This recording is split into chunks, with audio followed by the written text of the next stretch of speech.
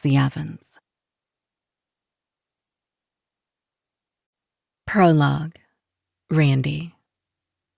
The time of the first shifters.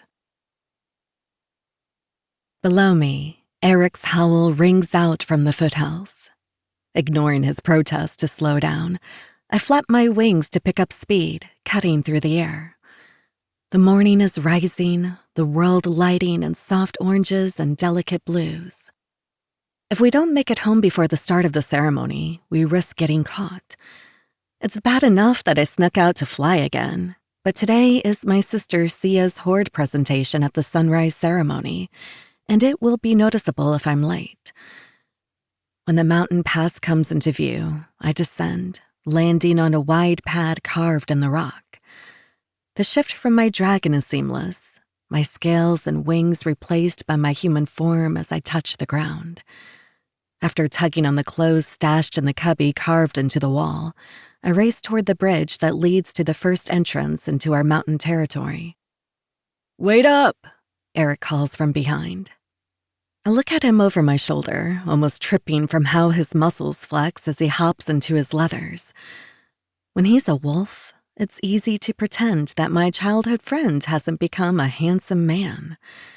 When he's half naked and grinning at me as though he's caught a rabbit, not so much.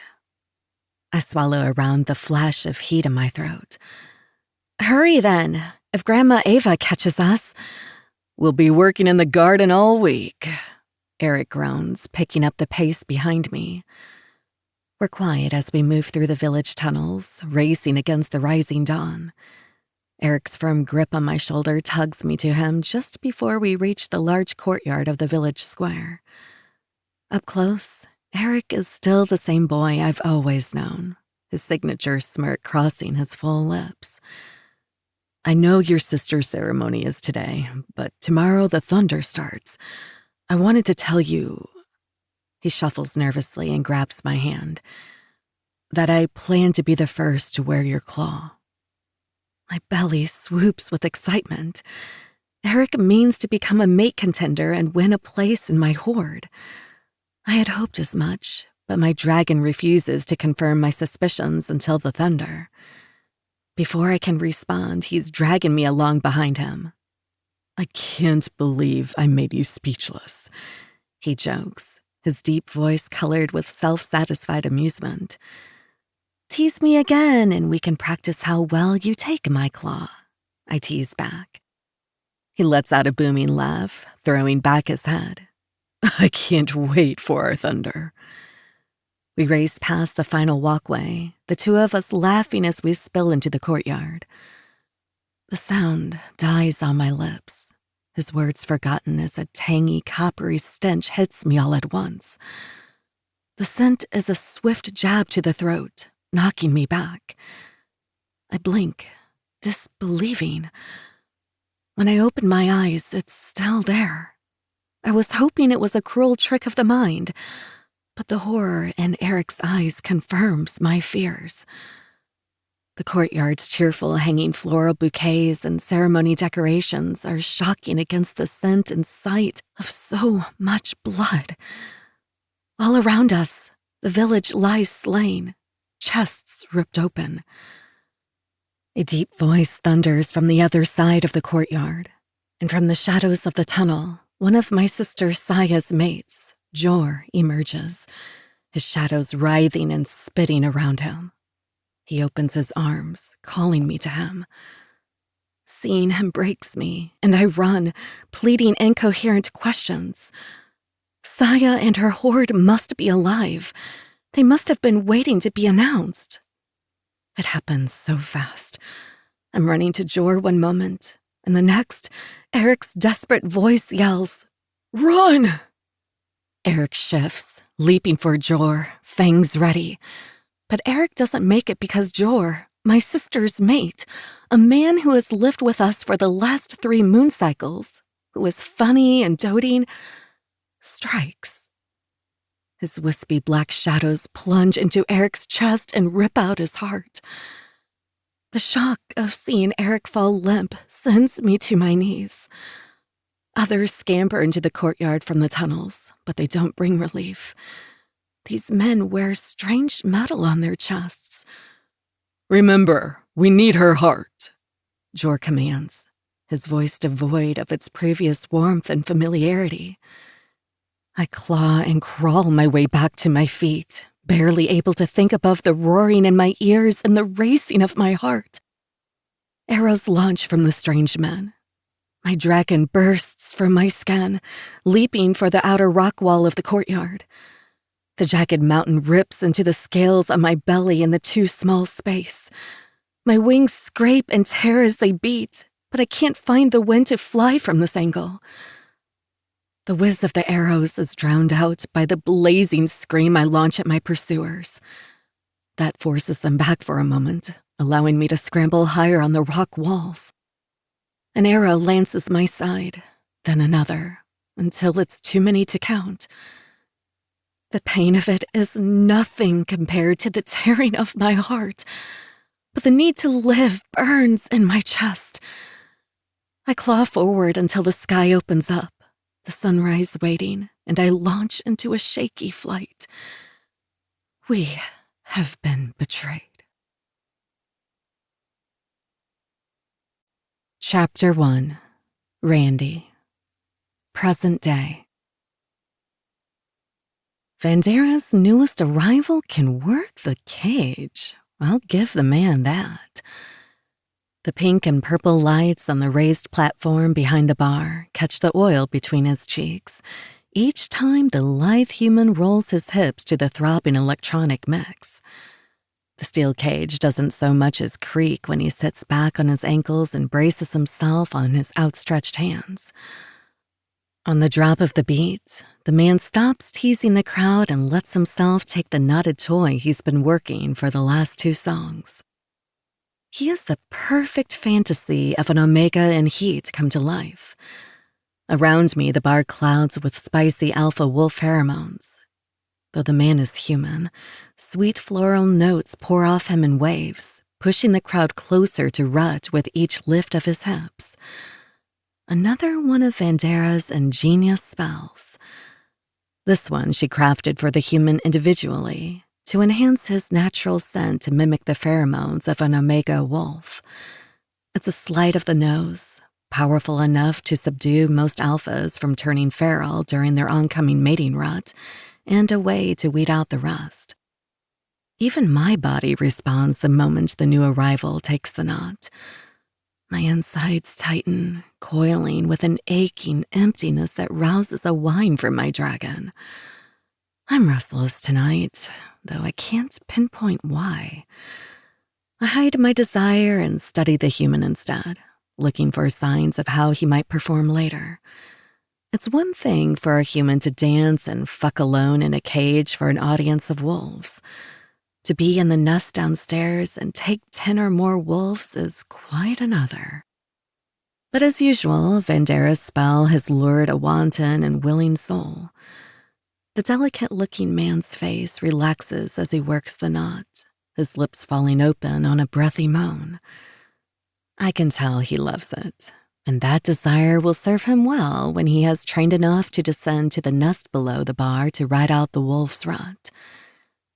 Delia sets a napkin on the wooden bar top in front of me and settles my martini atop it with a flourish. "What's this?" I lift my brow in question at the delicate pink rose petals floating on the surface of my gin martini. "Finnick told me I could add a drink special to the menu tonight. Isn't it pretty, boss?" she asks.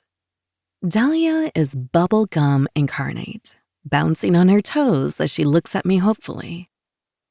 When she first arrived, the curvy brunette human was skittish and shy. She never looked anyone in the eye, always trying to make herself disappear.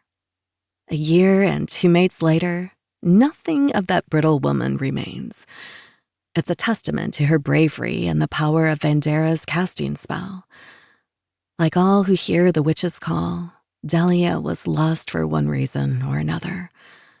The spell whispered of a new life on the breeze, and when she arrived at the edge of shifter territory, the ward's repelling humans didn't keep her out. I would appreciate the beauty of her transformation more if the human in front of me would stop messing with my drinks. I'm convinced Finnick has given her free reign of the cocktail menu to torture me. Last week, it was blueberry-infused gin. I shudder at the memory. And my usual lemon twist? Her body relaxes, and her full lips turn into a megawatt smile. Boss, I've got you. There is a hint of citrus, but I added elderflower gin with a rose aroma for a more pleasant experience. This is one you're going to like. Delia watches eagerly as I take a sip. I nod in recognition that it's decent. It still doesn't stop me from wishing it was the drink I ordered. A deep rumble sounds near my ear, and the hair on the back of my neck takes flight, my heart stuttering at the sound. The child has come, the deep voice whispers. My eyes wrench shut. Pain slices through my heart and pleasure pumps through my veins, the dueling sensations at war. My mate, the man who isn't mine. I fight for air, practically choking as I call. Thank you, Delia. It's lovely. I wait until she dances off to serve a crowd of alphas down the bar, buying time to collect myself before I address Finnick. And, I ask, my voice clipped of the raw emotions simmering in my throat. His body heat blankets my back, his spicy amber and pine scent making my nipples tighten against the lace of my dress. My eyes prick and my throat spasms at the feel of him behind me. So close. The stupid, impossible desire to have him hold me traps me in its snare, making me wish for things that can't be. He speaks into my ear, his warm breath tickling my neck and sending a flare of longing to my chest. She gave birth to an alpha dragoness, like the others, he says, voice low enough to be drowned out by the thumping beat of the club music around us. His words are jarring, forcing me to focus past my internal battle. She is the last? I ask, already knowing the answer. When he replies a moment later, I hear the devastation in his voice even though he tries to hide it. The Morning Meadows Pack Omega was the last known. Was? I gasp. Finnick stiffens behind me, and it's the only answer I need. We have failed. The wolves are going feral and dying out without mates, and the magic of the club is only a temporary solution for a permanent problem. It has only taken a few generations for the Omega birth rate to plummet to 0. Without their Omega mates, the wolves are turning feral when they go into their natural mating rut cycle. Feral alpha wolves lose themselves to their moon madness and never recover. Their instincts force them to fight, fuck, and claim. Violently. It's only a matter of time now before the wolves wipe themselves out. It's surreal that the birth of a child is the signal of the end of wolf shifters.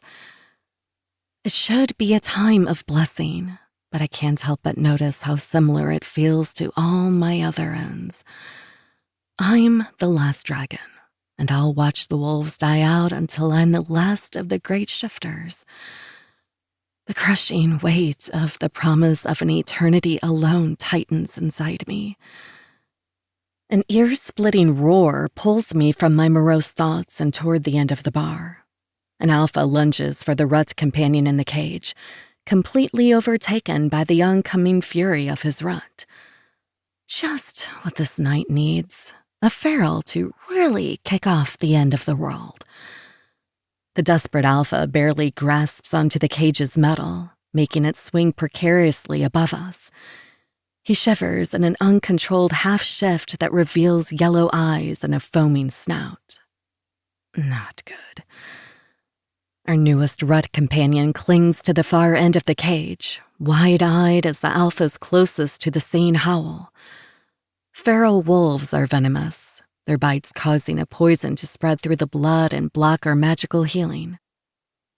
The feral scent and bites can turn other wolves too. Then the whole bar could go moon mad, sending them all into a rut that even Vandera's magic can't tame. My dragon responds in kind, pissed off that the feral has scared our newest human. Before I've thought about shifting, a gray and white wolf darts from behind me and jumps from the bar. Damn it! Finnick hardly ever lets me take out my claws. The feral wolf senses Finnick's attack and turns from the human, launching himself at Finnick with snapping jaws. They collide midair, tearing into one another as they fall to the stone floor behind the bar. It's a blur of fang and fur that is over quickly. Finnick is a trained warrior, a fierce wolf, and the feral was lost to his rut. The snap of the feral's neck sends a new wave of howls, and two more from the crowd lose their humans to their wolves. Before we lose any more, I act. This time, it's my claws and jaw around their necks. The blood tastes rancid, and I spit the sickness on the floor, my dragon fuming that I refuse to unleash her fully. Around me, half the club guard works to subdue wolves with spelled sleeping darts, while the others control the crowd. Dahlia! I call over my shoulder. If the world is ending again, I'm gonna need another drink. Chapter 2. Randy. I unleash my fire, my throat warming and neck frills shuddering with the blast of heat. The funeral pyre bursts into flames, the white and blue sparks dancing into the rising dawn. The wolf guard sends a final offering to the moon, the chorus of howls bouncing off the mountains on the other side of the lake.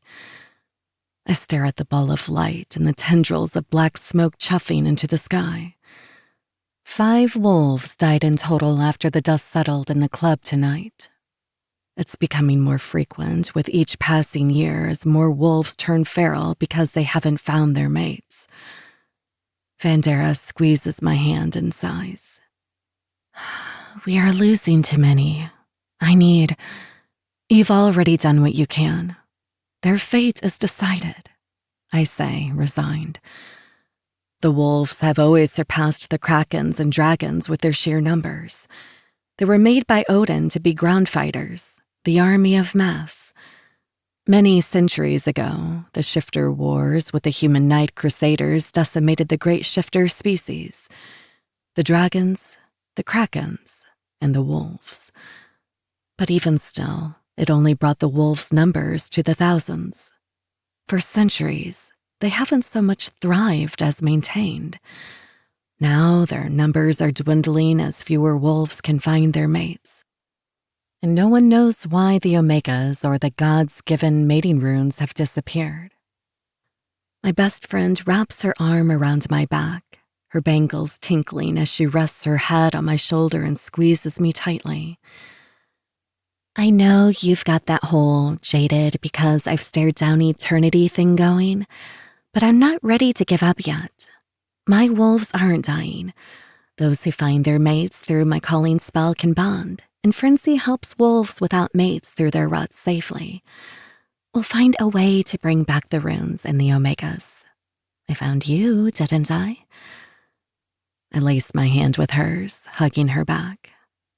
You're a squatter, I say, tone dry. You walked into my valley and never left. 2 decades ago, the first thing out of bright-eyed Vandera's 18-year-old mouth was, "Your magic is very loud. It keeps screaming at me for help." That was followed by a trunk full of suitcases. Vandera doesn't know the word no. "You're welcome," she says smugly. She's absolutely right, even if she isn't humble.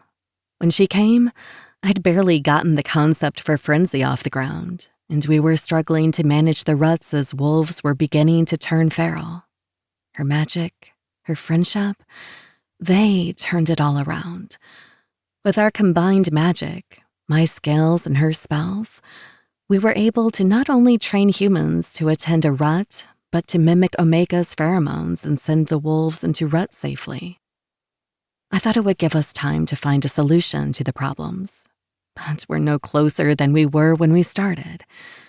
It feels as though everything we've built is set to crumble. I will survive it, and that is the problem. I always survive. Each time I claw my way back from the brink, let myself get close to people and build a new world, and time eats away at it until it all crumbles. Lovers, friends, they grow old, they die. Over and over, they die. And I watch.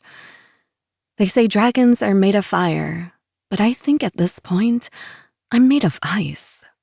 Each new lifetime I live creates another layer of permafrost around my heart that settles over the last. I thought this time it might be different. I really am grateful you're here, I tell her. The night has made me sentimental, pushed to the surface what I worked so hard to keep buried. I'm just feeling off. Vandera's soothing herbal scent isn't enough to dampen the smoky air, nor to ease my restlessness. You're entitled to it. 5 wolves aren't something to forget, no matter how often the deaths are coming. Her usually sunshine-soaked voice is as somber as I feel. My dragon needs some air. Why don't you find your guys and go home? I'll keep the vigil, I suggest. Vandera was the first to benefit from her calling spell, and her 2 wolves, Alden and Brooks, claimed her within days of her casting.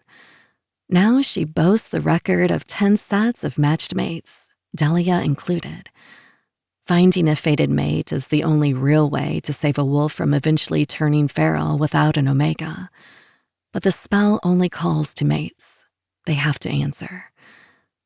Vandera nudges my side and pulls away to study me. She is a natural beauty with golden brown skin, long straight brown hair, and chestnut eyes flaked with warm honey. All this is wrapped in colorful fabrics and jangling tokens made of silver. I need to go back anyway to check on Maddie and see how he's holding up. I think the situation triggered the mate bond with Colton and Austin, I muse, mentally ticking up her match count to 11. It wasn't a calm first night for the new human rut companion, but he seemed to be doing more okay when I checked in with the closing staff. The 2 wolf guards for the club seemed overly protective and out of sorts, hovering over the man and refusing to leave his side. Vandera wipes her brow with one finger and makes a smug sound. Called it last week when Maddie arrived. Those 2 were tripping all over themselves to make him comfortable. There goes our newest rut companion. But at least another 2 wolves will be saved, even if shifter pairings with humans have yet to produce any Omega pups. Brooks, one of Vandera's mates, calls to her from the circle of gathered wolves. She pats my cheek as if she's the one who is lifetimes old. Have faith, Dee. The others will come. I shove away from her belief and harden myself against that hope, shooing at her to get going. I don't have the heart for getting into it with her tonight. The crowd disperses, but I don't go to them. Instead, I watch the blazing light drifting on the lake's surface. I don't know how long I stand there, the dawn rising before Finnick's warm scent reaches me. I turn to see him watching from the tree line. He levels me with his intense silver eyes, prowling toward me. For a moment, I forget all about feral wolves and dying shifters. I see only how the dark slashes of his eyebrows furrow in concern. It's past late, and his meticulous daily shave has been replaced by salt and pepper. His angular face is a study of contrasts. The dark eyebrows and goatee are stark against the white scruff on his angular jaw. He doesn't say anything as he encroaches on my space. He is all wolf now, unable to hide his wildness. I have the urge to run my palm along his stubbly jaw to see if it's scratchy or soft. I ache to know if it would burn when his lips tease my skin. His scent creates a thick blanket, cloaking me in the heady rush of his dominance, and all I want to do is submit, to give him what we both crave. I shift subtly, trying to ease the emptiness the wolf in front of me ignites. The newest batch of recruits will arrive within the hour, Phoenix says, voice like fire crackling from a hearth. I want to close my eyes at the deep, rich sound. It hurts, the way it makes my heart sing. He steps closer, spearing me with his eyes. This time, you will take another for your personal guard. We're having too many nights like tonight, and I refuse to leave you vulnerable. The club guard handled the situation fine. I scoff, even though the mention of my personal guard is a sopping blanket that douses my fire. My dragon whimpers, her claws sharp in my mind as she lashes out, sending a shockwave of grief through my body that makes my muscles freeze. Before Vandera arrived, I lost too many wolves. Even the thought of losing Finnick guts me. How am I ever supposed to accept another in my inner circle? Finnick has been with me for the last 30 years. A blip in the grand scheme of time. He was the youngest among the first of the Wolf Guard, sent as part of the alliance when I came to the wolves with a proposal for a rut bar. Finnick was a boy then, barely reaching his 21st year. He is also the last of my personal guard, the only survivor. I refuse to bury another, I hiss, my throat burning with unshed fire. Tendrils of smoke billow from my nose. I'm at my limit for loss today. I ignore Finnick, turning back to the lake. The Wolf Council will know about the birth soon enough if they don't already. What you and Vandera have made here is the closest thing to a solution to the lack of omegas. You stave off the rut and find suitable mates with humans. The Council will want full control. He steps into my line of sight, crossing his arms over his broad chest, bulging muscles tugging at his shirt sleeves. I brush past his infuriating allure, turning back toward the forest and town. He tugs on my elbow, twisting me toward him. And whose side will you fall on, Councilman? I spit the words, glaring at him, angry all over again that he isn't allowed to be mine, that I have to ask this question in the first place. His eyes flash with the glint of his wolf. The air around us thickens with his amber scent, spicy with anger. You dare ask me that? You aren't just any wolf, I say, my voice now steadier than I feel. I have never questioned his allegiance, but the wolf's future has never been so bleak. You're a member of the council and represent the wolves' share in this club. Your people are dying. I would be a fool not to question it. No, I'm not just any wolf. Damn it, Randy. He spins me in his hold until I'm looking up into eyes so dark they make the silver center glow like a sliver of the moon. He beats his chest with his fist right where his guard tattoo lives. His expression is fire and determination, but I feel the plea in his eyes. I can't answer it, no matter how much I wish I could, because I know if I give him anything, I'll give him everything. And what will be left when he's gone?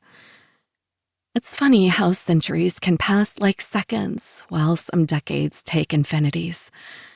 It feels as though I've spent lifetimes with Finnick Weston. But the truth is that if he doesn't go feral without a bond, I'll only get another 100 years if I'm lucky, and that will never be enough. It's the worst cruelty, knowing Finnick is here, but he can't be mine. Why? Why would fate send me one mate? Why, when it takes at least 3 mates to form a dragon bond? And why send him when the wolves are dying? It feels as though I'm being punished, forced to live beside him and not have him. The horror of it is enough to make me want to rage and scream because no matter how much I love him, no matter how much I want and crave him, he will grow old and die without the bond. And there can be no bond without the horde. All in a horde awaken, or none do.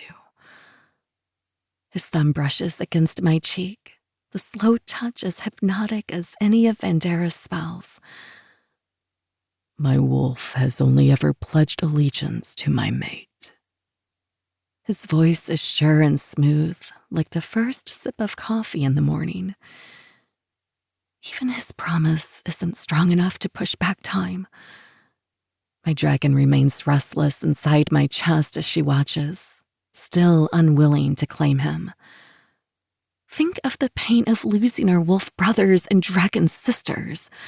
Accepting a mate without the horde, a single bond will never take. All mate bonds must be completed before the end of a full moon, or the bond will break. It could kill him. My heart splinters, little bits getting lost in the swell of hopelessness. Though my dragon feels deeply for Fennec and is pleased by his renewed pledge of loyalty, she will not entertain the idea of a mate bond without all my mates. It's too risky.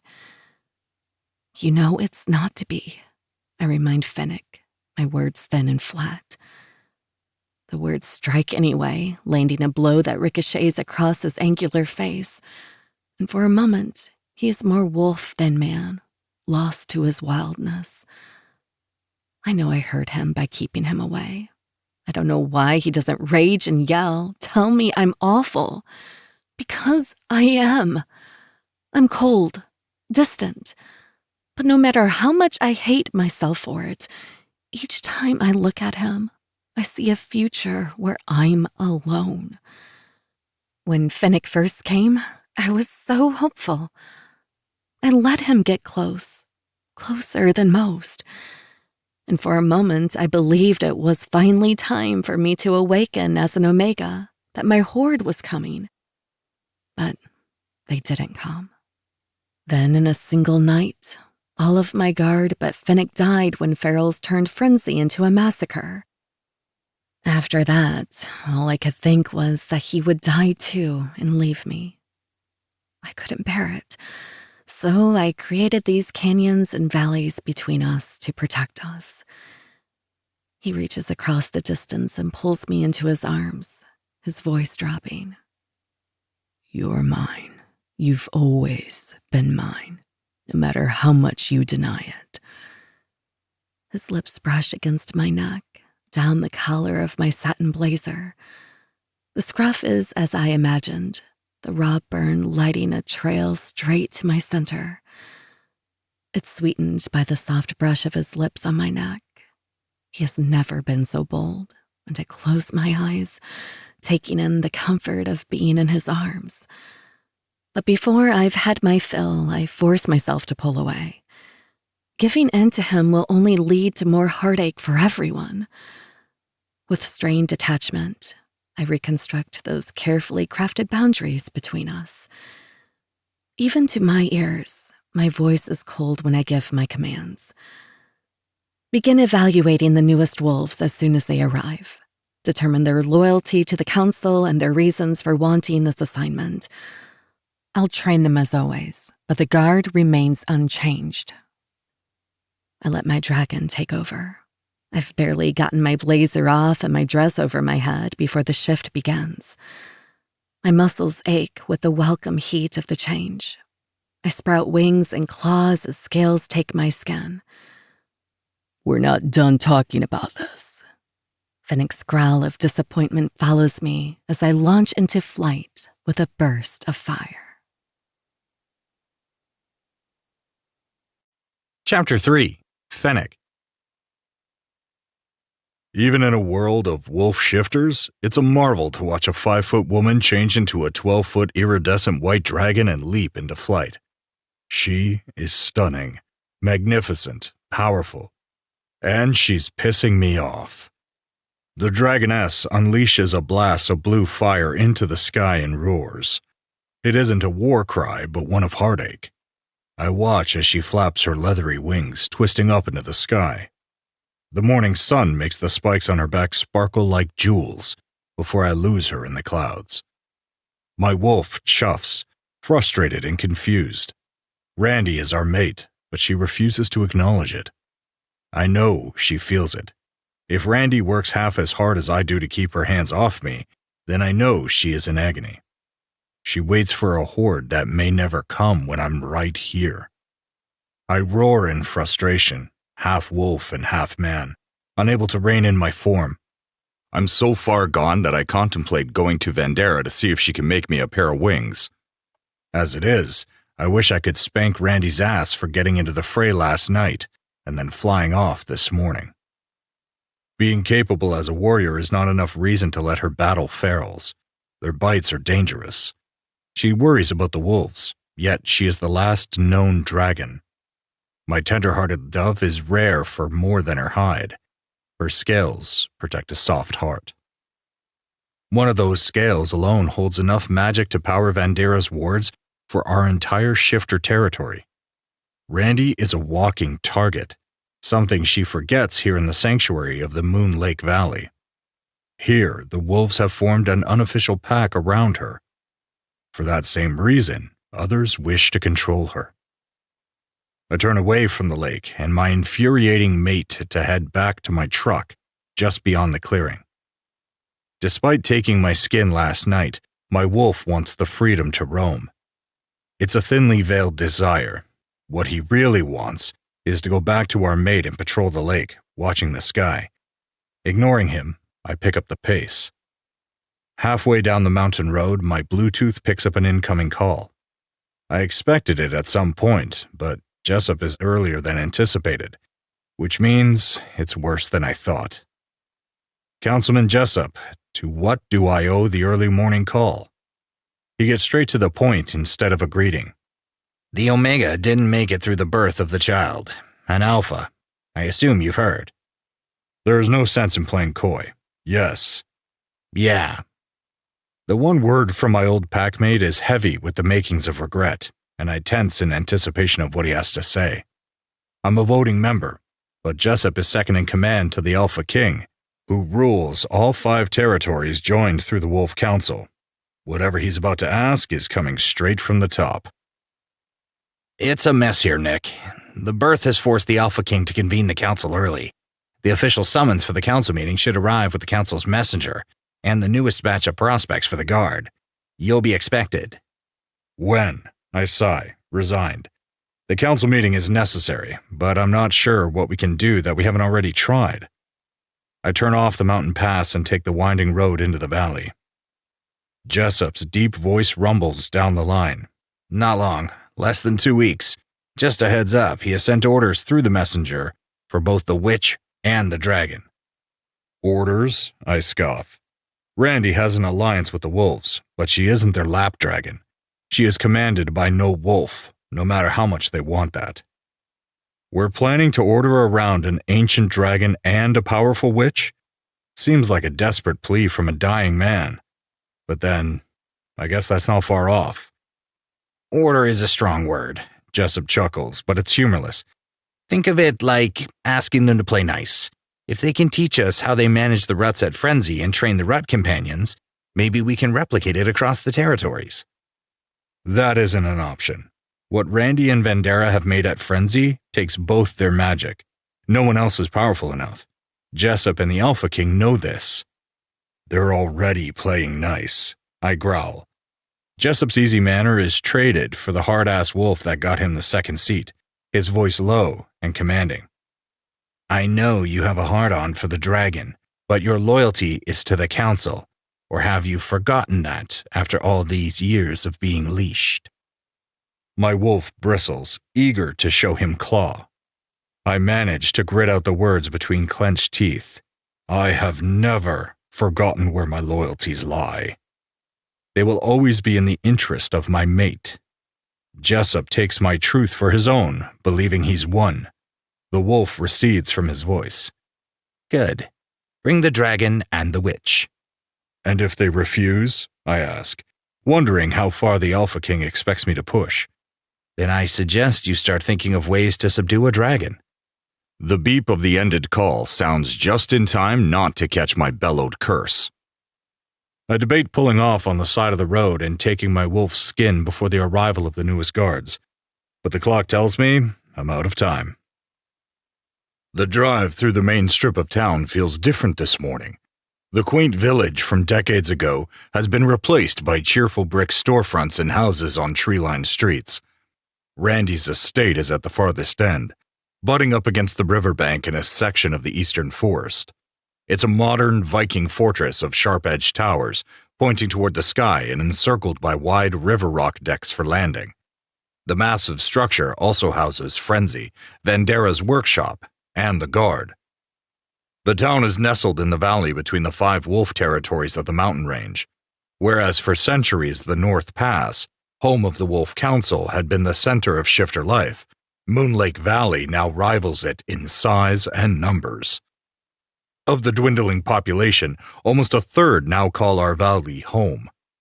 We're not an official pack, and our numbers are transient, but Frenzy brings wolves from all territories. Most wolves that ride out their cycle here can manage only needing to visit once every few years. Still, that requires lodging, staff, and a host of small businesses to keep it afloat. It requires a pack. That means the council sees Randy and what she's built here as a threat to their power, as well as a solution to the feral crisis. Mulling it over, I park in the guard annex and weave through the training area toward where Brooks is gathering the arriving wolves. When the council signed its alliance with Randy, it included maintaining a guard force. The council selects them, though only Randy has control of her personal guard. I listen as Brooks walks the wolves through their introduction. Welcome to Moon Lake Valley. As you may have heard, the guard at Moon Lake Valley is responsible for maintaining order within Frenzy's Rut Bar and the surrounding territory. In order to do so, we must assess your wolves' abilities for control. You can't keep wolves from going feral if you can't keep your own knot from popping at the first whiff of Omega. The training you receive forces you to think with the right head, so you can keep the rut companions and visiting wolves safe.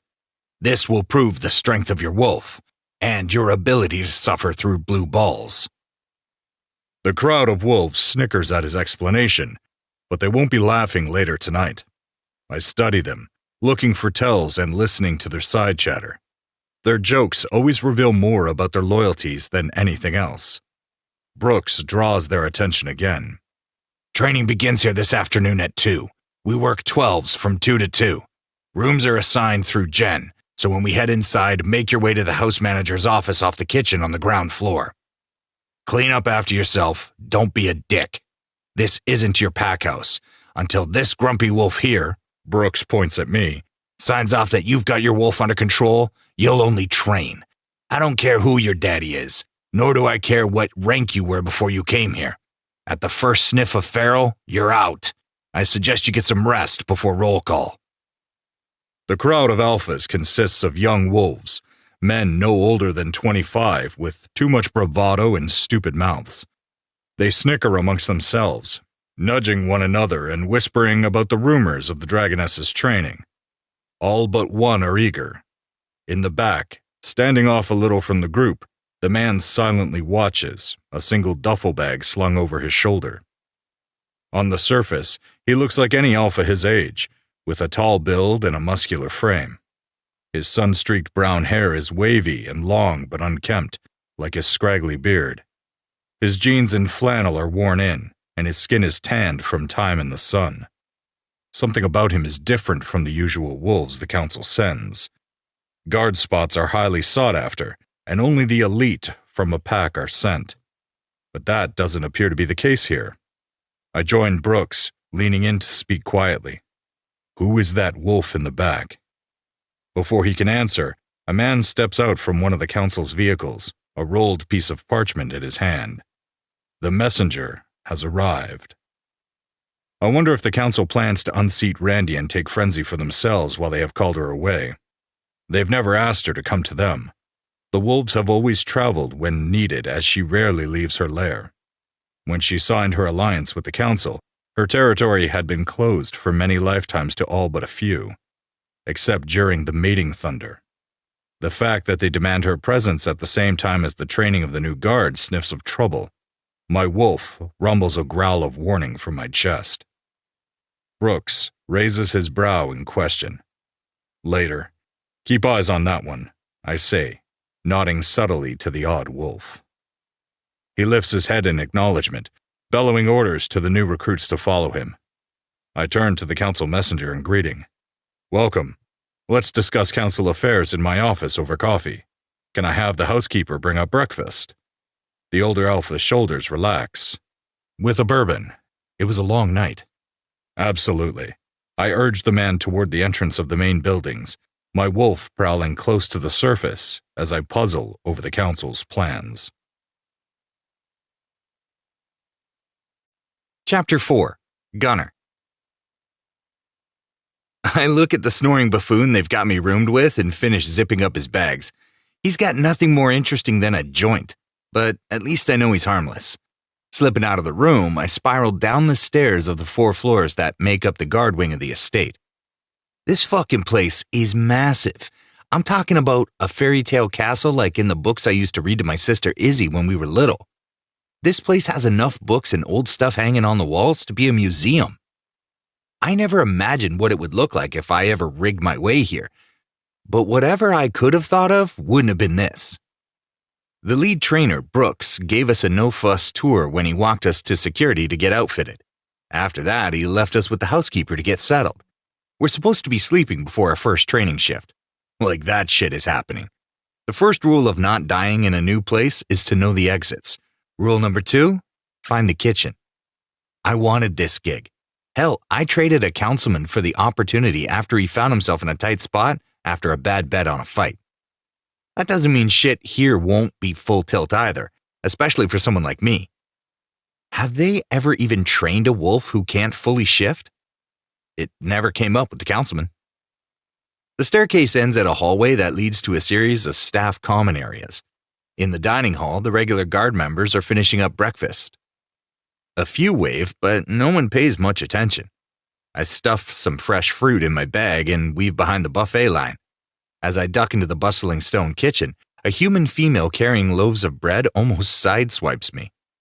I hardly step out of her way, too busy gawking at the space. This is some serious time travel shit. Herbs hang from the rafters along with copper pots and pans. There's a huge stone fireplace I could walk in, and the entire room smells of flowers, sugar, and bacon. It's an oddly satisfying combination. It's also trippy. I swear it's like knights and dragons should be dueling on the lawn. That's when the reality of the situation hits me. I mean, like, I knew, but I didn't know, you know? She's a fucking dragon, and this is her home. Of course the shit is old. She's gotta be, I can't even count that high. An older grizzled wolf flaps a towel in my face. If you enter my kitchen, it's to work. I blink at him, trying for innocently confused. I'm a new guard member. I got a little lost. Can you put you to work? Yes, that'll teach you to snoop around when you should be getting shut-eye. The burly wolf pushes me with a firm hand toward a sink and possibly the world's entire supply of potatoes. Clean and peel. See me when you're done. I weigh my options, but decide the staff of this place will probably be better allies than the recruits. After all, my goal is to get a permanent gig. The other recruits are a bunch of Pack Alpha sons, used to rigged fights and doing what Daddy says. They don't have anything to prove to these people, but I do. It takes 2 hours of peeling potatoes and the addition of chopping celery to earn me the nod of approval. The older wolf waves me over to his station where he's prepping chickens to roast. What's your name? He asks, voice booming like thunder. Gunner. I'm Henry, the lead chef. He doesn't stop his task. His motions are practiced as he prepares to cook enough for a whole damn village. Why are you here, Gunner? What pack do you represent? I look around the busy kitchen. While I worked, I noticed it's full of just as many humans as wolves. And a lot of them are younger females, which is a total mindfuck. It's been a decade since I've seen so many women. Nobody pulled rank. The wolves didn't fight. It's weird, but also kind of nice. Like I could get used to this fairy tale living kind of nice. I shrug at Henry, unsure what he wants me to say. Same as any wolf, trying to make my way. I entered the tournament, and Councilman Lars petitioned for me when I won. The old wolf cuts his eyes at me. Then you're from the outskirts. It isn't a question, and the word outskirts is said in a way that lets me know he's been there. I nod anyway. Yes, sir. The hollow of the Western Ridge Pack first before we were sent to the outskirts of the North Pass. He harumphs. Underground fights? The ones against ferals? Again, they aren't questions. Nobody coming out of the outskirts is doing so without fighting. Did you need anything else? I really should get some rest before training, I say instead of answering. Henry stops what he's doing, turning his assessing gaze on me. This ain't the underground. The dragon runs a tight house, and the witch has eyes everywhere. No thieving, no fighting. If you need something, ask. If you're hungry, eat. But stay out of my kitchen unless you plan to take on a second job. And don't go snooping. The witch's wards will keep you out anyway. I open my mouth to explain that I wasn't snooping. I totally was snooping. But before I can lie, his eyes flash with his wolf. Mind your business, keep your mouth shut, and do your job, he barks. If you manage that, I'll see about finding you a spot somewhere on staff if it isn't the guard. He turns back to his food, but for a second time, I simply gawk. He dismisses me with a nod. Grab that bag there on your way out. I take the sack and slip out the way I came. This time, I don't manage to get caught stupid-eyed as I catalog the dragon's home. I don't get far, though. Whenever I try to enter any area beyond the courtyard, I come up against an invisible wall. Resigned, I find my way onto one of the upper landing decks. It's already afternoon, and the spring sun has made the stone ledge warm. I lean against it and finally let myself look through the bag Henry sent from the kitchen. It's stuffed with food. 2 sandwiches of thick-ass bread filled with meat and cheese, fresh apples and oranges, a pastry, popped corn. It's more than I've eaten in days, and I force myself to eat only the sandwiches and leave the rest for later. Overhead, a searing cry scares the shit out of me. A shadow passes over the sun, and I look up and up. A real-life, honest-to-God's dragon soars in the sky. I watch, mesmerized, as the dragon turns and completes another loop. It's hard to see her except when the light hits. Then it's like trying to look at the sun. She's too beautiful, too full of light to truly comprehend. For a moment, I'm hit with a burst of excitement before it gives way to a flash of grief. I wish Izzy could have seen this. I look around the stone room. Lights splash in strategic crimson on cages lining the perimeter. The stone walls are lined with various instruments of torture. Whips, floggers, and ball gags. And, ladies and gentlemen, we've come to the sex dungeon part of this training. I fought at a place like this once. Got the best blowjob of my life in a bathroom after. I don't know whether my fantasies or my nightmares are about to come to life, but I can only guess this is part of the training to resist a rut. It doesn't matter what the fuck it is. It only matters that I make it through. It's already past midnight, and my ass is tired. I want to hurry this show along. Brooks spent the first few hours with us this afternoon assessing our skills in subduing guard members trained to act like ferals. As a ring fighter, that's my bread and butter. Nothing pays better than going up against the moon mad. The pretty boys, not so much. They got their asses handed to them more than once. Sucks to suck. Next, it was strength training and guided sessions with wolves on specific attack and defense drills. Hours of drills left us weak and exhausted. I'm pretty sure that's part of their test. They get our asses worn down, then see how we handle it. My guess is the older wolf who watches but never speaks won't let anyone near the keys to the castle until we've passed whatever tests he cooks up. I would agree that's smart if my thighs weren't screaming at me to sit the fuck down. We haven't been told shit yet about the property, the club, or the actual duties of the guard. Only that we will be training to resist the rut. Alphas don't even mature into their rut cycle until like 30, and all the guards are under that by the looks of it. So how exactly is that going to work? The chatter among the recruits is that half of us will go home the first week. That's why they take on so many more than they need. But after the initial shock of seeing me fight half-shifted instead of as a full wolf, none of the guards or trainers batted an eye. Now that I know it isn't an automatic out, one of those guard spots is mine. Around me, the recruits whisper nervously as Brooke steps back and a woman in a colorful flowing dress steps forward. "I'm Vandera, and this is the first part of your training to withstand the rut call," she says. Her voice is melodic, almost trance-like, and I wonder if the renowned witch simply oozes magic. She looks harmless, but the power surrounding her is undeniable. As guard members, you'll be expected to spend much of your time in Moon Lake Valley, surrounded by rut companions and wolves entering or in full rut. You'll also be expected not to join. So far, the witch isn't saying anything that isn't common knowledge, but a rumble of voices sound through the group of recruits. The witch raises her finger and purple sparks shoot across the room, lighting the candles hanging from giant chandeliers overhead. My eyes widen at her blatant use of magic. Most villages have a healer who is trained in using herbs and crystals. Few are powerful enough to cast spells, let alone use magic for something so mundane. The display of power has the group of wolves falling silent, all eyes on the woman in the center of the room. Her sweet voice hides her steely command. "You'll spend the remainder of the night here. This exercise is to gauge your natural control point. The environment in the dungeon will mimic that of frenzy, and our trained rut companions will try to entice you, as they do patrons of the bar. Don't touch the cages, don't engage with any other wolf in the room, neither to fuck nor fight.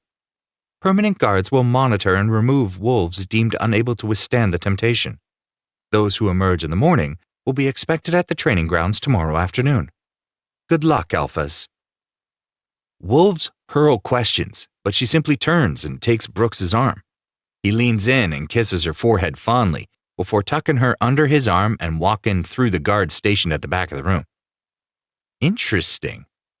The silent older wolf follows the pair, and the closing of the wooden door is ominous. Behind us, another set of doors opens, and the room fills with the sweet scent of Omega perfume as men and women in robes file in and climb into the cages before the guards lock them in. What the actual fuck? Blaring club music, enough to stun and aggravate even my wolf instincts, pulses through the room. No doubt the music is meant to rile up our wolves and force them to the surface. The robes come off, and the men and women dance.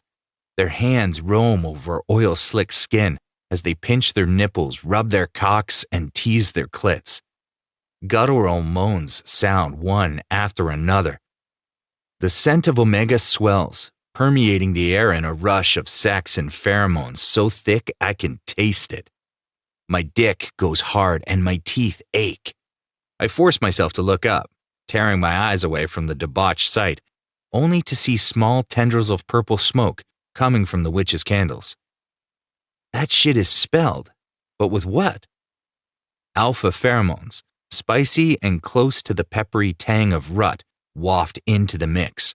Wolves howl, some of the alphas in the room already jerking their cocks. I rip off a section of my shirt and stuff 2 fabric balls in my nose, trying to dampen the overpowering scent. Looking around the room, I find the spot farthest from the cages, but still back from the crowd of recruits. Already I can tell some of these wolves won't make it out of here. The piercing sound of a snarl draws my eye as 2 of the recruits shift, biting and snapping at one another as they try to get into the cage of a woman finger-fucking herself to the beat. The guards don't hesitate, fucking shooting the wolves with some kind of darts. Guess that's 2 less fuckers I gotta beat. The wolves fall to the floor as another fight breaks out, this time with a half-dozen wolves. I take my shirt off and tie it around my mouth and nose. It's gonna be a long night. Chapter 5. Randy. I force the bar up and over my head, my muscles quivering during this final set. No matter how much I work my body, my mind trips on repeat over the feel of Phoenix lips on my skin. The memory of his stubble raking along my neck makes my nipples tighten and my core clench. I want him to take it further, to feel him pounding into me, his big hands anchored to my flesh as his teeth sink into my neck. I'm wet with the thought of his claim. My personal gym reeks with the sweet, sticky scent of my arousal mixed with sweat. I've lost my fucking mind. I've managed for decades to keep from giving in to the pull of attraction between us. But this morning, those finely crafted walls have been obliterated. If I didn't know better, I would think my body is preparing to awaken, that my Omega designation is finally going to present. When I returned last night from my funeral flight for the feral wolves, I made myself come twice before I felt sane enough to try to sleep, and I still tossed and turned. But awakening isn't possible, not for one mate, and my dragon has claimed none. She is puzzled by my reactions, her force heavy at the front of my mind as she prowls on high alert. She senses something coming, but not what. I set the weight down and make my way over to the heavy bag hanging in the corner, not even bothering to wrap my hands before letting loose. Spicy amber and frosted pine waft into the room. I suck in the scent, lick my lips to see if I can taste it in the air. I recognize this is beyond bizarre, but I can't seem to stop myself. Fennec's deep, anger-filled voice bellows through the room. Please tell me that you didn't promise to attend the Wolf Council meeting in person without discussing it with me first. His handsome face is devastating in its severity as he stalks across the space, his large frame stuffed into his pressed suit. I know what he looks like under that white shirt, and I want to get my hands on his chest. That wayward thought pisses me off, mainly because he commands my body without trying, and yet I must resist anyway, for both our sakes. Are you my daddy now? I ask, hitting the bag again. He thinks he's a dragon's mate. He better expect fire. My nostrils flare, silvery tendrils of smoke curling in the air. One feral attack where I use my claws and you think you know what's best? Fennec catches the swinging bag, and I barely keep myself from begging him to fuck me against the mirror or fight me until my dragon submits. I want to know what it's like to finally stop trying so hard to push him away. But I don't think either of us can survive it, and that crushing reality fills me with rage. His silver eyes bore into me, flashing with that same pent-up heat I feel. Say when, little dove. Your ass needs a serious spanking that I'm chomping to deliver. My pussy clenches at his words, but my throat burns with fire. He's won, and we both know it. Nothing I can say changes the situation between us. Instead, I ignore his challenge, leveling him with the only thing I can. It's already done. I spoke with the Alpha King this morning. Vandera will stay here. His jaw ticks, and little crinkles appear on the sides of his eyes. Have you two lost your minds? That will leave Moonlake Valley unprotected and you vulnerable in the north, which seems to be playing into what the council wants.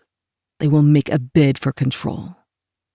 Of the two of us, the club needs her magic more than mine. She has what she needs from me, and I can defend myself. I argue. I shouldn't. Goading him about this isn't going to help matters. I turn from him and distract myself with my water bottle. The distraction does little to douse the flame of lust or the fire of anger at his overprotectiveness. He eats up the distance, arms crossed. Did you hear anything I just said about the council's possible plans? I let my dragon take my eyes and show him what she thinks of his need to protect me like a withering damsel. I curl my finger, and he bends to my ear. Who is in charge here, Wolf? His arms wrap around my waist, pulling me flush against his heat, making me gasp. "You're too trusting, little dove," he says into my ear, teeth scraping along my neck. It's hard to focus with his hands and mouth on me, the desire to give in to temptation nearly overwhelming. What has gotten into him?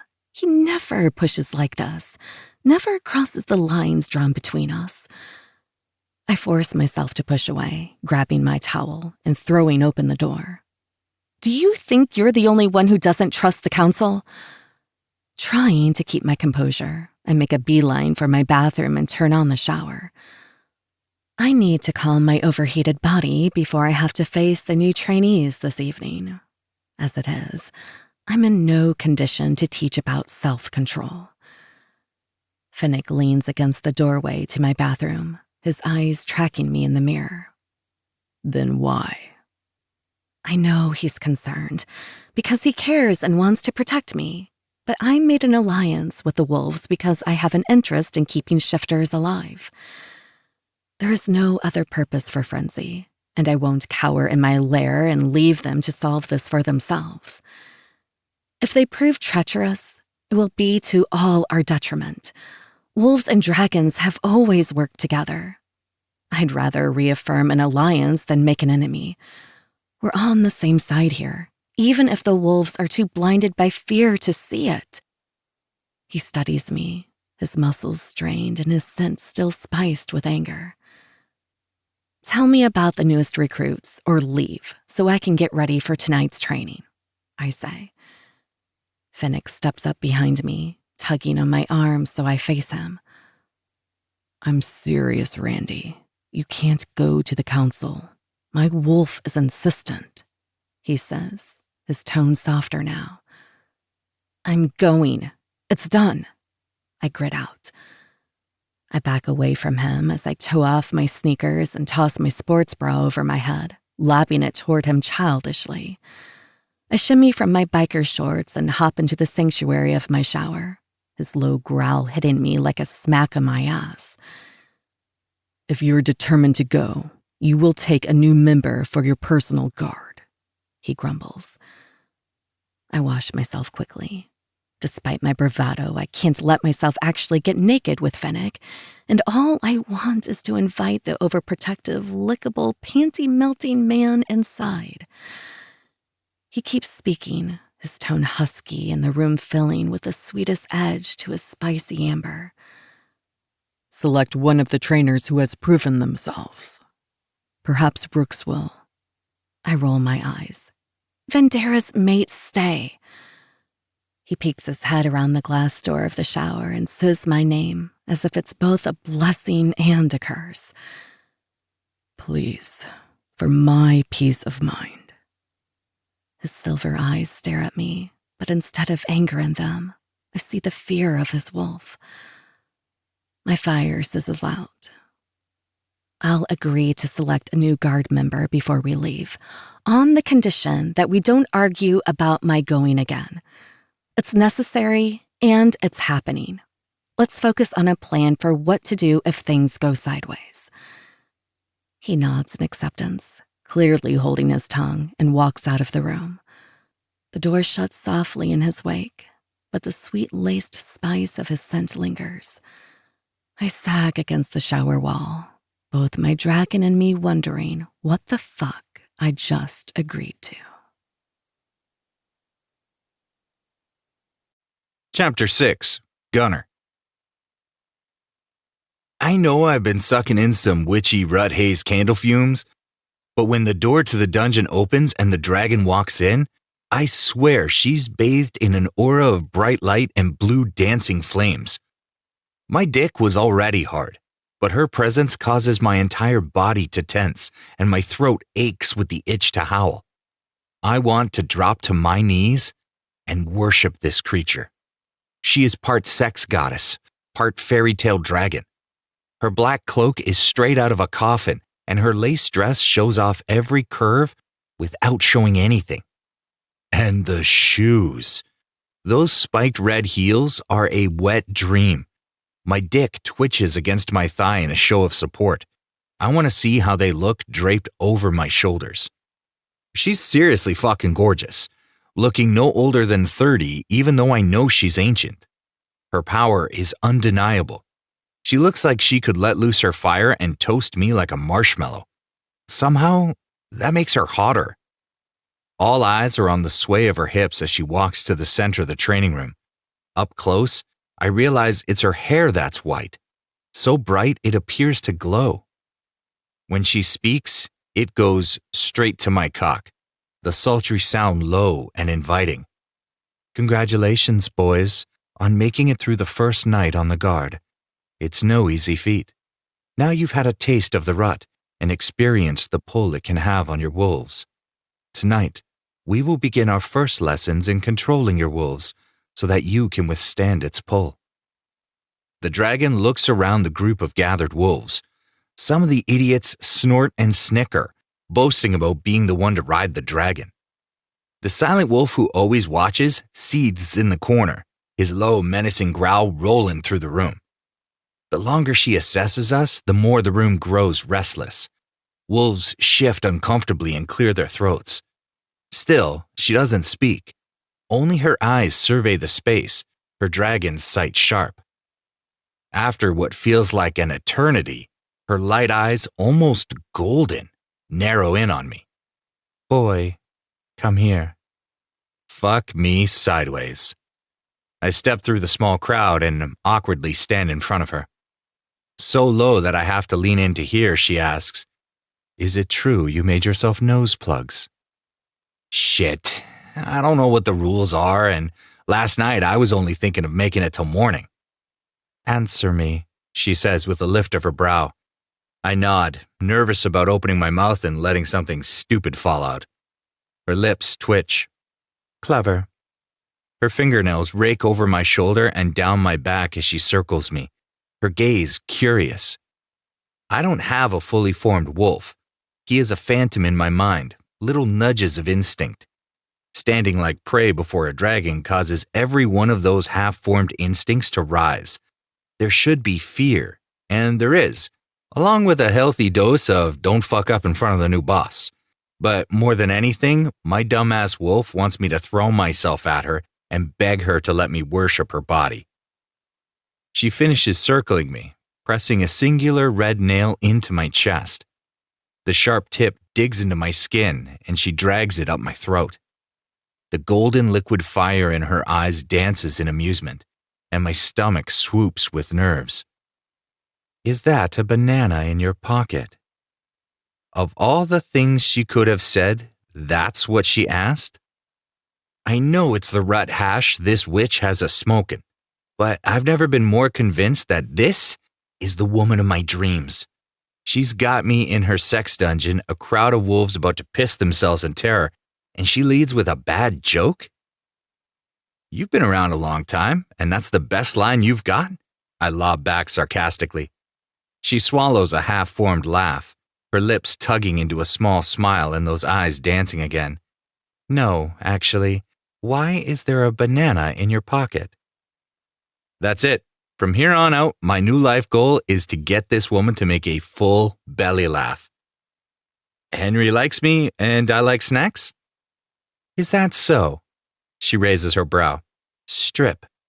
Those plush lips quirk. Leave the banana. I obey her command. The only sounds in the room are the rustling of my clothes and the sharp clack of her heels against the stone floor. She busies herself with the torture tools, and my dick jumps, watching her walk back with some kind of steel object. She speaks to the whole room this time. The wolf guard at Frenzy is caged for the length of their training. That means your cock is mine. Think seriously about whether you wish to continue. My pulse relocates to my balls, imagining just what it would be like for her to own my cock. I don't have to imagine much. My dick was ready to swear allegiance to the dragon as soon as she walked into the room. Her golden gaze lands on me, that small lift still tugging at the corner of her lips. You seem ready for me to demonstrate, Wolf? A beautiful dragon just said she's going to play with my cock. Who can blame me? I shrug, unable to get the grin off my face. One of the wolves from the crowd grumbles. Like an actual cage for my dick? How do I fuck or take a piss? The dragon wraps a small hand around my hard cock, tugging me forward. The contact is a jolt to my system. She squeezes the head, rubbing her thumb back and forth along my weeping slit. She talks to the crowd as she holds me in her tight grip, but I can't focus. I know it's important. She's explaining shit I probably need to know, but every hair, every muscle is strained, tense, waiting for her to glide her hand down my dick. I want her to squeeze, to throw me on the floor, to fuck me until the fire she's ignited smolders to ashes. She gives me nothing but the tight, still hold and her slow stroke back and forth along the head. It's torture. Beautiful fucking torture. She says something about how the heavy cage will remind the body that it is restrained for a reason, even when aroused, but it doesn't make sense to my cotton cloud brain. The word focus pops out of her mouth multiple times, and I try to listen, but my dick is pounding. The room smells like an omega, soft and sweet and inviting. I can't suck it in fast enough, searching for more of the orange that's just a hint in the air.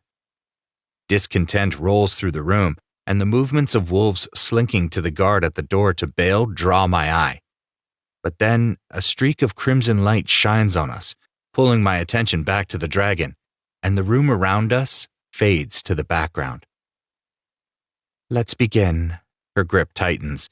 She smiles at me, but it's all teeth. Fire or ice? Her gaze lands on where she holds me by my length. The amount of pre-cum dribbling from the tip should be embarrassing, but how often does a wolf get bossed around by his dick at the hands of a sexy dragon? Fire, I choke out, the sound desperate. I don't know what the fuck she means, but I'd rather go out in flames. Her palm around my cock heats with a tingling warmth that sends a straight zip of pleasure to my balls and makes my knot ache to expand.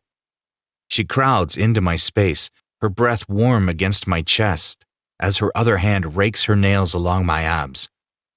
I grab for her, desperate to get my hands on those serious curves. My hand just barely grazes her hip.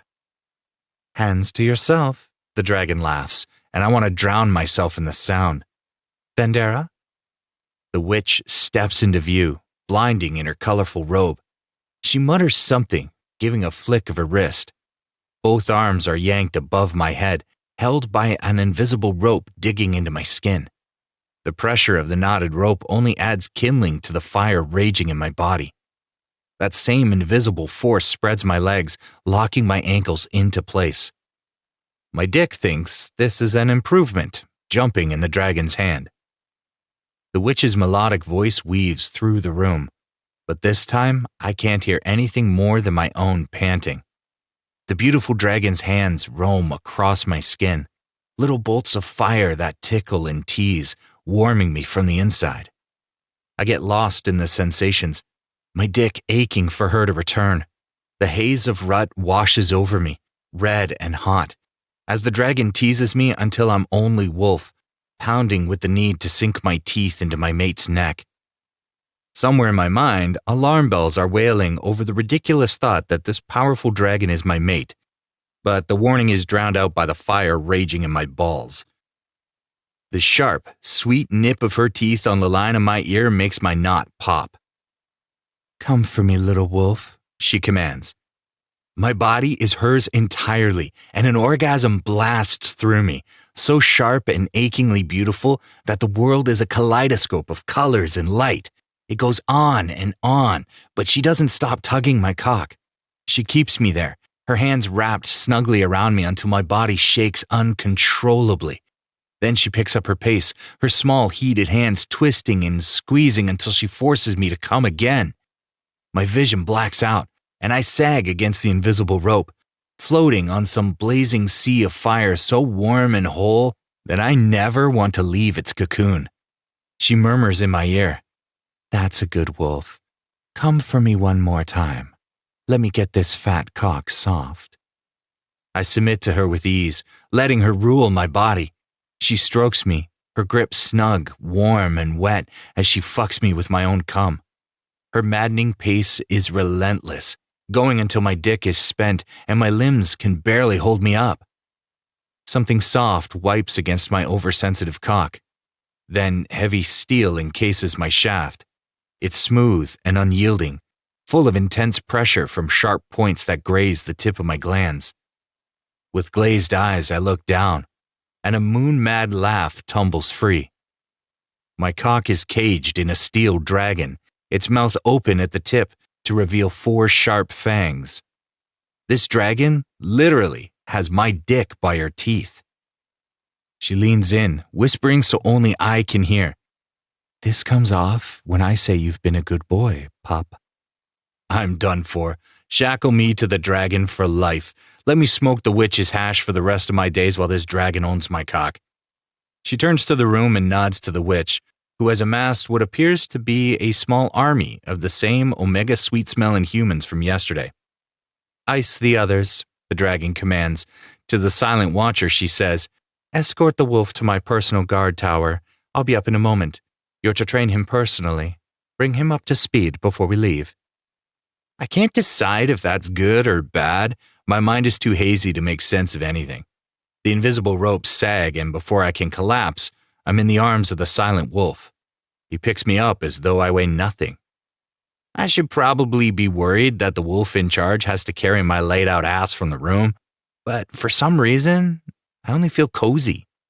The weight of the cage is like a lullaby. My eyes are so drowsy they can't stay open. Home, mates. That's the worst idea my half-formed wolf has ever had. And I try to stir from the silent wolf's arms, saying I'm fine to walk, but the words come out slurred. The distinguished wolf studies me, his gaze stern. "Who exactly are you?" His hold tightens, pulling me against his chest, and I can't hold out against the weight of oblivion any longer. Chapter 7. Fennec. Brooks is waiting for me in the courtyard that separates the main house from Randy's personal wing. The burly, clean-cut wolf looks pointedly at the scruffy pup wrapped in a blanket in my arms. "She chose the half-wolf for her personal guard?" "So it seems," I say with a sigh. "But at least she has chosen. You both need it. He can travel with you to the council while we keep fort here." Brooks falls into step beside me as we weave along the stone path in the garden. I grumble my dissatisfaction, but Brooks only shakes his head. "You know we can't go with you, not when my mate needs to stay here." He's right. I know he is. But others have been on the guard longer. We know nothing of this wolf but whispers. Brooks rolls his eyes. "He's only been here 2 days, and I can already tell Gunner isn't a spy. He's from the outskirts, and none of those wolves think much of the council. He's made quite a reputation in the ring, taking down multiple ferals at once. I made some calls after I realized Councilman Lars sent him. Turns out he was owed a favor." I lift my chin in acknowledgement. Henry learned the slightly more politically correct version. That doesn't mean his loyalty couldn't be bought. A kid from the outskirts? The council could make him a hell of a deal. My wolf paces, pissed at my line of reasoning. Brooks shrugs. "True, but Vandy says he has the trace." "Does she know who?" I ask. We stop at the edge of the courtyard, Brooks turning toward me. We have reached the protection wards, and he can't go beyond them. "You know the spell doesn't work that way. She can see that it called him, but not why, or for whom." "But does she have a hunch? By now she usually does." I look at the moon high overhead. It offers no guidance. Instead, my wolf paces inside me, impatient and eager to return to the lair. The odd young wolf shifts in my arms. He's all pup, snuggling closer against my chest, little goosebumps rising on his skin from the cool night air. Brooks chuckles. "Of course." He pats my back gruffly and turns around for the main house. "You're not going to tell me?" I call in disbelief. "Nope, you'll figure it out." Brooks calls over his shoulder, obviously amused about whatever he thinks he knows. My wolf beats against my chest, urging me to take the man inside and get him warm. I'm halfway up the stairs to our shared rooms when I realize what Brooks means. I've been through dozens of guard trainings and never seen Randy respond to a wolf like she did tonight. She always begins the caging with a singular wolf, but it's detached, an unemotional necessity. But the memory of her golden eyes turning molten makes the new connection. The pup touched her dragon and coaxed her to come out and play, something she rarely lets herself do. Randy has chosen the half-wolf for her own because he must be one of her mates. Mine. My wolf snaps his jaws at me as I stare wide-eyed at the man in my arms. My wolf's singular thought is insistent. Mate. I sip my bourbon, watching the sparking flames in the fireplace shift and dance, contemplating how to handle this newest revelation. Gunnar is our mate, mine and Randy's. This shouldn't come as a surprise. Wolves typically mate in trios, 2 alphas, 1 omega. Usually, though, the wolves are matched in their dominance. This man is barely a wolf. It's happening to more and more of the young ones. I know it's because there's something wrong with our magic. But a half-wolf is mine and Randy's mate? I can't wrap my head around it. My wolf growls low in my chest, annoyed by the distance between the pup and me. He wants to hold him and ensure he is okay after playing with our dragon. But I don't share my wolf's certainty. I can't tell if pride or befuddlement clouds my mind. How is the half-wolf going to protect her? With how he reacted to her touch, I would guess he's submissive by nature, no matter his reputation in the underground. Will he be able to stand up to her? Push back when she needs it? Will he stand for her if it comes down to us or the council? Why him? The dragoness is aloof and solitary. She is with us, but always separate, like when she soars above us during her flights. I doubt Randy will even acknowledge why she chose Gunnar. She may not even realize who he is. Or worse, she'll deny him as she denies me. 2 mates don't make a horde. In the old stories Randy used to tell me, it was always 3 or more mates. But if Gunnar has arrived from Vandera's call, maybe that means it is time. I'm no closer to an answer about what Gunnar's arrival means when the pup wakes. He sits up, drawing the blanket around himself and yawning loudly as he looks around the room. Randy's lair has the same rustic feel as the main house, wood, stone, and iron, with low lights, furs, and fires. Without modern touches and human technology, it would be easy to believe we live in some faraway time.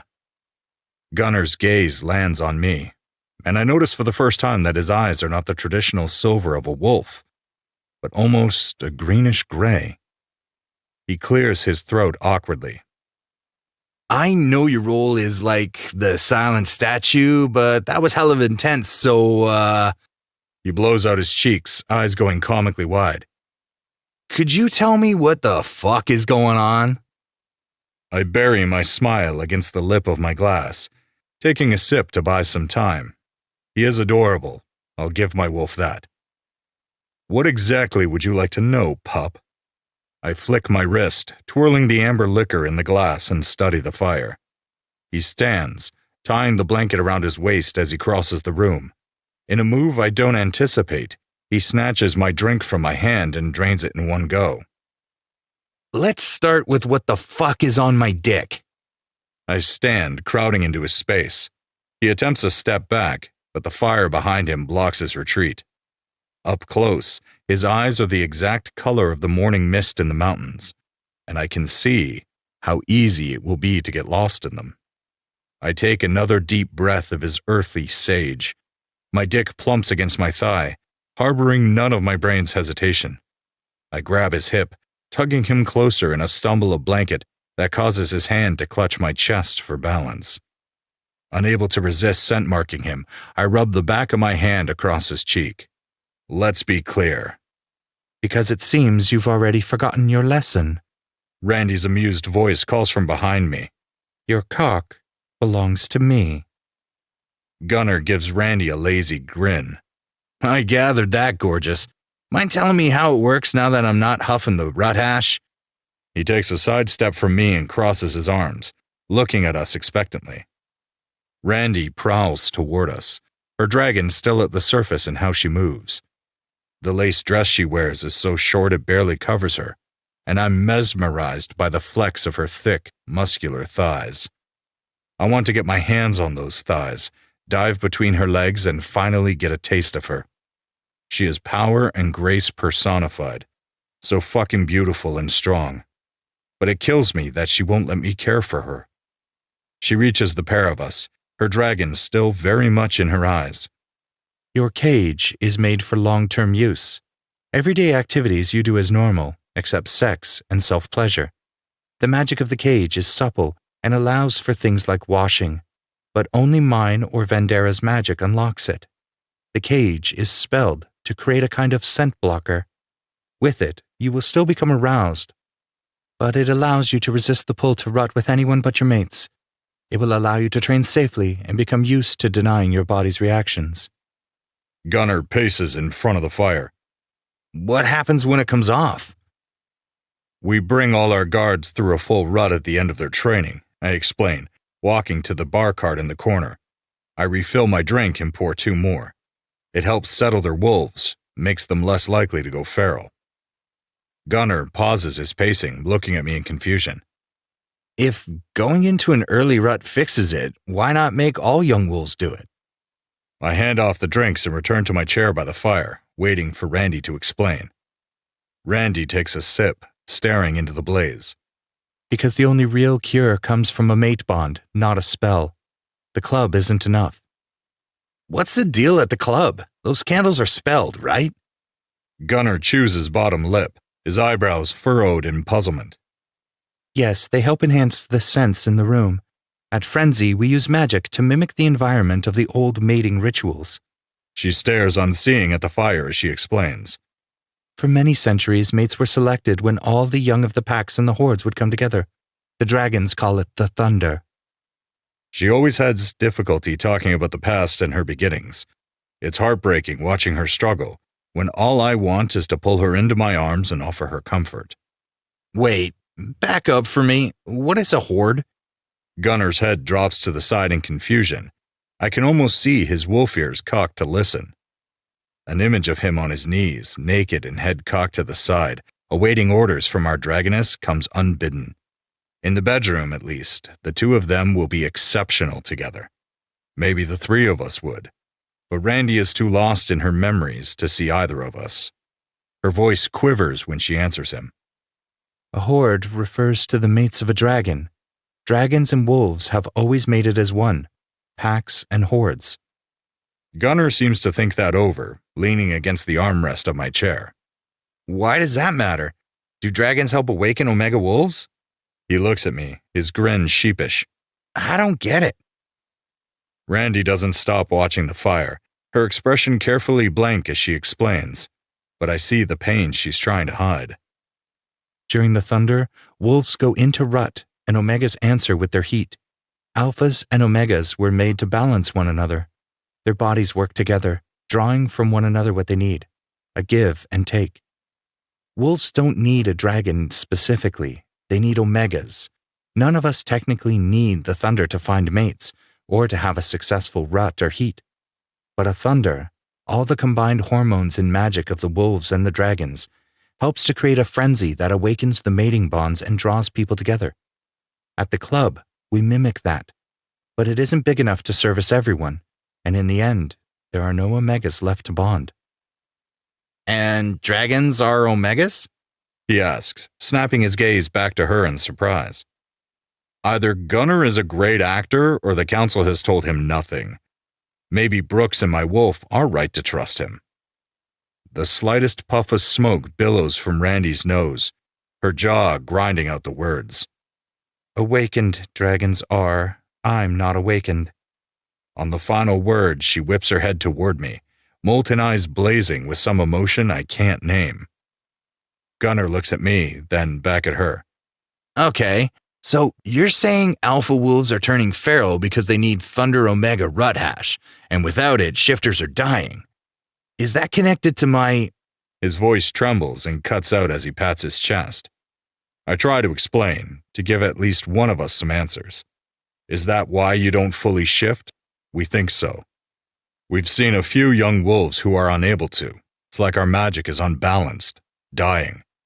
I place a steadying hand on his back, unable to keep from trying to comfort him. The room is quiet, except for the crackling of the fire. Randy takes another sip of her drink. My wolf wants me to bring them to my lap, or take this conversation to the bed, get comfortable, and lie together until both feel less hopeless. But we are a mess of complications, the three of us. So I sit and do nothing. Gunnar looks at me over his shoulder. Does the council know about the thunder? Yes, I nod simply. He shakes his head, looking between the two of us. Then why not host them? Randy drains her glass, sets it on the mantel, and walks toward the door. At the last moment, she glances over her shoulder at the two of us, her cheeks streaked with tears. Stay, I mouth. My chest tightens. My wolf itches to go to her, to force her into my arms, to make her finally explain why she keeps us both in misery. She shakes her head, throat bobbing, and turns away. My wolf howls, my insides aching. I force myself to take a deep breath and turn to Gunnar. He stares at me wide-eyed. For safety, pup. With so few Omegas left, it became a bloodbath. We lost many wolves. That was before we combined Randy's magic with Vandera's. The council doesn't have the power to do what they do, not safely. One of those early thunders turned into a massacre, and we lost almost everyone at the club that night. That was the night I lost Randy, too. She closed herself off for me, and for 2 decades since, I've been chasing and getting close, only for her to push me away again and again. He opens his mouth to ask another question, but I shake my head. I'd like to forget that night, to rewind time to before when she was almost mine. But that isn't possible. I think that's enough for now. I signal for him to get up and follow me. The personal guard's rooms are opposite her personal lair. I weave through the living room and take the stairs to the back of the house, eyeing the pup over my shoulder as he takes it in. Last question. Gunnar follows me, feet slow. Does anyone know why Omegas stopped being born? No one knows, I answer. We only know that it happened around the same time as the wolves stopped receiving mating runes and began turning feral. Those tattoos the elders sometimes have? Gunnar asks. Yes, pup. The mating runes appear, well, they used to, when wolves find their fated mate. I stop outside my room, nodding toward the others in the hallway. Take your pick. They're all open. The housekeeper will help you get settled tomorrow. We'll meet in my office at 2. He looks around, running his hand through his shaggy hair. Does this mean I'm keeping my job? I've already answered 2 last questions, I say with a raised brow, teasing him. His sheepish grin appears again. I continue goading him, though I can't help but let a smile slip. No, you're not keeping the job. His face falls. You're moving to Randy's personal guard. Fuck yeah! Gunnar lets out a whoop and jumps, stumbling again in his blankets but catching himself. What does that mean? We can talk about that tomorrow. To bed now, pup. I say, trying for stern but failing. Gunnar really is adorable. Maybe what Randy needs more than an extra protector is someone who can bring out her softness. I slip into my room, hoping I can make sense of the complications between the three of us. Chapter 8. Randy. My finger traces the edge of the white ripple that cuts through the sodalite stone's deep navy and warm purple. Should I add it for truth or the amethyst sitting next to it for peace? I grab both from the shelves cut into the cave's walls and add them to the circle of gems lining the floor's chalked center circle. I've amassed piles of crystals and spent hours combing through shadow books, hoping to find something Vandera and I missed. I've read about stones for health, dangling charms to ward off evil, a poultice to draw infection, a hex for a human goat thief. Nothing is clearly marked, save the shifters from extinction or bond without a horde. A beam from the rising moon hits a piece of malachite, making the green sparkle like the surface of shallow water at dusk. It draws my eye again and again as I rearrange the crystals in the circle. I refuse to look directly at it, but it mocks me from its place on the shelf. It's the stone for insight, allowing what was previously suppressed to awaken. It's also the first step in the moon circle used to invoke a true mating thunder. I blow out a steamy breath. I'm getting nowhere. Water, Vandera croaks. I turn, watching her round the last stair leading into the library of my outer nest chamber. She holds her hip, panting heavily. Must have water, she croaks, pretending to faint dramatically against the stone wall. I regret ever telling you about the human entrance, I grumble. She is winded from her climb, her tank top damp with sweat and her patchwork skirt clinging to her. My dragon's nest is not easily accessible. It's a hefty hike followed by a steep climb to the hidden cave on the backside of Moon Lake. Dragons are territorial of their space, and I only allow Vandera access to the nest because of her need for the shadow books and crystals kept in the library. Vandera's workshop on the estate only houses her shadow book, but I have amassed as many of the dragon's grimoires as I could. But you did, and there are no takebacks. She grins smugly, resting her hands under her chin to mimic an angelic pose. And I swear one day I'll find a flying spell or figure out how to enchant a broom. I laugh at her regular complaint. Try as I might, she hasn't unlocked a magic that can mimic a dragon's flight yet. Did Fennec send you? Vandera digs around in her backpack for her water bottle, holding it triumphantly before guzzling half the jug. She wipes her mouth, then points an accusing finger at me. No, I came because you're officially hiding. It's been more than a week and you're supposed to be leaving for the north in 2 days, but no one has seen you.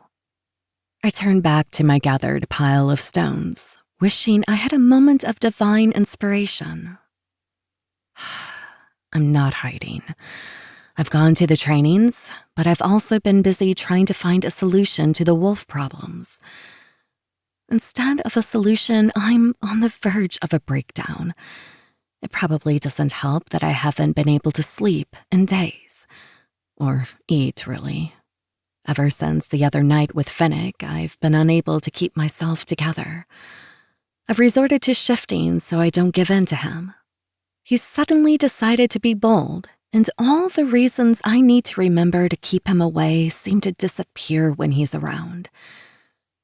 And then there is the sexy, funny, eager pup, Gunner. He showed up and caught me completely off guard. My dragon is enamored with him, though she won't claim him either, and I can't seem to stop wanting to bring both of the wolves into my bed. Why did I ever agree to take on a new guard member? Without that promise, maybe I could have withstood Gunner's temptation. But the two of them in my lair? I'm not that strong. Vandera comes closer to the circle and winces. Babes, I know you're the expert on crystals, but whatever that is, it doesn't look like it will work. What are you trying to do? Solve the wolf problems all in one go?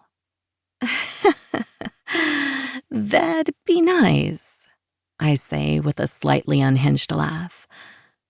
Objectively speaking, the library is a disaster. Around the room, grimoires are open on the tables and scattered across the floor.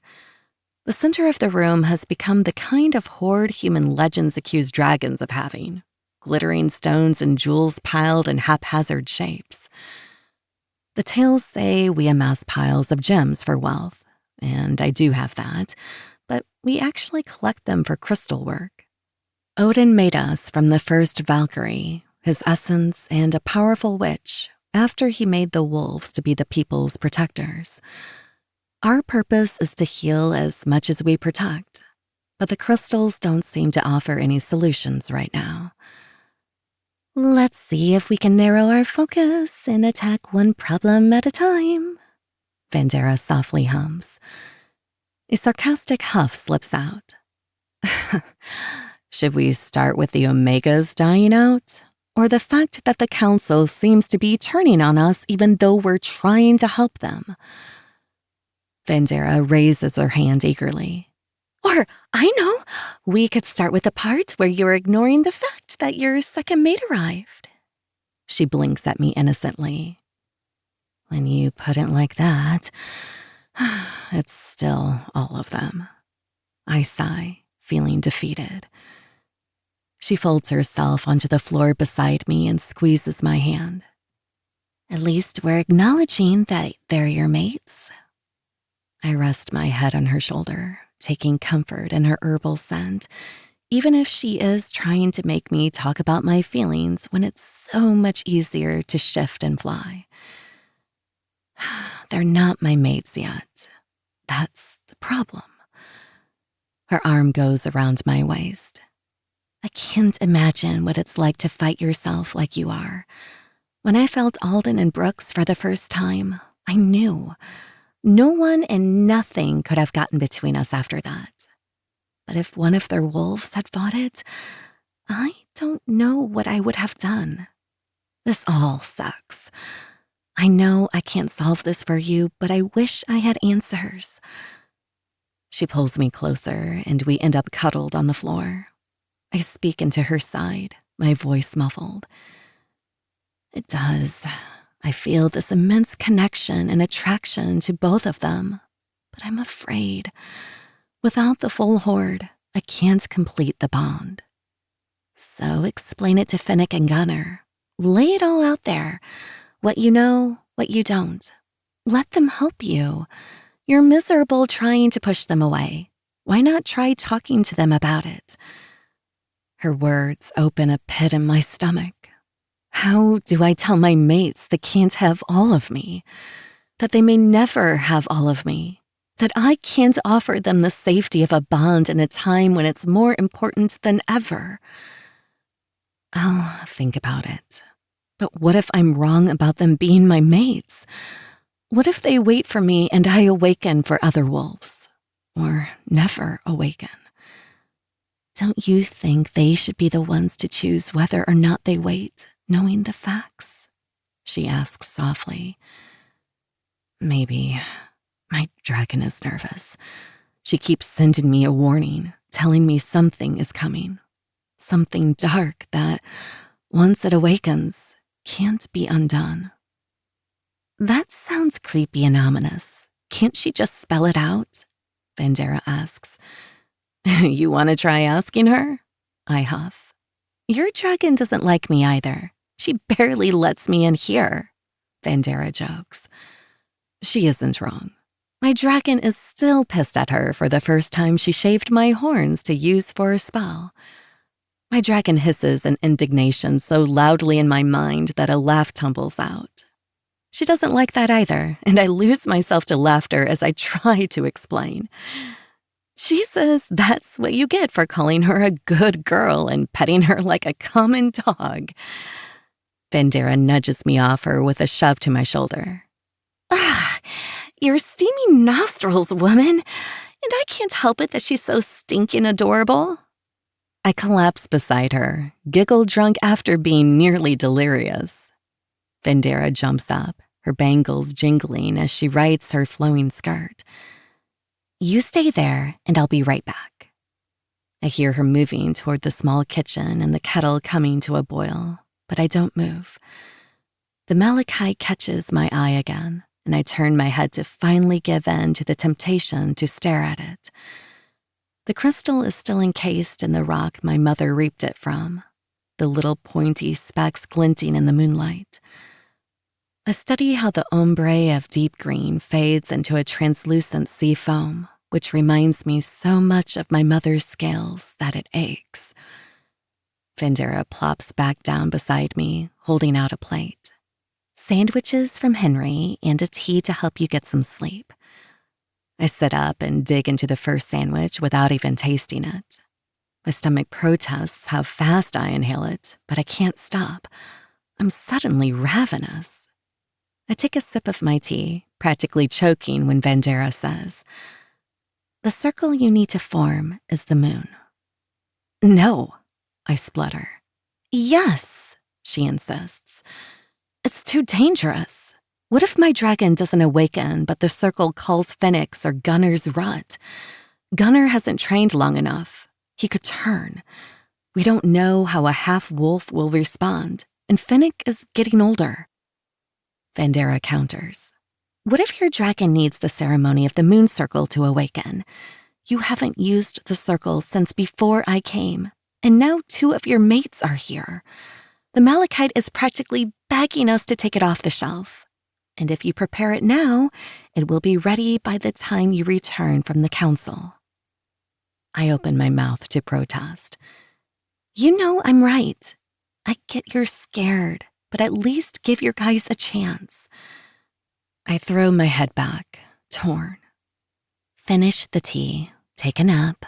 I'll clean up here, but I need to head back before the bar opens so I can tattoo your new wolf." "Already?" I ask incredulously. I'm shocked that Finnick believes Gunner is ready for the mark that means he's a full member of my personal guard. He hasn't even finished the frenzy training with me yet. Finnick says he needs time to adjust to it before you leave, and the added power will help with training. I let out a heavy sigh, looking around at the mess. I'm unconvinced that we're ready for what's coming.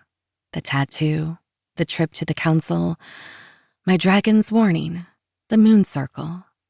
But I can feel the malachite calling to me. My dragon offers no guidance, retreating into the recesses of my mind like she has been for days, any time I'm not flying. I guess I wore her out. I'll talk to them. Vandera holds open her arms. "Come on, it can wait until after you've had a nap. Let's snuggle until the tea kicks in." I let her pull me into my inner chamber. The room is wide and circular, with glittering exposed gemstone walls, low ceilings, and furs lining the floors in soft heaps. I crawl into the nest, my eyes heavy. Vandera snuggles against my back, her fingers brushing through my hair as she sings one of the old songs I taught her. I pretend for a moment that she is here with my dragon sisters, and they help me prepare for my thunder. I imagine that I create a moon circle that brings the last of my horde, and I dream of 3 claw bonds, one on the back of each mate. It's a dream tinged with the sour bitterness of longing, because only in sleep does my Omega ever awaken. Chapter 9. Gunner. The powerful witch holds a finger covered in a sweet-smelling mud-like substance over my chest, raising her brow. "Are you ready, Gunner? Once I complete the spell, it can't be undone." I've seen wolves get tattoos. This is not that.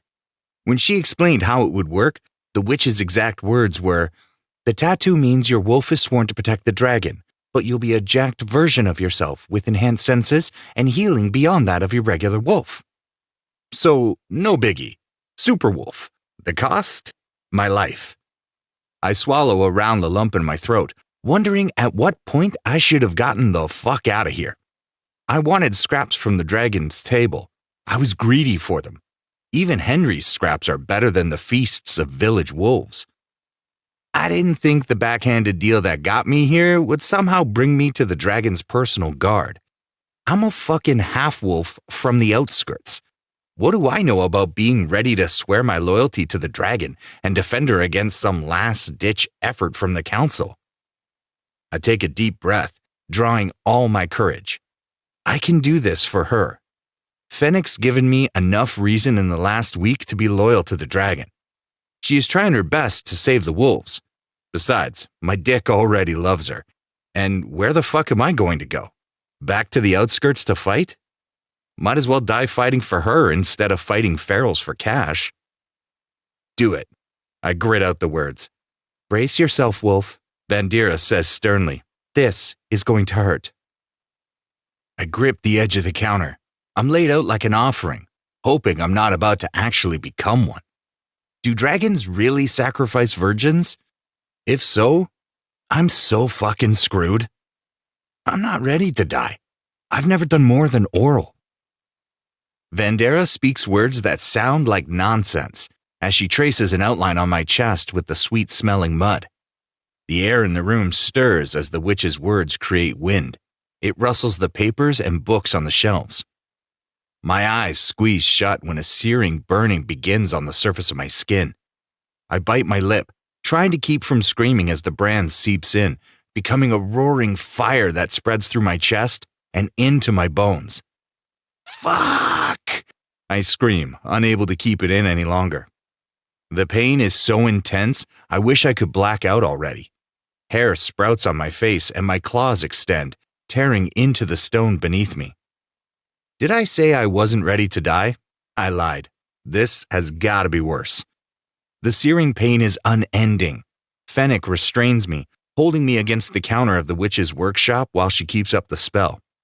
He is quiet, as he often is in public, with no trace of the warm wolf I gravitate to at the end of each night. The fire raging in my chest cools as the witch finishes. A minty ice blows out the flames on her last word. In the wake of ice comes a surge of power that makes me pant. Everything hurts. It feels as if my entire body is being rearranged from the inside out. I lose myself in the swell, untethered and floating in a sea of crashing waves of power and pain. The deep rumble of Fennec's voice tugs me, anchoring me back to reality. That's it, pup. You're almost there. Just a little longer now. His voice stops my wolf's frantic pacing in my mind, easing some of my dizziness. My wolf still believes the dragoness is our mate, and he's convinced Silent Daddy Wolf is ours too. He has big dreams to think I belong with such powerful people. But I can't deny that Fennec's voice helps put me at ease and makes this feel more manageable. I can do this. Fennec is here. My instincts say to trust him. During the last week of training with Fennec, he has been gruff and focused, but solid. We've spent hours bringing me up to speed on the council and studying maps of the North Pass. Afterward, he hands me off to Brooks to attend skills training with the other guard recruits. But at night, Fennec sits on the sofa by the fire, sipping his drink and letting me lie beside him. His fingers find their way to my hair, and though he doesn't say much, his presence is so comforting I keep falling asleep, only to wake in my bed. I go there in my mind, imagining his fingers in my hair and the warm fire. Randy is there too, curled up in his lap. It helps filter some of the shock, lessens the burning. As the power settles, the pain finally recedes. I lie still anyway, my breath sawing out of me and my claws digging into the stone. I picture the three of us cuddled in the den. The fire inside turns to a glowing warmth that pulses in my veins. It feels like long ago, before the world turned full-tilt feral. It's the feel of a warm fireplace and good food, safety, and my sister Izzy's laughter. Like home. It also pumps one hell of an energy boost. I'm taking caffeine to the max. That's followed by a heady chaser of that supercharged feeling the witch's rut hash induces, without any of the so horny I can't see straight side effects. Fennec murmurs in my ear, "That's a good pup. Let the magic settle." The praise sends a burst of that new super juice down my spine, and I can't stop my wolf from licking his face. The bristles of his stubble sort of tickle, but he tastes like sexy, salty, woodsy yum-yums to my wolf. I lick him again, my tongue trying to map his face. "Quit slobbering."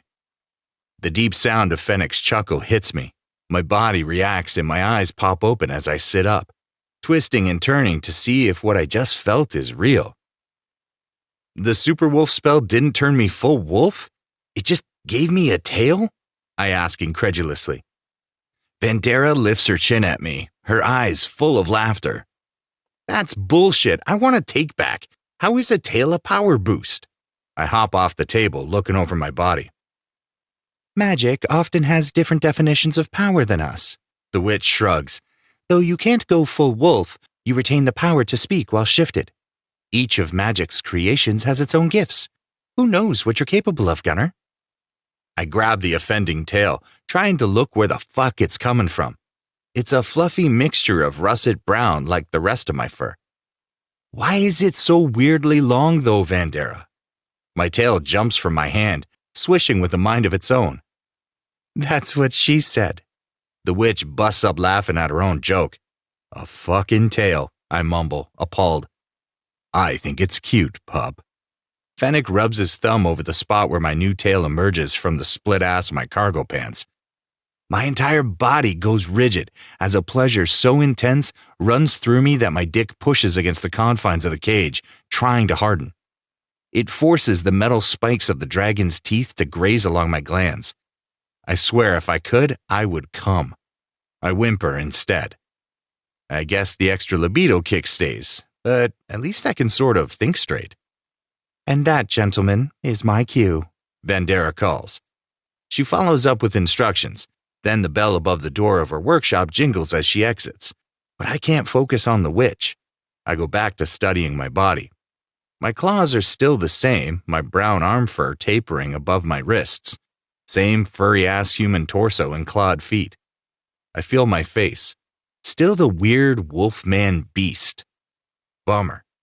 A small part of me hoped the super spell would fix my wolf. My wolf's jaws snap into my mind, offended. He recedes, giving me back my body by shifting so fast I barely feel the change. That's when I see the brand. It was covered by fur before. It does look like a tattoo, though the skin is raised like a scar. It's Randy as a red dragon, her wings spread wide and her tail circling around my pack. A burst of that home feeling hits again. I grin at Finnick. Let's go see what these new powers can do. He nods, his face transforming into a grin that makes his grumpy personality worth it just for this one smile.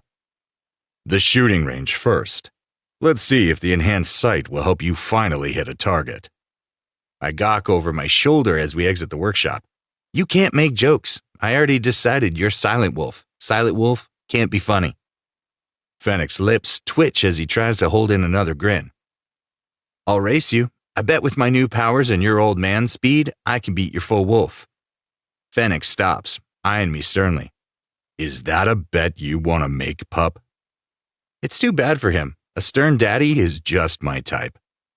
If I win, when you carry me to bed tonight, it won't be to my own.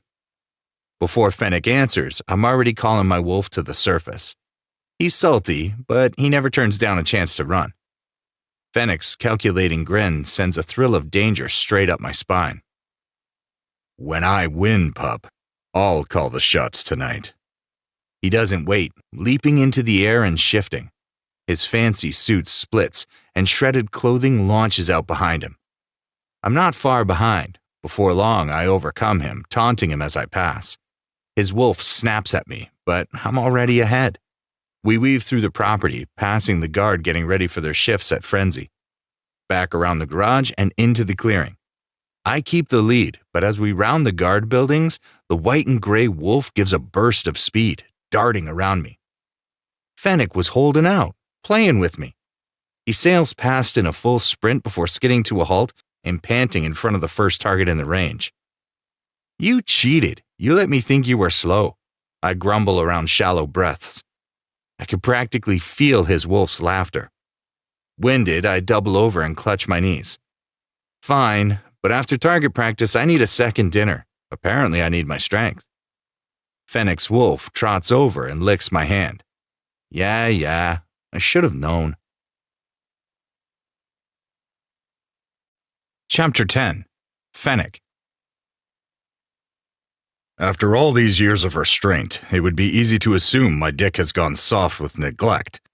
I've grown immune to the scent of frenzy, but the sight of Randy tonight in a tight black leather dress, the neck so indecent that her tits are spilling out, is enough to make me rock hard.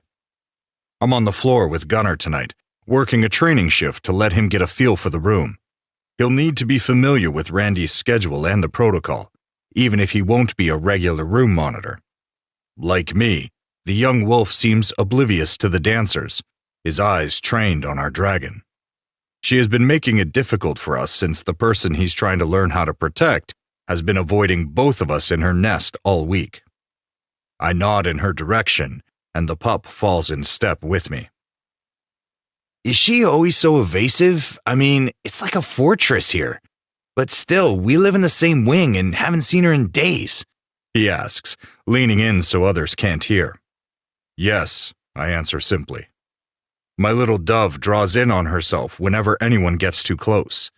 It means we spend our time in an endless battle of chase. It's a game neither of us wins or knows how to stop.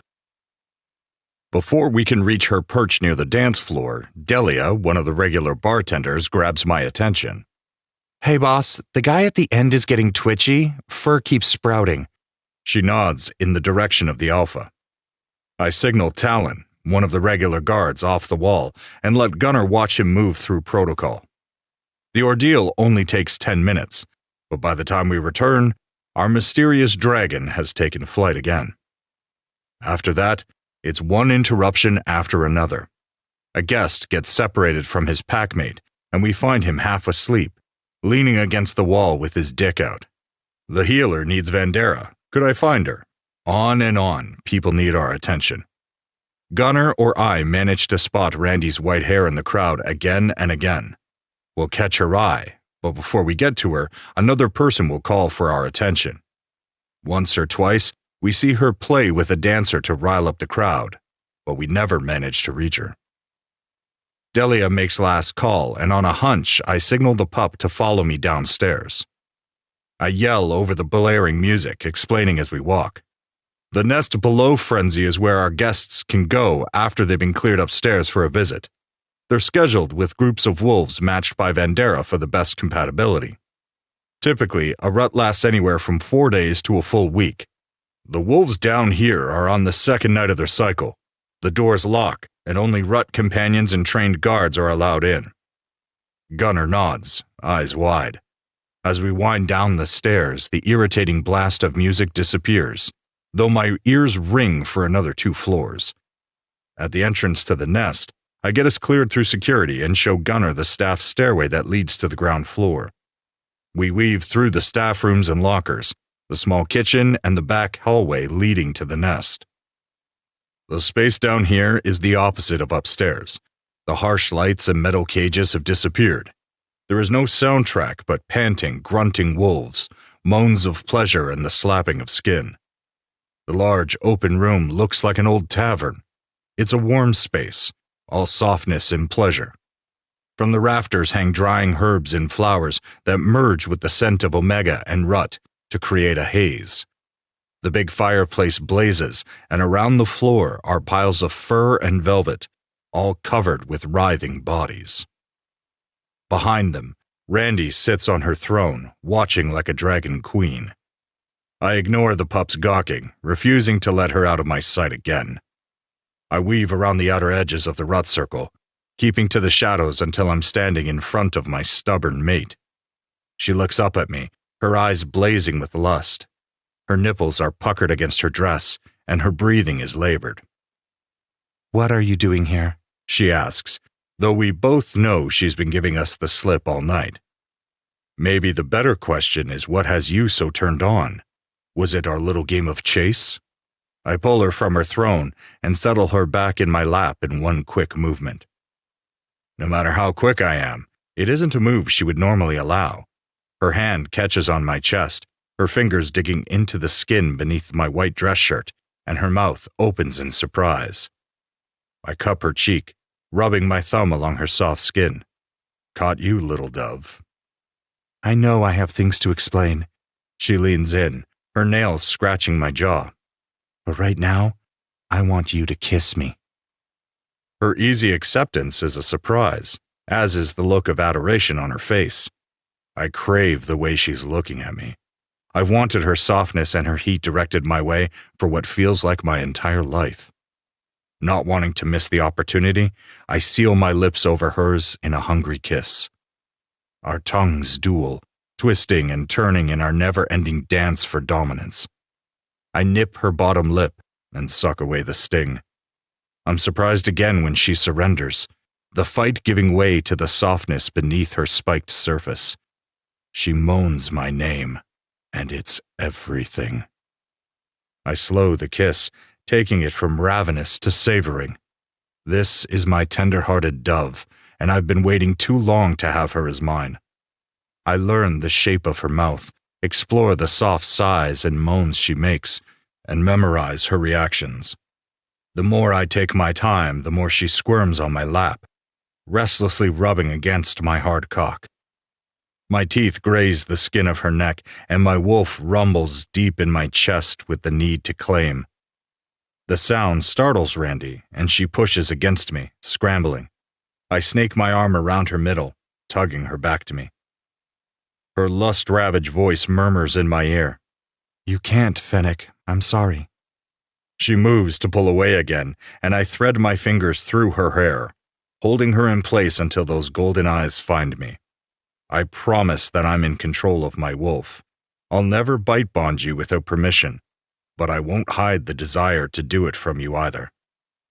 Randy studies me, looking for reassurance, and Gunnar shifts beside us, drawing my eye back to the pup.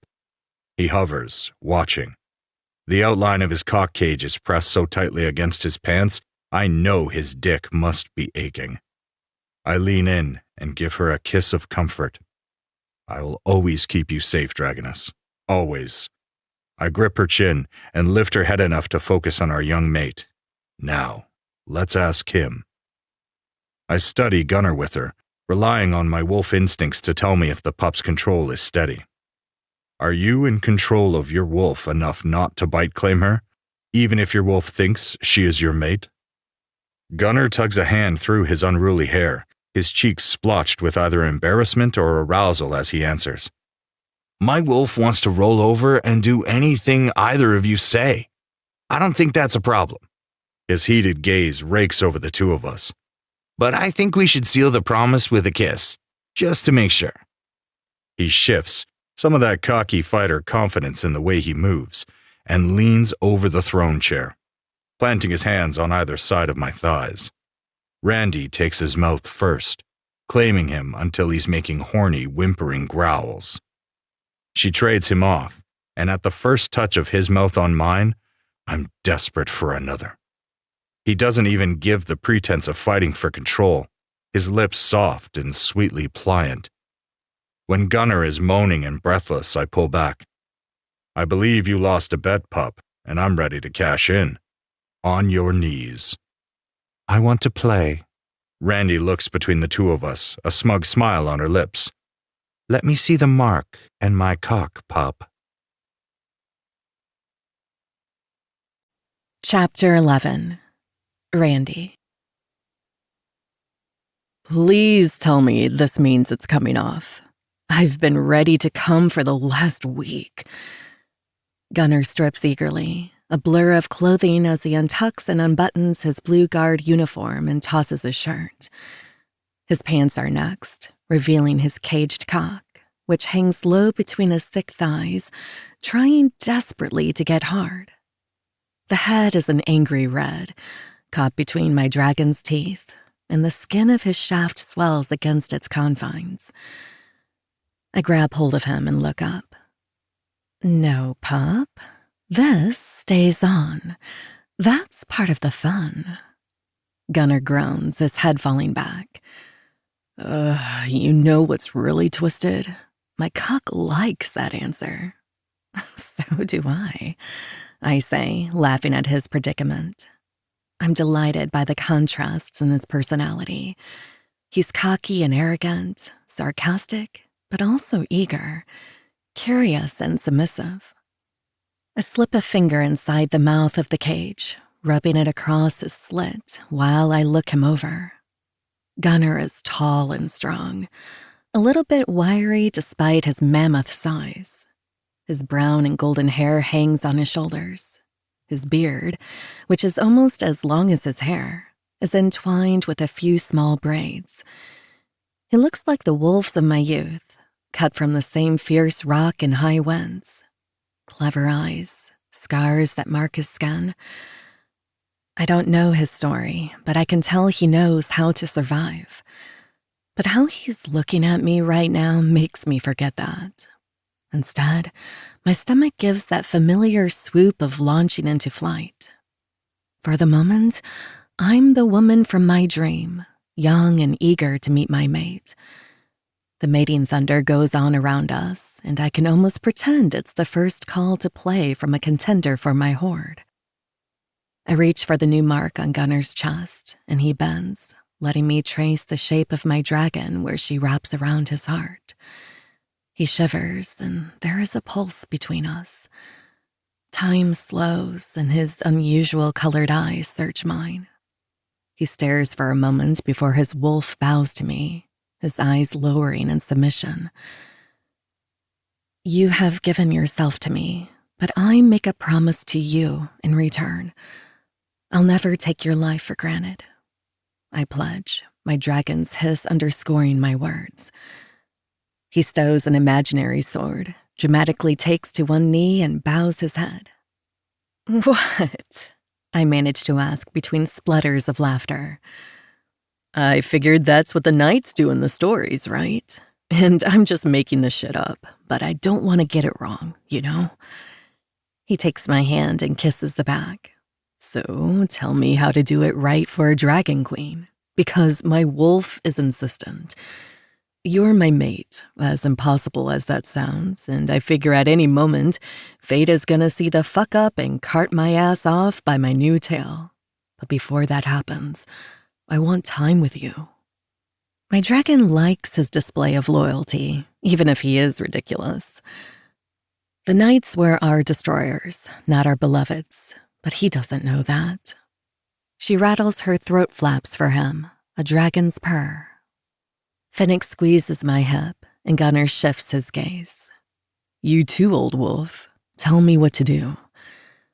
The connection between them is already discernible in the way their scents roll together. Combined, there is sweet sage mixed with the crisp scent of the forest. They're meant to be a pack, to be mates. That raw connection eases some of my fears. They'll have each other with or without me. I blink away from the dream, shoring up my resolve. Even if I'm giving in, I can't let myself give it all. Not until they know what's at stake. Not until they choose. But what I can do is give them this. I shift in Phoenix's arms, going to my knees and hiking up my dress to straddle my big wolf. I spread my thighs and lean against his chest, rubbing along the outline of his bulge. Phoenix's meaty grip digs into my hip as I tease down the zip of his slacks and pull him out. Gunner watches with hungry eyes, going to both knees and crawling closer. Fennec is so big, my hand won't fit around him, but that doesn't deter me. I tease the slick head, rubbing my thumb up and down his glands, then stroking him in my fist. You're playing with fire right now, baby girl. Fennec's grumbly voice murmurs in my ear. His teeth scrape along my neck, the threat inherent in the promise of his claim lighting me up inside. I'm not the one playing. Your pup is, I tease. Wasn't that the bet? I look down at Gunner, letting my dragon into my eyes. She wants to teach him she is not so easily won. His answering smirk sends a burst of arousal that pulls in my belly. Suck his cock for your dragon. Prove you know what you're doing, and I'll let you come, I command. Beneath me, Fennec twitches in my grasp. His hands get bolder, skirting from my hips to cup the undersides of my breasts. Gunner mumbles something I don't catch and leans in to lick a trail along my fingers where I'm gripping Fennec's cock. I tap his lips with the fat crown, making a chiding sound. Lick only the head, pup. Gunner follows my command, swirling his tongue along the crown while I massage the base where Fennec's knot will swell. Now suck, I direct. Nice and slow. Wait until I get my turn, Finnick mutters, his hands playing with my tits and his hot breath tickling my neck. I can't resist the urge to tease, tilting my hips so I can grind my panty-clad pussy against him. He groans and Gunnar takes him deeper, his lips stretched around Finnick's cock. One of Finnick's big hands yanks down the front of my dress, forcing it under the cups of my bra. He pinches my nipples, and for a moment, I lose track of the game, my pussy clenching on emptiness and my center slick. Gunnar growls, then his hands push against my thighs, spreading me open. He tears through the lace of my panties and takes a stolen lick. I buck at the contact before I yank him by his hair. Naughty pup, you haven't earned my pussy yet. I shake my head, my dragon censure in my eyes. He gives me a lazy grin. I've always been greedy, and you looked so wet I couldn't resist. He tilts his head, looking every bit the playful puppy as he addresses Finnick. You want a taste? Finnick leans in and Gunnar presses into me, caging me between them. The two kiss over my shoulder, hungry and full of nips and growls. Finnick anchors me with an arm around my waist, and Gunnar reaches between us, pulling my hand with his to Finnick's cock. Gunnar turns from Finnick, his voice so raw it's almost a whisper. Together. I answer him by matching his pace, and we find a rhythm as we stroke Finnick. Our mouths meet in a tangle, passing between the three of us. My hips shift without thought, and Finnick's thumbs pull me apart before he dips his fingers into my slick, using it to circle my clit. It's a frenzy of moans and needy cries, our bodies sliding against one another. My insides feel as if they shimmer each time they touch me. For once, my dragon doesn't protest. Finnick's cock thickens between our grip, and together, Gunnar and I work his knot. When it swells, my stubborn wolf sinks his fingers inside me, fucking me in deep strokes. Gunnar's mouth latches onto my nipple, sucking with perfect pressure. At the same time, Finnick finds a spot deep inside that makes me clench around him. I come so hard, sparks dance in my vision. Finnick pulls my chin and forces my eyes to his as he watches the orgasm thunder through me. My lashes flutter closed, and the rest of the world blurs as I bask in the feeling of being with the two of them. Finnick murmurs, beautiful. His cock jerks in our grip, his cum hitting my mound. I collapse against him, and for a few moments, it's only harsh breaths and Finnick rubbing his scent into my skin. Gunnar breaks the silence. Who knew you could come while your dick is caged? Finnick and I are coaxed to laughter again. Come here. I tug Gunnar up into Finnick's lap with me. He is cuddly, draping himself around me and nudging with his nose under my arm until his face is buried against Finnick's chest. It feels like being swallowed in a hug by a giant teddy bear. Our stern wolf is also softer, nuzzling into my neck. Around us, the room is still lost to the rut, and no one pays us any attention. I have things to tell them, but I let myself give a little more to the stolen moment. Here, with them, it's easy to believe anything is possible. It feels magnetic, right. I just hope that it's enough to convince my dragon.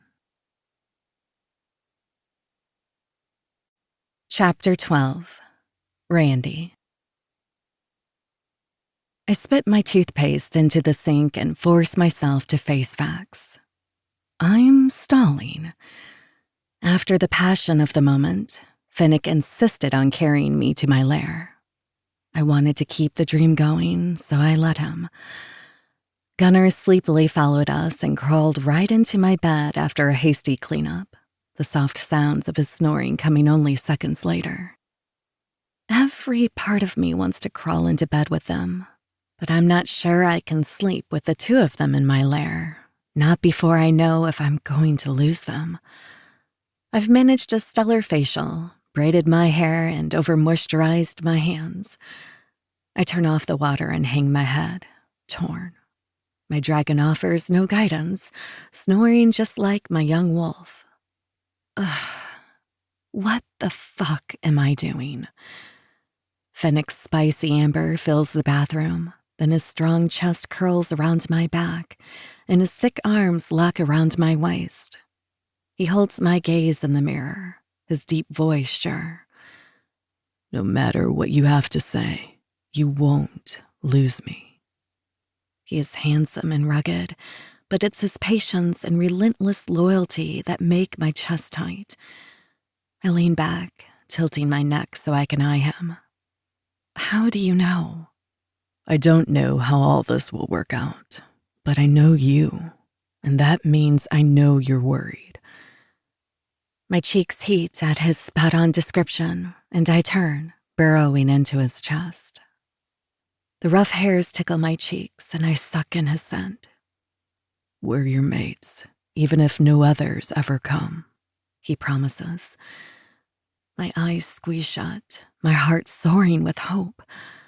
I wish I had easy answers for this faithful man, but the best I've got are hunches, instincts, and what-ifs. What he said. A yawning Gunner, a blanket wrapped around his shoulders, pokes his head into the bathroom. But can we talk more tomorrow when my brain isn't sex-scrambled? I'm rocking the I have mates and they like me vibe, and I think cuddles should happen before we kill the buzz. I swallow a smile that Gunner catches anyway. He winks at me and opens his arms, the blanket creating a cocoon around him. Let's go back to bed, gorgeous. Fennec lets go and gives me a nudge with his palm on my back. I scurry to Gunner, feeling shy and still worried, but less on edge of panic. He wraps me in a warm side hug, tucking the blanket around us. We crawl into my bed and I dig under the mound of my nest, burrowing until I'm snug. Gunner and Fennec slip under the covers, snuggling closer on each side. Fennec's hand settles on my boob as he pulls me closer to his chest. Gunner scoots down the bed, nuzzling into my stomach and wrapping his legs around me like an octopus. Seriously, your blankets are made of magic. Why are they so soft? Gunner asks lazily. I hum an answer while he plants soft kisses that feather along my hip. Sleep now, little dove. You're safe with your mates. Fennec's wolf purrs, creating a rumbling vibration that slows my breath. His words sink into my thoughts, unwinding the knots. Their scents blend, something inside me seems to settle, but I can't quite puzzle it out before sleep takes me. I circle over the lake again, forcing my fire to make the pattern to signal danger. My dragon vision is sharp, and I spot Gunner through the trees, weaving toward our marked spot for the signal. He's quickly picked up the subtle changes in my fire, improved light on his feet during training earlier today. We've been practicing flying signals all evening after spending the day making concrete plans for our trip. Some of our most trusted on the guard worked with us to find escape routes out of the North Pass should things go to shit. My wings carry me toward the ground, my dragon receding before I take my first step on the soft pine needles of the forest floor. The shift is as seamless as breathing, and my dragon uses this to her advantage, refusing to meet the pup head-on. Gunner is still shifted, looking more like the human legend of werewolves than a traditional wolf. Somehow the bipedal form fits him. He is fierce, frightening in the way his wolf looks feral. But beneath his beastly form, he is all playful pup. I scratch along his furry face, letting his wet nose nudge me for more pets. His tail flicks my ass and dips between my naked legs. Cut it out. I push against the curious fluff and force my legs shut. I go to my tiptoes and give his ears a good scratch. Yes, you were a very good boy. And no, we can't play like that right now. Gunnar licks a long stripe up my neck, and I can't help the giggle that bubbles out. Stop slobbering in my hair. Fennec wraps a robe around my shoulders, calling to Gunnar. Shift back for me, pup. That's enough for tonight. Gunnar Wolf whines, but his fur recedes. Fennec turns me in his arms and helps me into the robe, tying it at the front and planting a forehead kiss that weakens my knees. We leave tomorrow, and we need to get some rest, which means you need to do some talking. I nod, though I'm no more ready than yesterday, the day before, or even the decade before. For a moment, I debate bringing them to my dragon's nest, but she snaps that idea down so quickly that I know I better not risk it. Do you still have the blankets in the truck? Fennec nods. Let's go, I sigh. Gunnar scoops me up, his long legs making quick time. He answers my unasked question. You didn't have shoes. I don't know what it is about him, but this pup turns me into mushy, melted snow. Today, they have been relentless in their affection. They refuse to let me pull too far away. I'm greedy for more of it. I want to be theirs, but I'm still afraid. Nothing has changed. The fear churns in my gut, steals the beauty of the moment, and makes me want to leap from Gunnar's arms into flight. The wall of muscle tightens around me, his scent swelling with calming sage, almost as though he can feel my desire to flee. I suck in the scent, breathing into the hollow of his neck and trying to let his warm presence settle my nerves. When we return to the truck, Fennec and Gunnar make a pallet in the back. I let Fennec pull me up. Gunnar unloads snacks from his bag, and I eye the spread. What? I told you Henry likes me, and I like snacks. He takes a bite of a sandwich and follows it with a loud crunch of chips. Fennec pops the back of Gunnar's head playfully, trying to hide a grin. Listen, I can still hear. It's either chips or my stomach. I laugh at Gunnar's put-out expression. It's fine. I just don't know what to say. Fennec leans back against the truck cab and pulls me between his legs, wrapping his arms around me. Dragons have hordes. You're worried you have mates who won't come. Explain to me why it matters if they don't. After a deep breath, I lay it out for them. I've told you about the thunder and what it meant to wolves. When I said it awakened an omega and that I'm not awakened, I was talking about what it means for a dragon. What does it mean? Gunnar asks around another bite. All dragons are female. They awaken into their omegas when all their horde mates are together. Horde contenders would. Wait. Gunnar cuts in with a wave of a chip. What's a horde contender? If a shifter thinks his mate is a dragon, he approaches her and asks her to play. Other wolves do the same. When the dragon senses that all her mates have gathered for courting, she chooses them by giving them a mark. That signals a horde contender, but only the contenders she accepts a bite from become her horde mates. A mark like our tattoos, Fennec guesses. Begrudgingly, I shake my head. No, a mate must wear the claw. Once mates have been marked as contenders through a claw mark, my dragon offers them a challenge. If they succeed, I will awaken into my omega and go into heat. I have to accept all contenders' mate claims before the end of the full moon for the bonds to take. Without the awakening of my omega, a bond won't hold. So, until your other mate or mates arrive, we won't be able to bond, That's why you've kept me out? Fennec's scent turns sour, and my stomach drops. You thought I might be one of your mates this whole time, yet you kept your distance. Why? I twist in his arms, straddling his lap.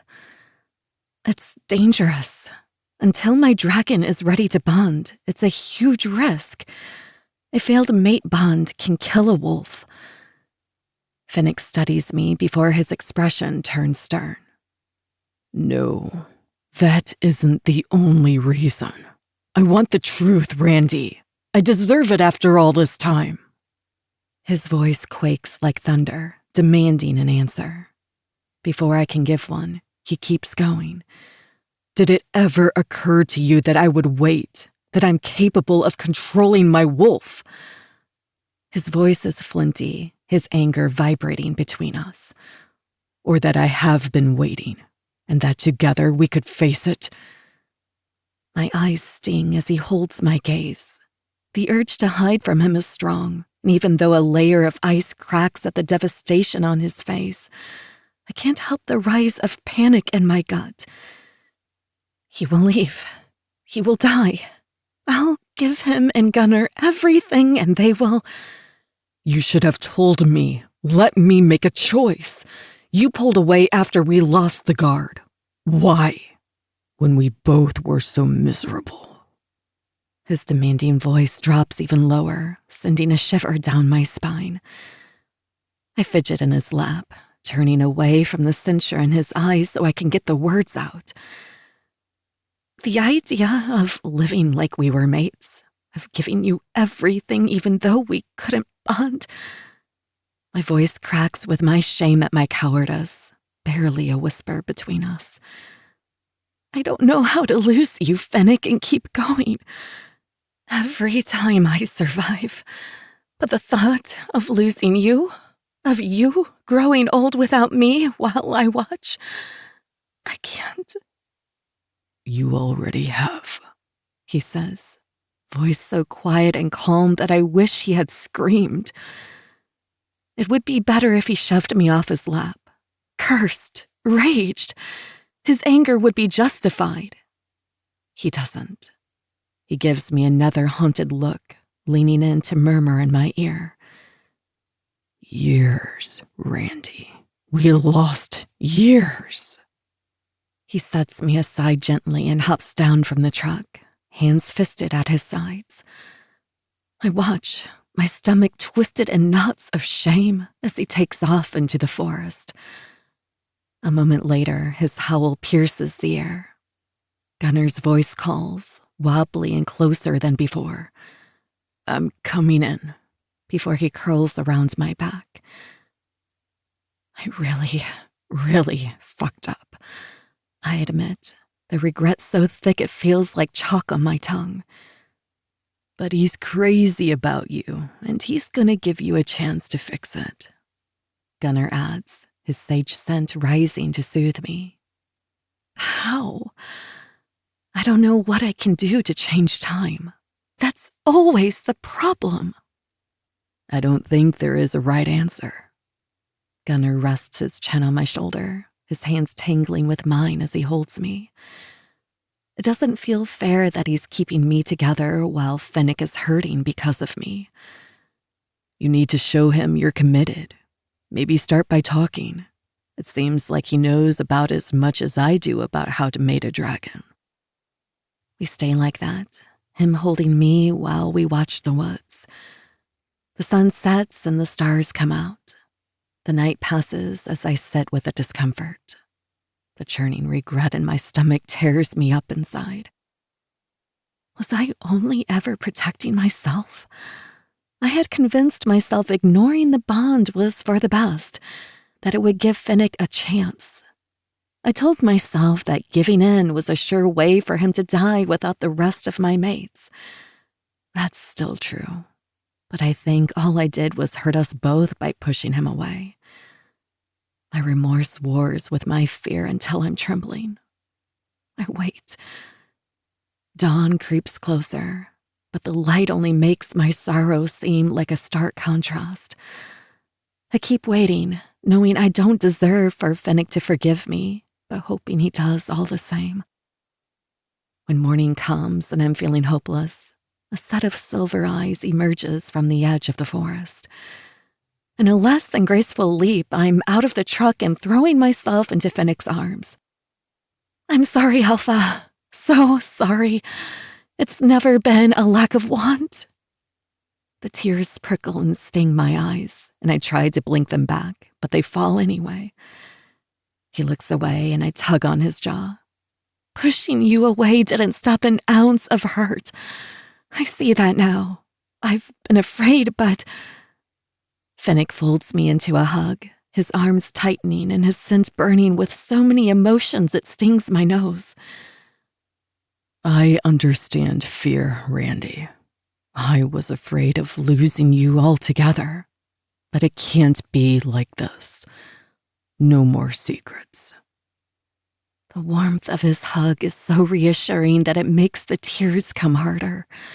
Even in his anger, he rubs my back, his arms gentle. What now? Gunnar asks, hopping down from the bed to lean against the tailgate. I pull out of the hug, speaking to both of them. If the two of you want, I can set a moon circle to invoke a true thunder. It should be ready when we return from the council meeting. It isn't a guarantee. I'm hoping we can convince my dragon to mark you as my mates, even if you're only a pair. Finnick stiffens. How do we do that? I reach out for both of them, taking their hands and pulling the three of us together. I don't know. Not for sure. It's different for every dragon, as is the challenge she presents her horde. Finnick's wolf is in his eyes, the silver sharp, the corded muscles in his neck clench. I backpedal. I don't have to use the moon circle. We can stay like we are.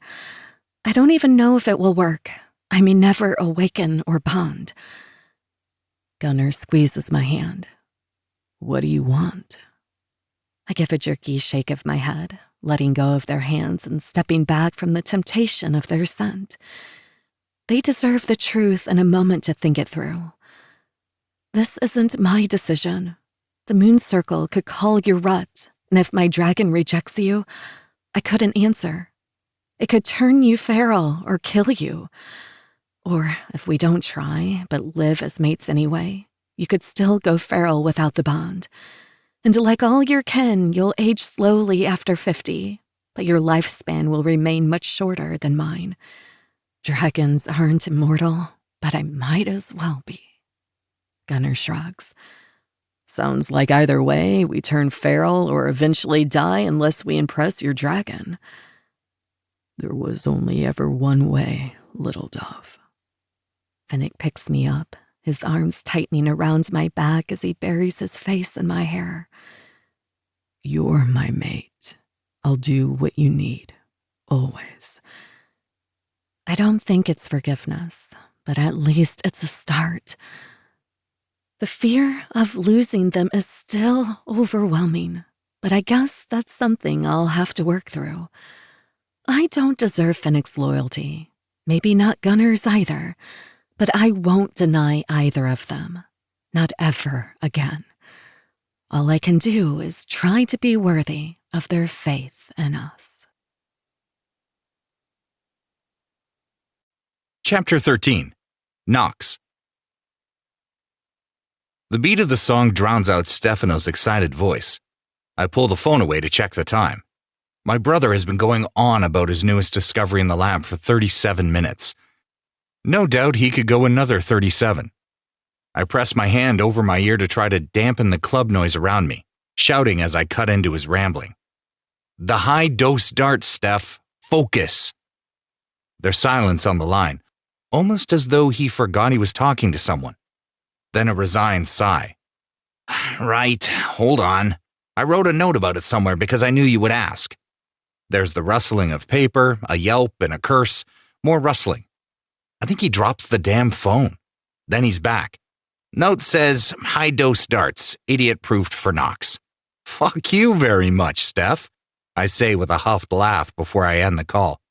Typical. I'm not even stupid. I'm just not an alchemist like he is. The dancer on stage blows glitter from her hand, and her pink smoke floats through the dark room, feeding back the lust she's eating from the crowd. It's a cotton candy feeling, like floating in a sea of whipped clouds and sugary sex. It makes the human men in the room go wild, just in time for the side doors to open. The scantily clad dancers weave through as men in suits beckon them closer, drinks sloshing about as they toast one another and the club bunnies climb onto their laps. Donovan, the lead member of my small crew, steps from the shadows, signaling to me from the door that leads to our tunnels under the casino. I pocket my phone and join him, waiting until the music dies before speaking. The shipment arrived? He grunts in acknowledgement. Steph says we should know it when we see it. We dart into the hallway, circling the underbelly of the giant hotel before taking the stairway that leads to the casino floor. The floor is busy for this early in the night. We cut a path through the crowded tables, popping into the kitchen and out of the dry dock where the produce truck is waiting. I leap onto the back, opening the first crate and double-checking that the box has 25 dart vials. This shipment is double the last, and I quickly check the other crates. But it's Stefano's lab crew, so the shit is nice and orderly. I jump down from the back, looking at Donovan. Where is it? He lifts his chin, pointing toward the front. Inside the cab is a white box labeled These, with 2 large vials inside. The box and the note weren't necessary because the vials glow, one a bright purple and the other pink. I don't know why the hell the wolves need a super dose when the regular knocks out anything that moves for days, but whatever they're after must be fucking big. I pocket the vials and toss the box, signaling to the crew of 3. Load up and keep your shadows ready. We're going past the border tonight. Donovan rolls through the lifted guard gate and around the back of this rickety-ass fort at the edges of shifter territory. We could have shadow walked this whole thing. 5 minutes in the Alpha King's estate, done. Instead, we've been driving all night to the middle of fucking nowhere to the edge of wolf country. The Alpha King has yet to grace us with his presence or allow us into his city. He'll take our weapons, and has even tried to sell us his own people, but he won't risk being seen dealing with the serpents. At least my people admit what we are. We're Loki's descendants, the spawn of havoc and chaos. Our legends say he made us hungry for greed, lust, and power. That's it. We have no great purpose like the wolves claim about their making. Though, if this is how the great wolves protect their people, I don't know how we ended up the bad guys. The story goes that the serpents never got a seat at the table of shifter power, and when the first shifter world went to shit, the serpents were the ones lighting the match. Who knows if that shit is true? There are whispers of others, big-ass dragons, huge water monsters. No one has ever seen one in my lifetime. It's only ever been the wolves looking down their noses at us while they do the same fucked up shit in the constant wars from within the 6 serpent families to control human territory to feed from. The councilman my mother arranges the handoffs with steps out the back door, signaling for Donovan to pull up. I climb down and let him get to it, jogging toward our contact. Jessup, would you like to see them? I ask. No, Lady Sasha said it was ready. The older wolf looks more haggard than usual, his sleeves rolled up and his graying hair tousled by nervous fingers. Doesn't stop his upturned nose or the scowl of loathing on his face. Unload them, I call. Donovan joins Push and Killian in the back, lifting the crates and handing them off to a wolf waiting at the door. I'll transfer the money now. The councilman looks around us nervously, but there's no one out here but my crew and the wolves my shadows can feel watching from the tree line. I'm not worried. It's less than 10 wolves. Any of my crew could take out all of them before the councilman realized what happened. Then it was nice doing business with you. Good luck hunting, Wolf. I toss the dog his bone and watch as he leaps for the glowing vials, barely catching them before they crash onto the forest floor. Does it make me a dick that I enjoyed that? Probably. But what the fuck do I care? It's clear the tug I feel isn't coming from here. We haven't even returned to the city before my brother Bash calls. I see you managed not to fuck up, he says by way of greeting. He's the second oldest, the enforcer of our territory, and a royal dick. His singular mission in life seems to be to remind me that I've spent most of the last few decades dodging the family business in favor of fucking my way along the West Coast. I mean, if you're gonna do it, commit. Donovan steals a glance at me, but I wave him off. If the deal went smoothly, why the fuck are you calling? Bash's boisterous laugh sounds. Because Mommy wants her precious snakelet home. She's got a job for you. Better remember to get yourself a flea collar before leaving. I hang up on his obnoxious laughter and seriously consider chucking my cell and taking off for my usual feeding grounds. I haven't fed in days, and I have a bad feeling that I'm about to be sent into exile. The lady is summoned, I warn Donovan before I slip into the shadows, walking the blur to my mother's tether. Lady Sasha is my mother. Together with my 3 fathers, she rules the Serpent's Western Territory. It is the home of the coveted borderlands, housing 2 large human cities within close proximity to a nature preserve that cloaks the entrance into Wolflands. She is vicious and ruthless, and I love her dearly. She lifts her head as I slip in from behind the curtain, emerging into her office. "Dearest," she coos, "well done." "Yes, dearest, you can go from point A to B without getting lost." Bash snickers, crossing his bulky arms and staring me down. His forehead and eyes are edged with the deep veins of his recent feeding, and I wonder if all he ever eats is his own bitterness to have such a shit mood all the time. My oldest sibling, Sloane, our only sister and the heir apparent, elbows him. "I noticed that we haven't seen you venture into wolf country. At least Knox has actually gone up against them. You just talk shit." I may be a fuckboy, but Bash tries and still manages to fuck up. That's the reason he has it out for me. Beyond enforcement, Bash is always scheming to try to prove he can handle the second seat. Selling weapons to the wolves was his brilliant idea. He's afraid the family will give second seat to the comeback kid, so he constantly reminds us that I'm a flake. He should know by now that I don't want the seat, but he can't seem to let it go. My fathers ignore our bickering, poring over a map on the screen. Mother rounds the desk, her shadows greeting me, and I unfurl mine, allowing them to say hello. The black smoke-like bands circling over her suit dress weave with mine for a moment as we hug. The contact, though brief, allows me to hear her request. "Snakelet, I need your shadows.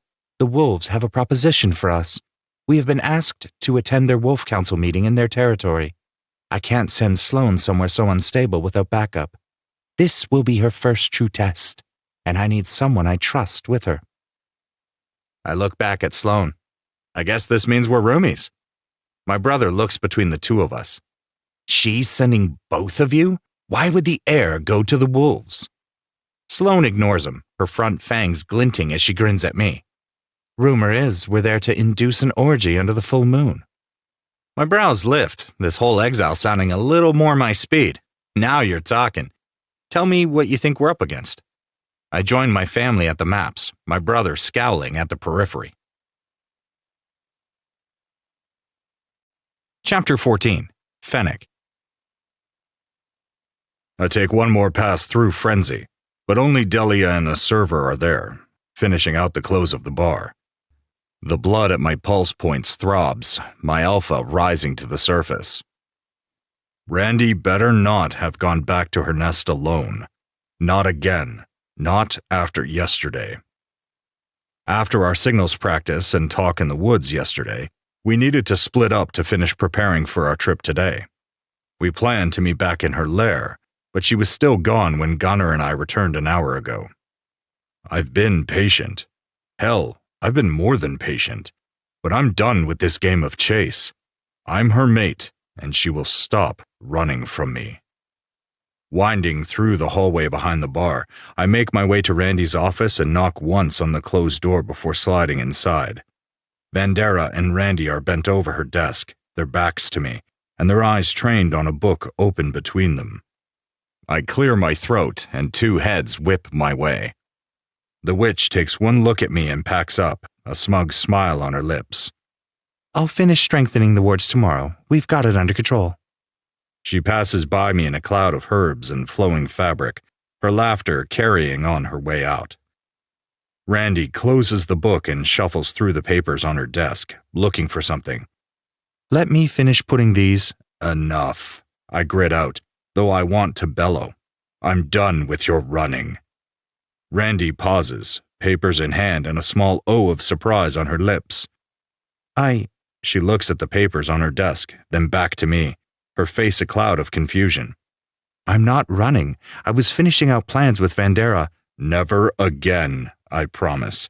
I eat the distance between us, cutting off Randy's explanation. You will never run from me again. I wasn't. Her protest dies with a hard press of my lips against hers. She gasps, and I swallow the sound. It's a kiss fueled by my desperation. Randy knew and chose not to trust me or let me take care of her. She chose to do it alone. And here she is in her office, stalling, pulling away. Her confession gutted me and shook my foundation. I'm hurt by her actions, disappointed that she didn't feel she could trust me with what she knew or why she was waiting. Most of all, I'm pissed at myself. I let her play this game of chase, let her pull away over and over, even though I could see she was hurting. This could have been different if I had stepped up. I'm not the same boy who came to her wide-eyed and ready to yield, yet I never changed our dynamic. Randy has pushed me away, but I let her. I was afraid if I pushed, I would lose her altogether.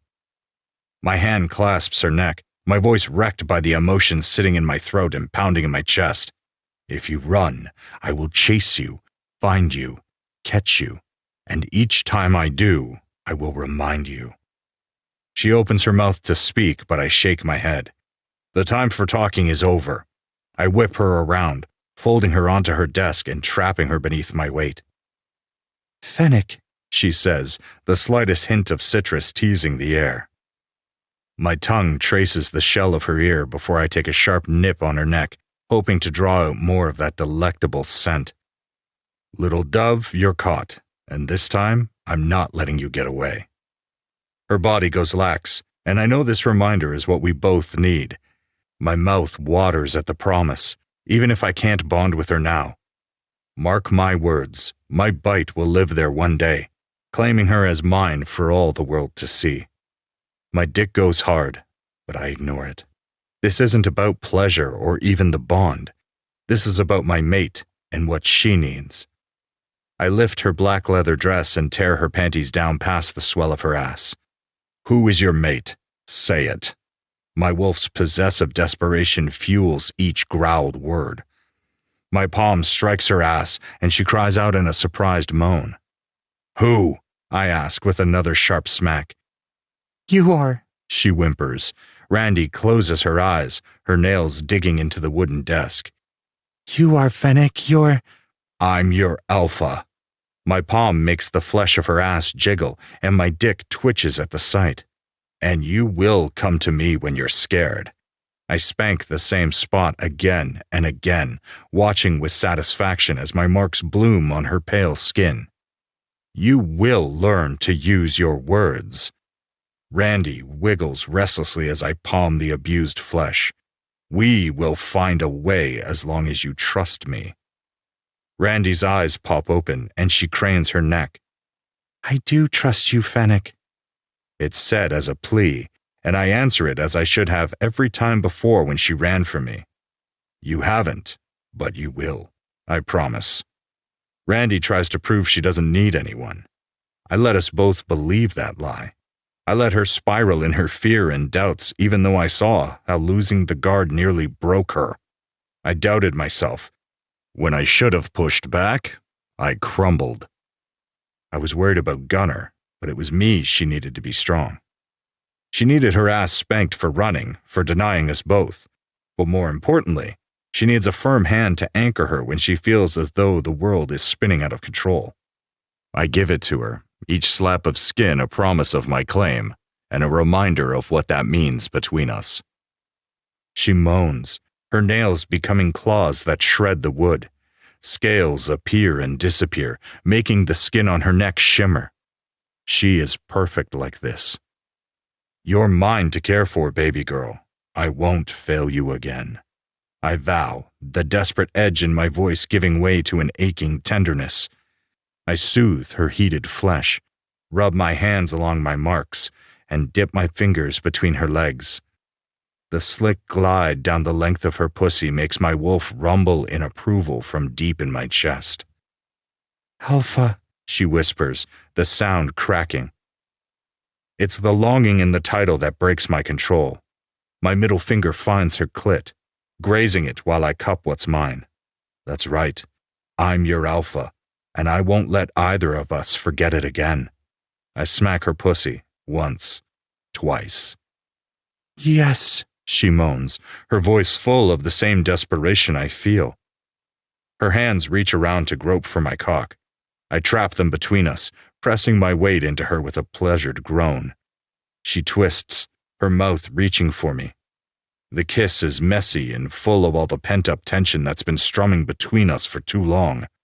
It's a hungry, unruly tangle of teeth and tongue that makes my cock throb and my wolf howl. I pull away, breathless, and drop to my knees, staring at her reddened ass and her pretty pink pussy. She is swollen and wet, so fucking perfect for me. This is mine. "Yours," she mewls. I spread her with my fingers and watch how her honey pools. My thumb grazes over her clit, and I lean in, covering her with my mouth. The first fucking taste of her is so sweet. My wolf makes a feral sound, the noise full of savage hunger. She shivers in my arms, arching into my touch. I reward her eagerness by burying myself between her legs, licking and sucking and nipping at her until she's slick and needy. My hands dig into the flesh of her ass, spreading her wide as I fuck her on my tongue. Her hips rock back and forth, trying to get me where she wants. "Please, Alf," she cries. I fill her with 2 fingers, then 3. She moans, her pussy so tight it makes my dick ache. "Come for me," I demand with a sharp slap with my other hand on her already tender ass. It makes her quake, and her pussy clamps down on my fingers. I fuck her through her orgasm, loving the rush of slick that drips down my hand.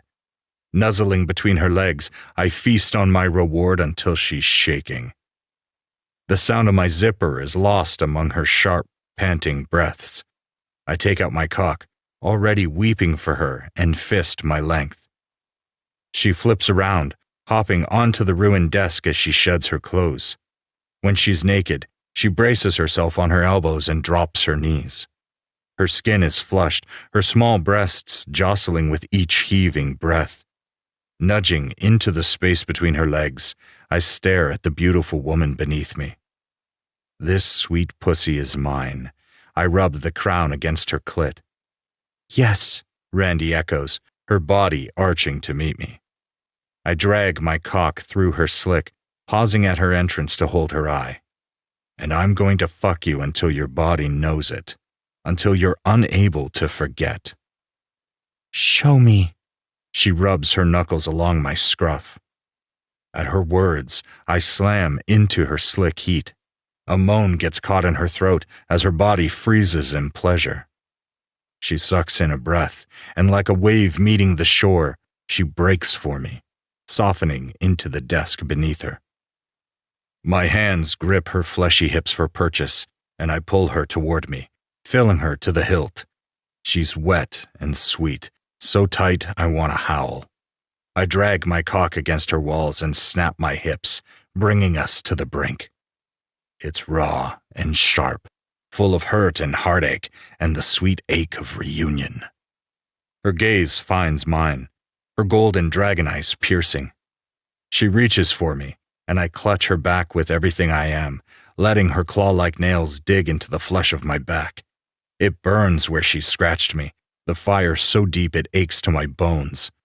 I relish the flash of pain, taking it as a hard-won sign that she's finally mine. My forehead falls to her. We're real.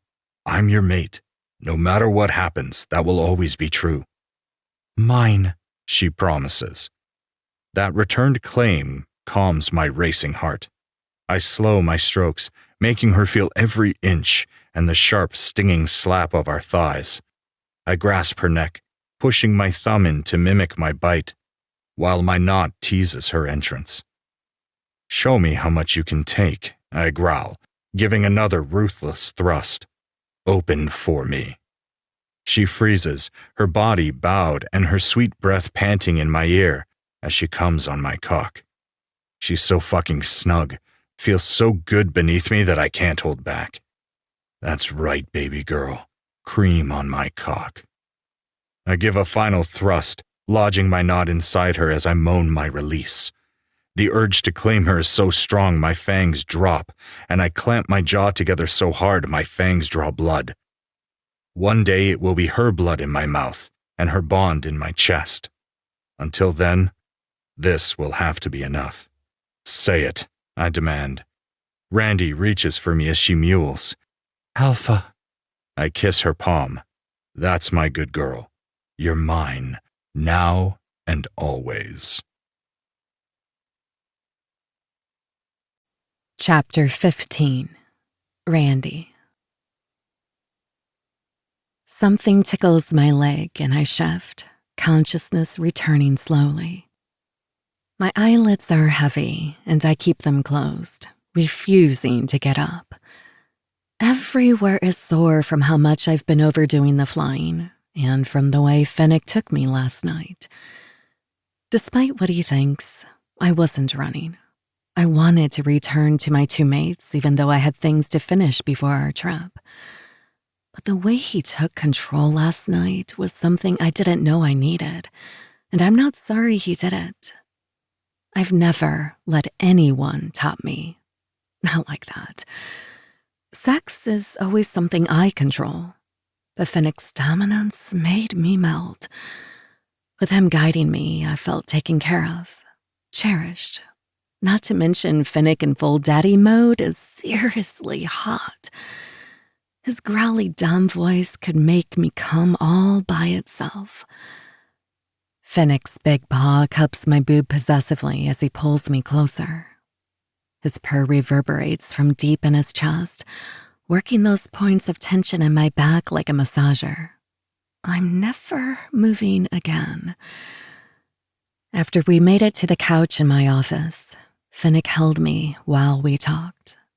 When his knot finally went down, he carted me off to bed, refusing to let me from his arms. I was too tired to protest being carried, and with Gunnar already asleep in my bed, it didn't take convincing for me to crawl in beside him. Being sandwiched between them feels like paradise following days of no real sleep. When I'm with them, my head quiets and I feel as though I can finally breathe. A soft brush of fur against my thigh makes me squirm again. Pup, Finnick growls, and a pop sounds. Yeesh, I can't help it. My tail does what it wants, and it wants Randy. I swallow my laugh, snickering into a pillow. Why are you laughing, baby girl? Finnick asks, voice husky from sleep but full of amusement. My heart races at the endearment he started calling me, and my belly swoops when his lips find the crook of my neck, that scratchy stubble lighting up my chin. Because he clocked your bossy daddy energy week 1. Finnick shifts around, a protest already spilling from his mouth in a growl, but Gunnar cuts him off. Don't worry, silent daddy wolf. It's good, big dick energy, he jokes. I cackle at the name Silent Daddy Wolf because it's a perfect description. I don't know whether to be flattered or pissed, Finnick grumbles. Whichever one leads to more spanking, Gunnar volunteers. Is that so? Finnick asks, joining my laughter. Gunnar's weight shifts over me. I hear the sounds of their kiss and Finnick telling him good morning before Gunnar settles beside me again. Peeking out from under the pillow, I'm hit with smoky sage eyes on a scar-lined and sun-kissed face. The room smells like my mate's. It's burning sage mixed with the cool moss and dewy leaves of the forest, which combines with the frosted pine and sweet amber of Finnick.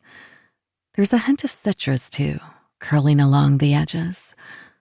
I've never noticed it before, but it blends them together, creating an overwhelming sense of calm, like flying over the lake at dawn or walking through the woods on a warm afternoon. Good morning, gorgeous. Sorry my tail frisk woke you. Gunnar traces my brow and down my nose. You have the most beautiful eyes. I snap at his finger, and he chuckles, rolling over onto his back. And you get squirmy about squishy feelings. Got it. My cheeks fill with heat, and my throat warms with another of his apt descriptions. I don't know when it became so hard to be open about my feelings, but I've become so used to hiding them that it's uncomfortable. I have to open up in order to get to know my newest mate, but I don't exactly know how. Finnick moves his hand from my boob, which seems to be its new permanent location, and squeezes my hip in silent encouragement. Unfortunately, I have responsibilities, but you two don't need to leave until tonight. Our plan is to have Finnick go to the council ahead of us. By distancing his arrival from ours, we hope he'll be able to brief us on the Alpha King's plan when we arrive later. It took Brooks and Vandera to convince Finnick it was best for appearances, and I know he's worried about splitting up, but it's only for a few hours. Gunnar and I are going a day early too, just so we aren't traveling on their expected timeline. I turn in Finnick's arms and cup his neck. Be safe, be smart. He leans closer, his lips almost brushing mine. Trust us. Make the moon circle and follow the plan. Yes, silent daddy wolf, I tease. He shakes his head and rubs his nose along mine. Baby girl, was my spanking last night not enough to remind you who I am? Hell yeah, Gunnar cheers. I remember, I say, smiling against his lips. Who am I? He teases, nipping at my throat. Alpha, I spill out on a moan. Beside us, Gunnar sounds confused. Shit, that wasn't a joke? Finnick turns to Gunnar, his voice full of that dominant sound that makes my nipples ache. Our dragoness needed a little reminder last night of who she belongs to. Damn it! I passed out and missed all the fun. Gunnar groans, flapping back onto the bed. With a grin, Finnick takes my lips. His kiss feels like his spanking last night, sharp and fast, but so powerful it lights up my whole body. He whispers as he pulls away. Let him in. To Gunnar, he growls. Behave, pup, and keep our dragoness safe. Finnick leaves us to finish getting ready, and I roll over, crawling up to rest my head on Gunnar's chest. It's been a long time since I've allowed anyone to get close. You'll have to be patient with me. If you haven't already noticed, I like edging, he jokes, voice full of that easy way he has. I rest my chin on his chest and tangle my fingers in his beard. It's softer than I expected. I'm greedy, and I want it all, but I don't mind waiting for you, he says softly. I lean in for a kiss. It's coaxing, as he is, and playful. I savor it, learning the feel of him beneath me. His scent swells, and I force myself to pull back. Sex I can do. Sex is easy. Intimacy is harder, but I'm going to try. I rest on his chest again, tracing the shape of my dragon. Did you know sage is used for calming and healing? Gunnar's fingers comb through my hair. I've seen people burn it to ward off evil. I hum. That too.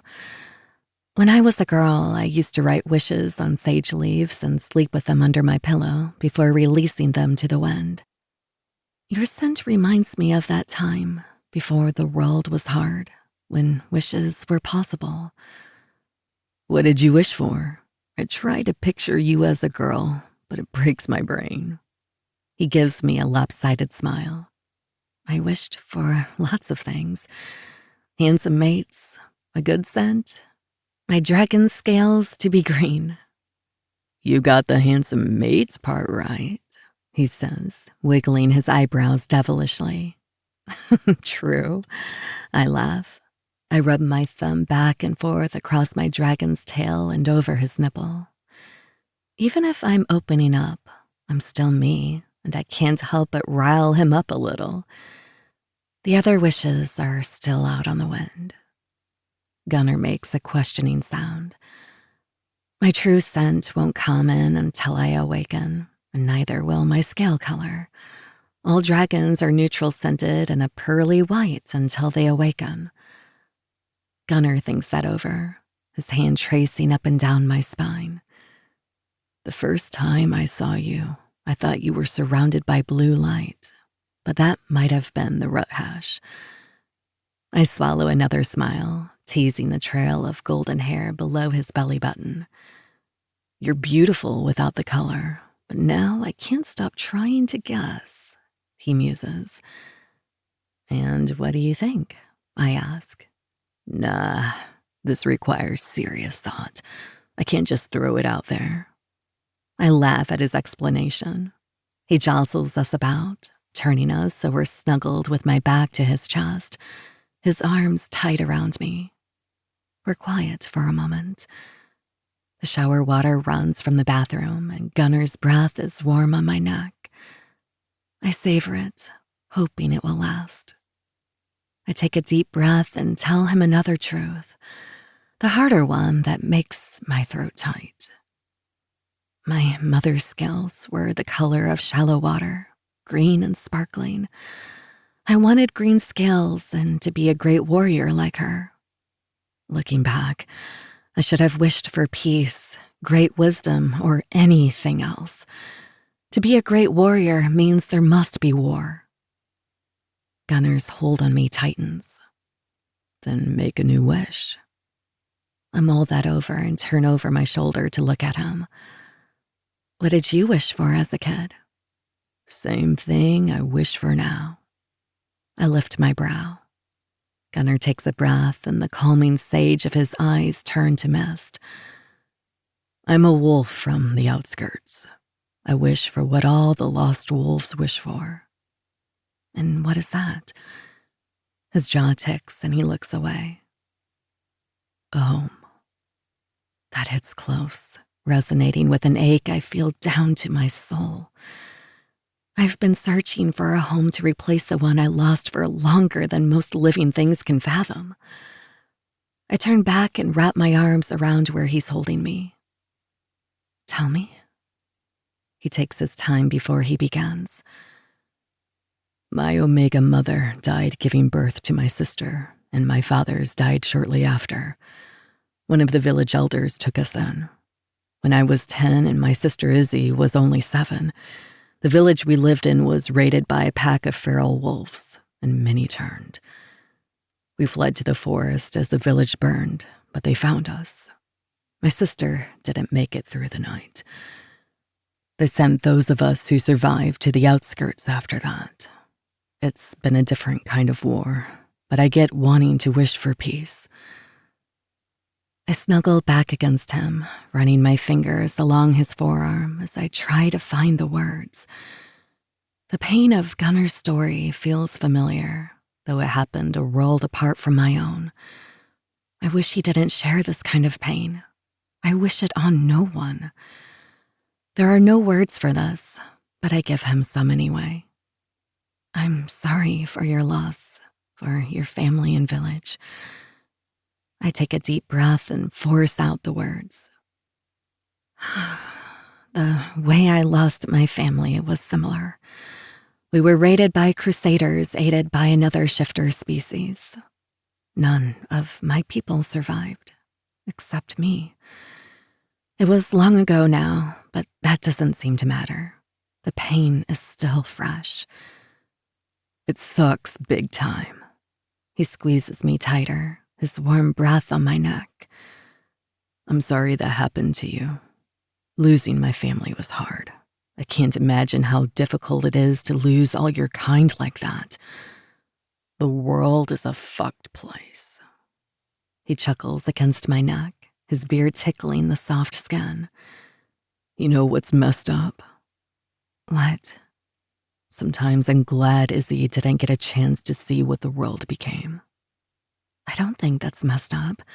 Sometimes death is mercy. Maybe. It makes me feel like shit, though. Gunnar sighs, and it's a heartbreaking sound. We hold each other for a long time after that, both of us lost in memories. But when I'm in his arms, it hurts less than it normally does. Too soon, Finnick kisses us both goodbye on his way out. We stop lazing after that, time catching up with us. The curious pup returns while we get dressed and eat breakfast. He asks me question after question about my past. Those questions always lead to more. Most of it light and easy. A few of them are hard. Each one makes it easier to keep going. Before I'm ready, the SUV is loaded for our trip, and it's time. You sure I can't go with you to set the moon circle? I promise I won't touch anything, Gunnar says with a pouty lip. My dragon snarls. I wince. Yeah, that's a firm no for my dragon on entering my nest. I soften the blow with a kiss that stops when we're both breathless. I'll meet you at the edge of the last foothills before the outskirts of the North Pass. He gives me an amused smile as he climbs into the SUV loaded for our trip. Okay, Dragoness, but you'll have to let me meet her at some point. She's the one I need to impress, and I feel like if I get some FaceTime, it's hard not to love me, you know? She rolled her eyes at you, I say, giving him my best unimpressed look. It's a lie. The little wolf is charming and easy to like, even for my dragon. I lean in and kiss his cheek. Be careful. I thought I was the one guarding you, he says with a grin. I shrug and turn away from him, unable to stomach more than this playful goodbye. I place the heartstone next in the circle between the moonstone for fertility and the orange-red carnelian for courage. The last stone in the moon circle is aventurine. It sits directly opposite the first and is meant to bring balance. With the last crystal placed, I close my eyes and clear my mind, invoking the magic of the moon and calling on its clarity. The moon circle is meant as a blessing for mating. It combines an awakening spell with the power of crystals to boost our natural magic in hopes that it will help awaken bonds and enhance their strength. I say the old words, infusing them with my intentions and my hopes that they manifest themselves fully while the stones charge under the moon. Each day, the power of the circle will grow stronger until the start of a thunder on the full moon. I don't know if it will work. Actually, I'm terrified it won't work. At least my dragon sends her power too. I appreciate that she doesn't give voice to her doubts now. She wants to protect those I believe are my mates, and for that, I can't fault her. I release the energy and stand on a sigh. It is done, come what may. Vandera bursts into the nest library, sucking wind. She pants her way to me as she pulls her grimoire from her bag. Are you already done? Because I have an idea. It is set, I say. Why? The moon circle spell. There are 2 versions. She moves to the bookshelves, eyes combing as she skirts her finger along the spines. I noticed the other day when I was putting away the books, the spell I copied into my shadow book, the one I changed for the version we use at Frenzy, is the version everywhere, like all the grimoires have it. It should be, I say, confused about where this is going. It is one of the first spells dragons copy into their shadow books when we reach maturity and are gifted our own. She grabs my grandmother's shadow book and sets it on the table. I'm still confused about where this is going, but she's too excited to stop now. Vendera flips to the front pages and points at the moon circle spell. It takes me a moment, as it always does, to get past the sight of those runes made by my grandma's hand. I run my fingers over the ink, almost tasting the residual essence of her magic. Grandmother Ava was a healer, a witch more than a warrior. When I was young, I got impatient with her herb lessons, always wanting to cut them short for flight practice outside. I wish she were here now. Look, Vendera says, snapping my attention back to her. She points at a smaller circle in the corner of the page, her jingling charms emphasizing her excitement. There is another version, and see, it's got the rune for thunder. My confusion fizzles out, as does my hope. She gives me a self-satisfied smile. One is a moon circle, and the other is the thunder. Maybe we need to do the thunder circle? I shake my head, sad to disappoint her. They do the same thing. Vendera's face falls as she studies the spell on the page, bending to inspect it.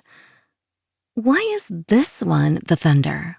It's got additions that aren't in the original. It's like a second layer to the spell. I point at the runes at the top of the page and the symbol beside them, denoting the purpose. It isn't. It's like a note. This means use for the blue moon thunder. She gives me a dubious look. D? That's my point. It's really not. I know you know magical runes, but this isn't written in the formal language. It's a note made by my grandmother. This is a reference to the blue moon thunder, and it must be how she tweaked the circle for the event. She throws her hands up. What the heck is a blue moon thunder? How many thunders did your kinky-ass dragons have? I smile at her put-out expression. It was a thunder that happened every blue moon lunar cycle. Regular moon circles were used to call the thunder each month between the hordes and the packs. But all shifters, not just wolves and dragons, hosted a blue moon thunder for the special blue moon that happens every few years. This note tells us this is the circle my grandmother used for the gathering. Vendera looks at her book and back at my grandmother's, running her palm above the pages, eyes closed. The pages rustle, and she shivers. I think this could work. The spell is about balance between 4 points. Maybe, but it would need to be a blue moon. And besides, it was used when all shifters came together. It harnessed our joint power. She taps the book, her clever mind trying to puzzle out the magic. Are there other shifters besides wolves and dragons left? No, right? A dragon's hiss leaps from my mouth. The serpents remain. Vendera's eyes widen. Right, your sister and the end of the original shifter world. So they're out. She paces. Krakens? Maybe adding their magic could boost ours? One survived the shifter wars, but he lost everything. I think of Bjorn, who battled the Night Crusaders with me long ago, and hope that the broken Kraken met his end or found a new beginning. When we decided to rebuild, he refused. He believed he needed to live in exile for failing to protect his family. I haven't seen him in many centuries. Vendera blows out a long huff. Well, that's sad. Shit. She loses her wind and closes the book. I thought I had something. I pull her into a hug. It was a good idea. Thank you for trying. I know you have to go. She hugs me tighter. If the council tries anything, torch them and ask questions later. Got any gut feelings about it? I ask before I can stop myself. I can do light spells and crystal work, but Vendera's ability to tap into magic is more powerful than any I've seen since I was a girl. Yes, she mumbles into my hair, the sound pathetic. You want to share them? I ask with a laugh. She squeezes. You need to go, and I think it's going to end badly. My dragon chuffs in agreement. Chapter 16. Randy. Gunnar is pacing by the SUV as I approach. When he sees me emerge from the forest, he breaks into a run. After leaving Vandera, I flew emergency supplies to a small cave on the river just outside North Pass. It was Gunnar's idea to create a forest checkpoint in case something goes very wrong. Finnick was right to give him the tattoo. He may be new to the guard and a sweet pup, but Gunnar is more than capable. When he gets to me, he picks me up and spins me around in a hug, his hold bordering on too tight. Thank fuck, I was starting to worry. Vandera had an idea. It made me late, I explain. He shakes his head, losing his form to his wolf and fur sprouting before he regains control. I don't like it. Let's not split up again. It makes me twitchy. I run my hands through his hair. I'm fine, I promise. Let's do this, pup. He shakes his head, yes, then no. I laugh and wiggle from his hold. I need clothes, and we need to get on the road. It's quiet after that. I get dressed in the back seat, trying to wrangle myself into leather as we drive steep mountain roads. It's comical even to me, but in the front seat, Gunnar is stoic. He's been nervous since we entered the Alpha King's territory, eyes scanning the tree line. It's been a human lifetime, maybe two, since I ventured so far on foot from my lair. I've seen the Wolf Center change over time through an aerial view. It's obvious from the burnt-out old villages and silent forest that it isn't the same place I last visited. It's only a few hours' drive north. We have to pass through the outskirts to get to the North Pass and the Wolf capital. As we emerge from the forest and into the outskirts, the trees are replaced by row after row of tents. It's late evening, and the place is swarming with alpha wolves. All of them are young. All of them look hungry. You were here before? I ask, turning from the window to look at Gunnar. He swallows loudly, eyes never leaving the road. I was luckier than most. I could fight. He clears his throat. But yeah, I lived in the tents for a few years. How many wolves would you guess? I ask, unable to think of anything other than a younger version of Gunnar trying to make it in this awful place. Less than 1,000, maybe. It changes. But after a place turns, they bring survivors here. There are no packs in the outskirts, only those who live and those who don't. My fire is warm in my throat, my dragon's hiss underlying my words. This is the Alpha King's great plan? Gunnar's sarcasm is thick, and his voice is dark when he speaks. Isn't the king generous? His guards patrol the outskirts. They give a weekly food allotment and turn their backs to most things that happen in the tents. Half of the shit they start anyway. How do you think I made it into the fights? It's their underground. He eyes me in the rearview mirror. I sit up, putting my chin on his shoulder. It seems like maybe we all need a new plan. We fall silent again, my insides heating and steam billowing from my nose the longer I think about it. I have to sit back and open the windows so I don't accidentally steam my wolf. When we get into the North Pass proper, the scenery looks as I remember, which pisses me off even more. It's as if this area is completely untouched by the crisis. Huge log pack homes dot our climb up the mountain, each grander than the last, until we've arrived at the Alpha King's estate in the city's center. Outside council headquarters, the staff are there to greet us. I allow Gunnar to take my hand and escort me from the back of the SUV, but I keep walking past the staff.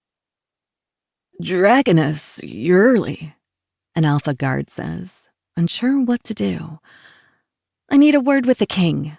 I shoot over my shoulder instead of a greeting. Guards at the front eye my horns and scales but don't stop me. That's smart. My dragon is at the surface and I don't plan to wait. I move quickly through the halls, the guardsmen hollering behind me to wait. The council's wards are weak. Their healers stopped being powerful enough to work against my magic long ago, and I move unchecked. At least that's one perk of being ancient. As I walk with purpose toward the king's office, Gunnar hurries to catch up, a grin on his face. I'm hot for the goddess of vengeance vibes you're rocking right now, but we came to hear what the council has to say. Sadly, it won't involve turning the king into charcoal. I stop on my heel at the king's outer chamber door and turn toward Gunnar, nose still billowing steam. This isn't my territory, and these aren't my wolves. I know this crisis isn't easy to manage, but the king's way isn't working. Gunnar doesn't touch me, but even though I'm one sneeze away from becoming a volcano, I can see he wants to. I get it, but we should be smart, yeah? He asks softly. I close my eyes, forcing my dragon back enough that I won't breathe fire, and open the door. Inside, several wolves are sitting at a table. All are older alphas, most I've met. But at the end of the table, next to the king, is a young woman I've never seen. She's raven-haired and all sharp angles. They brought in someone, a human, possibly. Something about her sends my dragon into overdrive, and I sniff the air but find only wolves.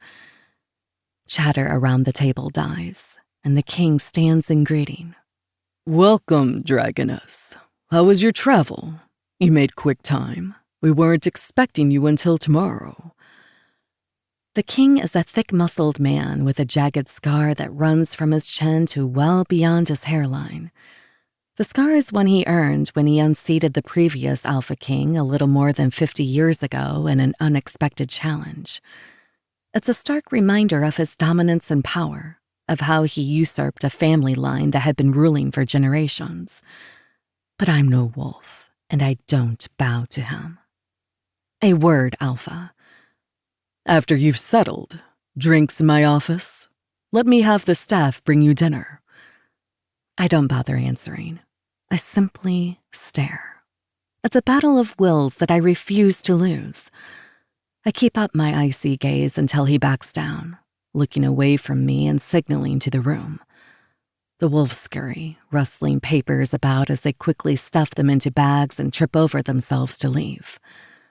The woman takes her time, her sharp eyes measuring me as she speaks to the king. We will iron out the details later, Liam, but this first draft appears in order. Thank you, Sloane. He nods to the woman as she passes on her way out and ambles toward the bar cart in the corner, dominance rolling off him in waves. A drink at least before we begin, he asks me. No.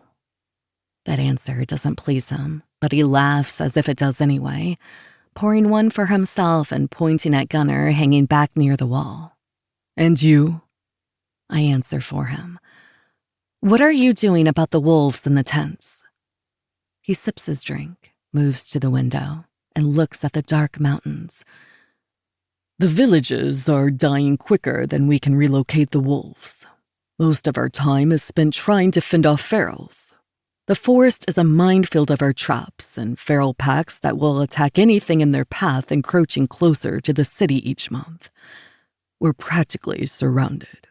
Tell me, what do you expect me to do? I expect you to take care of your people. And if you want me to work with you, then you better come to the table with a more solid plan than a tent city and wolves dying in underground fights. I owe you nothing. My loyalty is with the shifter races. I grit out the words, not bothering to wait for his answer. Chapter 17. Nox. The white-haired dragon looks like a bomb set to explode as she levels the king with a withering gaze, challenging him to stop being such a selfish fucker. White horns twist from her hair, sharp claws extend from her hands, and the fire she's keeping in her throat makes her white scales glow an eerie red. She's terrifying and fucking gorgeous. Thank fuck she can't see me hiding in the shadows. Immediately, my serpent is intrigued, inching toward her and trying to taste. Seeing a dragon, though not even fully shifted, ready to blast the Alpha King is top 5 on my life list. I know we're here to form an alliance with the king, but I can't help but wish she would unleash her fire. The Alpha King is a prick, and it would be something to watch the fucker burn. She doesn't, though. Without waiting for him to explain himself, she turns on her pair of black spiked heels and leaves the room. Her hot Viking bodyguard follows her, and I watch the flex of his ass as he moves. That pair would taste delicious. The king curses. The sound draws my eye back just in time to watch him launch his drink at the wall. The glass shatters and sends a river of dark liquid dripping down the wood. He picks up his phone, and I can just barely hear another person pick up on the line. The dragon arrived early and in a mood. She's going to be a problem. I'll have a set of wolves we trust see to it. We only need to subdue her long enough to take a few scales. The snakes have promised the rest. The man on the line says. I recognize the voice on the phone as the man I've dealt with for shipment transfers. Jessup. He's a councilman, and his use of the term snake pisses me off. See it done. The king ends the call, pacing before letting out another roaring curse. I slip through the shadows and walk the blur, emerging in the living room of the suite the council has assigned my sister and me during our stay. Sloane is seated in one of the ugly-ass fur chairs, a mounted bear hanging creepily above her head. She types furiously on her phone, not looking up when I enter. The dragon is pissed, I state the obvious, but also seriously hot. My sister's lips curl into a smile. Not my type. Imagine the heartburn from her spice. It'd be painful for days. I shrug. I bet her energy would be deliciously hot and spicy. It's a shame it's a conflict of interest to convince her to let me have a taste. The king will use Steph's dart to knock her out. He's planning to steal her scales. That causes my sister to pause her rapid fingers and throw me a questioning look. I don't know when, possibly tonight, but I doubt it. It would be an act of war if they could manage to take her down at all. If the king is smart, he'll try to get her to agree to give up a scale before trying to capture her. And the council, what did you learn today? She sets down her phone and leans back in the chair, side-eyeing the mounted bear. I lean against the table. Most are unaware of our presence. Only a handful know about the weapons. The territory leaders are unhappy with the king's response and lack of resources, but most guards seem to favor the king. They talk of the dragon like she's a gatekeeper withholding all the answers to their problems. They need her power, but as usual, they're condescending dicks about it. My sister seems to decide something, returning to her phone. She's always buried in it. Beyond her role as heir, her job as head legal counsel for our family's hotels, clubs, and other human-facing businesses means she's always working. Follow the dragon tonight. See what she knows. Mother didn't have any intel. She couldn't even confirm for sure that the dragon was actually alive before we traveled here. She dismisses me, going back to her phone. I slip back into the shadows and move through the council's headquarters. It doesn't take me long to find the dragoness. I follow the scent of smoke mixed with her bodyguard Sage. When I get to her, the bodyguard is missing, but another wolf has taken his place. The couple is standing close. So much tension radiating from them that it makes the neck of my shirt feel like a tightening collar. The wolf looks as pissed as she is. His voice a growl so low I almost need to step from the shadows to hear them. I'm trying to keep you alive, he whispers. They pushed me out. They suspect that I'm loyal to you. This is enemy territory. Everything I learned today was secondhand, and none was useful. They're plotting something, but even Jessup has found reasons to delay meeting. And unless you want to start a war, insulting the king upon arrival wasn't the best first move. He should be insulted. I knew it was bad. I've heard about the outskirts and the lost wolves, but Fennec, I know, little dove, but you can't take them all home. the older wolf softens, reaching for her. She backs away, grinding her jaw. Silence isn't the answer. The wolf's face falls, and a stern wall comes back into place. Neither is dying for a good cause. The dragon opens her mouth to argue, and the wolf leaps for her. It's a punishing kiss, so hot that I feel it in my gut. There are teeth and nips, moans and tongue.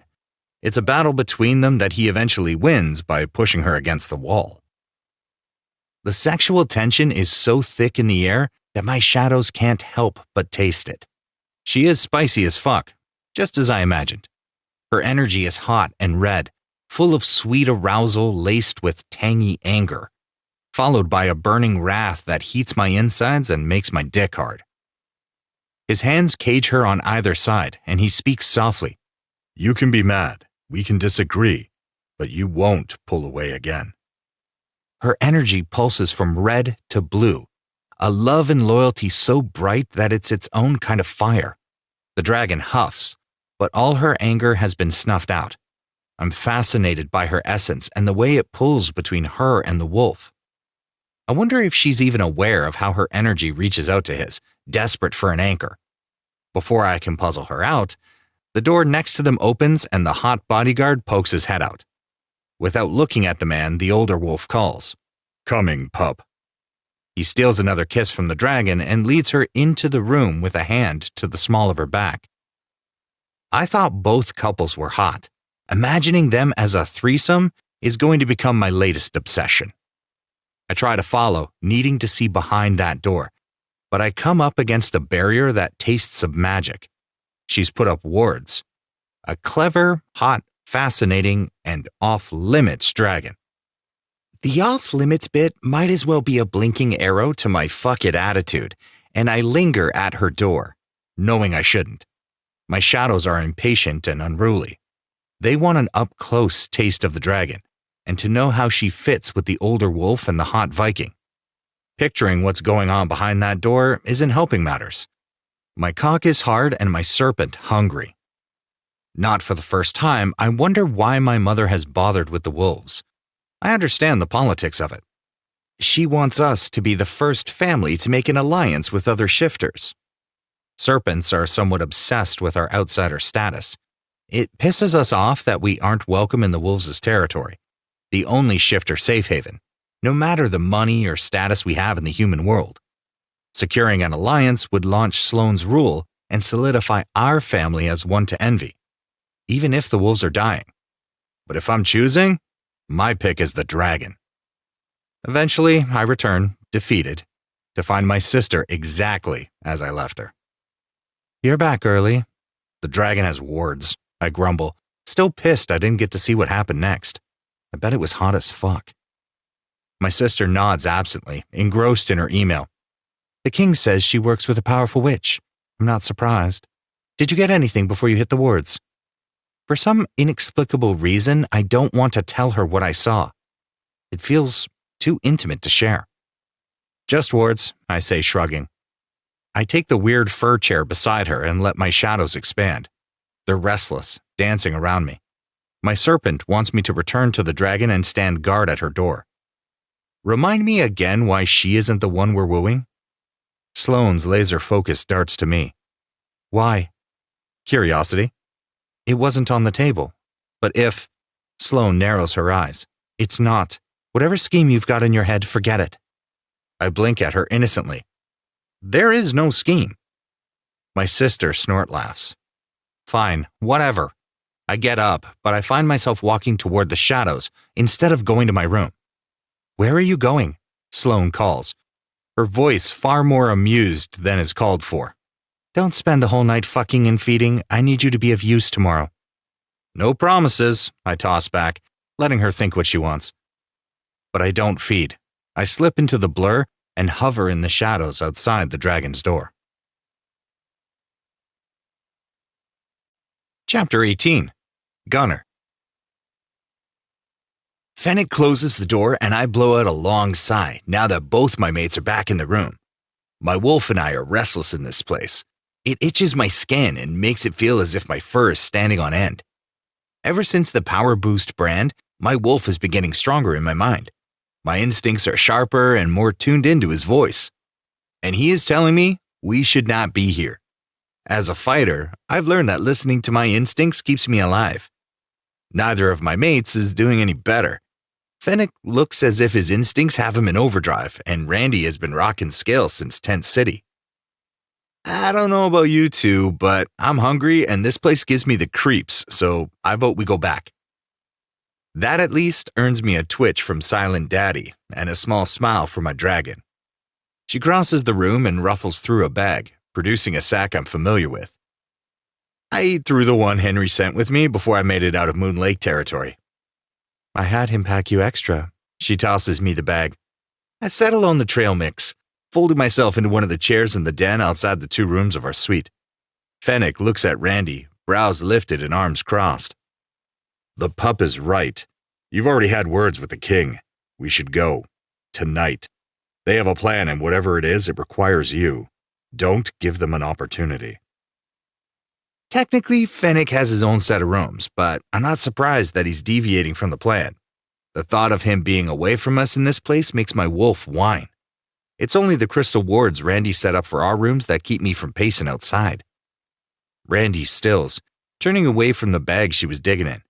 When she turns, her expression is free from the fire I expect. She looks at the 2 of us, her eyes melted gold around the black slits of her dragon's eyes. My instincts are telling me danger is here. You're right that we're among enemies, but I won't slink away in the night like a coward. Our wolves in Moon Lake Valley and those in the tents deserve a chance. The best chance we have is to know what the council is planning. How will we prepare to fight what we don't understand? I'd like to stay alive to fight, Fennec grumbles. And you believe their plan is to attack at the council meeting? She asks dubiously. I didn't say. She cuts in. I can defend myself.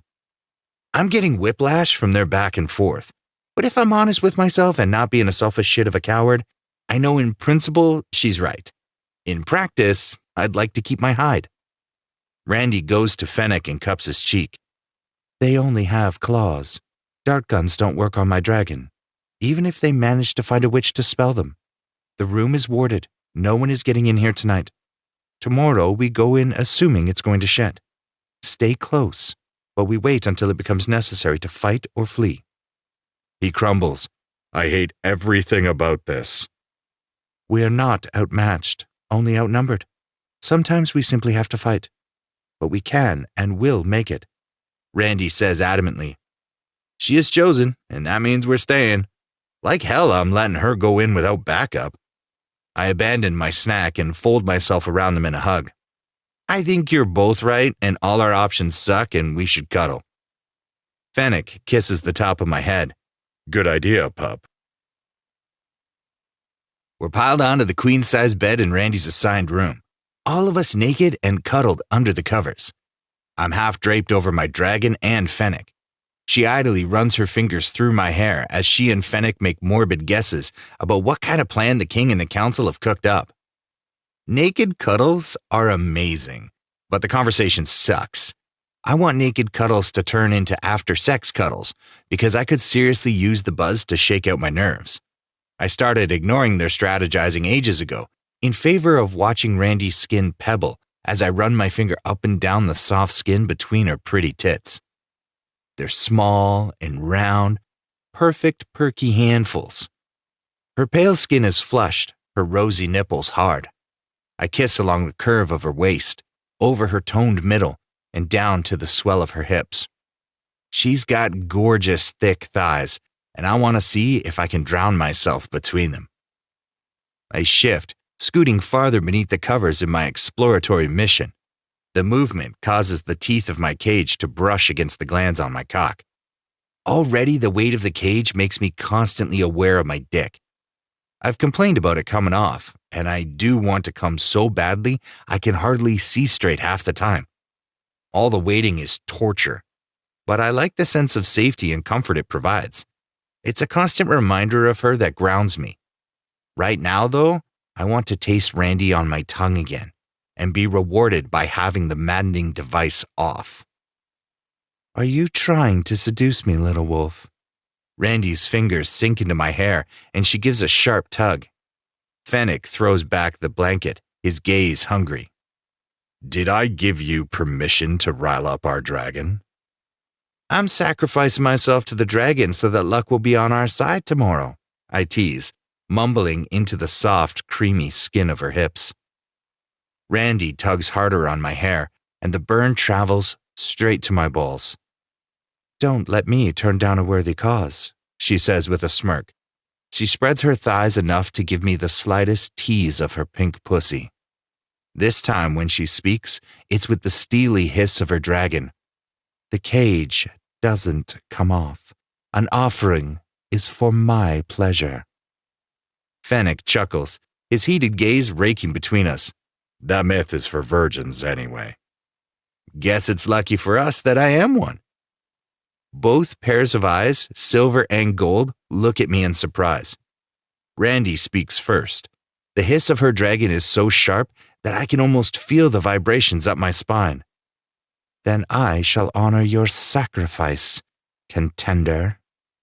The sound of her voice is kinda eerie and also incredibly hot. Her eyes flash, and I come face to face with the dragon. My eyes lower in submission, my wolf insistent that I defer to her. The fingers in my hair turn to sharp claws that strike fast, sinking into the skin of my back. The burning flashes bright and hot, searing my skin. Just as quickly as the fire spreads, it turns golden. The burn melts into a smooth liquid heat that slows in my veins and makes the world shimmer. Fuck, I'm such a pain slut. I thrust apart her thighs, desperate to have her. I manage a swipe of my tongue, not even enough to taste. Then she's got me on my back. Her white hair hovers over my face, tickling my cheeks. Her sharp features and dragon's eyes are softened by her smile. It's one of Randy's rare and blinding smiles, and it relaxes me. She leans in and steals my lips as her claw takes hold of my caged shaft. The danger in the gesture makes my cock twitch in the cage. I like that she's rough and in command. Besides, I want her to own me, to take me as hers. The metal heats and the pressure releases, all the blood rushing to my cock. I pant into her mouth, already desperate. She eases me down, turning the kiss slow and languid. My hands get bold, and I grab hold of the fleshy part of her ass, marveling at the feel of her on top of me. I'm not surprised when those clawed hands bind my arms above my head. Randy pulls away from the kiss, murmuring, "Not yet, little wolf," as she passes my lips to Fennec. While Randy's kiss was teasing and her dominance playful, Fennec's power is solid as stone. He drives the kiss and makes me feel him everywhere. His large, calloused hand skirts over my cock, fingers teasing my crown. I've been spending my nights around the horny hash with barely any relief, and my newly uncaged cock is on the verge of making this embarrassing. I pull away from the kiss, panting. I'm close. Too close. Fennec's dark growl doesn't help. That's what control is for, pup. Don't come until you've been given permission. I'm so fucked if he's gonna be growly. The sound of his commanding voice sends flashing pops of pleasure down my spine, and I force myself to hold back. Randy tugs my chin, drawing my eye. "I can smell your desire, little wolf. You want a taste of me. Is that what you're after?" My mouth parts, but only a groan of need escapes. She shifts her hips, putting her sweet pussy on display while she holds me in place. "Please me. Suck my clit until I'm wet enough to take that fat cock of yours, little wolf. Then you can come." Nope. I'll never last if both of my mates are bossing my dick around. Fennec takes hold of my wrists, keeping them bound while Randy shifts up on the bed, her thighs muffling my ears and her pussy in my face. This is the best worst way to die because there's no way I won't die if I can't come in the next 30 seconds. The dragoness takes hold of my hair and sits on my face. It's fucking glorious, and I flick my tongue, finally getting a taste of her. She's wet and soft and sweet, with the slightest edge that makes my wolf want to worship her forever. I let her take what she wants, memorizing the hitch of her breath and the sound she makes. When I find her clit, she bucks against me. Her clawed fingertips are hooks of perfect pressure on my scalp. The hands binding my arms release me, only to be replaced by warm breath that teases my cock. Fennec's tongue darts across my slit before I'm swallowed in wet heat. I spend all my newfound freedom trying to distract myself from the heaven of Fennec's mouth by grabbing hold of Randy's tits and squeezing the perfect handfuls. She rubs her pussy against me. She's so wet my beard is soaked. Knowing I'm the cause makes me feel like a king. When I nibble on her clit, she stills, arching into me and squeezing my head with her thighs. She's orange honey with a hint of mint. My knot throbs, I'm so fucking eager. Fennec pops off my cock, his slick hands squeezing the base. Don't you dare come before you give her one more. Fuck, I want it to last forever, and I want to come. The two ends each feel like torture. Randy's hands, human now, thread through my hair, and she tugs until I gasp at her. The sharp slits of her dragon's eyes blink, and for a moment they're a twilight blue before they return to gold. You were perfect for me, little wolf. Give me fingers this time. Stretch me enough to take you. It's only Fennec's hold on my cock that keeps me from coming at her praise. He doesn't move. His hold is so tight it borders on too much and sends a deep ache straight to my balls. Randy lets go of my hair and lifts her hips, holding her weight with an outstretched arm. I wrap my arms around her hips and down between her legs, using my fingers to hold her open. I spear her with my tongue until she's riding me again. When she's lost to her pleasure, I give a surge of strength and speed to catch her off guard so that she falls into my lap. I wrap an arm around her neck and use the other to skirt my thumb across her clit before filling her with 2 fingers. She gasps, throwing her head back and working her hips. Like this, white hair spilling over her shoulder, mouth open in pleasure and her dragon features sharp, she is exquisite. The way she's squeezing my fingers makes me want to know what it's like to be consumed by her. Fennec goes to his knees between my legs, curling around Randy. He cups her tits, his big hands twisting her nipples until she's moaning and her pussy is gushing. It's hot as fuck watching the way our powerful dragon comes undone for Fennec. He nips her neck and tugs on her elbows, drawing them behind her. His heated gaze snaps to me, his words deliciously dark and full of his wolf's bark. Now, pup, fill our dragon. Make her come on your cock. My dick jumps at his words, eager to obey. I grab hold of my length and rub it through her slick center, teasing us both. I ease inside, hovering. It's a fucking perfect, tight heat. I still don't know how the fuck I landed in this beautiful dream, but I never want to be anywhere else. Be a good pup and give me what I crave. Let me own your pleasure. Randy purrs with the throaty sound of her dragon as she forces her hips down and slides onto my cock. There are no words, only the burning in my gut and the pounding of my cock. That's our greedy dragoness. Take all of him. Let me see you stretch for your pup. I throw my head back, a howl escaping, fur popping as I hold on to my orgasm with everything I have. It's too good. She's perfect. His words, I can't. Even with her arms bound, she takes what she wants, setting a rhythm with the rise and fall of her hips. I grit through it. The pleasure is so good it hurts. It makes my insides catch fire, continuing the endless echo of pained pleasure. Fennec kisses her neck, his silver eyes on me. Tell me how she feels, pup. Can't talk. Gonna come. I snarl the words, desperate. Fennec switches to holding Randy's wrist with one hand so he can reach around to pinch and tease her nipples. It's too much to focus on, and I shake with the need to let go. Her pussy is absolute bliss, and I buck my hips, joining her. My knot tugs at her entrance, stretching her wider. She squeezes around me for a second, strangling me so good before she comes all over my cock. A ragged moan swells from deep in my throat. "Come for me, little wolf. Give me what is mine," Randy commands, voice throaty and rough with lust. Her permission finally lets off the pressure valve. I wrap her in my arms and thrust deep. Fennec wedges his hand between our sweat-damp bodies. The way he's strumming her clit makes her squeeze me so tightly, I can't hold on any longer. My cock erupts. There is so much cum that it doesn't seem like it will stop. Randy grinds down on me, and the pressure sends me flying as my knot wedges inside her. She swallows my shouted moan with a sloppy kiss. Her nails dig into my shoulder and she whines, rubbing and grinding herself on me. It's the most intense feeling, and she keeps at it, making those sweet sounds, her hips rolling until I'm fucking drained. I collapse, settling her on my chest. It's official. I want to do that in every way the three of us can think up.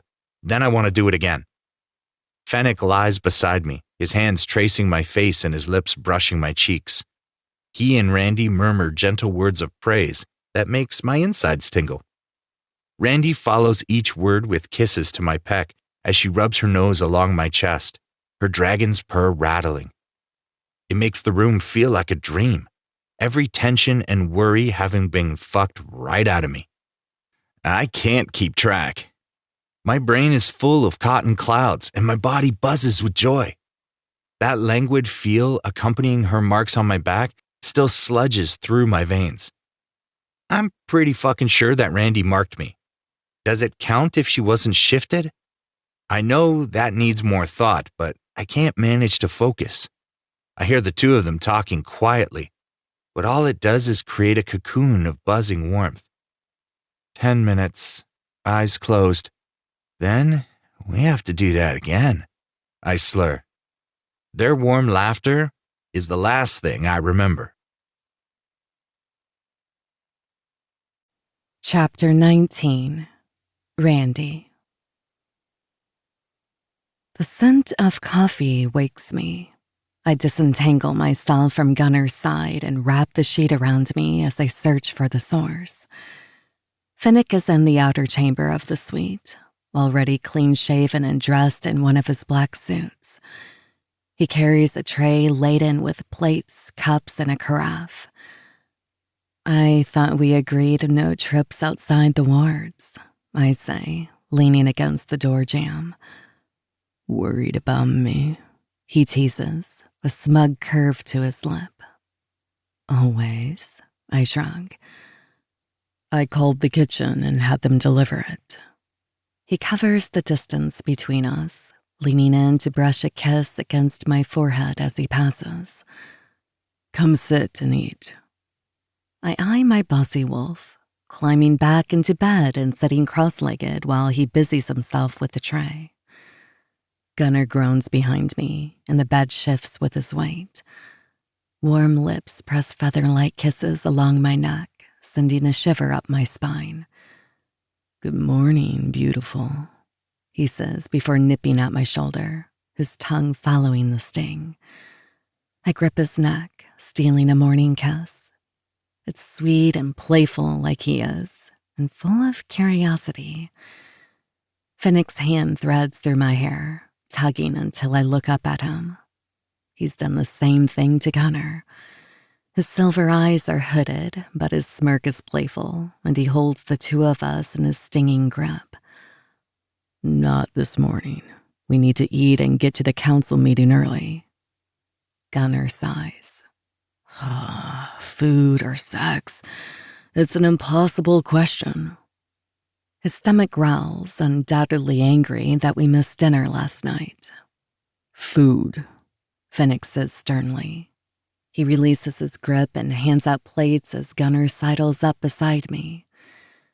The movement draws attention to the swollen red mark on his back. I set my plate on the bed, staring at it in shock. I remember raking my nails along his back, but this isn't a sexy scratch. My finger traces the mark, and Gunnar shivers, his scent thickening with arousal. Fuck, that's sensitive, he hisses. I don't have words, and my eyes feel as if they might pop out of my head. Last night, my dragon was at the surface, sharing my skin while Finnick and I worked over our pup. Blinded by lust, I didn't realize in the moment what that meant. I swallow around the dessert in my mouth. What is it? Finnick's rough voice asks. Take off your shirt, I whisper, unable to stop tracing the raised, angry skin on Gunnar's back. If I'm right, this mark won't heal.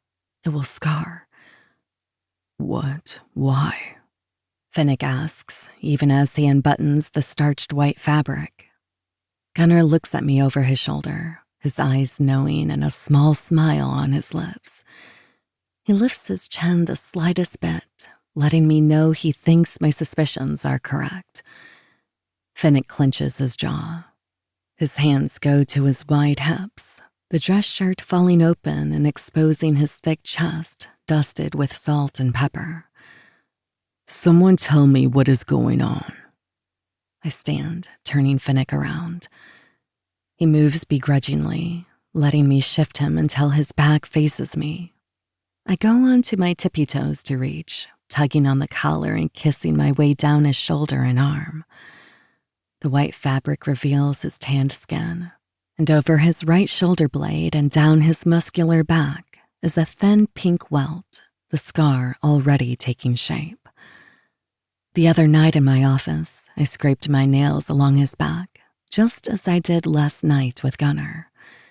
If they had been ordinary marks, Finnick's would have healed by now. I brushed my lips along the claw mark on his back, my heart thumping wildly. My dragon nudges me, her thoughts echoing my own. You're wearing my claw. My dragon has marked you both as contenders. That's good, right? Gunnar asks as he rises from the bed to crowd in behind me. My eyes water, emotion clogging my throat. My dragon has taken the first step in making them mine. I can feel her hesitance, her doubt that this plan will work, but she sends me a burst of love anyway. They are worth fighting for. Yes, I say, my voice quaking and my eyes hot with unshed tears. I mean, what isn't there to like? I knew once you let your dragon get a good look at me, I was a shoo-in. Gunnar jokes, his chest puffing and his smile wide. Exactly, little wolf. You're perfect. A watery laugh tumbles out, and I squeeze Finnick's hip. Finnick turns and scoops us both into a fierce hug. When we get home, we're going to figure out how to finish this and make you both mine. Gunnar's stomach makes another loud rumble. But first, we're going to feed Gunnar, I tease. Finnick doesn't let go of either of us, pulling us in for a three-way kiss that makes my toes curl and my core ache. He smacks my ass when my hands wander, pulling back and giving me a stern look. Eat. We have a council meeting to survive. The three of us settle back on the bed, eating the large breakfast as we go back through the strategy for the meeting. I try to focus, knowing what happens today will matter for our future, but I can't quite manage to draw my eyes away from the marks. My dragon has finally chosen. Chapter 20. Randy. The pack alphas and councilmen continue to argue amongst themselves around the crowded chamber. It's been hours since the meeting was called to session, and Gunnar has taken to pacing along the wall. The stories from the territories are bleak, tales of spreading violence and wolves hunted by rogue packs. The packs have lost the numbers to run their human-facing timber business, and the production has almost stopped. No one has a solution, and everyone has problems. I wasn't holding out for a great plan, but I expected at least something from the king to get real solutions started. The longer he goes on making excuses, the more he pisses me off. That brings us to the problem of mating and the pharaohs, the king says, hands steepled. All eyes turn to me. The king gives me a cold look. You seem to be quiet, Dragoness. Have you experienced these problems in your Moon Lake Valley? He's baiting me, but I refuse to be ruffled. I lift my chin, surveying the room. We have ferals and address them directly, but we have found that most wolves settle once they are brought through a successful rut. Murmurs carry through the chamber, curious glances and angry glares thrown my way. That was the opening the king was waiting for. And do you plan to share how you have handled this so successfully at Frenzy? Or is your plan to keep the answers for yourself while we suffer? I stare him down, giving him a grin that shows I know what he's trying to accomplish and it won't work. Most of the men in this room have attended Frenzy. As you know from experience, Alpha, we use trained humans to attend wolves' ruts. What exactly are you asking of me? I haven't seen anything of a plan from you, and yet you want me to, what? Send you volunteer rut companions when you can't guarantee their safety? Give you the spells we use to call on the rut? Who of you can cast them? We've been over this many times. Exactly what is your plan? To have me solve the problem for you? The wolves around the large circular table bristle, and the crowd behind them stirs. Finnick, seated across from me, shakes his head. Couldn't resist, he mouths. I did promise him I would try for compose today, but at this point, we're lucky I'm not fuming steam. The king stands, addressing the whole room, but his eyes are on me. Yes, that is exactly what we're asking. We will reinstate the thunder and decree that all wolves must partake to remain in a territory. The council would like access to your witch, rut companions, and increased guard training. We plan to send wolves who have successfully trained with you to each territory. And whose magic will you use to create the thunder? Vandera is one witch. She can't possibly attend them all. The door to the chamber opens, and the raven-haired woman from yesterday walks into the room. She is dressed in a slim tuxedo, shadows undulating around her as she moves. Gasps ring out, making it clear that many were unaware of the king's plan. The serpents are off limits, dead to us. The enemy of the great shifters. They brought the first extinction with their treachery. The serpents stole our hearts, the blood from them full of potent magic, and used them to aid the crusading knights in creating their holy weapons meant to kill other shifters. Ever since, they have been shunned, feeding off humans and their own greed. I should have never come here. I was arrogant and naive. Finnick was right. The king has no answers. He has only backward deals and more loss for the wolves. That's where we come in, the woman says confidently. We will provide people to be trained as rut companions. We simply need you to tell us the spell and train those we send to you. The snake joins the king. Nothing matters now except returning to my territory. I rise, the room in chaos. The woman calls out above the rising clamor. Dragoness, we need your help. If your witch could only help us finalize the spell. Steam billowing, nails digging into the table, I answer. I'll never work with the serpents. If this is the council's plan, I want no part. Be advised that Moon Lake Valley's borders will close and your training wolves will be sent home. I wish you the best of luck, Alphas. I move toward the entrance, Gunner on my tail.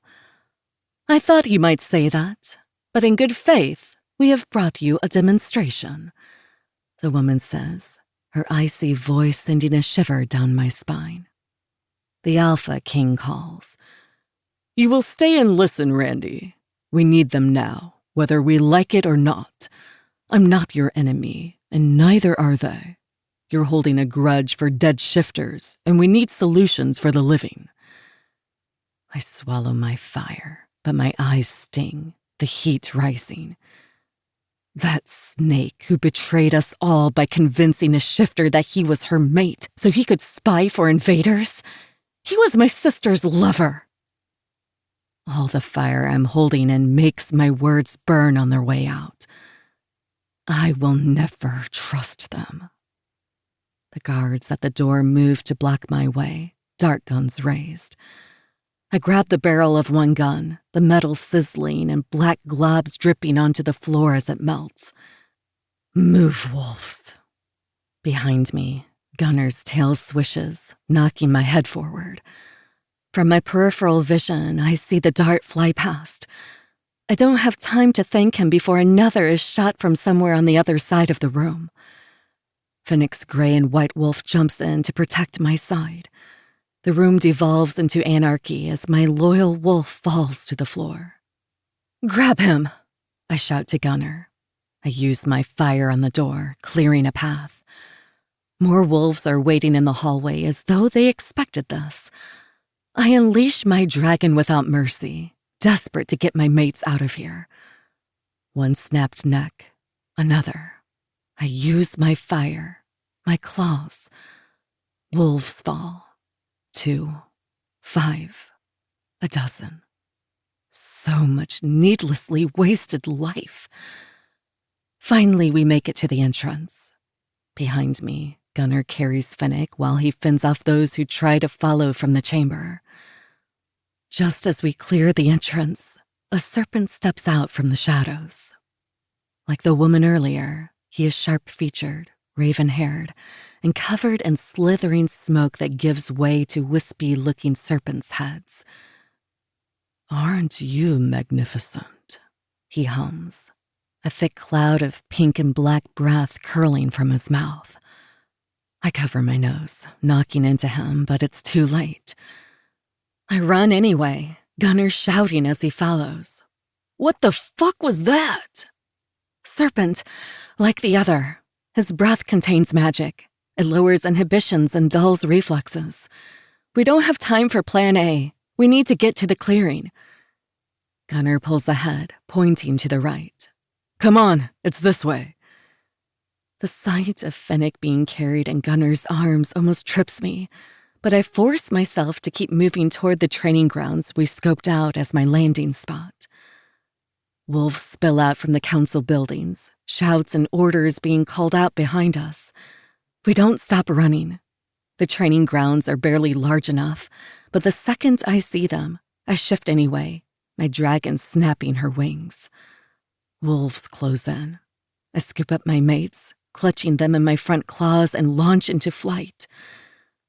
A whizzing zing passes, and I let loose my fire, angry all over again that they're shooting me. I spin and weave, ducking shots as I fly. Something stings my right wing and lodges into my side. I turn my head and see a dark glowing a strange purple. We fall. My dragon fights to keep hold of her wings. The drowsiness is overwhelming, but my dragon shouts in my mind, "Fight! Fight!" The last of her thoughts are slurred. The ice traveling in my veins blots her out. Before we can make it safely to the forest floor, she is quiet inside me. I lose hold of Gunner and Finnick as we fall. A branch stabs me.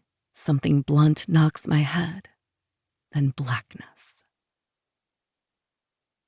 I come to alone, crushed in a tangle of fallen trees.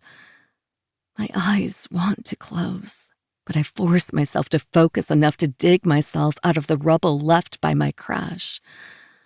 I'm dizzy, and my body hurts, my side throbbing. The sun has already set, making the forest dark, and I need to find my wolves. The call on my dragon goes unanswered.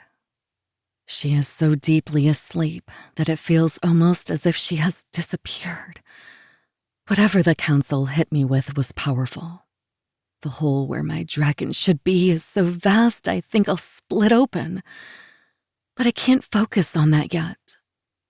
A search of the crash site doesn't lead me to my wolves. I survey the area, sniffing to help me. It isn't my dragon's nose, and I huff at my stupidity. My brain still can't comprehend my dragon's absence, and it takes me longer than it should to orient myself with the night sky.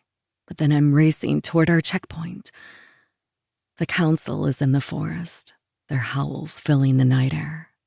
My feet are getting torn up without my dragon skin, but I keep weaving through the ferns and underbrush, searching for signs of Finnick and Gunner.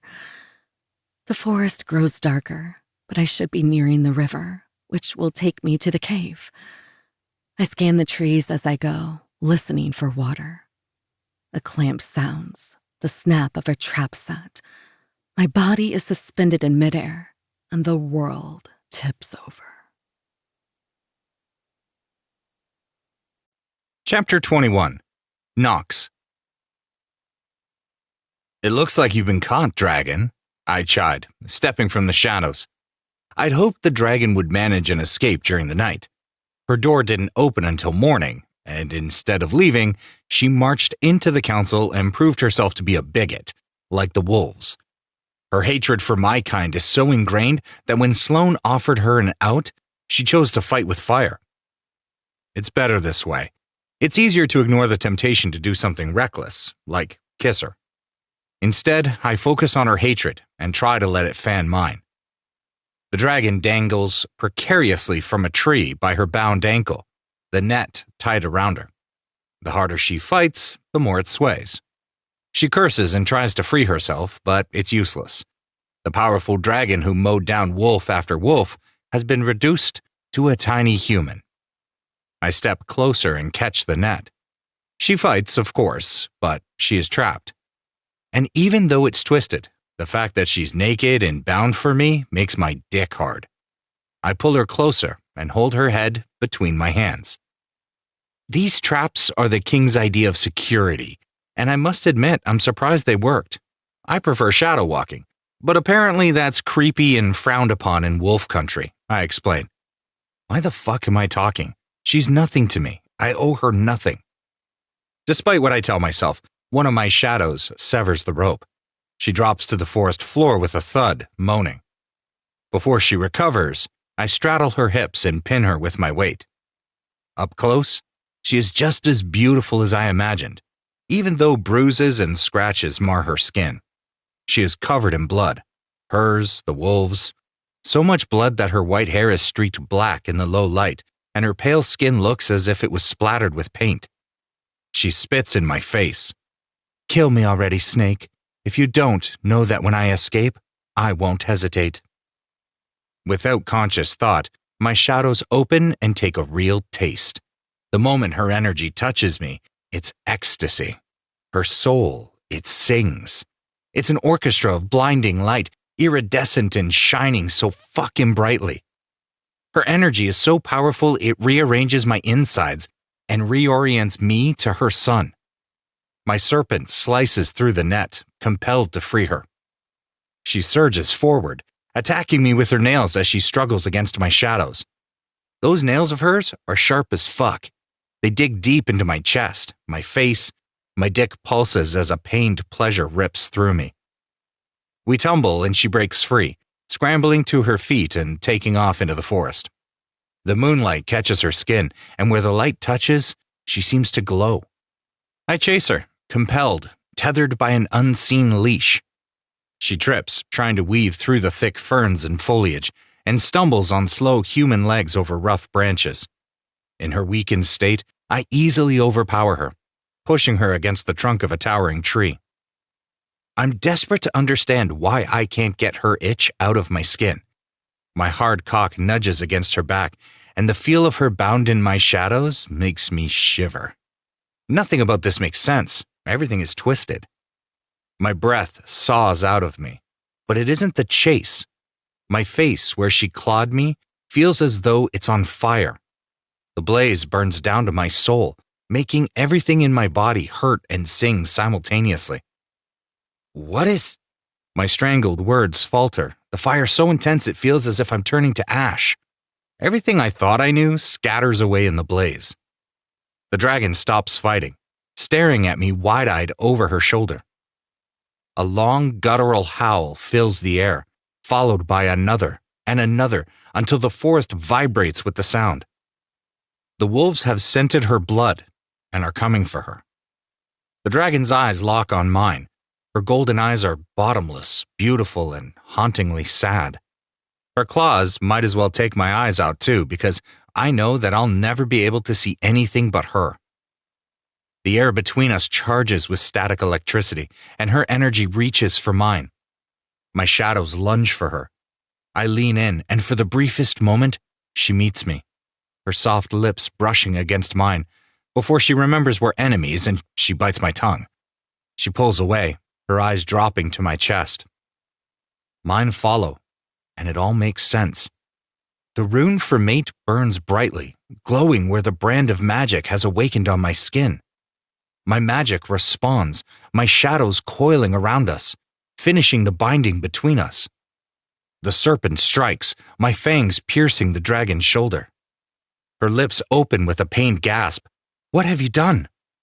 Nothing makes sense, except she does. I swallow around the fire in my throat. Funny, I was going to ask you the same question.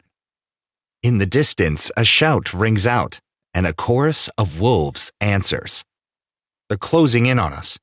Without thought, my shadows release her. Run, mate. I'll deal with the wolves. A serpent will never be my mate, she curses, slipping under my arm. I think that's a done deal. She turns on me. Even without her dragon's skin, she is all fire. I will never trust you. My dragon would never accept you. Your people stole our hearts, and I plan to steal yours. She shakes her head, anger pulsing from her and her voice rising. They stole our hearts and tore them from us until nothing was left. I grab her arm and pull us almost flush. Her breath hitches, and those haunted eyes spear me. Those aren't my mistakes, I hiss. Her voice is cold and unfeeling when she spits back. No, you have already made your own. The words hit like a dart, ice creeping into my veins. The truth of her words guts me. I knew I was drawn to her from the moment I spotted her. My serpent was restless and eager to protect her. Did I listen to those instincts? Did I knock on her door and tell her to flee? Did I help her escape? Plead with my sister or mother? No. I knew something was different, and I let them hurt her. I hurt her. The beautiful dragon, my dragon, yanks herself out of my grip and runs from me. This time, I don't chase. My legs give out and I fall to my knees, watching her move farther into the shadows. For the first time, I feel shame for what I've done. It's heavy, taking over my limbs and shadows until I'm frozen. I can feel the wolves in the trees, but my brain is trapped in a loop. The dragon is my mate, and I hurt her. Sloane steps from the shadows, her posture defensive and her serpent ready to strike. Where is she? I force myself to speak, though it feels as though I'm broken beyond words. Got away. Sloane makes a disbelieving sound, circling me, her shadows a cyclone around her. In the dark? You're the best shadow walker I know. My sister steps closer, and I know she sees when her hand covers her gasp. Oh, Nox. She eyes my chest where the brand sits, a badge of my shame. The dragon? I give a sharp nod. She will never accept you. The hard rattling sound of Sloane's serpent punctuates her words and gives voice to what I already know, to what I deserve. She said as much. It doesn't change it. You know what this means. Sloane scoffs. There is no way. We tried to capture her, violently. The forest floor reeks of her blood. Sloane, I say, begging her to hear me. She is my mate, my fated mate. Look at the rune. My sister freezes. You know what that means. It changes everything. You are bound to honor my mate. We are sworn to protect her. She huffs, but the sound is less that of a serpent and more of a sister. You were supposed to be my ride or die on this while I kicked ass at making the first alliance with shifters in centuries. I chuckle, but it's dark. All the light left with my dragon. Yeah, well, you brought the fuckboy and I fucked it up. What did you expect? Sloane paces, her shadows going wild in a slithering storm of chaos around her. She'll never agree to deal with us, never accept what we are. And even if she did, once she knows we've been arming the wolves, I force myself to be rational and to puzzle through politics only because my dragon needs this. I didn't protect her, but I won't fail her again. We must break our deal with the king. We've never traded in weapons until Bash. Our business has always been pleasure. Sloane stops pacing and turns on me. You're sure it's her, not a wolf in the forest or… Yes, my eyes burn. She lowers herself and places a hand on my chest where the dragon has burrowed her way into my soul. Her eyes meet mine and she sighs. The wolves will never touch her. As the heir apparent, I recognize your mate claim. I'll tell Mother we will honor the rune. Go to your dragon. Keep her safe. They're not only after her scales now. Sloane shifts into the shadows just as the pounding of paws cuts into the clearing. Chapter 22. Randy. Run! Eric's dying plea beats in my chest, my legs burning and my feet on fire. I refuse to stop or think about the fang marks on my shoulders seared with the serpent's magic. Wolves' howls bounce off the trees, echoing in an endless maze of pine. My dragon gave a valiant effort to help me escape when I was captured by the serpent, but just as quickly, she has faded, going dark inside me again. It feels as if the shadows watch me, turning my beloved forest into a spy for the serpents. The northern forest is rigged with the king's traps, and I try to spot them as I go, but I can't see shit without my dragon's sight. I stumble and force myself back up, cursing how disoriented I feel. A howl rings out behind me. Too close. I refuse to look over my shoulder. The wolves are closing in. The serpent has claimed me. My dragon is gone. None of that matters as much as finding my mates.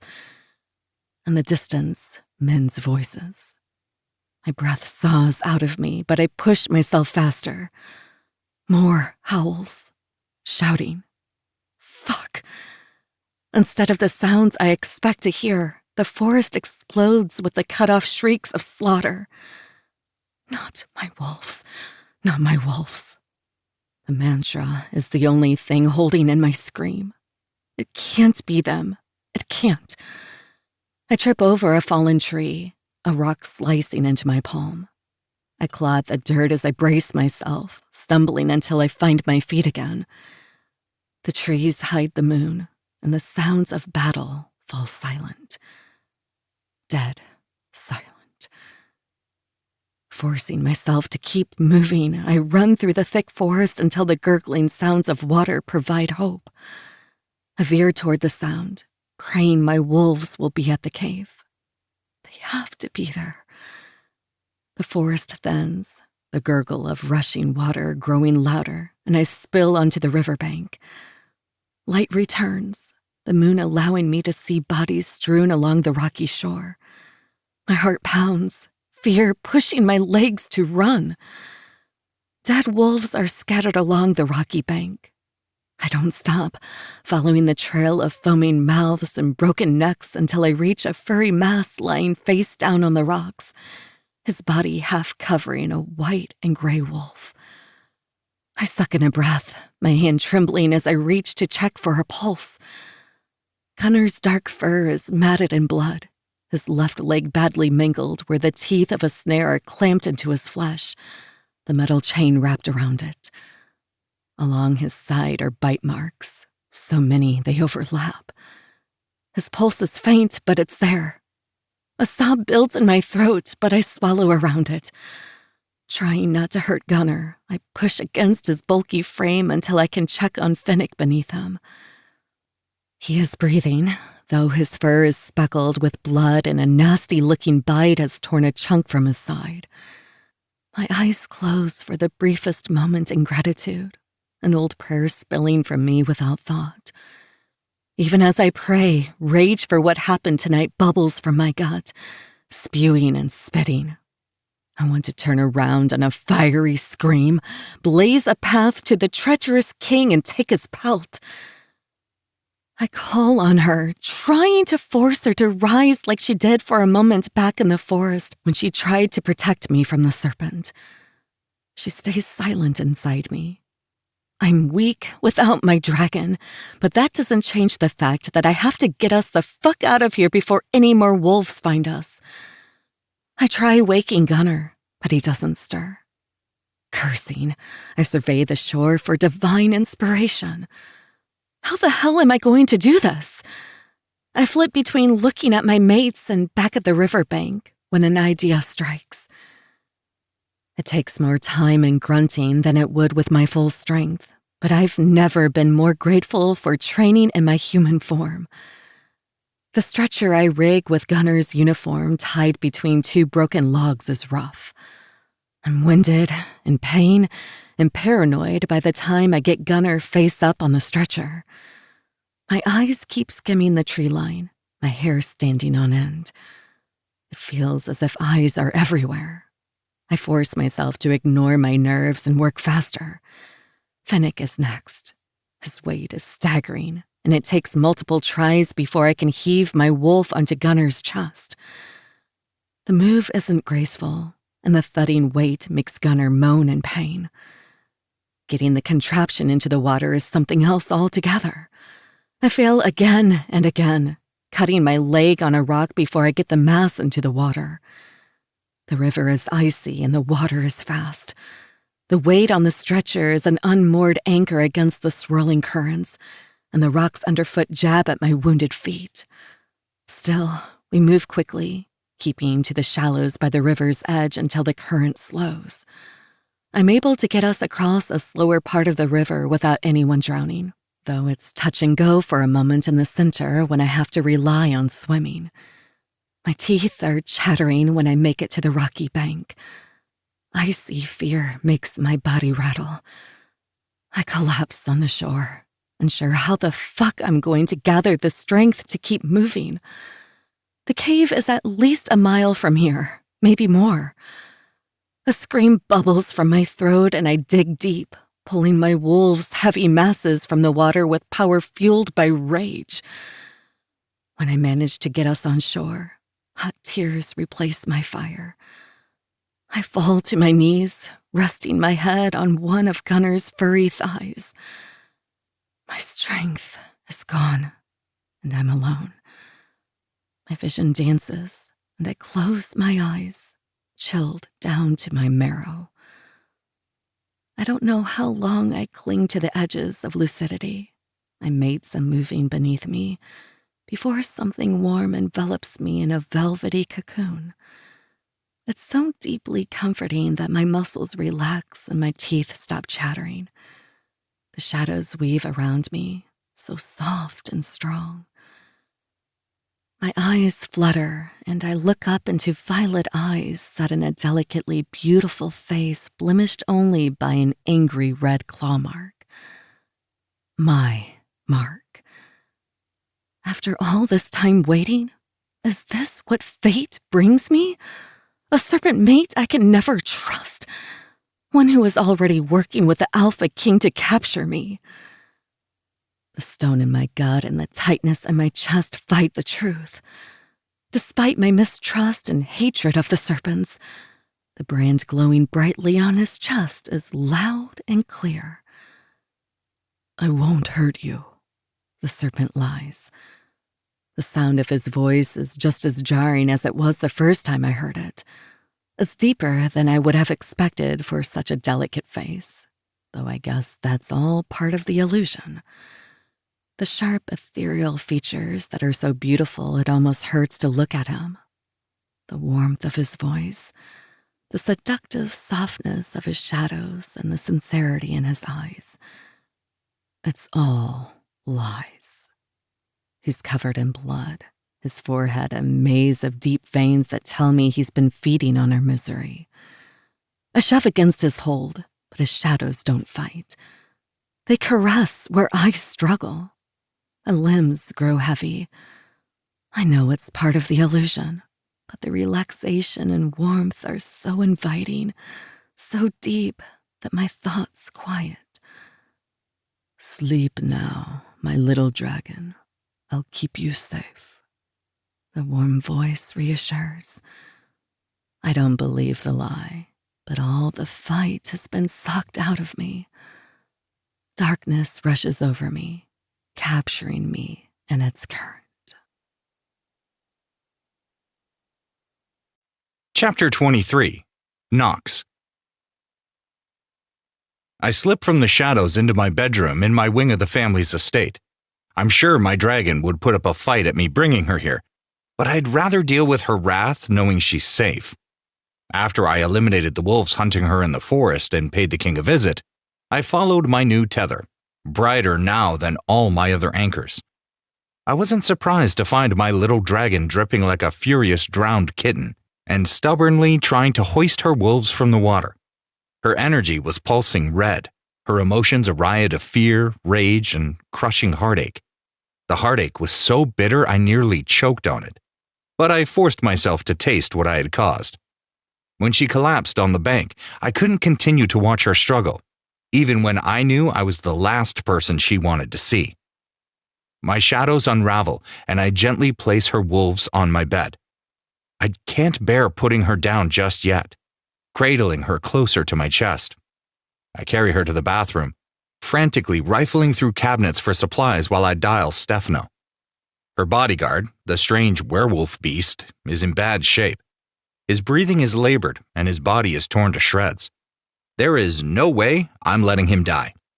I'm already up to my knees in grovel dirt. I don't need to add losing her mate to my grave. My brother picks up on the third ring. Knox, I don't have time to explain, but I need a favor, I say in a rush, starting the bathwater, then running supplies back into the bedroom. My brother sighs, the sound full of recrimination. Before he can lay into me, I snap. I get it, man. I spent most of my life fucking around. But right now, I need you to have my back, Steph. What shit have you gotten yourself into? Steph! I hiss. The hard, rattling sound of my serpent's burst of dominance surprises even me. Yeah, all right. What do you need? Come to the manor, my rooms. Bring medical supplies and any antidote you have for the shit you've been making for the wolves. I hang up before he answers. For all of Steph's brilliance, he's a horrible shadow walker. He rarely uses the blur to travel, claiming it makes him dizzy. By the time he arrives, I've got my little dragon sponged down, bandages over her wounded feet and her side, and she's snuggled up in bed beside her wolves. Steph comes in blustering, carrying several bags in his shadows. His frumpy lab uniform is rumpled and askew. He stops short at the sight on my bed. His eyes the size of dinner plates. The bags drop to his sides and his head swivels. His gaze dips to me, taking in the glow of the rune on my chest beneath my shirt, and the blood splattered all over it before flicking his eyes back to the bed. Which one? Is it the same one who did that to your face? He asks incredulously, shaking his head and planting his hands on his narrow hips. Unlike what we've learned about the wolves and their mates, the serpents haven't lost their mating runes, even though it's rare to find a fated mate. Most serpents live in large covens without them. Mating bonds are the highest law in our culture, superseding all others. The serpent families have been at war over territory for most of history. Still, a mating bond between warring families brings an immediate truce. My mother's mating bond with the 3 Rossi brothers of the Eastern Shore cemented her reign over the Western Territory a century ago. My lips tug, thinking about my fiery mate. The little female, she's the dragon. The Alpha King's lackeys hit her with a medieval-looking harpoon gun in your special dart. And what is that beast? He asks, lifting his chin.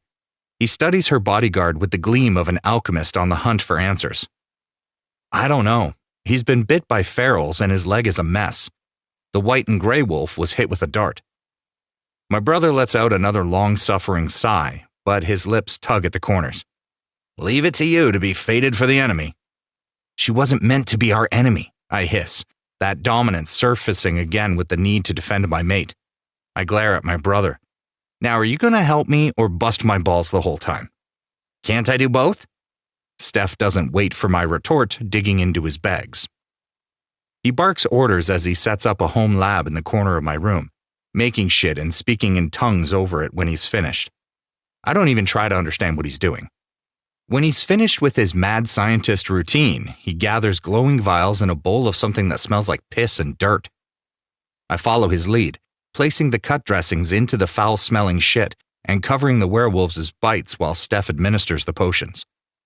It takes both of us to deal with the snare and set the wolfman's leg. It's not fucking pretty, and by the time we're done, we're drained. The dart I made for the wolves suppresses the beastly form. They wanted a way to subdue a large shifter and reawaken the beast side when needed. He hands me a glowing pink vial.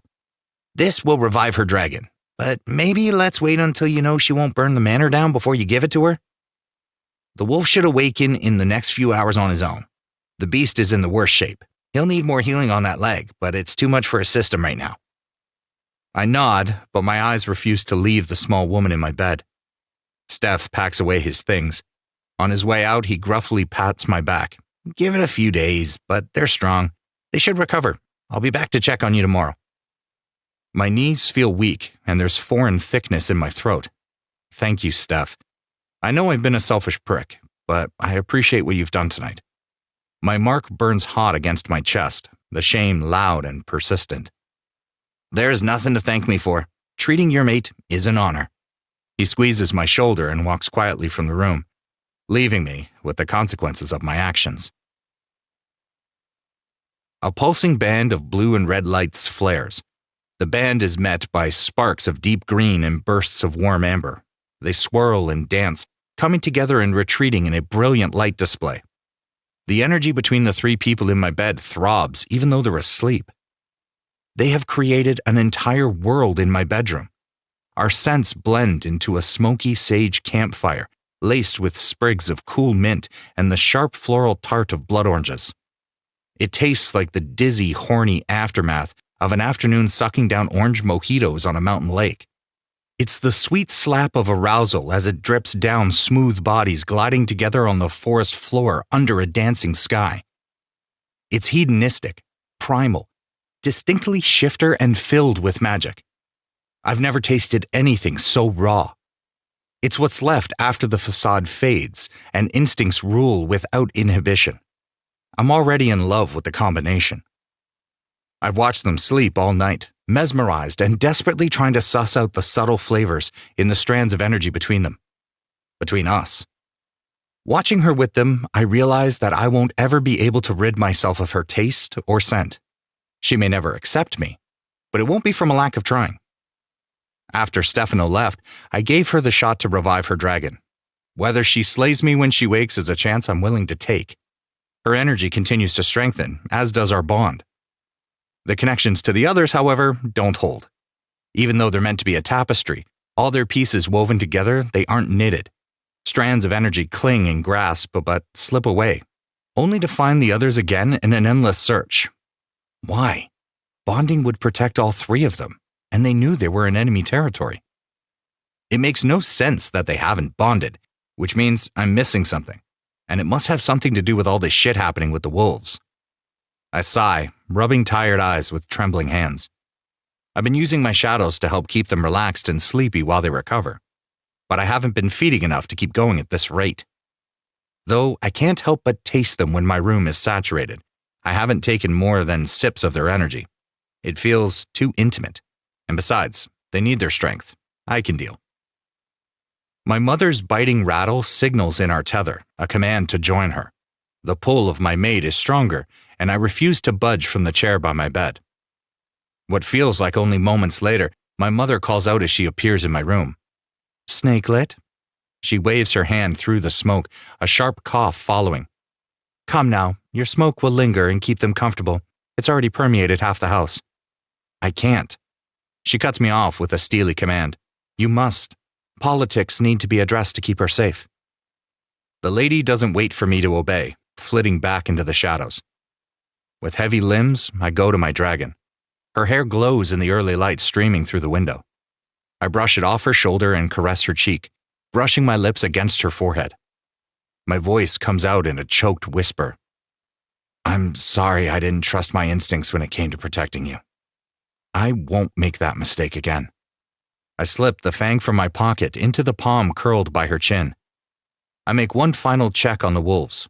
My shadows extend, sending a cloud of alertness that cuts through the sedatives in the air. In the fledgling bond between us, I vow myself to her, knowing she won't be here when I return. Chapter 24. Randy. A crow caws. I squint into a harsh midday sun. The taste of scorched earth thicken the air. The river bank is strewn with my past. Bodies lie in an endless sea of devastation that makes it feel as if the world under my feet will split wide open. The earth doesn't quake, but I do, because Gunnar and Phoenix sit at my feet. Eric, too. Their wolves are lifeless before me, eyes open but unseen. I scream for help until my throat is raw, wishing for death to take me too. The scream comes out as a stream of fire, and the world burns. But I remain. A silky, swirling smoke surrounds me, a cooling caress that ices the raging fire. I blink, and I'm standing in front of the Alpha King. Only, I'm not me. I'm watching as the all-seeing crow. Where is she? The king growls. The serpent, the one who claimed me, shrugs, his shadows calm. Turns out she was right. What? The king snarls, his eyes flashing. He sheds his human skin, fangs bared. The wolves closest to him crouch, taking a defensive position. Apparently, we can't be trusted not to switch sides. The serpent strikes with a slice to the throat, his movements so quick they're over before he finishes the words.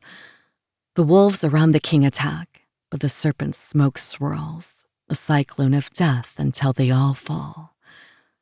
The serpent bends over the destruction and yanks out one of the king's fangs, stuffing the trophy in his pocket.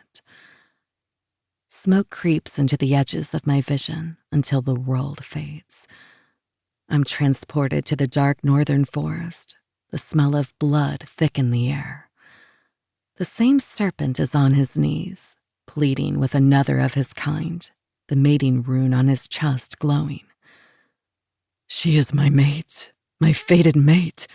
Look at the rune. The raven-haired serpent from the council meeting looks torn.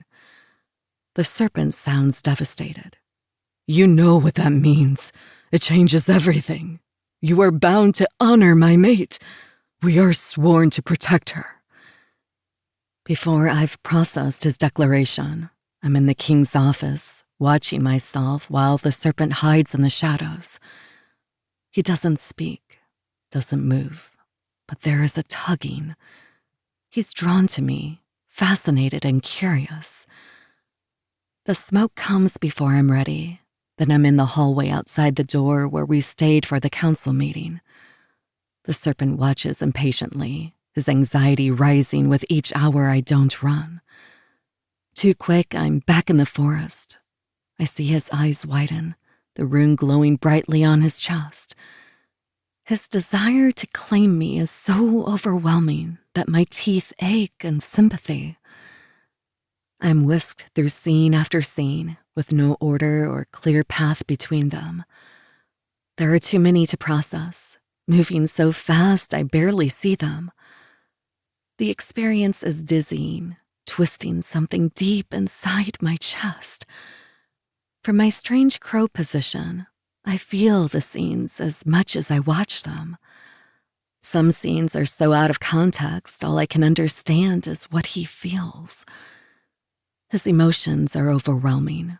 my body vibrating with the energy around me until smoke rises once again, blocking out this strange world of dreams. A voice calls from the edges of the smoke, soft and sorrowful, but I can't make out the words. The smoke is a silky lullaby that sings of safety with each caress, and my eyes close. Randy, Finnick's panic-filled voice pulls me from a deep sleep. I shoot up, bleary-eyed and heart racing. Where are we? It's late afternoon, the golden light spilling in from a crack in the long plush curtains. I don't recognize the swanky crimson and gold room with its Art Deco patterns. The last thing I remember is the riverbank. At the reminder, a chill sweeps through my body, and the images of my dead wolves in the dream are all I can see.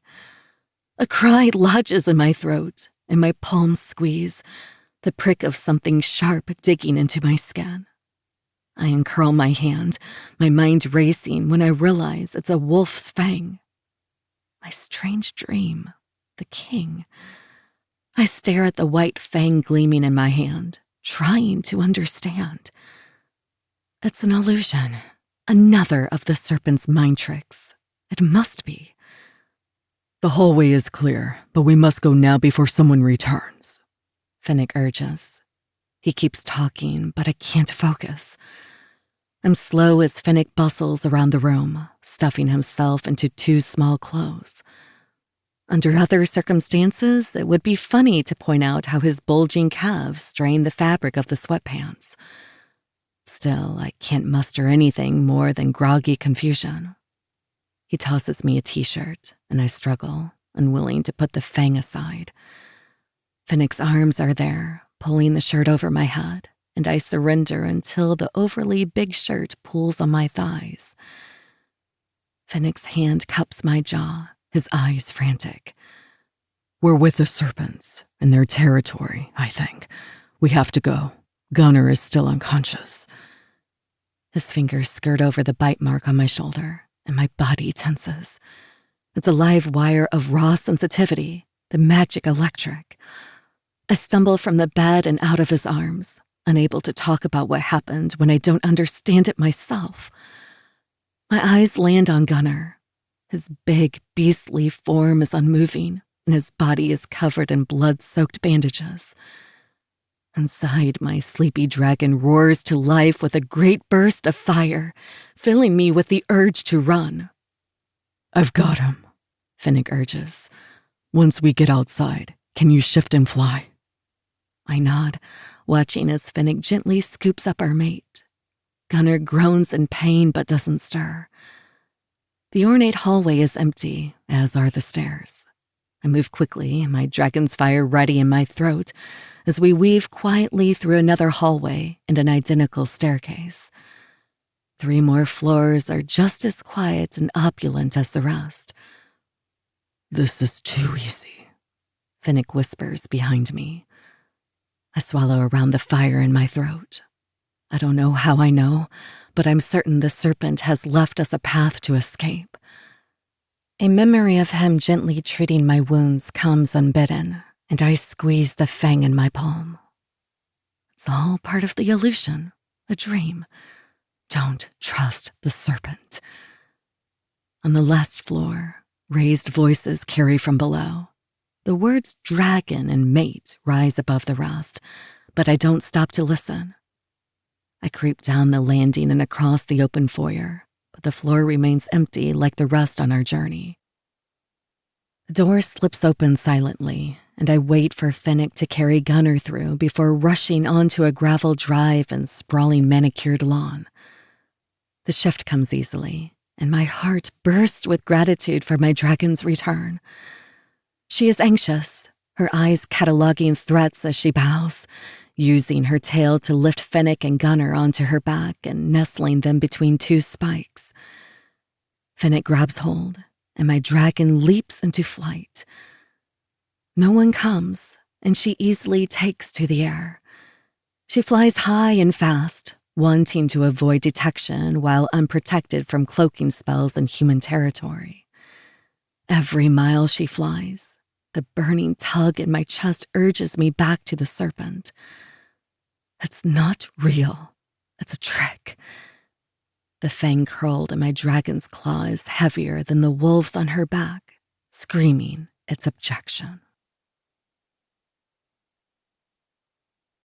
Chapter 25. Fennec. The air is frigid, and I pull Gunnar's slumped form closer as Randy flies with dizzying speed through the clouds.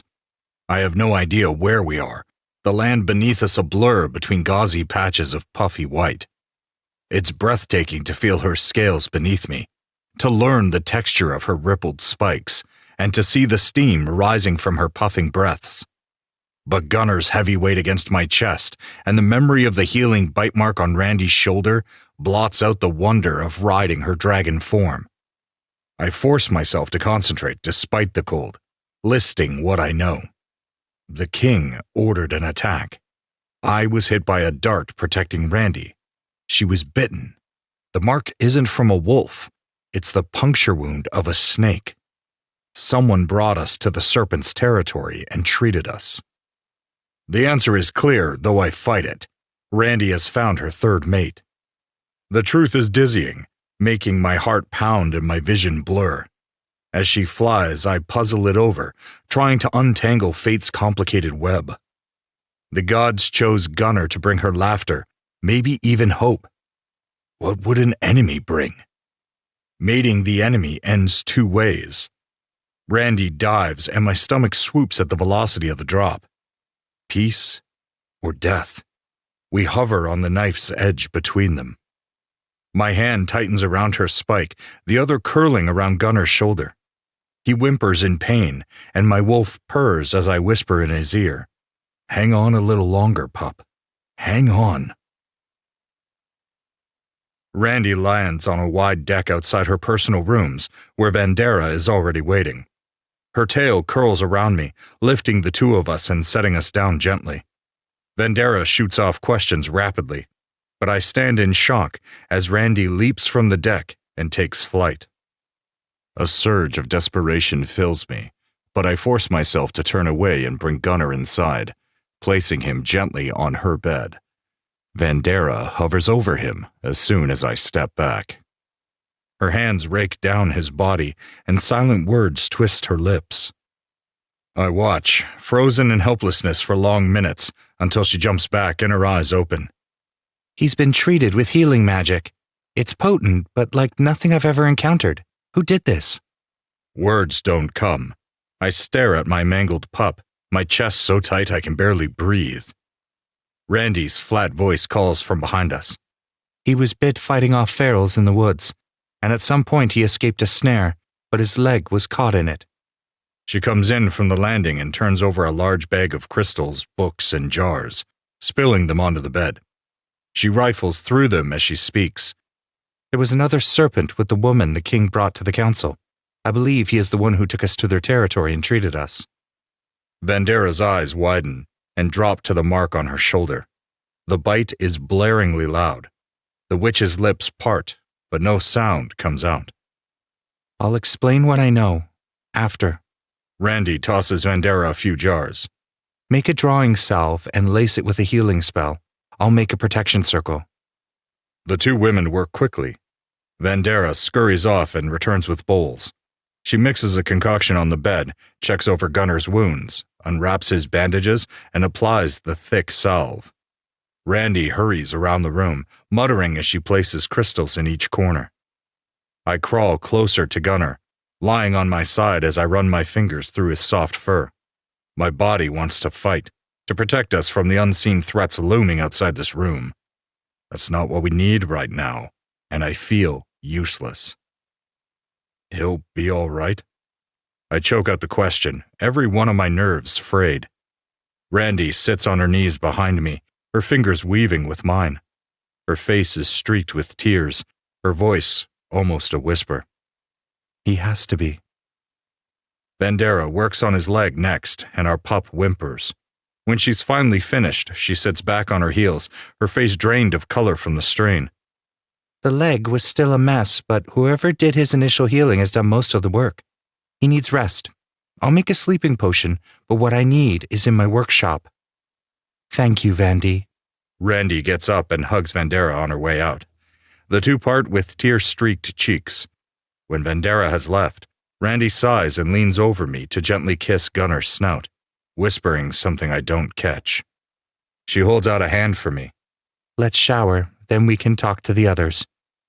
I follow her blindly into the bathroom, stripping in a daze and joining her under the spray. The water stings in harsh pellets against the cold that's settled in my limbs until I eventually thaw. I reach for Randy, taking the soapy sponge from her hands. Little dove, talk to me. I wash her bruised body in small, soothing circles, cataloging each healing wound. Her side is purple and yellow, but mostly healed. The water is diluted with the sharp tang of her blood, but it's old. When I get to the mark on her shoulder, she flinches. I tug her chin. Tell me, whatever it is, we can fight it together. Her throat bobs, and tears pool in her eyes. She looks like a sad little mouse, her white hair matted to her head and her eyes more red than gold. She takes a shuddering breath. Gunner and I got us out, but it was a close call. I shifted and we fled, but they got me. Whatever they gave me was powerful enough to put my dragon to sleep. We crashed. She looks away, but I pinch her chin, tugging her gaze back to me. You're not to blame. You went in good faith. But you wanted to leave. Gunner too. I was arrogant and— No, I say, voice low. We're alive because of you. In battle, it never goes to plan. Now tell me. She nods as the tears continue to fall.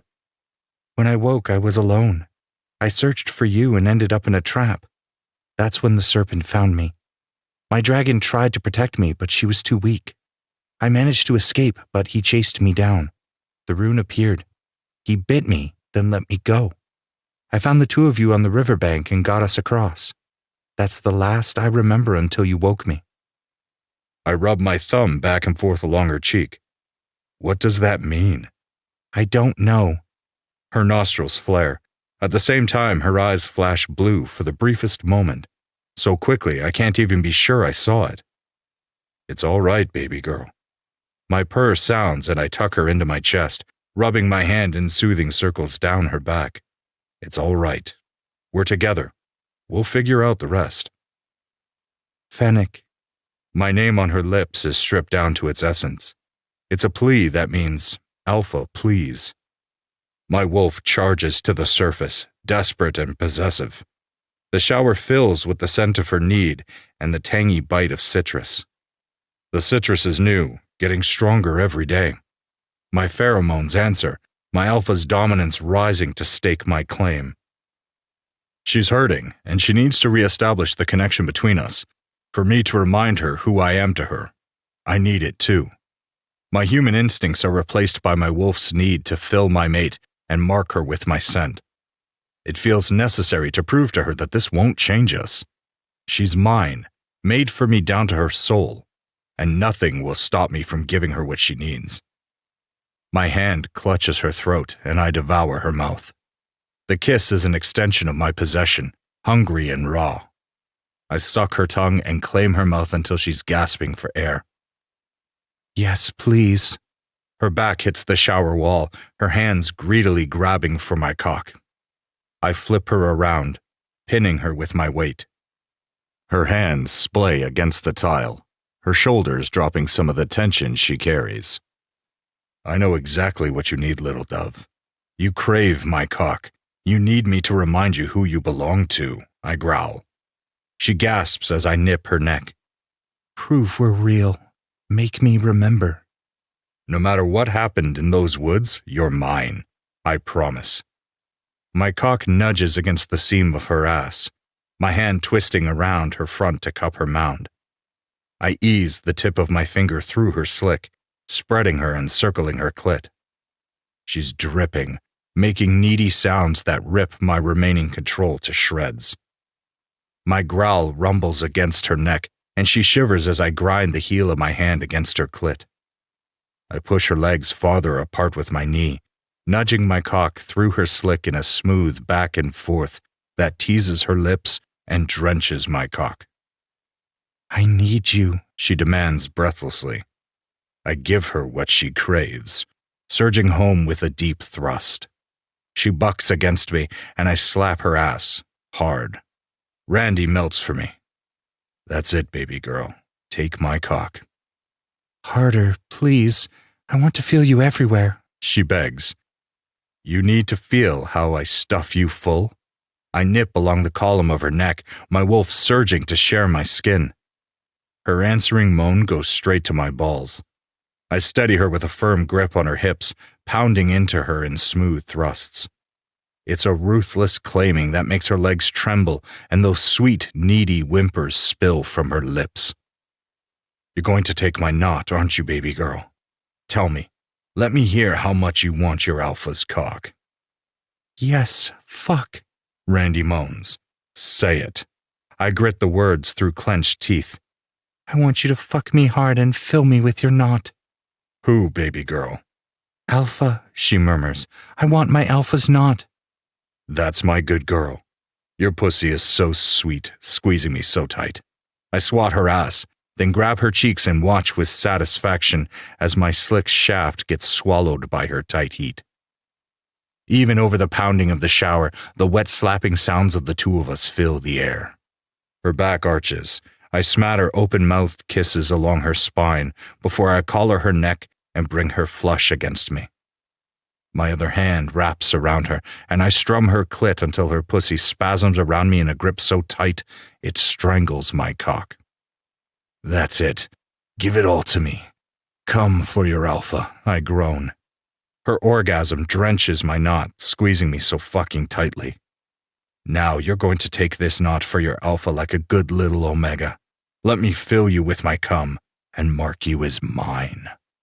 She loses it at my words, turning into a desperate, mewling, beautiful mess. I tease her with my knot, loving the way I can feel her stretch around me each time I push in a little more. Her body welcomes me home, sucking me in and clamping down on my bulging knot. It expands, locking into place and stretching her until she's so full of me she's shaking. Alpha, she begs. I grind into her, my knot slipping in a little farther, teasing the stretch. Her sweet mouth cries, please, over and over. Seeing her desperate for my cum sets off my release, and I flood her plugged pussy. I hold her throat in a possessive grip and pinch her clit until she wails. When the last of the orgasm runs through her, she twists her face up to me. It's a kiss of surrender, filled with sweet moans. The kiss is endless, more comfort than anything as we ride out my knot.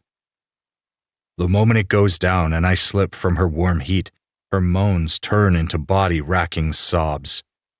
Oh, little dove, I've got you, I assure her, folding her to me and lifting her into my arms. She is a strong warrior, a brave dragon, but her heart is so tender and in need of so much care. It's gonna be all right. I hold her until we're both waterlogged and her sobs turn to hiccups. She's quiet while I towel her off, carry her into the bedroom, and set her on the bed. I dress quickly before tugging one of my shirts over her head. The blanket from the foot of the bed is next, and I wrap her up snugly before picking her up again. The more she allows me to take care of her, the sturdier and more in control I feel. The council has pitted itself against us, but they can't touch us here. The wards are strong. My mates are strong. We survived. With her arms wrapped around my neck and her head resting under my chin, I carry her toward the den. Thank you, Alpha, she says softly, planting a kiss under my jaw and rubbing her cheek against me. There is nothing to thank me for, baby girl. I love it when you let me take care of you and give you what you need. My wolf settles with her in my arms despite the danger. A small burst of tart citrus curls in the air when I rub my cheek against her hair. I suck in her scent, letting the rightness of it give me strength. Bandera and her mates wait for us by the fire, but I don't let my dragon from my arms, and to my surprise, Randy snuggles into my lap on the couch. Brooks hands each of us a glass of bourbon, his jaw tense and his eyes flinty. The Alpha King is dead. Chapter 26. Randy. Brooks' words ring in my head like the gong of a watchtower, loud and unending. The Fang, my dreams. At least some of it's real. Around me, questions dart back and forth, but my brain gets tripped up on the image of the serpent slicing the king's throat. It was the serpent, I say. Even to me, my voice sounds hollow. Silence follows. Finnick's arm tightens around my waist. My eyes find Vandera. She gives me a sad smile, and I know that without having said anything, she's figured it out. I look away and take a sip of my drink, letting the burn chase away some of the rawness I'm feeling. Brooks clears his throat. The news is spotty. We know the council has fallen, and the territory alphas remaining are battling for control. Finnick's deep voice vibrates against my side. That buys us time. Alden, Vandera's stoic mate, speaks up. Some of the new guards tried to rise against us 2 nights ago. Vandy dealt with them, and we tossed them out. We escorted anyone wanting to leave to the territory border before lockdown. Those remaining, humans and wolves alike, have pledged loyalty to the territory.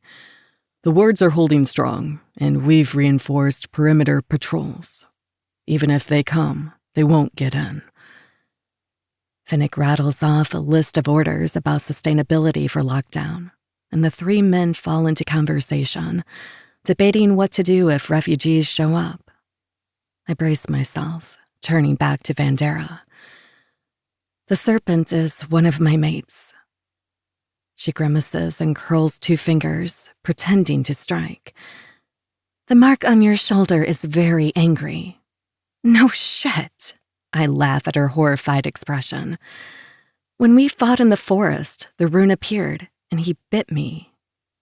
Vandera cuts in, her face outraged.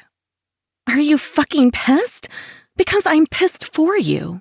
Biting without asking is gross. I think about that night in the forest, and everything about it feels complicated.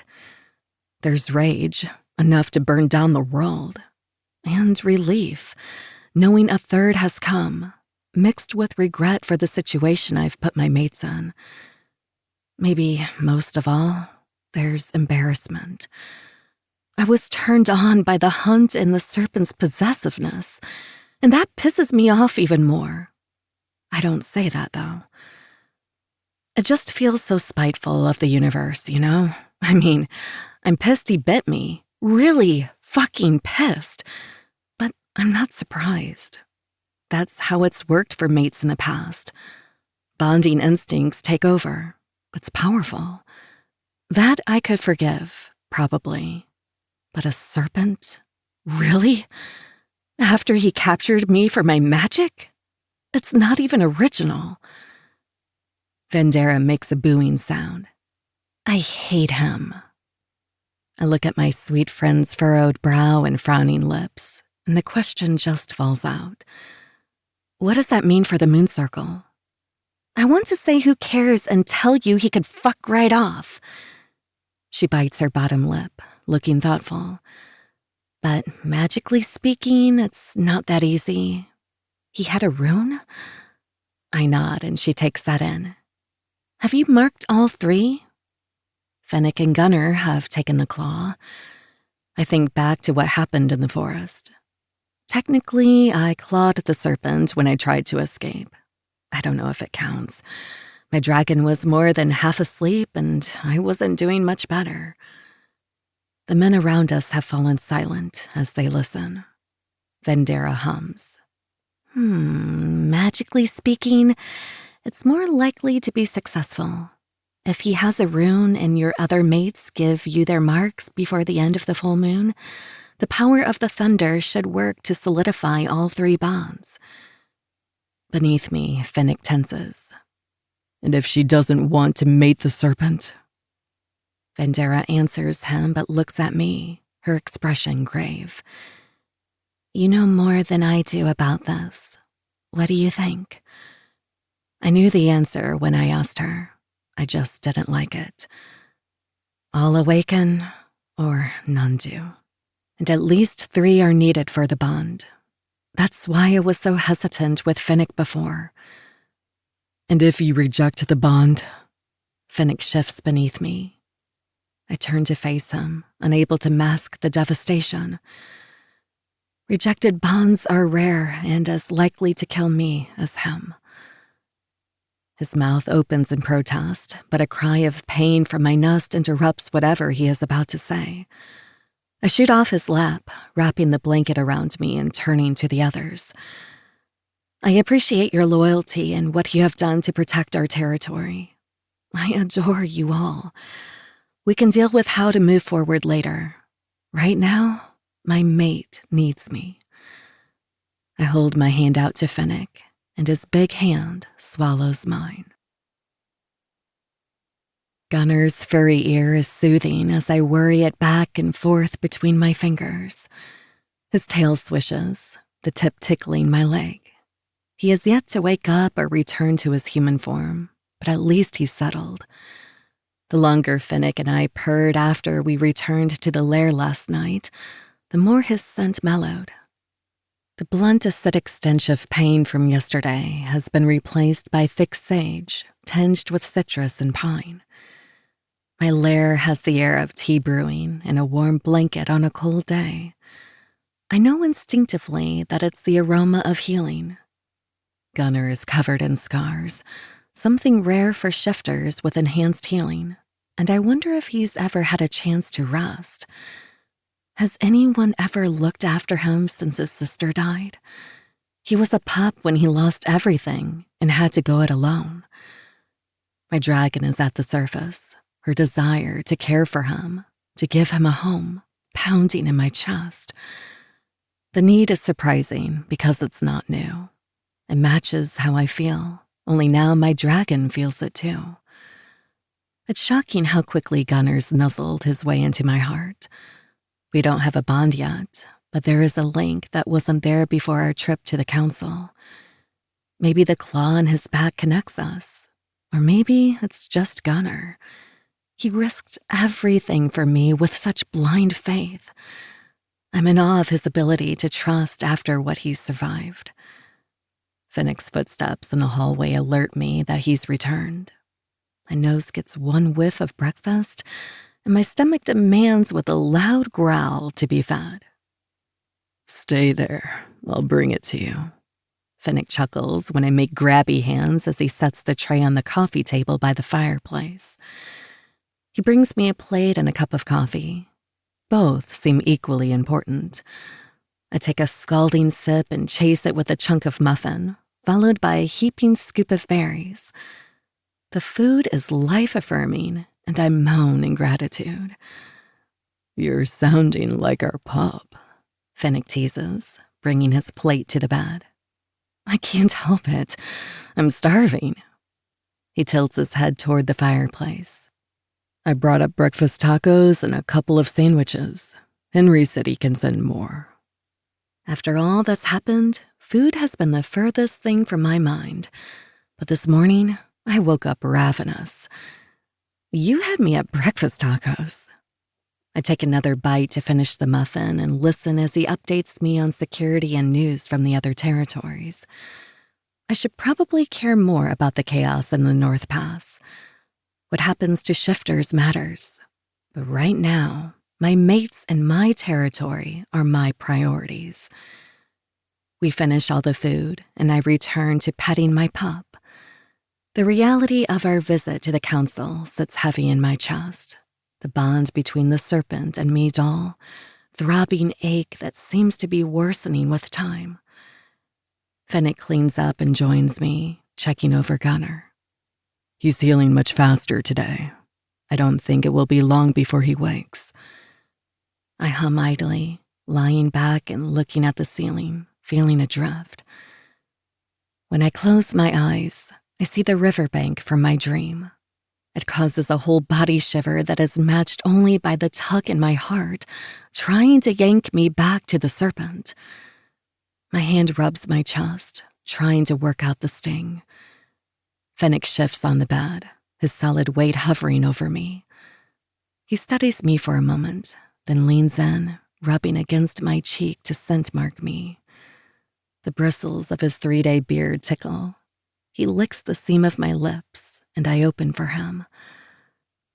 I get lost in the sweeping of his tongue against mine. For the moment, there is only him and his dizzying kisses. In one smooth move, he cages me in his arms and flips us so that I'm resting on his chest. I wiggle around until I'm comfortable, nuzzling into his warmth.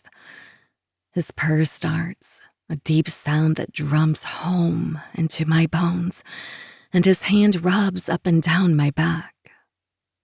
Tell me. He follows his command with a sharp pop to my ass. Don't let it fester.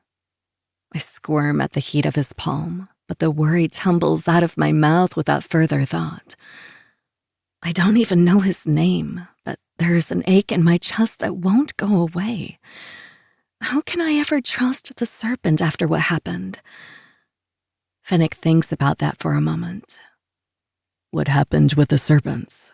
You've told me before in bits and pieces, but let me hear it all. I squeeze my eyes shut and blow out a long breath. It takes me a minute to gather my thoughts.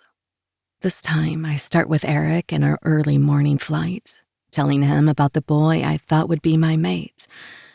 I explain about my village, my grandmother Ava, and how I would sneak out to avoid her lessons. The story morphs into another about my sister's hoard and how happy she was for those 3 months they were together. When I get to the part in the story about Eric realizing we were betrayed, Fennec sits up and pulls me to straddle his lap, hugging me tightly. He holds my face between his big hands, his expression so tender that I close my eyes. No, baby girl, eyes on me. I swallow the lump in my throat. When I meet his eyes, they're filled with compassion and understanding. The two emotions rip me right open. I meant what I said. I'll always keep you safe. If you don't want to mate the serpent, we'll find another way. His blind faith is staggering, and I relish it. That doesn't change the fact that I'm torn, my heart pulling in 2 directions. He and his people worked with the king to try to capture me. But he saved me, and us. He let me go. He killed the king. I crawl over him and grab the fang I stashed on the dresser, holding it out for him. I woke up with this in my hand. I think it's the king's. It's been spelled, embedded with memories or lies. I can't be sure. But what I saw made it seem like he has been trying to protect me. Fennec takes that in stride, the understanding never wavering in his gaze. However you feel, it's okay. He's your fated mate. The pull between you is strong. But just because he's got the mark doesn't mean you have to trust or give yourself to him. I give a quick jerk of my head, trying to believe that, but I don't know what to do with my warring desires. My sister's mate Jor had a bond mark. Was it real, or did he fake it with his magic? How can I know anything is real with a mate who spins illusions? He plants a kiss on my forehead, and I cling to his neck, resting my head on his shoulder. It's hard to know what's true. 2 things can be true, and they can be equally at war. You have to decide which truth will be yours. I sit with that for a while, trying to sort through the complicated web of emotions and past hurts. One thing I'm sure of is that I can always count on this man to have my back. He's my landing spot, somewhere solid to come back to. I know one truth. What's that? I love you. and I want a bond with you. I rub my fingers through his stubble, scratching his jaw, and his purr stutters. I've loved you most of my life, but even without a bond, you're mine. He rubs his nose against mine and kisses me so hard that my questions go quiet. Gunner's croaky voice startles me from our kiss. Can my truth be that I need, like, a dozen sandwiches? 'Cause I'm obsessed with you both, but I'm famished. I scramble off Fennec's lap, tears of relief escaping as I launch myself at Gunner. Thank you for protecting us, you brave, wonderful, trusting man. Oof. Easy there, little dove. He's recovering, Fennec chides. Gunner doesn't seem to mind that I've plastered myself onto him. He's still shifted, and his furry body, warm and solid underneath me, lessens that throbbing ache in my chest. I smother his snout in kisses. Don't ever scare me like that again, or I'll flog your ass. His long tongue licks a wet stripe across my cheek, and his tail flicks between my legs. I laugh, not even bothering to try to stop him. I'm torn about what to do with my newest mate and all the dangers surrounding us. But the two men in this room, they're mine, no matter what happens. Chapter 27. Knox. Sloane places an envelope on my nightstand and Starfish is on my bed. It's after midnight, but she's still in her work suit. Ugh, you owe me so big. She chucks her phone and lets out a sigh. The treaty terms have been written out and the humanitarian aid accounts are set up. The bag of saltwater taffy I toss almost hits her face before one of her shadows catches it at the last second. She laughs, as though I've said something hysterical. It's cute you think going to the coast for my favorite candy is going to make us even. A snort sounds as she ditches her heels and folds herself cross-legged to look at me. She's tired, her eyes dull with the need to feed. This is the life she's been raised for as the heir, and she plays it well, but sometimes I worry about her. Sweetening the deal, I toss her the sweatshirt I lifted from Donovan. She huffs indignantly, but puts it on over her suit. I swallow my smile. She catches it anyway, rolling her eyes. Shut it, you. I didn't say anything, I say, playing innocent. I return to packing because we pretend she hasn't had a decade-long crush on my crew member. He's from a lesser snake family that serves one of the big six, like mine. It's unlikely she would ever be allowed to mate him, but that doesn't stop her longing. You didn't have to, but at least mine is only a sweatshirt. You're packing away your life. She says it in that way that only siblings seem to have of loving you while simultaneously calling you on your shit in the most brutal ways. Her words sting, the reality of my situation hitting so hard that I need an antacid. You're right. I'm over here packing my ass up for an extended stay in enemy territory with a dragon who probably wants me dead. As your sister, I feel obligated to point out that I think this is an awful idea that's going to get you killed. But in general, I get the appeal. She plops a piece of candy in her mouth, twisting the white paper wrapper between her fingers. Who wouldn't go to the ends of the earth to find their soulmate? I mean, how do you beat literally made for each other? You don't, I shrug. I've got a plan, but it's paper thin and held together with wishes. Get Steph to make you a love potion. Problem solved. The pile of wrappers beside her is growing, and her smile is loose.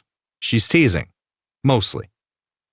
Do you think before you say shit out loud? I'm trying to win her back, not drug her. My sister cackles. I mean, I probably wouldn't do it. I was just saying. I'll tell Donovan to watch his back. She hisses at me, but there's no venom behind it. Jerk. The truth is that even though I love my family, I can't stay for them. Not when I know she's out there. Until a few days ago, I was fine fucking around and half-assing shit for my family.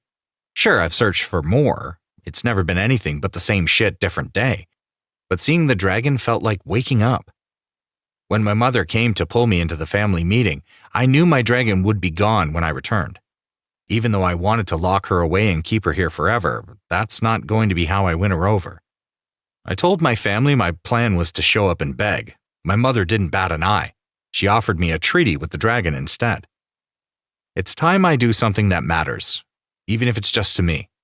I zip up my bag and toss it over my shoulder, grabbing the treaty.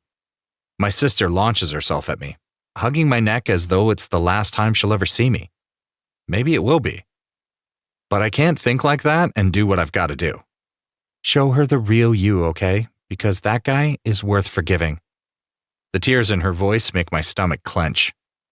You know from experience, I joke so we both don't cry. I'm proud of you, asshole.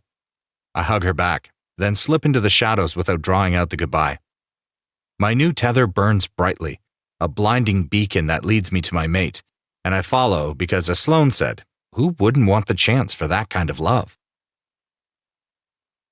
The problem with a paper-thin plan is that it's not exactly fireproof. It's been less than 5 minutes, but it's already going up in flames. Her territory is warded. That I'd assumed. I intended to show up, ring the proverbial bell, and announce my intentions to beg forgiveness and make things right. Absolutely stupid, I know. But what else could I do but offer myself up to her and beg for mercy? Now my delusional ass is standing in the center of a circle of snarling wolves and one beast dude, while the dragon holds a pointed claw to my throat. My shadows? Useless. I didn't see that coming. The tree-hugging witch standing next to my mate zapped my ass with some purple lightning. Poof, my shadows are frozen in place. I knew dying was a possibility, but I'd thought it was a slim possibility. I'm a dumbass. Who are you? My mate rattles off.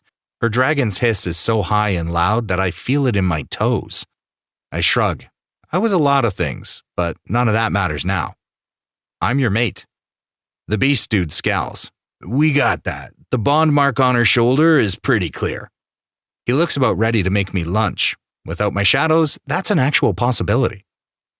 We've got an audience, but this isn't for them. I lean into her claw, letting the tip cut into my skin. We're here right now instead of in bed like most newly mated pairs, and that's on me. I'm gonna fix it if you let me. My mate's eyes briefly flash from gold to blue as she searches my face. Her nostrils flare and her eyes narrow. I don't know what she's looking for, but all she's gonna find is how beautiful I think she looks and how sorry I am. What's your name, serpent? The one with the zappy fingers asks. I don't look away from my dragon's eyes as I answer the witch. My name is Nox Orm. I'm the 4th child to Lady Sasha Orm, leader of the Serpents' Western Territory. I'm here to beg forgiveness and offer a treaty with the Serpents. And if we don't want a treaty with the Serpents or your apologies? My little dragon huffs. Literally, steam and everything. It's actually really cute despite the murderous intent in her eyes. Honestly, I don't have a plan B. You're my plan. Sounds foolproof. Her jaw tenses, and I can't tell if it's because she's holding in fire or wants to smile. The glowing throat isn't a notch in my favor. I whisper, so only she can hear me. I'm going to figure out how to prove that even though we started off on opposite sides, there is only your side now. I know you don't have a reason to trust me, and I'm sorry for how things started, but I'm not sorry you're my mate. That makes one of us. She removes her claw, spinning away from me so fast it leaves me dizzy. My mate runs from the circle, shifting into her dragon with a fiery roar before taking flight.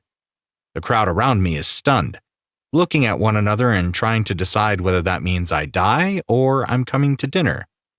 Same, guys, same. The white and gray wolf shifts into the hot daddy hallway guy and hits me square in the nose, followed by a throat punch that packs enough juice to throw me across the circle. The beast dude takes his turn, and man, can this guy throw a punch.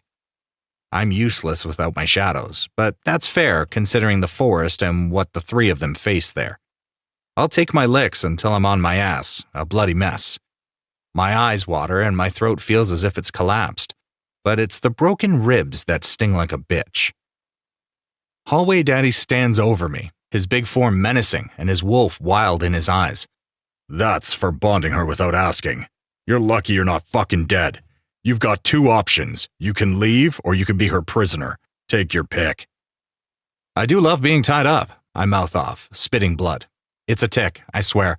I get pushed, and all I can speak is snark. The less you talk right now, the better.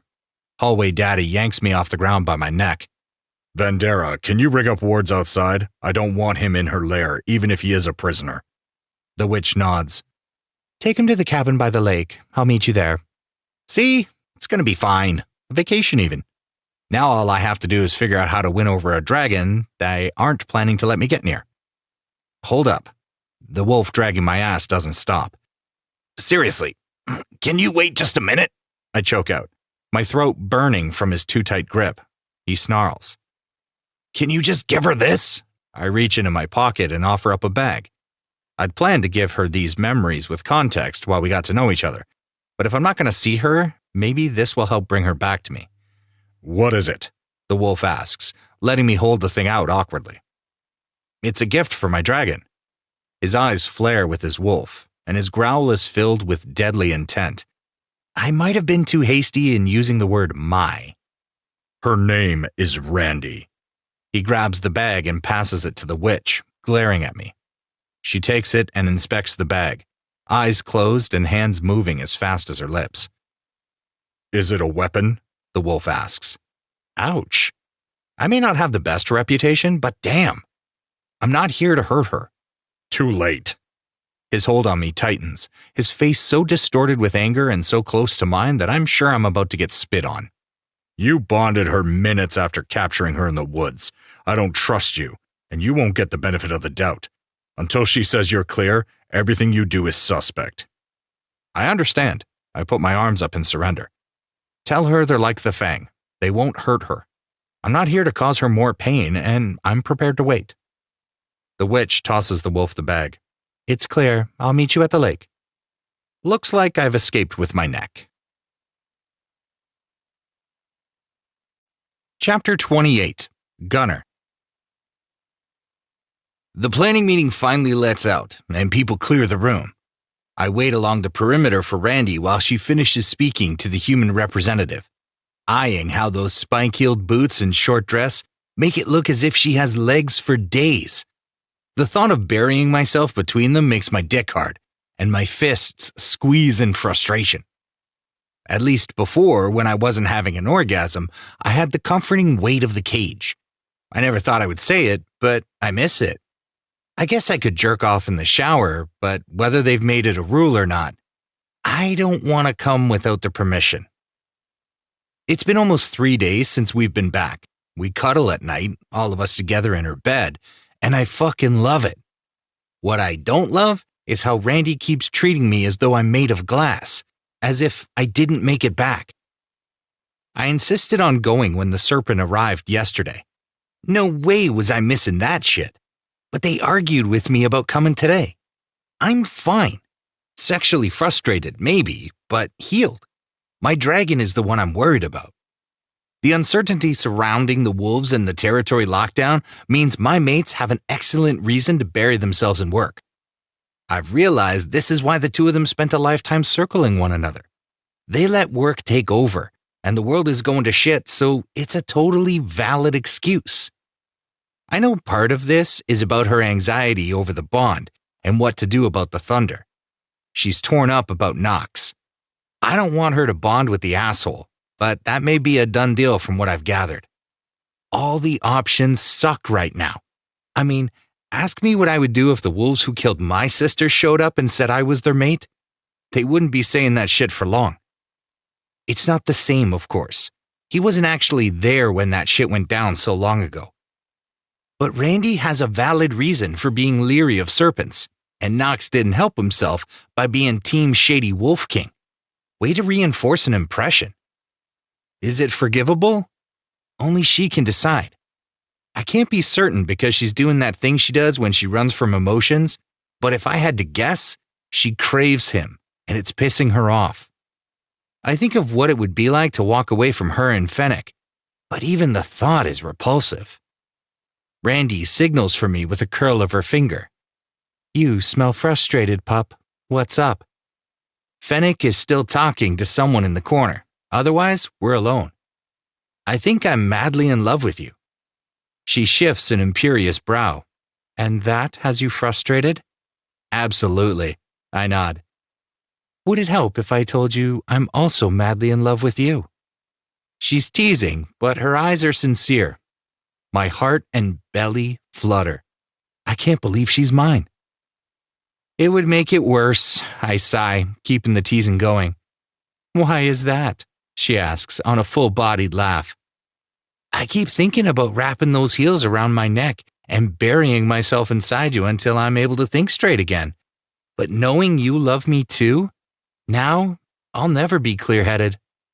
I fold her into my arms, pulling her against my chest and nuzzling her ear, where there's the tiniest whiff of floral citrus. If I could, I would roll around in the scent. She sucks in a breath, the citrus in her scent unfurling with arousal. You don't fight fair. We have about 15 items on the agenda this afternoon before heading to the club. I guess that means we'll have to be quick, I growl, skirting my hand up to brush along the underside of her breast. That sounds like a challenge, little wolf. She laughs, a throaty sound that travels straight to my dick and grabs hold of my hand, tugging me into the large bathroom off the meeting hall. Before the door is closed, she's given the first order. Hands crossed, above your head, don't move. With a push to my stomach, she's got me pinned against the wall, her deft fingers undoing my shirt before she works on my uniform pants, yanking them down my legs. The bathroom floods with the scent of arousal, hers and mine, until we're a cocktail of juicy oranges and sage. I stare, riveted, as she sinks to her knees and runs her nails down my thighs. Her breath ghosts over the tip of my cock and it twitches, desperate for more.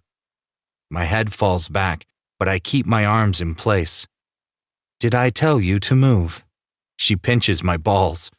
No, Dragoness, I shiver, licking my lips at the sight she makes before me. Like watching her fly in sunlight, her beauty is blinding.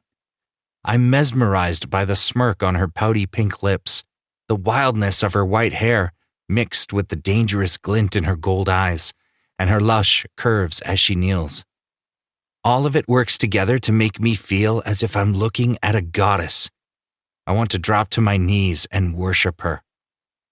Let me, but my words get lost when she grabs my cock in her tiny hand. It's heated again, like the first time she touched me. And that electric pulse burrows into my blood, making it feel as though the room is buzzing. The slow stroke and warm breath make my anticipation rise. I want her to let me take her to the floor so I can worship her pussy while she sucks my cock. She tisks at me, clearly seeing the intent in my eyes. Don't even think about it, pup. This is my show, and I'll decide what you get. Fuck. I love how she takes what she wants and refuses to settle for anything less than what a queen is owed. My dick jumps in her hand, and she squeezes the base of my shaft, choking the bulge where my knot is ready to pop. It sends a burst of fucking fire through my body, pleasure and heat laced with pain, that short-circuits my brain and makes my wolf shake out his fur. She's so fucking sexy, I want to beg for the privilege of touching her. One hand strangles my knot, while the other creeps down over her breasts. She pinches her nipple through the leather, making it poke out against the fabric. The hand keeps moving, inching her dress up until it's at her waist, exposing her bare pussy. You're bare? The sound that escapes my mouth is pure filth, but I can't help it. Her smile is practically feral as she dips her middle finger between her legs and plays with herself. Fuck, you're so damn sexy, I say, my voice past rock bottom and strained from the force of trying to keep myself controlled. This time, mint joins the citrus, but it doesn't cool the raging flames. It splatters in the fire, making it sizzle. My hands itch to move. I want to bring her lips to mine or pick her up and pin her against the wall and fuck her until we both cry out. Her teeth sink into her lower lip, all coy seduction. You want to taste my pussy, don't you, pup? I nod, my head a yo-yo pulled by her string. You need to bury yourself between my legs, Lick me until I come, then fill me full of that fat cock. But you're not allowed, she taunts, her tone sultry. Her fingers get more desperate. She bounces her hips, slipping her fingers inside and fucking herself before sucking them into her mouth with a pop. I'm dripping for you, so fucking wet, I can feel it slipping down my legs. Holy shit, she's got a sinful mouth. I fucking love it. Please, I pant. Beads of sweat drip down my forehead, and my muscles ache with how tense I am, waiting on edge for her to finally release me. No, you're going to take it for me, because it gets us both hot to know how much you want it and how much you're willing to suffer to get it. She gives my cock a few slow strokes while she goes back to touching herself. I watch, ready to pounce, as she drags her fingers between her legs and teases her clit. Her skin is shining with arousal for me, and it's so hot I can't hold back my moan. That sound sets her off, and she throws her head back, stuffing herself with her fingers as she drips onto the bathroom floor. I'm not ready for the small, slick finger that skirts under my balls. She looks at me. Unless I hear otherwise, this hole is mine. Her nudging knuckle follows when I don't protest. I black out, maybe, I don't know. Can you die from anticipation? Because she's nudging and circling but not doing anything. Her other hand is still tight on my cock, every so often giving me a tug. If she keeps talking like this, I won't need any of it. I'm going to come all over her and rub it into her skin so she smells like she's mine. The bathroom door opens and our hot wolf walks in, his eyes blazing. Fennec locks the door and leans against it, watching us. Don't let me interrupt.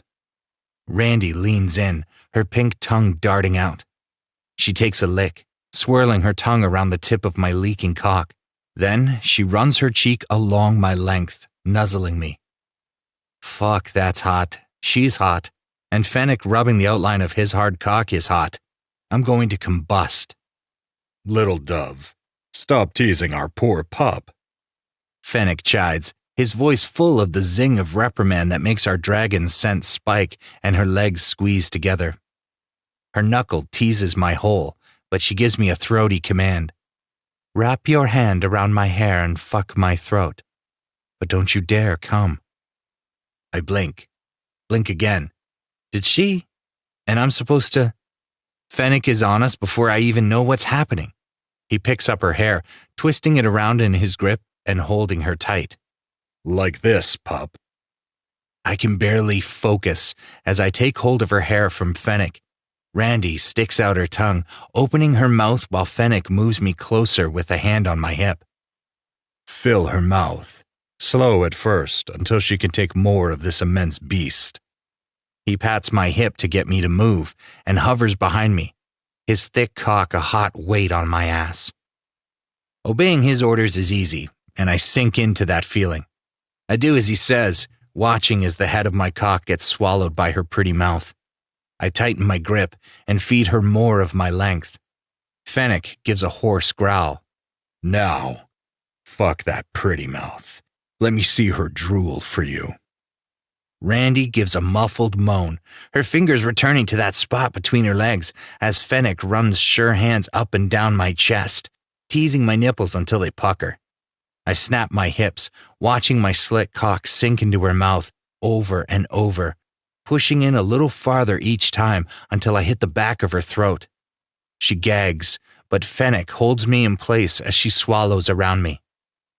Oh, gods, you're perfect. The moment I slip into the tight, shallow space, I want to come from how good she feels. I hold it until Fennec commands me to ease back. She breaks away with a gasp, one hand kneading my knot and the other stroking me in tight corkscrews. She opens and I fill her again, watching in satisfaction as she swallows me down. Each time I fuck her mouth, she makes these strangled moans that drive me to the edge.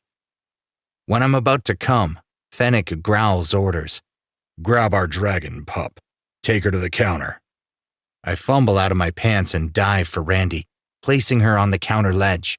Our mouths collide, and she nips at my tongue until I submit. Behind me, there's a tearing of plastic and a curse. Fennec's lubed fingers find my hole. He's gentler than I am with myself when I've explored. Tearing away from her lips, I beg, "Please, give it to me with light prep. I want to feel you claim me." Fennec only chuckles, his fingers slowing. Randy yanks me back to her with a hand on my cock, guiding me to her center. She clings to my neck, our mouths inches apart. "Make me come." I brace my weight on one arm and give slow thrusts of my hips, my gaze falling to watch how my cock teases apart her slick pussy. I love to see how soaked she gets for me. Reaching between us, I circle her clit until she squirms, chasing each thrust. Give it to her faster, pup, Fennec says. I strum her clit, rubbing that sweet spot and snapping my hips until she clamps down in a climax of wet heat. The bathroom echoes with her moans and whimpers. I push back against Fennec's maddeningly slow pace before slamming home again. Randy makes a keening cry, and her body shudders and shakes under me. Fennec hikes my knee to brace against the counter, and the angle pushes my knot against her edges. Hold still, he directs, voice deliciously husky. It's fucking torture the way she's gripping me so tightly, her tongue flicking against my ear as the slick head of Fennec's cock nudges against my hole. He slowly pushes in and I tense. He's so much fucking bigger than my fingers, and the blunt pressure of it slices through my mind. He doesn't take it easy, his hand pressing against my back as he feeds me that fat cock. I'm caught, trapped between the two of them, and I've never been more alive. Together, they're taking me apart, making me into someone new, someone who belongs. Randy collars my throat with her hand, holding me in place. Her dragon's eyes are filled with heat, her mouth open, and little moans slip out. "Go faster, Daddy Wolf," she growls. Fennec reaches around me and slaps Randy's thigh. "Watch your mouth, baby girl, before we have to pause for a spanking." Oh, shit. My orgasm starts up my spine, and I know I'm fucked. Fennec snaps his hips, slamming into me, causing my knot to slip inside Randy's wet heat. His hands dig into my hips, pulling us back with the drag of his cock. My knot tugs at her opening, strangling me with such perfect pressure, before slipping back in on the next thrust. "You feel that? How I'm fucking his knot into you?" Randy moans in answer to Fennec's words. I curse, desperately trying not to come. He teases us both, fucking my ass while he works my knot in and out of Randy until our dragon is a mewling mess. "Come with me, little wolf," she commands. She clamps down so hard on my knot that my fangs drop and my orgasm bursts free, filling her with my cum. Fennec growls behind me, his knot hitting my ass cheeks as he buries himself. He's relentless, his strokes fast and hard. On each thrust, he hits that spot that lights me up inside. It teases Randy, fucking her with my knot until she's shaking beneath me. I'm being used between them, and it's so hot I want to come all over again. Fennec's rhythm falters, his hips snapping erratically. Then he comes on a strangled moan that I feel in my balls. I force myself not to collapse on Randy, panting into her side and trying to slow my racing heart. She threads her fingers through my hair, murmuring sweet words as Fennec caresses my back. "Let's do that again later," I say, because I've got a lot of ideas for how we can pretzel. Randy giggles beneath me, a sweet sound I want to hear more often. It's long minutes of awkward cuddling on the bathroom counter before my knot goes down and Fennec eases himself from my ass. Randy and I are covered in cum. I stuff mine back inside her swollen pink pussy. My dick twitches with the thought of it slipping down her legs as we finish the day. Rubbing some into her mound, I take her lips. It's a languid kiss, full of satisfaction and good vibes. Fennec joins, his purr helping to bring down my pounding pulse. When he pulls away, he gives us both a stern look. I'm spanking both your asses later for making us late to our next meeting. The twinkling silver in his eyes betrays his amusement as he cleans us and gives us both a peck. Now behave. Never, Randy teases, giving me a conspiratorial smile. What would be the fun in that? I scoop her up in my arms as Fennec holds the door. Randy huffs at the indignation. I can walk. I'm a cuddle slut. Give me a minute and I'll put you down. She shakes her head but nuzzles into my neck, her small hand clinging to my jaw. My purr hums for her, my wolf so enamored he can't help but sing. She hasn't slept much since we returned, and her tiredness has overtaken her. It only takes a few moments before she falls asleep. You're perfect, pup. Exactly what we need, Fennec says, opening the door for me as we exit the estate's main entrance. She's got meetings we need to finish this afternoon, but let's let her sleep on the way out. She dozes on my lap during the drive. As we roll up to the site, she sits up, rubbing her eyes and reviewing her notes.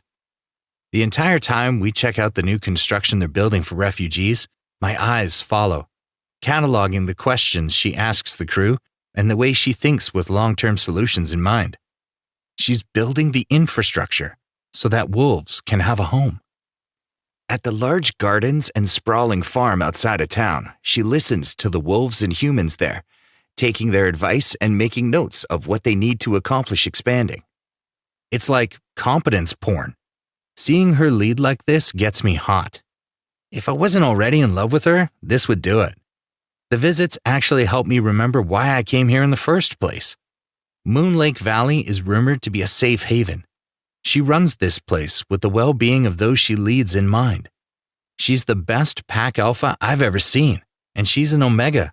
Go figure. Randy comes to lean against the SUV where I've been waiting for her and nudges me with her elbow. After we head back, can you do me a favor? Of course. It's stupid, she huffs. I cock my head, watching the way she fidgets in place. What is it? Will you go to the lake house? I packed up a crate from the farm, but I don't want to take it myself. It seems like a waste to task a wolf with going out there to feed him 3 times a day. That shit is an excuse. We've got wolves from the guards stationed around the warded camp in rotating shifts, so that someone is always watching the serpent. I can escort you if you want to talk to him. I'll keep you safe. She chews on her lip. I don't think you can protect me from a broken heart. That's it. I envelop her in a bear hug. I sure as shit can try, but if you're not ready to talk to him, I'll go. Did you open the gift yet? No. All right, beautiful.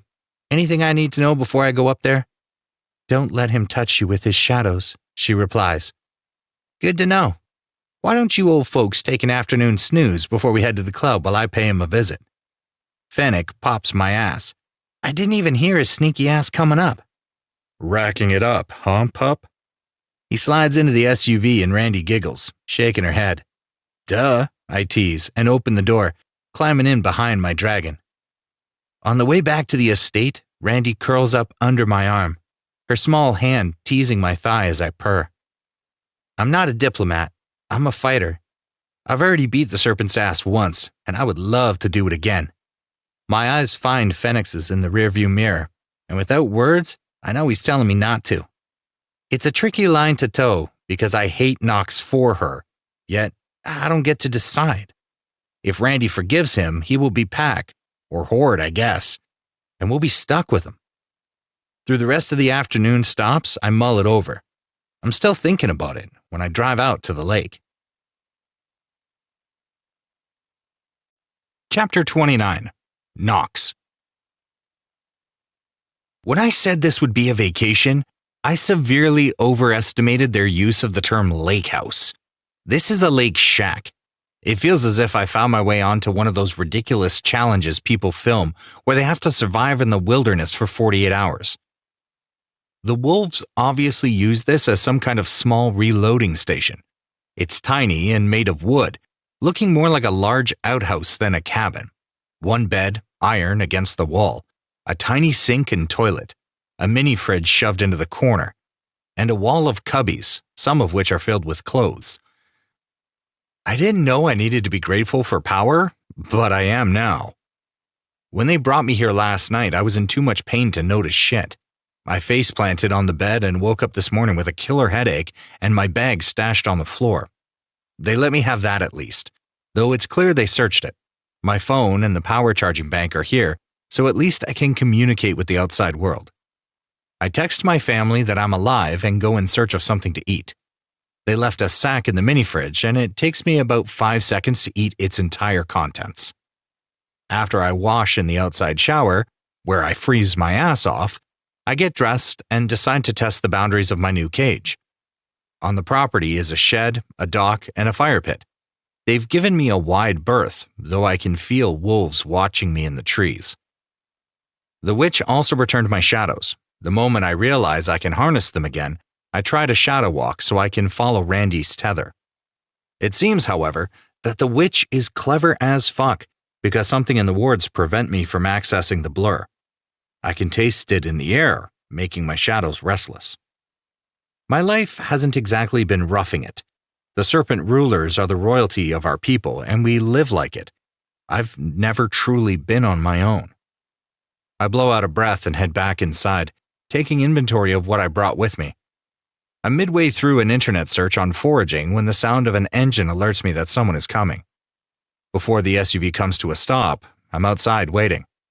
I brace myself when I see it's Randy's hot Viking bodyguard. I'm still not fully healed from his beatdown yesterday. The wolf parks and grabs a large wooden crate from the back, walking through the wards easily. I eye him, but he doesn't speak.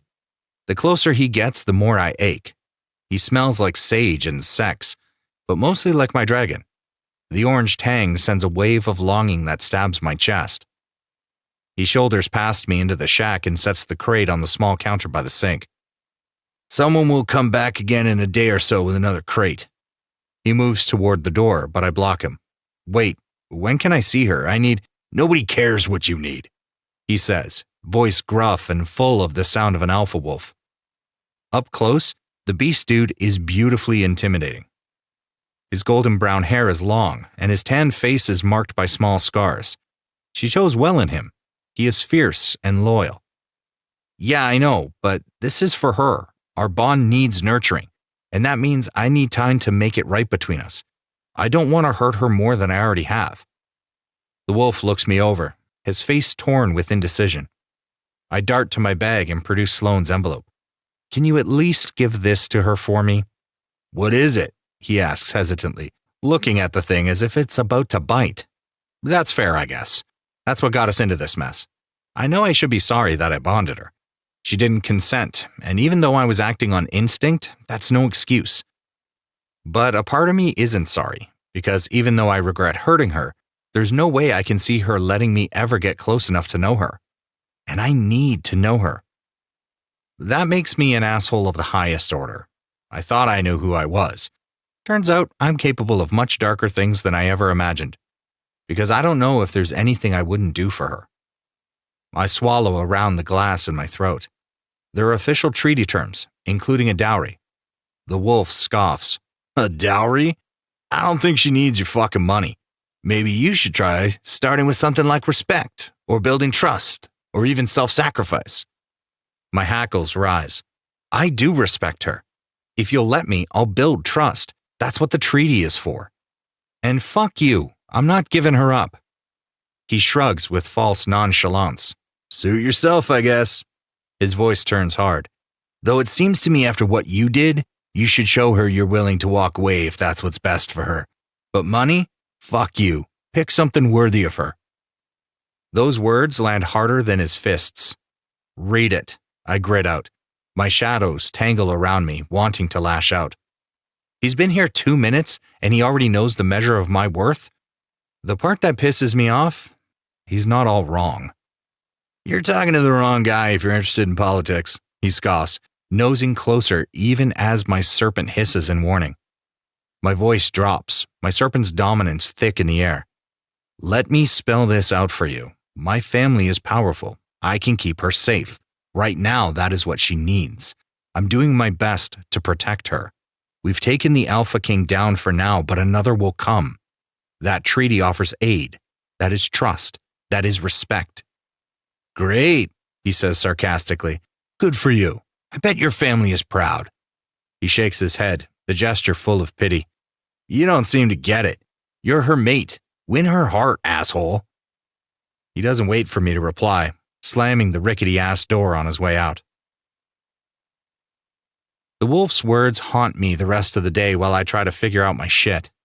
They left my ass with a box of meat, eggs, and vegetables. I've never even tried to cook in a kitchen, and I don't know how the fuck to start a campfire.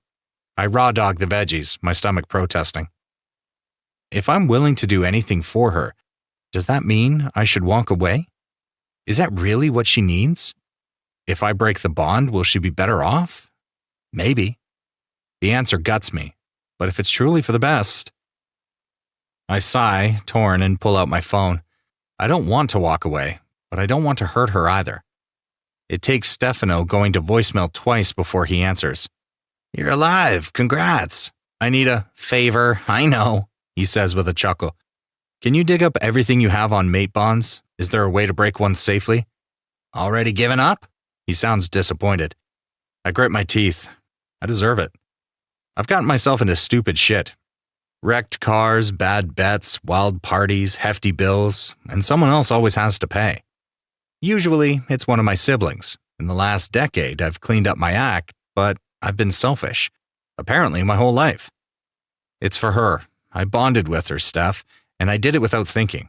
She hates the serpents, and unlike the wolves, she has valid reasons. Maybe the best way I can fight for her is to give her up. I didn't even consider it before, but I should have. Help me do the right thing for once in my life. Steph sighs, papers rustle, and I know he's up, digging around in his office or his library. Give me some time to make certain, but I don't think it's possible. Mate bonds are permanent. There has to be a way. Our people are shadow wielders, Steph.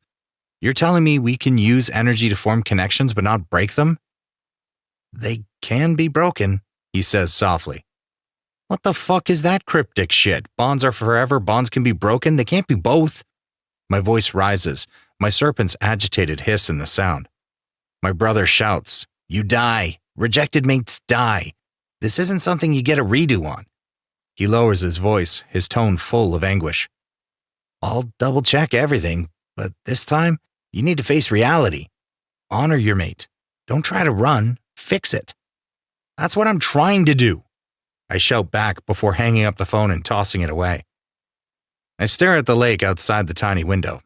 Hot droplets drip down my cheeks, and I brush them away. The bond in my chest throbs, no doubt a warning of what's coming, of what I have done to us. My feet carry me outside without thought, down to the dock on this pristine mountain lake. It's still out here, quiet, though the air seems to be filled with magic. I stare into the dark water and think about what someone else needs, really needs, for the first time in my life. Hours pass, and still I look into the water, hoping it will give me answers. I can't get over how much I fucked this all up. I thought I knew what coming here meant. I thought I knew what I was doing. I don't know shit. The sun is rising when a billow of smoke and fire startles me from above. My dragon skims the water with her wings, taking a mouthful and shooting it at me with a force that knocks me off the dock. I rise to the surface, spluttering in time to hear her rattling chuckle. She launches herself into a sherbert sky, her white scales iridescent in the rising sun. Her sheer power is overwhelming. Who would ever want to cage such a beautiful creature? Ducking under the cold water, I let myself sink. That's exactly what I did. I caged her. That knowledge chills me to my bones. How the fuck am I ever going to be worthy of her after what I've done? I let myself wallow in self-pity until my lungs force me to the surface. Determined to craft a better-than-paper-thin plan, I march back to the shack. After I dry off with a clean shirt, why the fuck didn't I pack towels? Oh right, who the fuck thinks to do that? I find my phone and dial Sloane. Do you think you could get me some supplies? I ask when she answers. She yawns loudly in my ear. Good morning to you too. Good morning, you're the best sister in all the world, I'm a selfish prick. She gives a startled laugh. Correct on all accounts. Yeah, heard. I'm working on it. Steph told me she could die if I don't fix this. I have to wow her and get her to see how sorry I am, and I need your help. With a resigned sigh, she relents. What are you planning? I explain what I need, and she hesitates. Don't take this the wrong way because I love you, but no. No? I ask incredulously. Through all my big fuck-ups, she's never once said no. This is something good, something right. I think this time you need to figure it out. No supplies or extravagant gestures. Use your brain and your heart, okay? Sloan, I'm in a shack. I love you. Don't die. She hangs up, and I stare at the phone in shock. Well, shit. Chapter 30. Randy. Finnick's chest vibrates behind me, his purr trying its best to lull me back to sleep. It's pointless. Every time I close my eyes, I see my wolves lifeless on that shore, or the look on the serpent's face as he pleads on his knees, begging the other serpent to honor the rune. My stomach cramps, and I blow out a long breath. The bond feels like an anchor dragging through the mud, but not finding a place to dig in. I wiggle my way out of Finnick and Gunner's hold, carefully moving a limb at a time.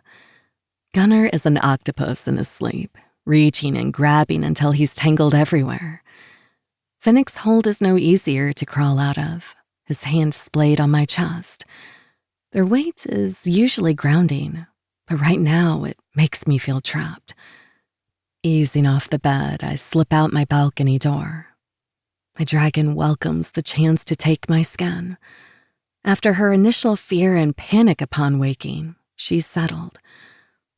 It's strange, because she's felt lighter in my mind since she woke up after that night in the forest. Not less powerful or anything. Freer, maybe? I don't understand it, because I feel like shit. My body aches, and my mind feels as if it's spinning off its axis. Unlike the general air of anxiety I feel from the serpent being in my territory, my dragon is fascinated by Nox. Her initial outrage upon waking has shifted into a desire to play with him. She wants to hunt and stalk. He is her mate. It's that simple. And in her mind, his bite will secure our bond to the others. She wants to punish him for his game in the woods, but only because he bested her. To her, he is a worthy mate contender who slayed our enemies, rescued me and my mates, and staked his claim. How else would you win a dragon but by besting her? She asks me. Her thoughts are teasing. My dragon, the OG cockblocker, is hot for the serpent who stalked and claimed us in the woods. Part of me thinks it's hot too, and that makes me more panicked because, damn, that's messed up. She ignores my mental gymnastics, full of glee as she leaps from the lair and into flight, ready to play the next round with her serpent. I let her take control, and I'm not surprised when she charts a course to the lake house as she did yesterday. The early morning air is refreshing, and she puffs in excitement when she sees the little dot she's looking for. She swoops, wing talons skirting the edge of the lake's surface before she takes the wind again. The serpent has been busy. On the shore, he spelled out a message in pine. I barely read the apology and invitation to dinner before my dragon lights it on fire. I admit it's satisfying to watch, as is the serpent's fumbling dash out of the cabin. "I'll take that as a yes," Knox bellows, his grin wide as he looks up, shadows reaching. She takes another few laps of the lake, watching the serpent as he takes things out of the house and brings them down to the dock. Before I'm ready to take back my skin, she returns to the estate and lands on the balcony. Finnick stands, leaning against the wall. He's got a blanket wrapped around his waist and a cup of steaming coffee in hand. He looks delicious, his barrel chest covered in a smattering of hair and his chiseled jaw spotted with scruff. I'm surprised my dragon stays in her form, sitting proudly before him. His eyes widen and he steps closer, reaching out with a tentative hand. "Good morning, Dragoness." She lifts her chin, letting him run his hands through the feathers on her neck. "You're so beautiful," he whispers. Finnick gets braver, running a hand along her side and learning her shape as he walks her length. When he returns to her head, he rubs between her snout and under her chin. This starts her purr, and Finnick jumps in surprise. My dragon's chortled laugh makes him laugh too. "Aren't you playful this morning?" he says. She puffs a smoke ring for him, and I'm pretty sure he's a goner for her. Gunner's sleepy, blanket-clad form stumbles onto the balcony with a yawn. He blinks again. Then he throws himself at her, hugging her neck. He jumps back excitedly. "You have to take me flying again. The first time doesn't count. I need a redo." She huffs but jerks her head toward her back, and when he obeys quickly, she lifts him with her tail. "Wait," Finnick says with a raised hand. He hurries back into the room and returns with sweats and another blanket, tossing them to Gunner. "It's damn cold up there." My dragon waits for Gunner to settle, then launches back into flight. I haven't had a rider, except the other day, since I was a youngling. Gunner's hollered whoops and sheer joy make me feel like a child again. He's delighted by the spirals she makes in the air, and he screams with sheer excitement when we do a deep dive before coasting on the breeze. She lands in a clearing in the forest and lets him down, nudging with her snout. "What is it?" Gunner asks, looking her over. Finnick's wolf darts from behind a tree, and she is pleased. She remembers the game they played once long ago, and she wants to play again. "I don't get it," Gunner groans. Finnick takes off into the forest, and she turns from them, taking flight. The curses turn to howls as Gunner dashes off to follow Finnick. She plays hide-and-seek with them all morning. When Finnick manages to stay hidden long enough to get her frustrated, she lands in a grassy meadow on the other side of the lake and pretends to nap. She can barely contain her excitement when the white and gray wolf crouches at the meadow's edge. With one eye peeled, she waits for his attack. When he finally moves, she pins him with a claw easily. Too easily. She whips her tail, and Gunner flips onto her back.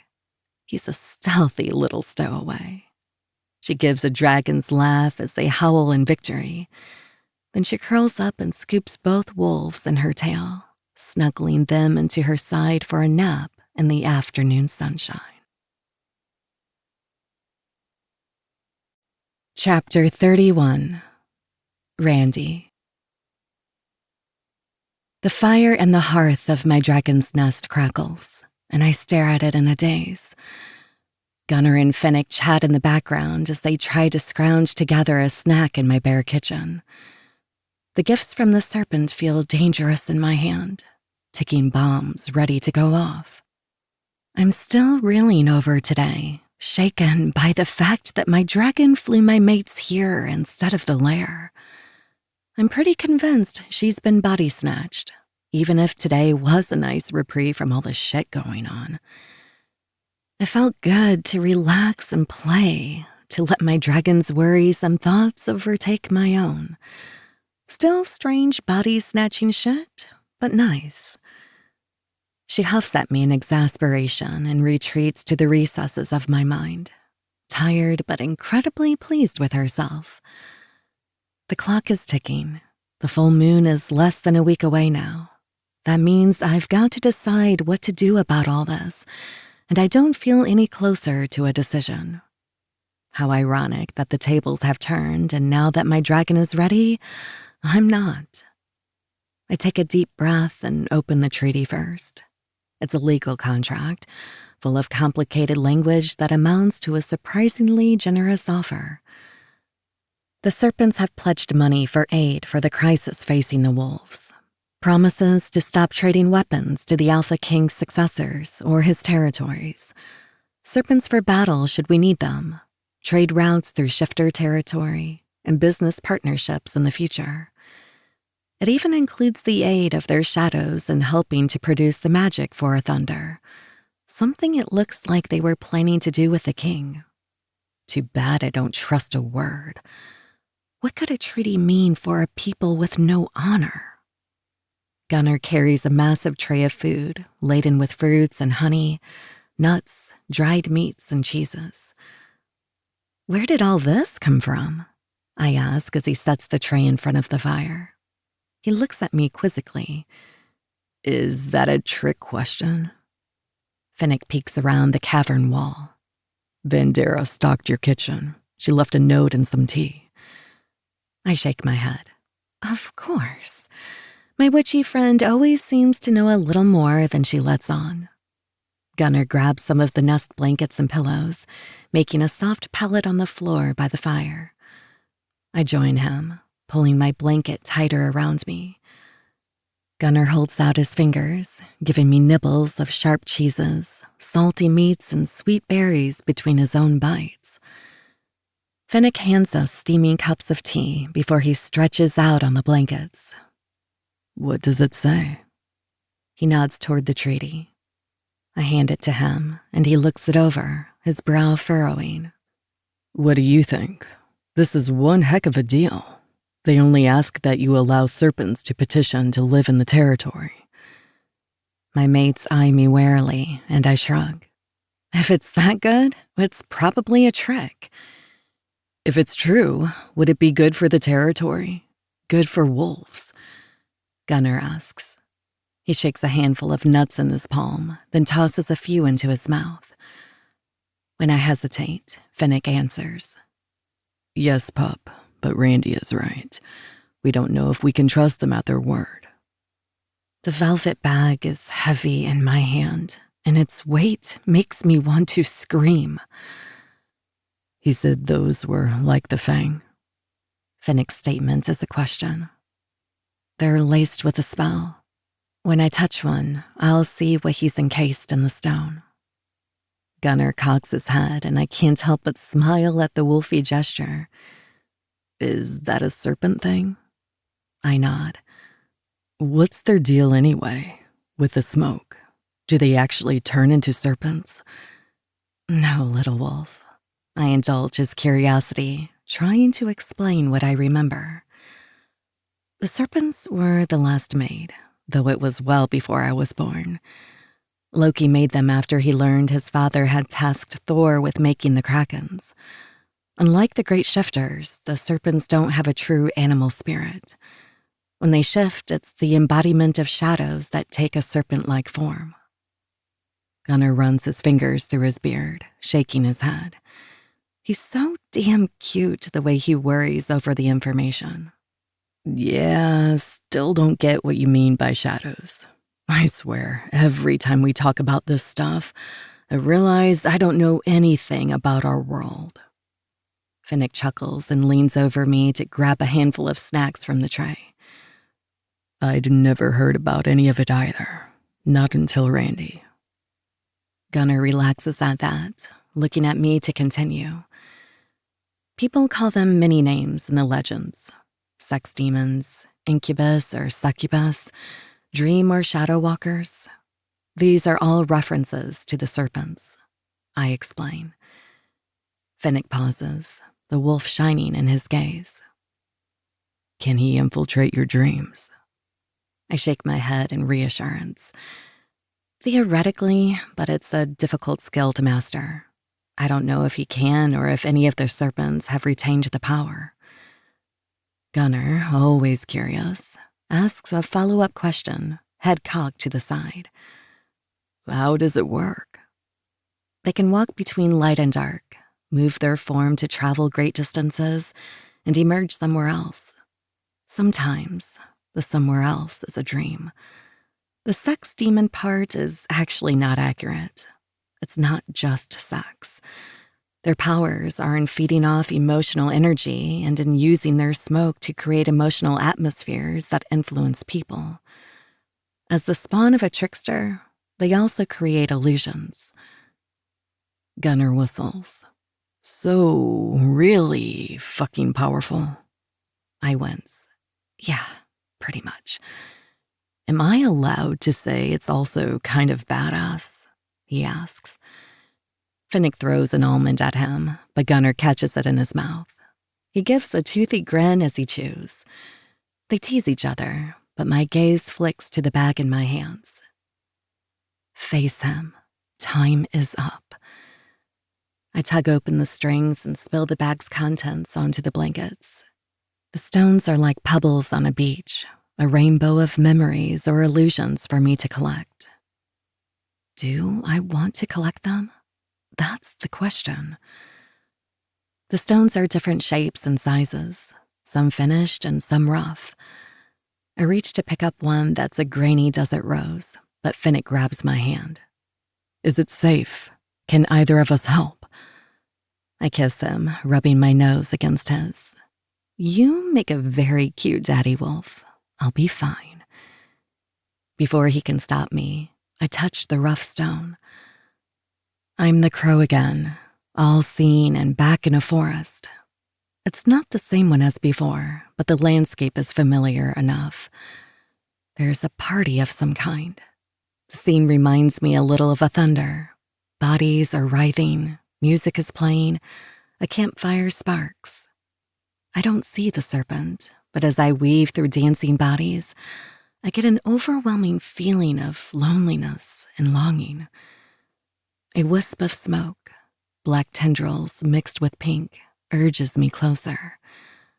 I follow it to Knox at the party's edge, watching but not joining. He searches the crowd, looking for something. Another serpent, this one buff and covered in tattoos, appears out of the shadows. Your mother is looking for you. The serpent searches the crowd one last time and turns away. I'm coming. I can't hear it anymore anyway. Smoke clouds my vision, and when I blink again, I'm staring at the fireplace in my dragon's nest. Gunnar grabs me and puts me in his lap, visibly shaken. He cups my face. Are you all right? Your eyes went white and you were frozen for like 5 minutes. It was freaky. I'm fine, I promise. Finnick, who has been around Vandera and me long enough, looks at the two of us, his gaze full of empathy. Anything helpful? I shake my head, trying to make sense of what I saw. It was nothing that seemed important. Why would he share this with me? I'm missing something that feels as if it's on the tip of my tongue. I reach for another stone, and Gunnar grumbles. Smoke clouds my vision, and I'm the crow again. One after another, I touch the memory stones. They're random. I watch Knox hang out with his sister as the two eat their weight in candy and hiss at the things happening on some TV show. And another, Knox and another serpent race on an old desert road, the thrill of it exhilarating. Underscoring those happy memories is a sharp tang of longing. I learn he's bored with running the strip clubs and brothels his family owns. He's obsessed with spicy foods, and he used to write poetry, but he stopped after his brother Bash made fun of him when he found his notebook. Many are like the first.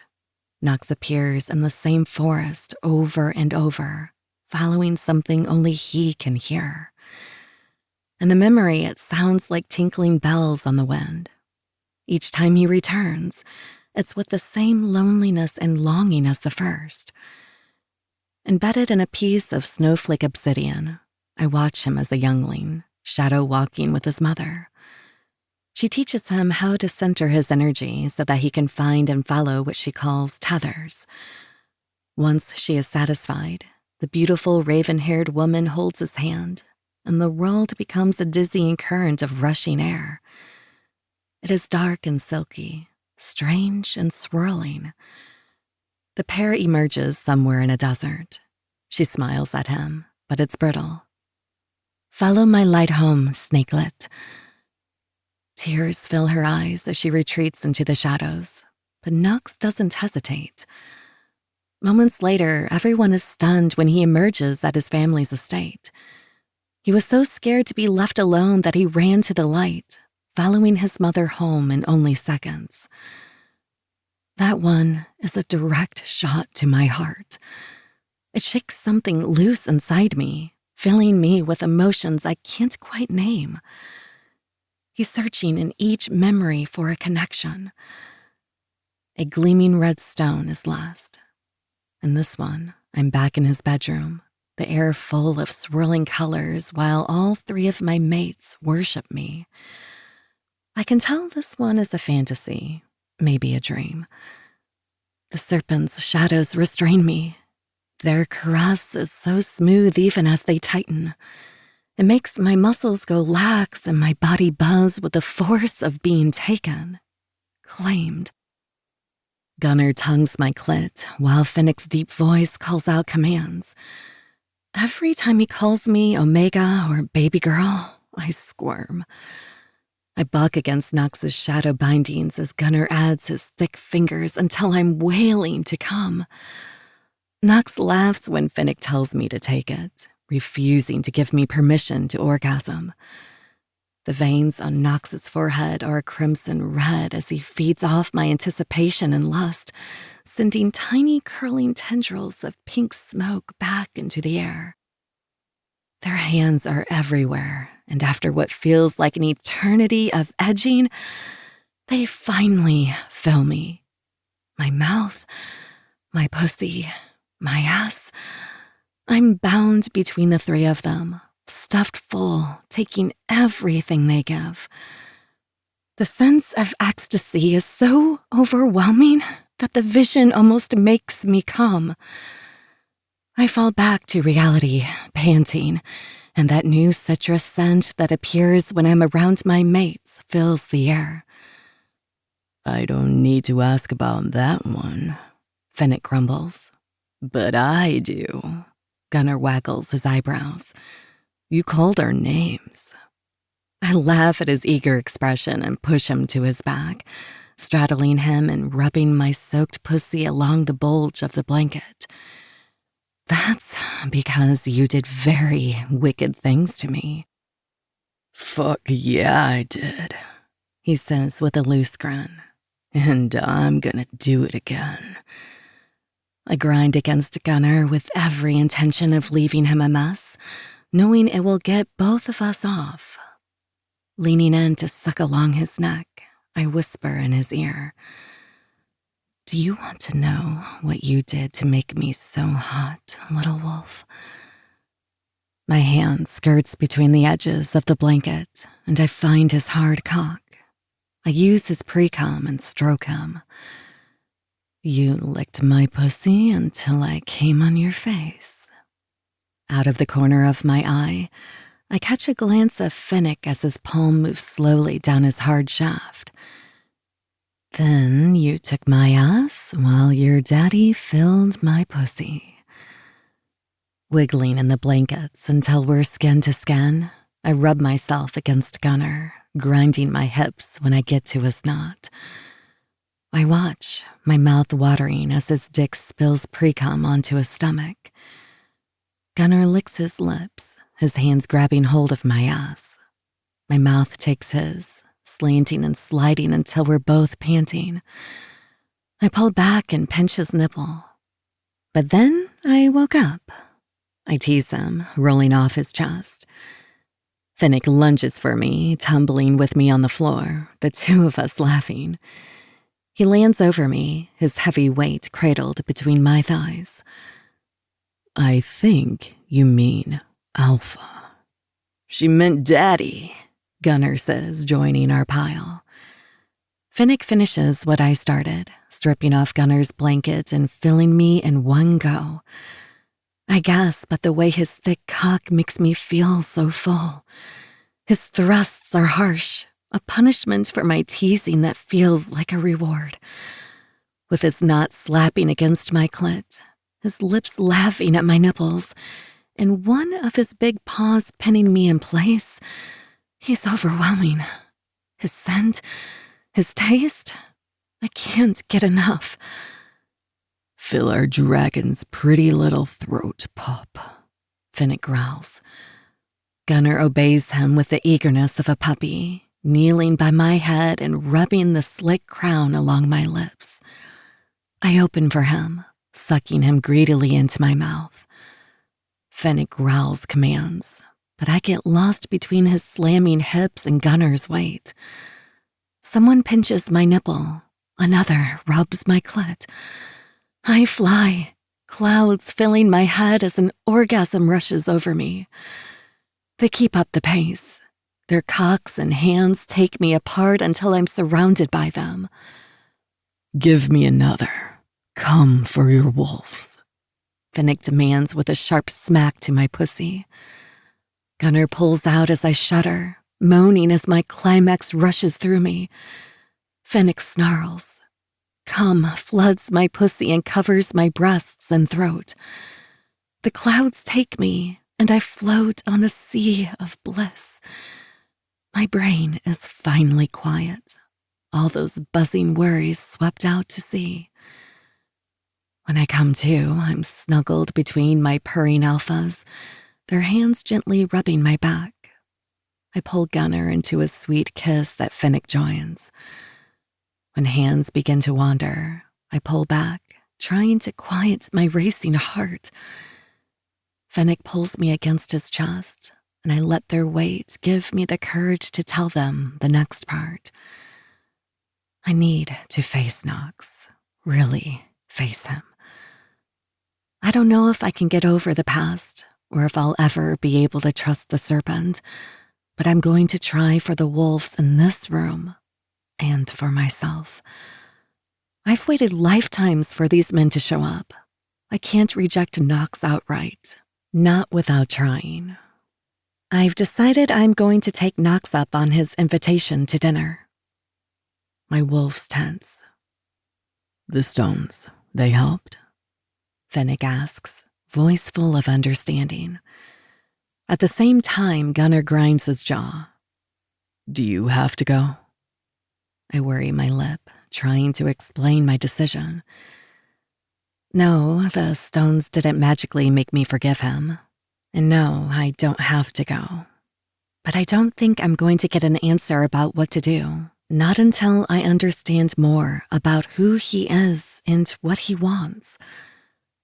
Finnick takes my face between his hands. All right, baby girl, but we're talking safety before you go. Yes, Daddy. Gunnar and I say at the same time, then dissolve into laughter.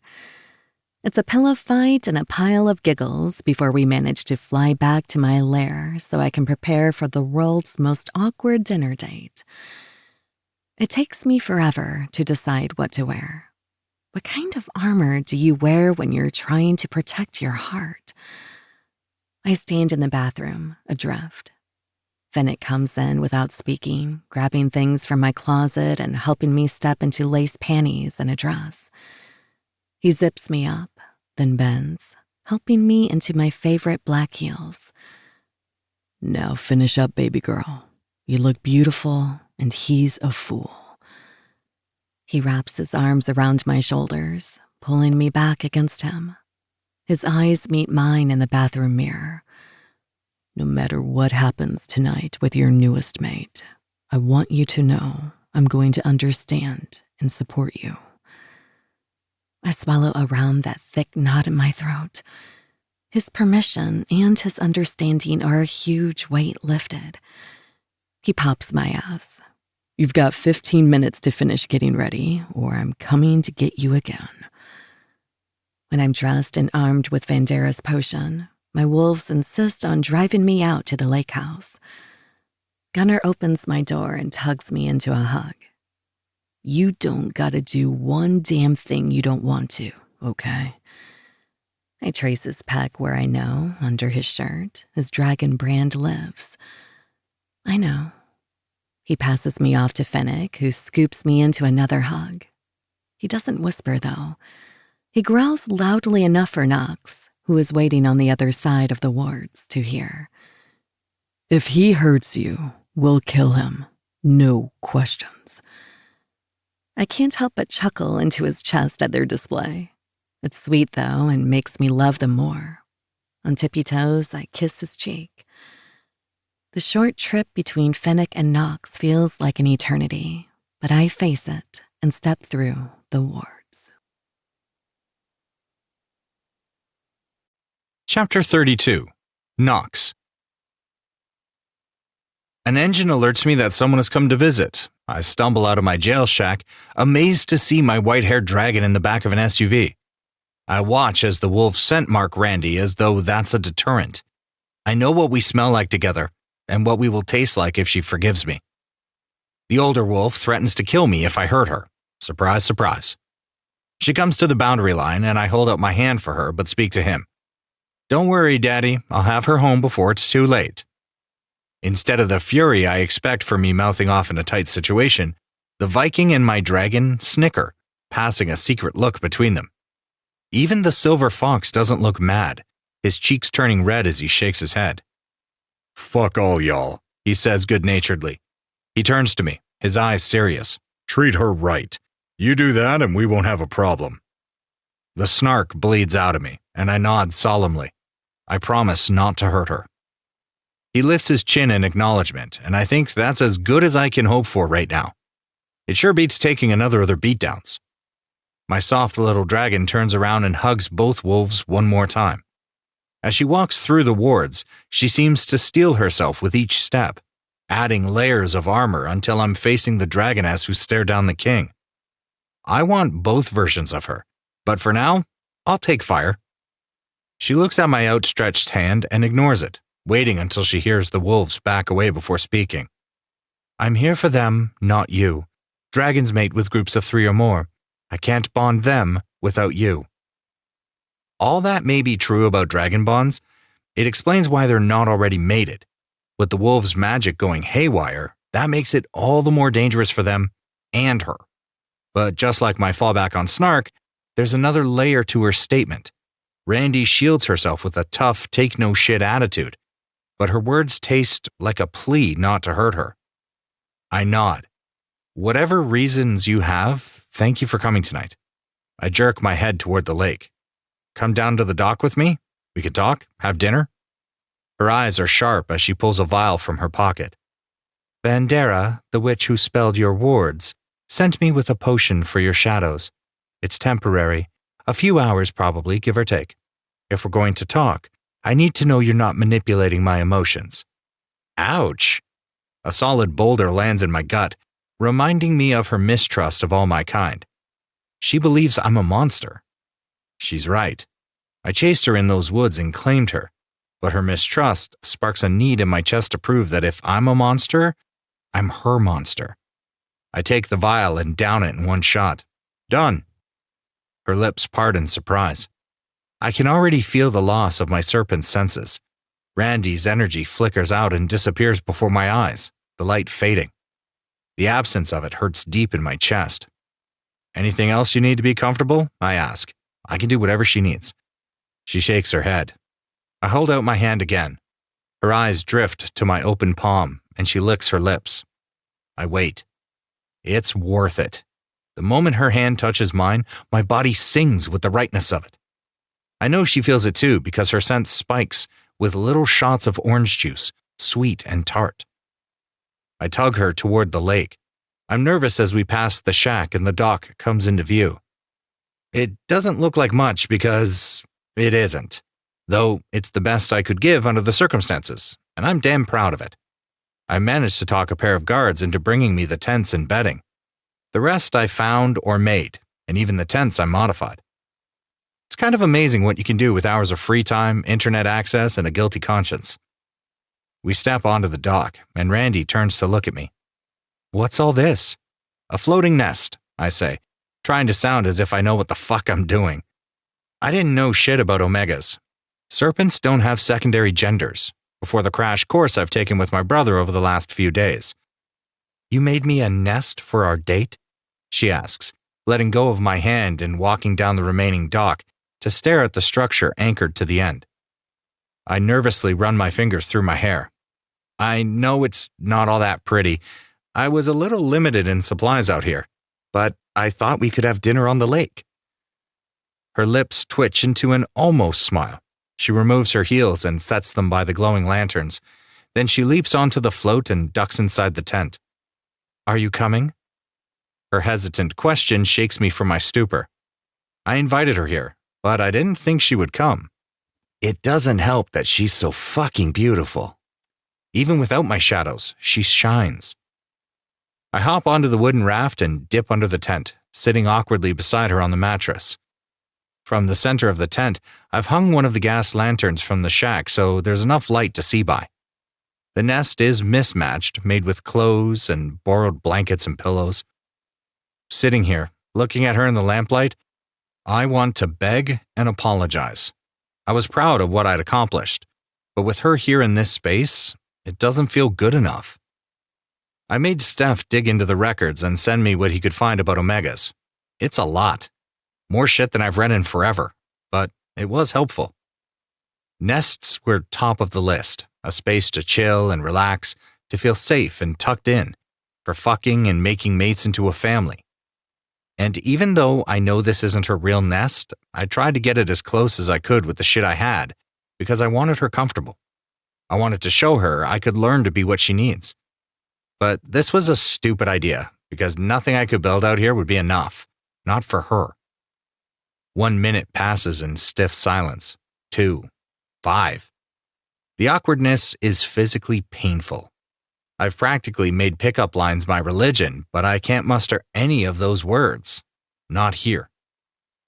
What do I say when there's already so much between us? How do you tell someone you just met that you're already hopelessly in love and you don't know what the fuck you're doing? Nothing I've ever said will be as important as the words I say right now, so none come out. I refuse to fuck this up again. But I'm too late. She crawls off the mattress and dashes off the float, calling as she runs down the dock. This was a mistake. Before I'm conscious of it, I'm running after her. Wait, please. I'm sorry. I don't know how to do this. She slows to a stop, but doesn't face me. Do what? The sound doesn't have any of the softness she gave to her wolves. I want to deserve that. It's overtime, but I still don't have the words. I take 3 steps on a rickety dock. She doesn't flee. Hand trembling, I reach for her waist. I'm more than half terrified, but I tell her the truth. I don't know how to feed you dinner and pretend I didn't wreck everything between us before it started. I'm sorry I didn't protect you the second I met you. I felt it. What did you feel? She asks. I step closer, trying to get a trace of her scent. She shakes in my grasp, and it feels as if the world pauses in anticipation, the air thick with tension. The rune on my chest throbs, blinding white beneath my shirt. I nuzzle into the crook of her neck, speaking into her ear. That you were it for me. That I was going to burn my whole world down to have a taste of you. That even though we just met, I'm already yours. She whirls around, clutching my throat in a tight grasp. Her eyes are full of fire as she grits out her words. Those are pretty lies, but how can I ever trust a word you say? Speaking around my dragon's death grip is difficult, but I manage. I fucked up. I'm sorry. Please believe that, if you can believe anything. She crumbles, but it's a violent folding, like all the air being let out of a balloon. She's loud, fists beating against my chest, her words half sobs. I hate you. I hate you for showing up, for working with the king. I hate that you bonded me. Her words lash as much as her arms, every word another strike. I take it. Of course I do. When the pounding on my chest has turned to sobs, I scoop her up and bring her back to the tent. It's awkward getting us both down so low without falling on my ass, but I manage. She's in my arms. That's all I've wanted since I met her. But the feeling is bittersweet because I didn't want her like this, not breaking because of what I am and what I did. The muffled words against my chest are so low I almost miss them. I hate you because I can't stop wanting you even after that. Her admission both guts me and gives me hope. I rub my thumb under her eye and raise it for a taste, wishing I had my shadows right now. I need to know the flavor of her tears and whether they taste more of rage, longing, or heartbreak. I brush her hair away from her tear-streaked face and tug under her chin. I know, baby, I know. But I promise I'll make it better if you let me. Chapter 33. Randy. The body snatching is contagious, apparently. My eyes are leaky faucets, and my stomach is in knots. Ever since that night in the woods, I've felt off-kilter, raw. That pisses me off because I barely do vulnerable, and certainly not with him.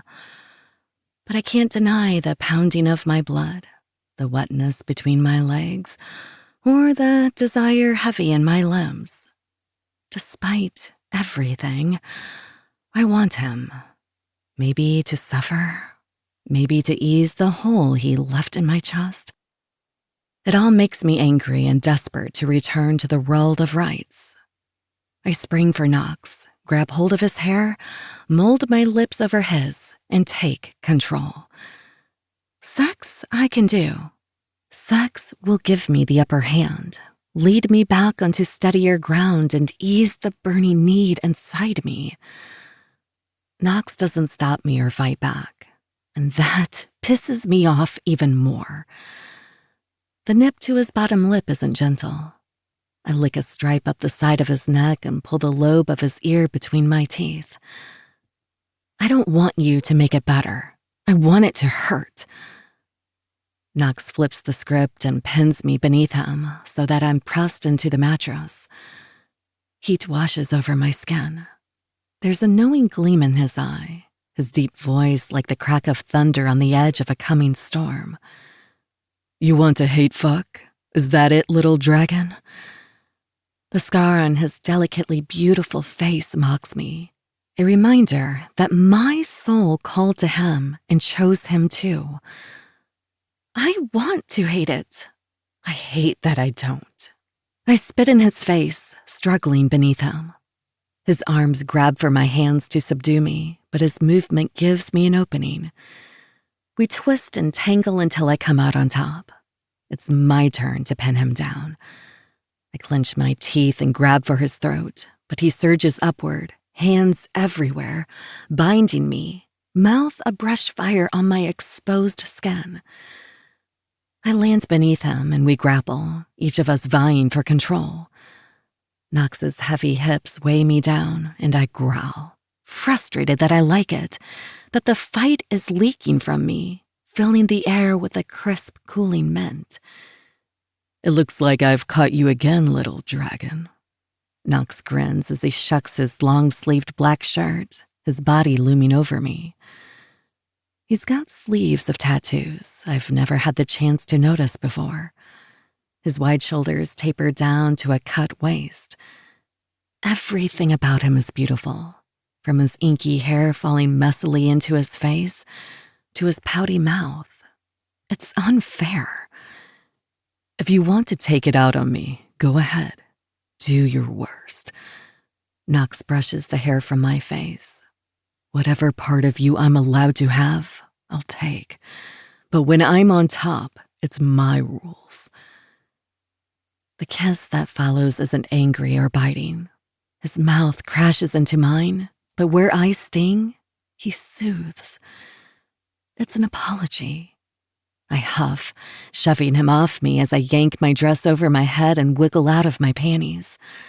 I climb onto his lap, holding his chin too tightly as I take his mouth. Fight back, I snarl. Knox laughs, stealing another kiss. This one is dizzying. It's a kiss full of promises I don't want to hear. I turn away, but he isn't deterred. His soft lips slip from mine to feather the side of my mouth and neck and down the slope of my chest. This is how I'm fighting, he says right before his tongue swirls around my nipple. I'm not going to fuck you like I hate you, baby. I'm going to fuck you like you're mine.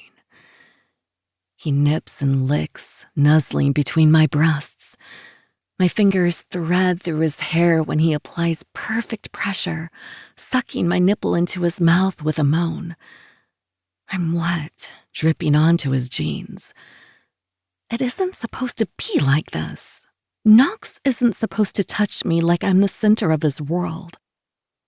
A picture of him staring into the forest, full of longing, comes unbidden. I push it away, ignoring the tightness in my chest. Firm hands sink into the soft bedding beneath me. It's laced with Knox's comforting smoke-sweet scent. He smatters kisses over my belly and plants himself between my legs. My heart drums in my ears the closer he gets to my center, but he's in no hurry. He rubs my thighs, the ghost of his breath whispering over where I'm hot and aching. I should get up and push him away. I didn't come here for this. We haven't talked. And if there isn't talking, I expect there to be a game of primal revenge. Not this beautiful nest bobbing on the lake or soft eyes full of determination. Where is the taunting man from the forest? What are you doing? I ask. A tremble ripples through my body when he sits up, gaze not landing on my face, but on the place between my legs. He's eyeing me as though I'm the treasure he spent a lifetime searching for, as though he's the dragon come to collect and hoard. His heated look causes the tent to fill with smoke-infused mint. The scent is a diffuser, permeating my defenses and making me shiver in anticipation. He licks his lips as the rough pads of his fingers part me. I know you're angry, that you want to hurt me like I hurt you. You can. I won't stop you. His eyes flick to my face, and he gives me a roughish smile. I'll probably even like it. The way he leans over, bracketing me with his arms, should feel claustrophobic. He isn't safe. I'm not in control. The soft look in his eyes and the gentle way he cups my face make me forget that. But at some point, you'll stop fighting and let me in. Until then, I will spend my life worshiping you on my knees. He caresses my cheek with the backs of his fingers, softly kissing my forehead. He sits back on his heels, eyes raking over me. Knox sees every part of me as if I'm exposed to my marrow. An unexpected twist is that I see him too. The angles of his face are familiar, and I've seen that smug smile in his memories. He's a stranger, but I know him. His rune burns brightly against his pale skin, taunting and reminding me that whatever I'm trying to hide is pointless because he can feel me. The connection between us is already stronger just being near him. This is where I'm meant to be, he says.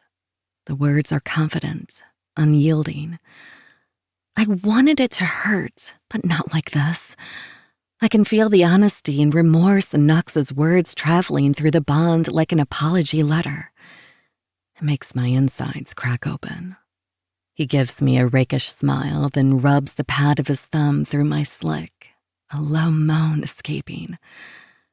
Now, are you gonna let me lick this gorgeous pussy? Fill you until you scream as you come on my cock? Or do we need to go another round?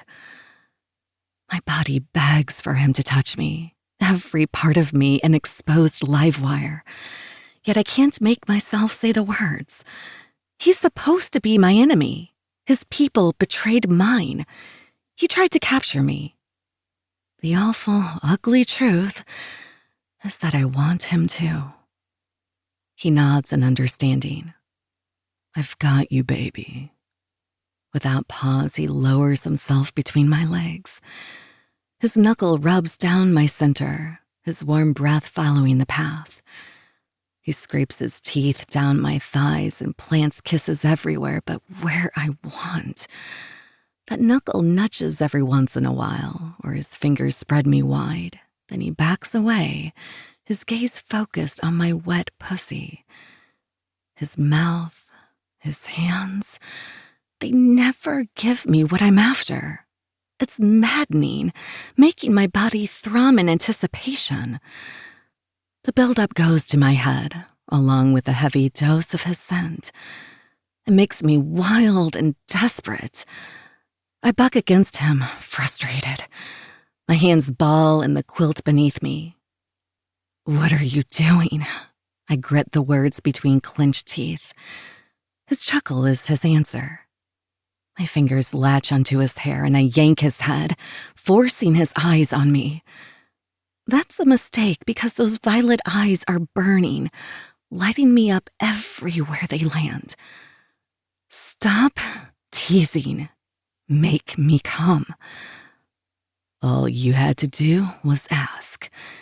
He snakes his arms around my hips, his long fingers splayed on my stomach and drags me closer. With strong arms, he cups my ass and lifts me in the air.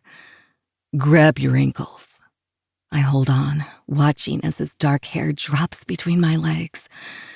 The first long lick shocks me. It's a zip of current that flashes in my core. A tiny orange blossom unfurls in the air. He growls in satisfaction, the muscles of his shoulders rippling as he devours me. His tongue twists and flicks, parting me and fucking me until the only thing keeping me tethered is my tight grip on my ankles. The way he sucks my pussy, it's as if he's discovered his purpose. He's ravenous, devout. Watching him makes my breath heave and moans tumble from my mouth. His fingers part me and he slants his mouth over my clit, sucking me with vicious pressure. He squeezes my ass, my breast. The deep hold he has on me adds to the blinding pleasure of his relentless tongue. From between my legs, his violet eyes snare mine, holding me to him. The orgasm that's been building cracks through the dam. I'm spilling, shaking, as he plunges into me with two blunt fingers, curling ruthlessly until I come again on his tongue. He smiles into it, satisfied with himself. My hips lift to meet him when the feel of his fingers isn't enough. He twists them inside me, his tongue lapping at my slick heat. I lose my hold on my ankles, my legs flaring out and my toes curling at the overwhelming pleasure. I'm half out of it when he slaps my thigh and bends me where he wants, so I'm leaning on a mound of pillows. He curls over me, taking a deep suck of my nipple. My tit bounces when he releases the sharp tug. He thrashes against it, nuzzling my boob with a husky growl that gets swallowed in his throat. The sharp pop of the release makes my pussy clench. He dives for my other nipple, dragging his teeth over the hard peak. My chest heaves as I watch him cup my small handfuls, squeezing. "You have the prettiest tits. I want to come all over them." He goes up on his knees, undoes the button on his black jeans and peels down the zipper. With a shove of his black boxers, he springs free. I've never seen a serpent's cock, and I stare, mesmerized by what I've been missing. The sight of it makes my dragon purr. The tip is a fat, sloped arrowhead. I want to run my mouth over it and tongue my way to the tapered bulge until I can lick the ribbed section covered in veins and raised spikes. The final section is the thickest and longest, ringed with spiraled ridges and ending in a thick knot.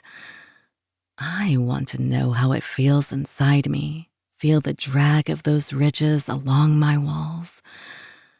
I swallow, my mouth watering. The wicked grin on his face tells me he knows what I'm thinking. He climbs from his jeans, tosses them on the bedding and cups my throat, tilting my chin so he can take my mouth in an open-mouthed kiss. It's primal, tongue slipping and teeth nipping at lips. His tight hold on my throat doesn't falter.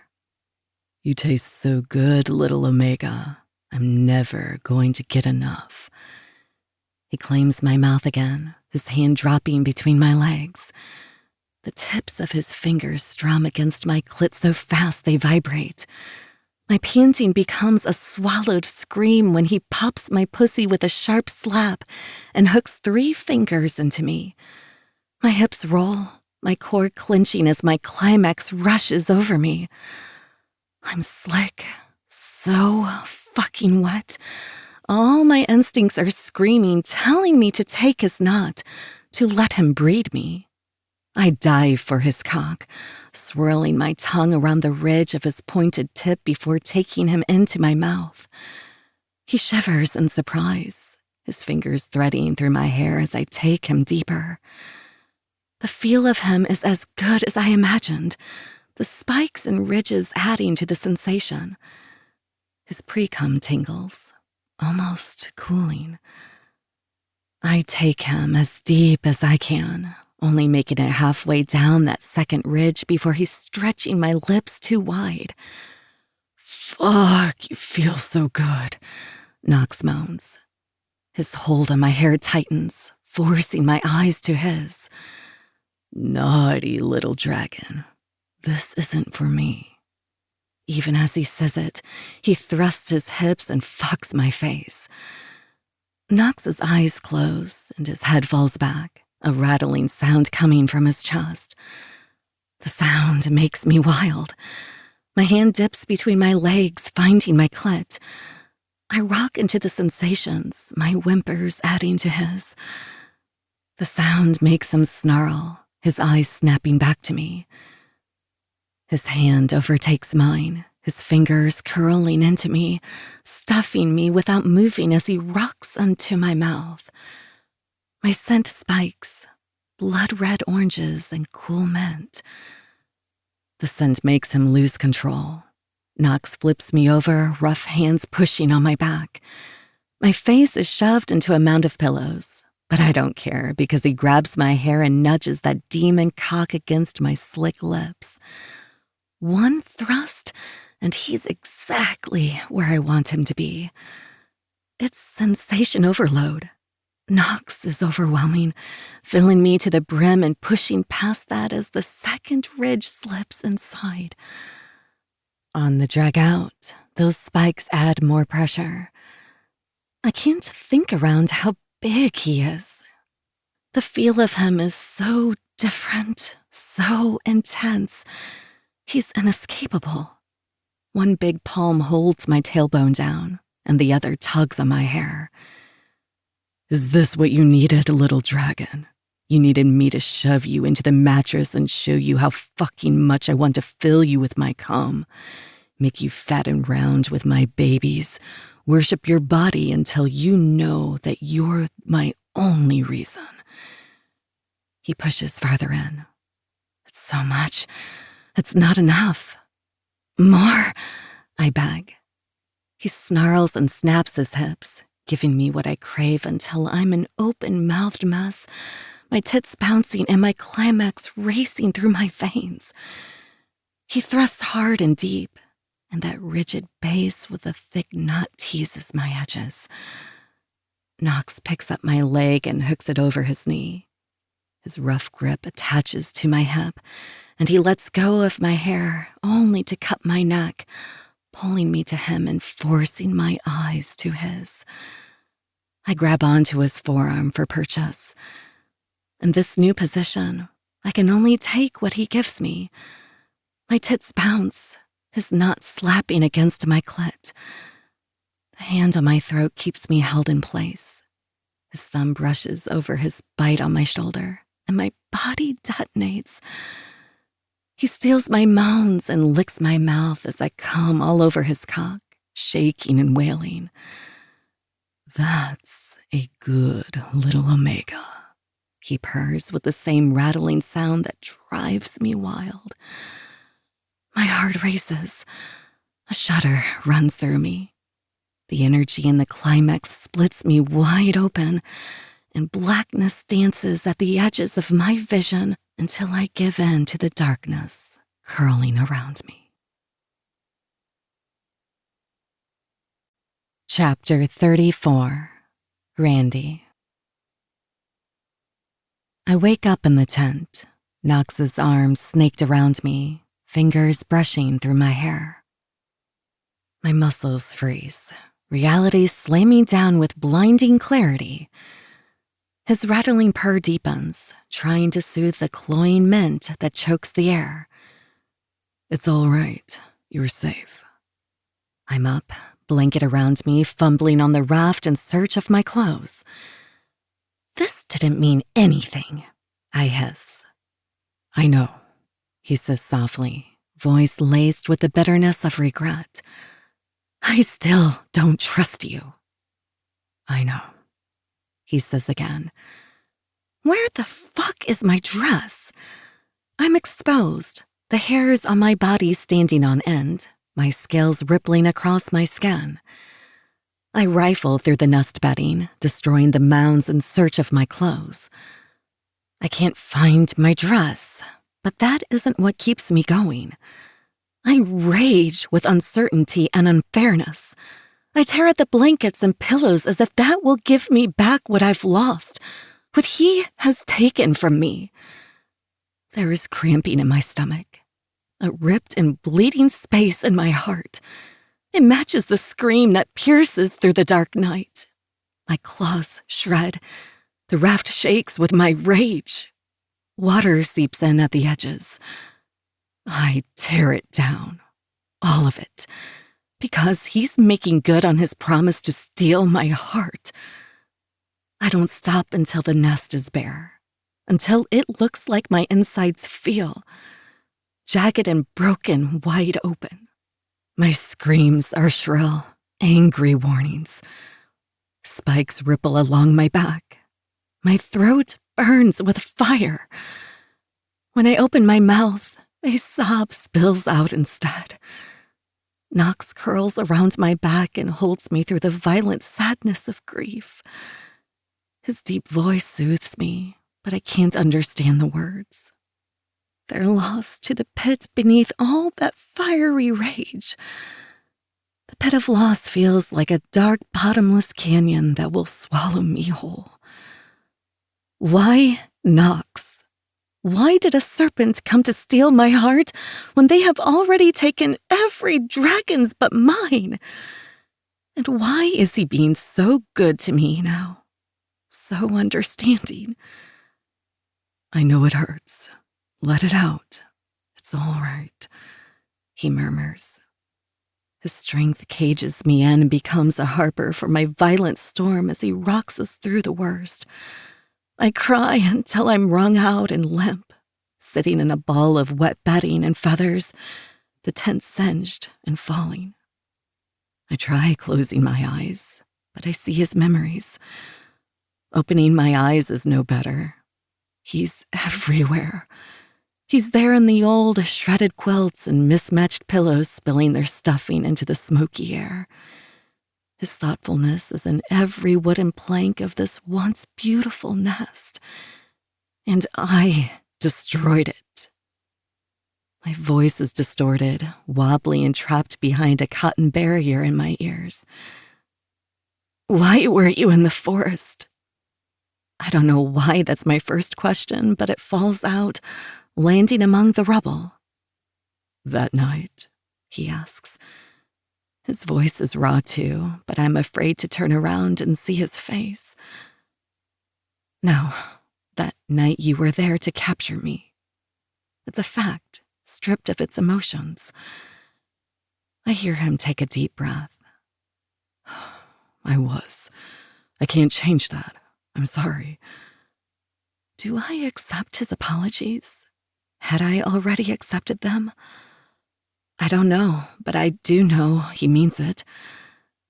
I mean in the memory stones. Why were you in the forest? I need to know. I have to know. You. His arms tighten around me. I stare at the black, scrawling serpent winding up his arm. It's a crest of some kind, probably his family's. But the black, gleaming serpent is chasing a half moon and is in a different style than the other rune tattoos that cover his upper half. Bullshit. I twist in his arms, finally facing him. He's a beautiful mess, hair askew, tear tracks on his cheeks leaking down past a red scar. His throat bobs. No bullshit. I just didn't know it was you.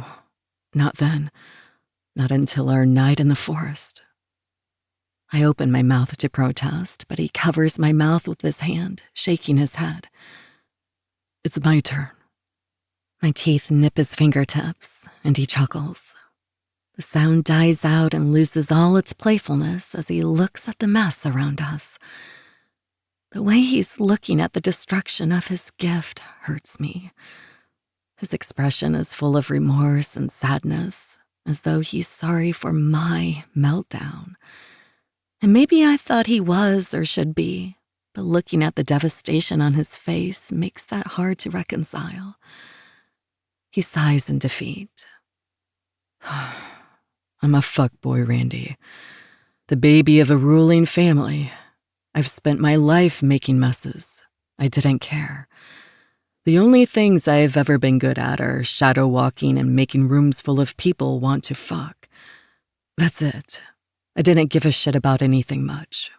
My sister and my mother. But that was never enough to anchor me. I was restless. I had everything, and it didn't matter because I knew something was missing. I told myself I was okay with it. But it was a lie. Those memories, that was me searching for something that would make me feel alive, make it feel like any of this shit had meaning. What does that have to do with the forest? I whisper. I think I know. I think I've known and chosen not to see. His violet eyes hold me in place. Do you know where those woods are? No. The word is shaky, standing on rumbling ground. He looks at me as though I'm the center of his orbit, as though I'm the sun. It's the territory line, a human campground in the forest. Until the Alpha King let us in, I couldn't get past it, even though I thought I was going crazy because I kept hearing things others couldn't. And when my family needed a volunteer to go into wolf country, I went even though I handle sex and never politics or trade. I went because I wanted to know what was on the other side. But it wasn't the wolves calling. It was you, wasn't it? My nose burns again, though there aren't any more tears. The irony that I crafted the spell with Vandera that called him here is too much. I don't know whether to laugh or scream or cry. I've already done the other two, so I'm not surprised when the bubble of hysterics pops free. He pulls me into his lap, wraps his arms around my back, and holds my face inches from his. I've fucked up a lot. I'm snarky, petty, vain. I never cared. Not really. But you're the only thing that's ever mattered enough. I want to be good enough for you. His thumb rubs my cheek, his voice turning soft and supple, full of adoration. I crave you. And I know I fucked this up too, but I swear that I'm not here to do some political bullshit. I killed the Alpha King because he was after you. No other reason. If another comes for you, I'll do the same. But I'm not here for money, magic, weapons, or whatever else you think. I'm here because I can't be anywhere else. I'm here because your soul called to mine long before our night in the woods.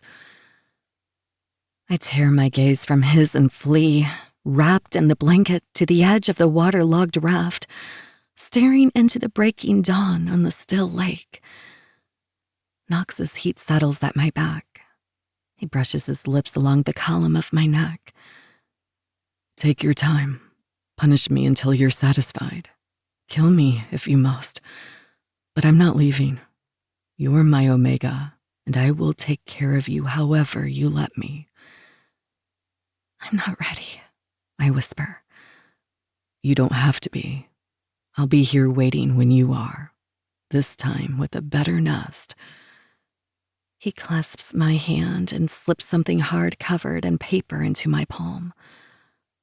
Go home to your wolves. Let them soothe the ache I can't. I promise it's okay. That does it. I bite my lip, but another tear breaks free. The blanket hits the dock, and I leap into the air as I shift. The wards taste bitter when my dragon flies through them. She blasts her fire, sad and desperate to bring him to her nest. But she doesn't. She flies where I lead. Chapter 35. Randy. The house light flicks on behind the bar. Peppermint Patty! Delia screams, jumping like a startled cat. You scared the bejesus out of me, boss. What are you doing sitting in the dark? Delia's hand flies to her chest. I'm sure I look like a mess. It was a night of chaos that I didn't bother to wash off. I've only covered the wreckage in a terry cloth robe I pilfered from the staff locker room. I don't bother to move, head resting on my hands as I stare at the small, wrapped stone. Although I should have thought to turn on a light, it looks less ominous than it did with my dragon's night vision. Don't mind me, I'm just over here avoiding. I should go upstairs, and I'm going to, but I needed an hour in the dark and the quiet to go numb. Going to my dragon's nest felt like actually running away. At least I'm only downstairs. Delia's gaze tracks over me as she worries her bottom lip. I see you got hold of Vandy's special stash. I nod into my hands, the movement making me dizzy. Alcohol doesn't do much to shifters, though we do drink it. It burns off too quickly with our fast metabolisms to ever get very buzzed. But Vandy learned how to make my grandma's gin, and we keep a bottle behind the bar. The numbing buzz won't last long, but it quiets my frayed edges, so for a minute, I don't have to feel or think. Can I ask you a question? I tilt my head, looking at the blonde ball of sunshine as she starts a pot of coffee. She pulls down 2 mugs and sets them on the wooden countertop. Sure, shoot. When you found your way here, what did it feel like, the call? Her mouth drops in surprise. That's a big question. I'm sorry, that's personal. You don't have to answer. I sit up, but my posture is sloppy, so my head just falls into the crook of my arm. She gives me a look. Geez, boss, give me a minute to think. By all means, I giggle. Her hand snatches the bottle of gin off the bar. That's enough for you. A steamy cup of coffee is in front of me before she answers. She leans on the bar, worrying a towel. You know, I never went camping in my life before. My confidence wasn't good then, and I worried about... She wipes down the already clean bar. Well, anyway, I woke up one morning and I just had this desire to go to the woods. I spent the last of my savings and got basic equipment. At first, it was small camping trips with groups of people. I liked it, how it felt out there. I got stronger and felt this pull to go deeper into the woods and hike farther. And then I came here. She shrugs, giving me a blinding smile so bright it makes my chest ache. You know the rest. She stops her anxious wiping, her face falling. I didn't answer your question, did I? You did, I reassure her. It was a good story. Her laugh is disbelieving but happy. I ramble. The simple answer? It felt like missing something, but you don't know what. Like that feeling you get when you think you left the coffee pot on, only instinctively you know it's a person or a place, maybe a feeling. Writing the spell with Vandera felt like sending a sage leaf into the wind. It was a wish. I'm glad you found your way here, I tell her. That's the beauty of this place. It calls you home. She gathers supplies for inventory, then stops right in front of me. Hang in there, boss. Her soft hand squeezes mine before she flits off to begin her morning. I think about what she said, about what Knox said too, while she counts. The longer I sit, the more the world sharpens. Dahlia doesn't pay me attention as she works and hums to a playlist on her phone. The paper around the stone is twisted, and I turn it between my fingers, trying to psych myself up. It takes a few more rotations before I gather the courage to unwrap and pick up the stone, the now familiar smoke clouding my vision. It's a memory from last night. Our bodies are locked together in a way I remember, but I feel Knox's version this time. It's the moment when my scent mellows, the sharp slap of mint cooling with the addition of the sweet fruit. It feels like an accomplishment, but tastes like regret. I feel how much Knox craves me, how much he's trying to give me what I need, and how scared he is that he'll fuck it all up. The smoke fades, and I blink at the river rock sitting atop a ripped piece of paper. Beneath the stone is a poem. I searched and came up empty. Nothing was your oranges and mint, sipped, floating on a cool mountain lake. Those words and the fact that he wrote them for me flame me wide open. Consider my buzz officially gone. I want to find a way forward, but I feel stuck. Those memories of Knox's in the forest, of him always searching, I feel that so hard, down to the fiber of my being. And I want him. His bond in my chest aches with the need to return to him. The way he held me last night, took care of me even at my worst, that was everything. But how do I blindly trust that he's for real? I don't know how to reconcile last night with years of mistrust, or with the man who was working for the king. I let my forehead fall to the counter. How did facing Knox make it worse? I am annoyed with myself right now. My chest smarts, and my stomach cramps just add to the party. Baby girl, time's up. Fennec's deep, stern voice sounds from behind me. Shit. But also, finally, I'm pretty sure I need some serious cuddles. How long have you been there? I ask, twirling the stool around to face him. If you think we didn't tail your ass all night, you don't know your mates very well, he grumbles. Gunnar is in his wolf form, his fur ruffled. He doesn't speak. He just picks me up and buries me against his chest. I don't fight it. I don't even want to. Chapter 36. Fennec. Gunnar picks up Randy in a bridal carry, and I move ahead of them to open doors as we weave through the estate. Watching her go through this with Knox is going to age me a decade I can't afford. I forced Gunnar and myself to give her time to cool down after leaving the lake, but it hasn't made any of this easier. She's torn up about Knox, and unfortunately, this isn't something I can fix for her. I'm pretty sure she needed the shit show that was last night. Gunnar and I didn't go far when we dropped her off, finding a spot at the lake's edge near them to keep an eye on her. There was no way we were leaving, even with the serpent's powers subdued. I had to pin Gunnar to the ground to keep him from going to her when she started to scream. Maybe he was right, and I should have intervened. But even though Gunnar is pissed at me and she's upset, I think last night was a breakthrough. The serpent was good to her, even in her rage, and he's earned some respect for that. It seems to me she's got a lot of demons to bury before she can decide if she'll keep this one. We're quiet as we move through the staff areas and the courtyard, nodding to people but not stopping. My little dove smells like a doused campfire. She's covered in Knox's scent and her own sadness.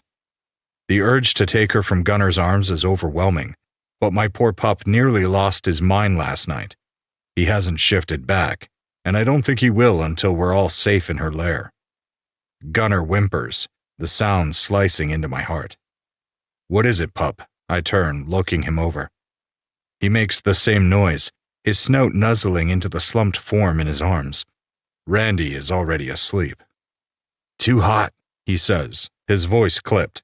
I touch her cheek, wincing at the heat. This isn't a normal fever. I curse, ushering him up the stairs as I dial Vendera. "I'm on my way, but I don't think you need to worry," she answers. Witches, I swear. "Thank you," I say, but she's already hung up.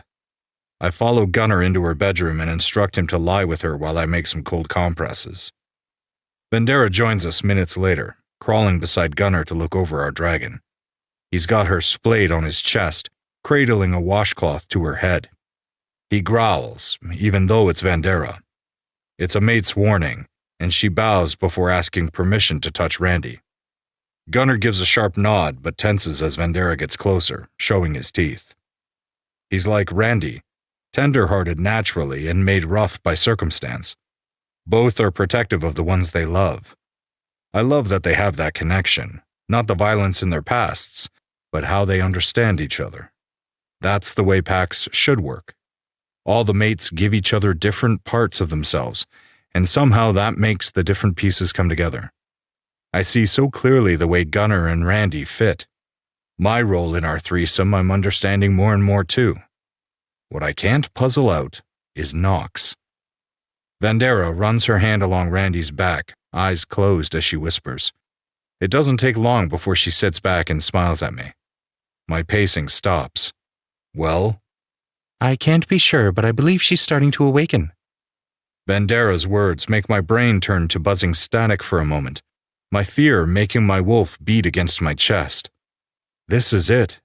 One way or another we will land on a side of the knife. I can only hope we find peace. But at least the change is coming. That has to be a good sign. "Okay?" Our worried pup chokes out the question.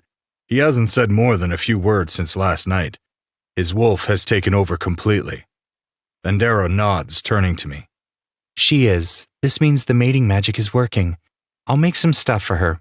A few pouches with some notes on how to use them. There isn't a lot to go on, but if it's anything like a wolf going into heat, she'll be crampy and mopey." Gunner whines. I translate. "She'll be like this until the full moon?" "No, Randy will probably sleep more, but she'll be up," she reassures us. Vendera climbs off the bed, patting me on the chest as she leaves. "You'll need a plan for what to do about the thunder before the heat takes over." That's code for come up with a plan for how to deal with Knox. I blow out a breath, wondering what the hell I can do to make it right. "Scoot over, pup. The best I've got right now is to let my wolf take my skin. He's desperate and has been since we left her in the wards with the serpent. It's taken all my control not to let him loose." I shift and hop up in bed. My poor wolf is shaking, whining as he nudges his nose under her arm and curls up beside her to keep watch. The first 24 hours, she doesn't wake. Her fever spikes in the middle of the night, racking her body with chills. She makes these little whimpers that flay me. We purr and hold her through it, but I feel helpless as I watch her struggle. Gunner isn't faring any better, getting increasingly agitated the longer she sleeps. By mid-morning the next day, she awakens long enough to tell us about destroying the nest. She cries, and I can see how she's fighting forgiveness, how she fears loving Knox. It's the same thing she always struggles with, how to trust and open herself to love. My heart breaks for the two of them and the mess it has landed us all in. It's late afternoon when she wakes again. She's got cramps and is feverish, but she's settled or maybe gone numb. I draw a bath, keeping it lukewarm and adding some of the salts Vendera left to ease her aches. Gunner hasn't changed forms, but he won't leave her side. He sits next to the tub, his snout resting on the ledge as he purrs, watching me bathe her. Her hair is last, and when I wash it, she hums, breaking out of her silent stupor. Thank you for taking care of me, she whispers as I wrap a towel around her before scooping her into my arms. No thanks necessary, baby girl, I promise. The rest of the afternoon is subdued, though she's coming back to herself more and more. She insisted on wearing one of Gunner's guard shirts and one of my undershirts, and the tart juice of her scent has finally returned. On the couch in the den is a mound of blankets Gunner brought out from her nest. When I poke my head out of the kitchen where I'm working on dinner, I can barely see her beneath the bedding in Gunner's fur. They cuddle while I cook. The two of them eat their weight in snacks and watch some human reality TV show. Gunner helps bring her out of her shell in that way he has of getting her to laugh. I've never seen something as cute as her giggling, hands thrown in the air in celebration as she tosses cheese cubes for Gunner to catch. He gobbles them up and licks her face each time. Those giggles turn to moans, and I peek my head out to see Gunner's furry hands wrapped around Randy's spread thighs, his long tongue buried in her pussy. I didn't know I needed to see my wolf man in action, but my chopping knife hits the counter. What exactly is my naughty girl doing with her wolf? I ask, voice already strained. Our wolf man doesn't stop, pulling Randy's hips closer. Watching him swirl his long tongue around her clit, then thrust back inside is so wrong, but it makes my cock rock hard. He's feasting on her, and she fucking loves it. One arm is clutched around the ledge of the couch, while the other is buried in the soft fur between his ears. Little horny moans slip from between her teeth-bitten lips. It looks like a painting of the word debauched. The closer I get to the couch, the more her scent affects me. She's dripping in juice, the scent of oranges thick in the air. I twist her nipple between my fingers and slap her other breast. She arches off the couch, nails digging into the leather as she comes. That makes Gunner lose it, his long tongue lapping at her as she growls. Her eyes lift, finding mine. Not me, Alpha. Please. Look at my sweet Omega begging so nicely. I run my hand down over her chest, back and forth to cup and slap her tits, before I lean over and rub along the base of our wolfman's tail. What a good boy you are for making our dragon come. He goes still, wavy tail pointing straight out, before it wags again. Now, kneel for me, pup. He's off the couch and kneeling before I've sat down. I pat my lap and Randy crawls to me. Her pupils are blown and her perfume is a heavy cloud around her.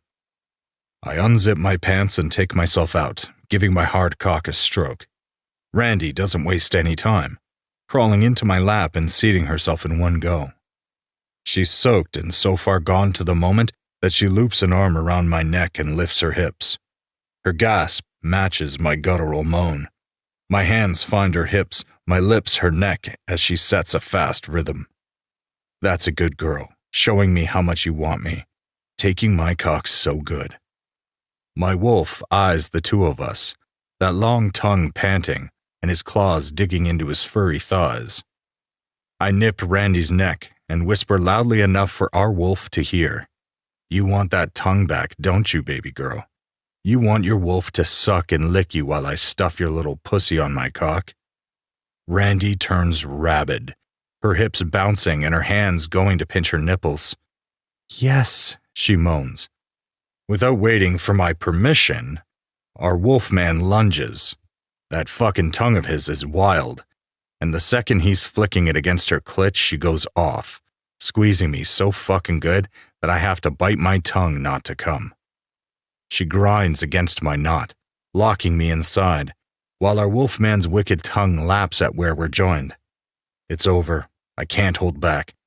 My dick pulses inside her and I throw my head back. My fangs extend, and the need to sink my teeth into her neck is so overwhelming that it's painful. Cum lands on the spot where I'm locked to Randy, and I moan, watching as our wolf unloads on us. The scent of sage meets oranges as Gunnar throws back his head and howls. Randy mules on my lap, rocking her hips and watching as Gunnar rubs in his scent. He collapses at her feet, and seconds later he's snoring. I let her take what she needs, whispering praise in her ear and planting kisses on her neck until she comes for me again. When she settles, my knot deflates enough that I can pull out. I wake Gunnar and hand her off to him before returning with towels and washcloths. I don't get far. The two are plastered together, Randy on his chest, and both are deeply asleep. I take in the scene, some of the red haze of rut receding. That was a heat spike, which means we're running out of time. By the time they're up and showered, dinner is ready. The heat spike has lifted, and so has her good mood. Dinner is mostly quiet and filled with the tart scent of her sadness and pain. By the time I've cleaned the dishes, she's back in bed, asleep in the nest. Gunnar lies beside her, anxious and whimpering. I hold him, purring until he drifts into a fitful sleep. I creep out of the bed and drive out to the isolated cabin. I need to come to terms with Knox, need to see for myself if there will be a way, because my wolf is telling me she needs all three of us. Chapter 37. Knox. Footsteps sound on the dock, and I poke my head out of the tent to find her older wolf. He crosses his arms, keeping enough distance that he's out of reach of my shadows. That doesn't mean shit. If I wanted to, I could reach him. But I'll let him keep his delusions. I've certainly kept mine. You look like shit. He stares at me and the sad raft, taking it all in. I haven't fixed the raft. I promised her I would make her a better nest, but I've been wallowing so far. That, and I feel like death. My head is pounding and I'm weak. I need to feed, but that's not an option. Besides, I can't keep anything down. From what I've pieced together from the records Steph sent, which admittedly are about wolves with only one old reference to Omega dragons, it's possible that I've got bond sickness. She's rejecting our connection. The link between us felt stronger when she came to visit. I could feel her in a way I hadn't been able to before. But that link dulled the moment she left and has been replaced by a sharp stabbing pain in my chest that still throbs. How is she? I ask, hoping he will at least give me that. He skips answering, asking instead, How much do you know about dragons? I'm fading, so I sit on the dock before I pass the fuck out, hanging my legs off the side. Not much. Us either. The wolf sits on the dock, giving me a wide berth. But unlike the wolves, Omega dragons don't awaken into their secondary gender until all their mates come together and activate the change. He sighs, the sound as heavy as I feel, and turns to me. It started. I'm guessing you started it when she was with you the other night. The magical connection between you two is strong. What do you need me to do? I ask. His eyes are full of empathy. I think it's going to take all three of us to get her through her awakening. But what that looks like depends on her. We need to be ready. It's not like his words are news, but they send a fresh wave of pain through my body. Whatever she needs, I'll do. He gives me the rundown of what they know about a dragon's awakening. The handsome silver fox is nicer than I expected, but it's clear he doesn't trust me. He's gruff, but solid, and I can see what a good mate he must be for my little dragon. I don't mention the bond sickness. Why should I? It's something I need to atone for. We're like this because she can't trust me, and that's on me. I chase him, using the last of my strength, calling before he reaches the woods. Wait. Grabbing what I can from the bag inside, I rush back out to him. These will have my scent. From what I've learned about nesting, she might need them. He stuffs the pile into his truck but hesitates at the passenger door, turning back to look at me. You gonna be all right? He asks in that bone-rattling voice of his. I can send over the healer to check you out. No need. I just need to feed. The old wolf stares at me, assessing. What does that mean? I have to feed my shadows like my human side. It feels like a dirty secret, even though it's simply a part of who I am. I was lonely before, but the separateness I feel here aches down to my core. Does it hurt? he asks. I grit my teeth, annoyed by the question. No, unless a serpent loses all control or intentionally drains someone of their energy, people don't notice. Besides, we feed back the excess. He takes that in, slams the door closed, and walks back into the wards. Feed on me. To say I'm shocked is an understatement. What? You look like shit. You're gonna need your strength for whatever comes next. We're going to be horde mates if this shit all settles like the fates intended. Feed on me. I give him a look as if he's lost his mind, but he rolls his eyes. What more do you need? My name is Fennec Weston, and I'm your mate's mate. Do it already. The strength I regained from feeding from Fennec fades fast. Pain takes over everything. I float in a pile of rubble, more delirious than not, watching the moon get fatter in the sky. When I close my eyes, my dragon is there. Finally, I'm home. Chapter 38. Randy. I'm waiting at the edge of the forest. There. My name on the wind. The little whispers get louder, and I run, chasing them deeper into the woods. The light is gone. I twist around, but I don't recognize where I am. The whispers fall silent. Why don't they come? Don't they know how long I've been waiting? Knox emerges from the shadows, but he looks wrong. You're here? There is nothing I won't do for you, he says, voice hoarse. He leans against the base of an ancient pine, looking so broken that my chest feels as though it's ripping in two. What's wrong? I ask, panicked. I take another step toward him, but I can't get closer. An invisible barrier separates us, and nothing I try gets me across. Not fire, not pleading, not magic. He watches as I struggle, tears streaming down his beautiful face. I'm sorry I did this. I look around and notice the human camping ground on his side. This is the territory line. Is it a memory or a dream? He laughs, but the sound is brittle, and he makes no move to wipe the tears from his face. It's ironic, isn't it? What? My voice shakes, afraid of what he's about to say. You're the one who stole my heart. I never felt right in my skin until I found you. That's because you've had an important piece of me all along. The way he says the word stole implies violence, as though I've ripped out his heart and left him bleeding. Was that what I was doing? Did I truly want to punish him? His words from our night in the forest return to me. Those aren't my mistakes. I told him he had made his own. He's tried to atone for his, but I've made new mistakes. I ran. That's how I survived. But that isn't going to work here. I'm ashamed of how I destroyed the nest, of how vengeful I've been. Instead of opening myself up, letting him apologize and finding a way together, I pushed harder. I blamed him for a long ago past he didn't create. He may have intended to capture me in the forest, but my hatred of his people has clouded the way I reacted to it. I closed myself off because blaming him was easier than owning up to my shit. Honestly, it's not a good look. But it all felt too raw. Letting him in requires me to give him the power to destroy me. Not because he's a serpent, not because he's my enemy, but because I need Knox, his passion, the hunger I feel between us. And that is scary as fuck. You've stolen mine too.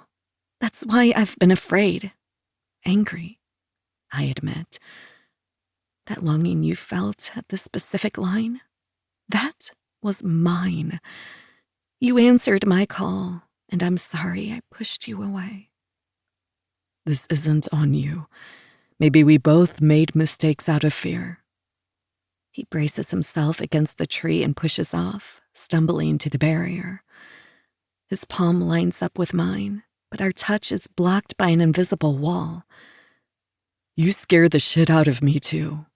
I don't know how to be good at anything, but I want to be good at loving you. I'm sorry. No, don't apologize. Not anymore. You're right. We've both made mistakes. My voice wobbles. What if we start over?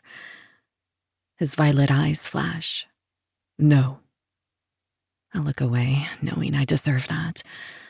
I'm ready to forgive Knox, ready to be brave and give us a chance, but maybe I'm too late. I refuse to give up any of my moments with you, he hisses, the sound of the serpent's rattle adamant and unyielding. I accept what I've done. I won't erase it. I bite my lower lip, holding back tears. Then can you forgive me too? Can we find a way? The smoke thickens, and I know what that means, but I'm not ready. Knox! I cry out, but I can't see him in the dense fog. Wait! Don't go! The wind whispers, but I can't make out the words. Chapter 39. Gunner. I pace by the bedroom door, my heart pounding. On the next pass, I peek my head inside. Randy is on the far side of her bedroom, huddled on the floor, rearranging blankets. She keeps making these growling sounds of frustration, tearing her work apart and starting over. Beautiful? I take a tentative step inside. Let me help you. She lifts her head, sees me, and hisses, sending out a tiny blast of blue fire. I jump back, plastering myself to the wall, hands fucking trembling. Fennec trusted me to care for her, and I'm failing miserably. You had one job. My wolf whines, desperate to fix it, but I have literally no idea what to do. I'm just a dumbass scrapper from the villages. They're counting on me, but I'm so far out of my depth that I want to cry. Where the fuck is Fennec anyway? I went to bed and everything was normal. Well, the sad new normal of the last few days. But she woke me, calling out in her sleep from some kind of dream. She was having awful cramps. We cuddled by the fire, and she was a soft ball of sadness that broke my heart. I called Fennec, but he can't answer because the damn thing is plugged in by the bed. I thought I would cheer her up when I gave her the sage leaves. When we were out at the farm, I grabbed a stash of them and wrote new wishes for her about being bonded to her horde. I kept them in her bed and let all of us sleep with them. But they had the opposite effect. She freaked when I brought her to the decks so we could send them into the wind. Randy snatched them from my hand and wouldn't let them go. Her scent went wild, oranges and honey sprinkled with mint, so thick it felt as if I was drinking the air. And then came the scary cat. Her eyes turned the color of water mint growing by the lake, and she hissed at me until I backed away. She ran back to her nest and hasn't let me inside since. I'm a fighter for a living, which means I've seen some crazy shit. But the sight of Randy so upset is wrecking me. I just want to fix it. Heavy footsteps sound on the stairs, and I want to weep in gratitude. Fennec will make it better. He'll know what to do. Fennec rounds the landing, and I throw myself into his arms. Thank gods you're here. She won't let me in. My body tenses, the sweet smell of campfire clogging my nose. Possessive jealousy and pure rage like I've never known surge inside me. I push Fennec against the wall, forearm pinning him. Why the fuck do you smell like the serpent? Fennec's eyes turn the steely silver of his alpha. His lips curl, but it isn't a smile. I know you're angry at me, but think carefully about what you do next, pup. I don't think carefully. I can't think at all. I growl, my wolf asserting his dominance. I've never even tried to match Fennec's wolf, but right now I'm beyond pissed. My omega mate is hissing fire, and my alpha smells as though he spent the last few hours bathing in Nox instead of being with us. While you were with that asshole, your omega mate has been spinning out of control. She won't let me in the nest, and I push against Fenix's chest, practically spitting my words. Weren't here.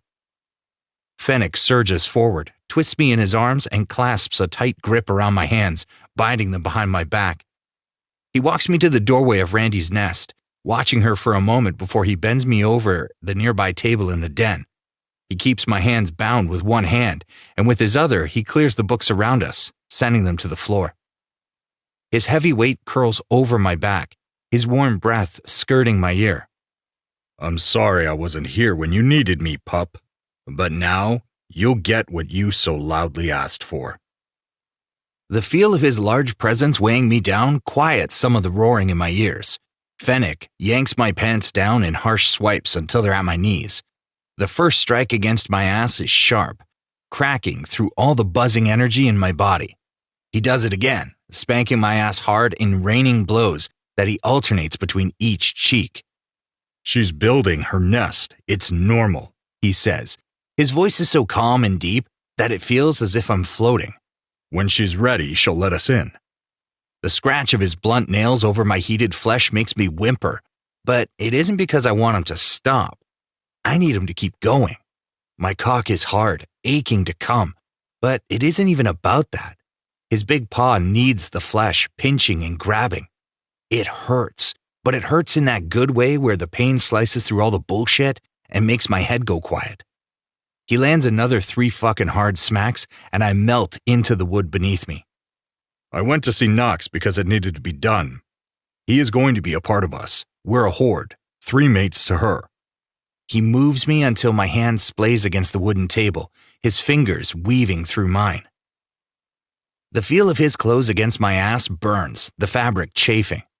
That flash of pain sends a wave of pleasure through my body, making me shiver.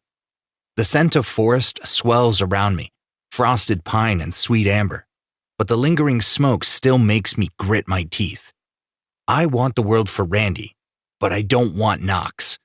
At first, I was trying to be neutral and let her decide what she needed, but the way she screamed and raged at him set off all my protective instincts. He's hurt her, really hurt her, and yet he was the one who held her while she cried. I hate it. Fennec's words soften, his purr thrumming against my back. I'm not saying forgive him. I'm not saying touch him. His fingers drag up my arm, over my shoulder and down. He grabs my cock, squeezing the base. It's a grip of ownership, of possession.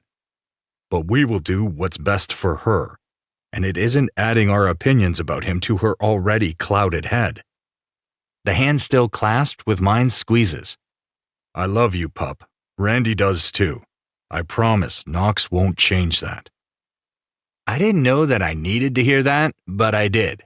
His words land and the seal breaks, sobs choking out of me. We end up on the floor. Fennec braces himself against the table as I cling to his chest, as if it will keep me from floating away. I can't lose this too. I can't. You won't, pup. He kisses my hair and I cling harder, digging my fingers into his shirt. You won't. He tugs on my beard and I meet his eyes, but all I see is love and understanding.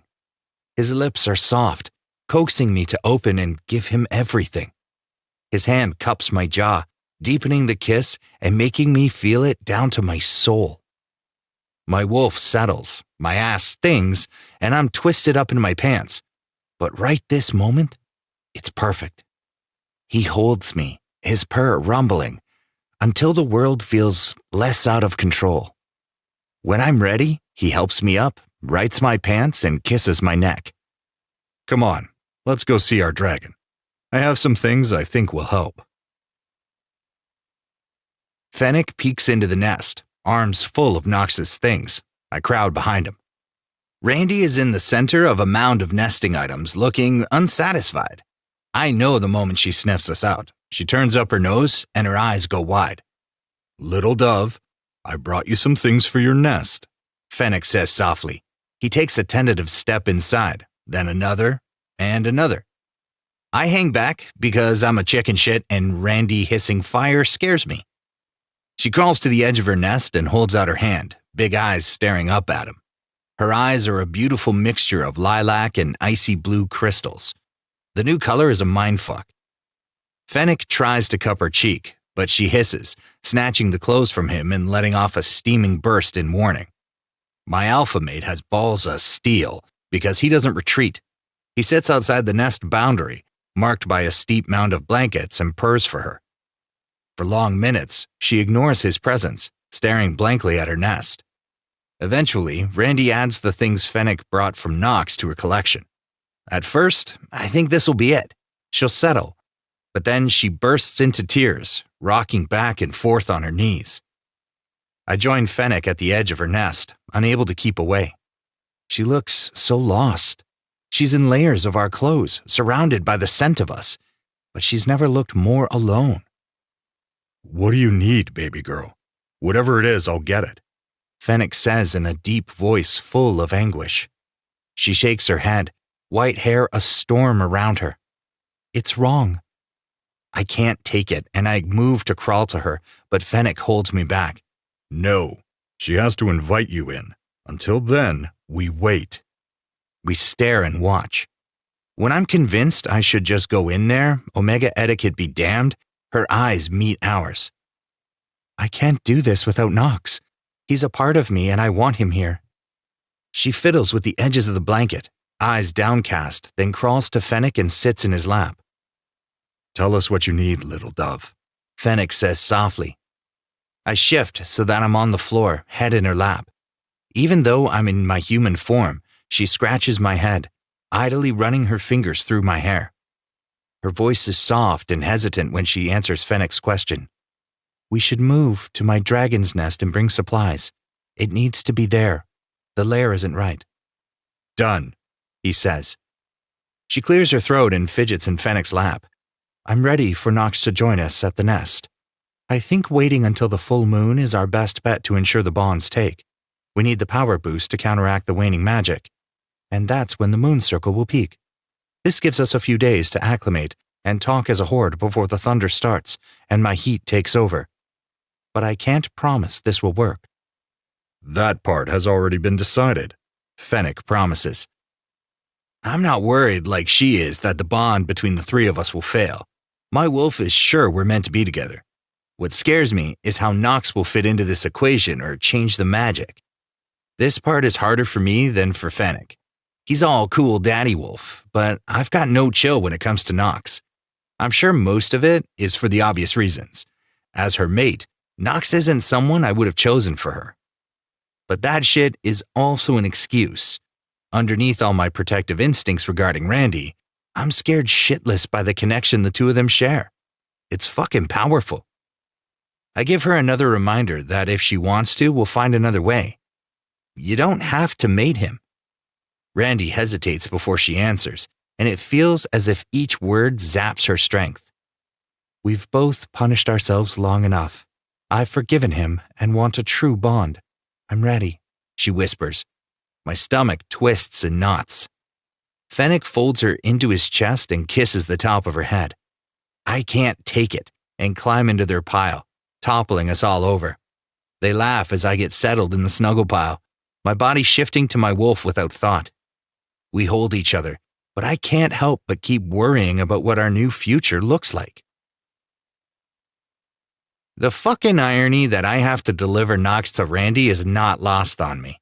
I slam the SUV door, surprised when the serpent doesn't meet me at the wards. I do what Randy said, removing the green crystal from the spell circle so I can get Knox out of the wards. Then I go in search of the serpent. I peek inside the cabin, but he's not there. The sun is rising, making the morning mist thick on the lake. It's eerie, and the world is still. My hackles rise as I head down to the dock, a horrible sinking in my gut. It's no better seeing the nest up close. The tent is singed, a few places burned from her fire. Knox, man, where are you? I ask. The uneasy feeling in my gut grows stronger the longer he remains hidden. I hop onto the float, my wolf on high alert. This shit isn't funny. You already know I can beat your ass. Stop hiding. I peel back the skewed tent flap, bracing myself for an attack. What I find is worse. Inside the tent looks like a fox got into a chicken coop. with feathers and shredded shit everywhere. That doesn't even come close to the mess of a man lying in the wreckage. The serpent looks as if he's been attacked by zombies. Deep black veins cover his whole body, and under his eyes are huge, dark bruises. What the fuck happened to make him look like this? There's no way Fennec left him in this condition. My hands shake as I try to wake him, but he doesn't respond. I don't think. I just pick him up. He weighs nothing. I awkwardly grab one of the least damaged quilts and wrap him in it. Knox stays silent and unmoving while I carry him to the SUV. He's breathing, but barely. I get him in the back, cursing the whole time. Randy's nest doesn't have a fucking driveway. It requires a tracking stone, for fuck's sake. It's a secret spot tucked into the mountain on the far side of the lake. I park on the mountain road, debating whether I should take him to town. Bandira or Randy? My wolf pleads with me to deliver the serpent to Randy. Decision made, I pull the serpent into my arms and hoof it through the forest, the glowing stone leading the way. Fennec tried to tell me. He did, but I couldn't see it. I was blinded by my fear and rage. Knox hurt her, and I wanted him to suffer. Stupid, selfish prick. I should have wanted her to heal. We should have insisted, I don't even know what, but something. I know she's a master at pushing her emotions away until she can't help but face them. I was glad she was pushing him away, but damn, I can't be glad for the state he's in. By the time I get us through the entrance to her cave and up the smooth stairs, I am freaking the fuck out. But my heart leaps from my chest, pounding furiously when I get the first whiff of smoke. I stumble into the nest and freeze at the sight. My dragon is behind a ring of dancing blue fire surrounding her nest. My very not human dragon. Her eyes zero in on the limp figure in my arms. Her dragon's voice is a shrill hiss, barely recognizable. I feel the words more than I hear them. All awaken or none do. 3 contenders, 1 horde. Cross the line before the full moon rises. Hurry, the serpent is running out of time. My head jerks toward Fennec, where he's sitting near the fiery circle, burned arm held against his chest. What happened? It's time, He says, voice eerily calm. Chapter 40, Fennec. Gunner's expression is pure terror, his eyes wild. Knox lies limp in his arms. The serpent is gaunt, his face a map of crawling lines that screams sickness. Fuck. Maybe we're too late. I don't know what the hell is wrong with Knox, but our best bet is to get him across that line right now. I join Gunner, hand on his back, ushering him to the border. I already tried to get to her once. After she flew us here, she seemed calmer. She built her nest and finally seemed satisfied. I left the nest briefly because she asked me to find the bag of memory stones Knox gave her. The moment I hear her fiery roar, I was scrambling, pleading for her to let me in. When I tried to cross, my arm got burned. But it isn't a regular fire. It's icy, filled with numbing magic. Cross together like she said, I command, keeping Gunner tucked against me. All 3 of us. He nods, and we move on my count. The fire stings, splinters of ice digging into my skin. We crash into an invisible barrier, the magic exploding and sending us against the cavern wall. It takes me a moment to right myself. When I do, it feels as though the world is spinning. Gunner's hair is full of ice crystals, and his arms are burned, but Knox remains cradled to his chest. I don't get it. All 3 mates are here. He looks at me, eyes pleading to make it right. Why can't we cross? We have her marks. It's a magical boundary. Remember, she told us her dragon would offer a challenge. This must be it. I help Gunner up on shaky feet, checking him over and offering to take Knox. I've got him. He's adamant, jaw tight, pushing past me into the outer chamber. One last glance at our dragon tells me she wants me to follow. She nudges her snout toward the door, wings flapping insistently. We'll take care of him, I promise, following Gunner. If it doesn't simply take our 3 claw marks to get us inside, maybe it has something to do with the state of Knox. You found him like that. How could he be so sick in less than 24 hours? Was he poisoned? Attacked? I think through options, trying to find my way around the obvious answer. My pup nods, hands trembling as he lays the serpent on the wooden table. He was in the nest. He looks at me, eyes full of remorse and voice shaking. I'm sorry, I should... I grab his neck, digging my thumb to apply enough pressure to quiet some of his panic. No. You did good, pup. And we're not playing the blame game. His forehead falls to mine, and he takes a deep breath. Okay. I'm getting my shit together. I squeeze his neck once more in reassurance before starting in on my questions. Did you see anything? Any vials or... No, just her nest. The lake was quiet, like freaky quiet. Get Vandera on the phone and put her on speaker. Tell her what you know. I direct, looking over Knox and trying to find a bite mark or injury. The serpent is too cold. Using my claw, I shred his shirt, wincing when I see the state of his wound. This is the source of the sickness. My gut sinks, following that thought to its end. I was hoping it was anything other than this. I hear Gunner explaining to Vandera, but I cut in. It's his mating room. It's diseased. That's what is making him sick. Vandera curses. It sounds like a rejection of the mating bond. Where's Randy? Is she sick? She's her dragon, and her nest is booby-trapped, Gunner says, peering back into the other room. Currently, she's not hissing or breathing fire at anyone. Well, damn. No shit, Gunner mumbles. What happens to him will affect her? I ask, my eyes unable to leave the rune. It should be glowing when he's so near his mate. It's faded, as though all the color is leaked out. The skin around the rune is turned purple and black. The deep bruising spreads down his chest. I don't need Vandera to tell me this is a broken heart. She takes a moment. I've only read about bond sickness with rejected mates, but it's not good. The closer you can get them physically, the better. The sound of papers rustling lets me know she's searching for answers. Has her dragon said anything? Started to change colors? Has her scent deepened? Yes, all of that, Gunner says, pacing behind me.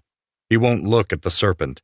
His eyes are anywhere but on Knox, and his scent reeks of guilt. What exactly did she say? Vandera's voice perks up. She said all 3 of us have to cross her super freaky fire ice wall before the full moon, Gunner blurts. That was exactly what she said? Vandera asks, her tone insistent. More or less, Gunner mumbles under his breath. Randy's exact words were something like, 3 contenders, 1 horde. I think it means all her mates, I answer. Vandera sighs, the sound heavy. I think she means what she said. The witch's voice is full of sharp doublespeak. She knows something. What am I missing? I beg, no shame or pride left. She hesitates. I only have guesses. Did you not hear the part about a magical wall blaster, Vandera? Your guesses are better than ours. Help us. Gunner growls. This must be the final part of bonding, and there's no magic to help you but your own. She needs you to finish her awakening. Just remember that Randy is behind all the magic. You know her. Give her what she needs. I don't think her dragon would offer a challenge you can't pass. Super cryptic, Gunner grumbles, hanging up on her and tossing the phone aside with too much force. He looks at me. We can't get across if he's like this. I nod, gathering the serpent in my arms. He's still too cold, so I bring him back into the nest and lie with him by the rug in the sitting area. I take off my shirt, signaling for Gunner to join me. He needs body heat, and maybe the contact with us will help. The last time I saw him, he needed to feed. Gunner cuts his eyes at me. What the hell? Get over here, I growl. What do you mean he fed? Like a bloodsucker? Despite his unease, Gunner shucks his shirt and lights a fire on the fireplace to combat the room's icy chill, before awkwardly lying by the serpent's side. I sandwiched the serpent between us. It didn't feel like anything. His shadows just swirled in the air. I covered the three of us with the only blanket not in the nest and prop my head on my arm so I can keep an eye on our dragon. She hovers at the line, agitated and whining, her eyes on the serpent. I lie there, guessing what we could do to get across as we warm up Nox. It feels like it could be anything. Do we offer a sacrifice? Maybe we each need to bring something to the fire. I've known her for decades, but I feel like an idiot because I have no fucking idea. I'm sorry my head wasn't on right about Nox, Gunnar murmurs, voice muffled into the serpent's side. I'm jealous, which is stupid, and I'm working on it. I kiss the top of Gunnar's head and weave my fingers with his over the serpent's chest. Packs are made so that everyone balances one another. You don't think of me as competition. Because you're not. You're my alpha too, he says gruffly. He's quiet for a moment. Nox makes my wolf nervous. I know I need to get over it, but it's like he came and everything turned to shit. Randy is sad, like really sad. I hate it. Since he showed up, she has been sad, her scent reeking of grief and loss. But she's working through it, and even if it's full of tears, I think it's progress. She's been sad a long time, pup. Maybe that's what he gives her. Sadness? That's what you're going with? He sits up, pulling away so he can eye me. My lips quirk at his snark. Yes, smartass. Maybe his presence is helping her grieve and hopefully find peace. Gunnar's eyes soften. Yeah, okay. I like your version. I purr, my wolf wanting to give us all comfort. Gunnar settles back down, twisting to look at the fire. Growing up in a pack means I've seen how mate bonds work up close. My family pack was healthy. Their triad was fated. I was the youngest of 3 large litters, and my parents were elders when they passed. But Gunnar didn't have that. He's only ever had to fight his way. It makes sense to me that he fears the unknown, and Nox, because he craves stability. Just the same way it makes sense to me why Randy is so leery to trust. Nox's presence has just brought to the surface what was already there. Adding another mate to make a horde won't change the foundations of how the 3 of us work, pup. He's her mate, but so are you. We don't stand a chance if all we do is blame Nox, I explain gently, rubbing Gunnar's back. He doesn't answer me, but he nods. I let myself mull it over as I watch over my anxious dragon and brooding pup. Eventually, warmth creeps back into the serpent, some of his color returning as Randy's scent thickens in the room. Movement catches my eye, and I throw back the covers to see smoky shadows emerging, little wisps that seem to float on the surface of his skin. Look, it's working. Gunnar scrambles away from Nox, but I place my hand on Nox's chest where the shadows are thickest. It tickles at first, as the little wisps lick my skin. The smoke becomes stronger, the band wrapping around my wrists and holding me to Nox. It doesn't hurt, but I know he's feeding because I can see the black veins nearest my touch lighten. Help me feed him. He needs our strength. A shaky hand claps Nox's shoulder. Nox's shadows wrap around Gunnar's forearm. Now what? Gunnar asks. I gaze back at Randy, still in her dragon form, eyes on me, pleading. We fix it. Chapter 41. Nox. Someone says my name louder this time. I squeeze my eyes tightly, desperate to hold on to the mossy green forest alive with my dragon's scent. My serpent strikes at my cheek, impatient. I attempt sitting up, batting my shadows away, but I'm too dizzy to stay upright. Randy's mates are in my face, hovering. Where the fuck am I? I ask, blinking into twin expressions of fear. You're outside of Randy's nest. You were passed out when Gunnar got to you. It's your bond. Fennec says, big palm cupping my face. He and the younger wolf help me sit. I'm lightheaded, but their weight is grounding, and my shadows openly use their strength. I look myself over and know that whatever happened is not good.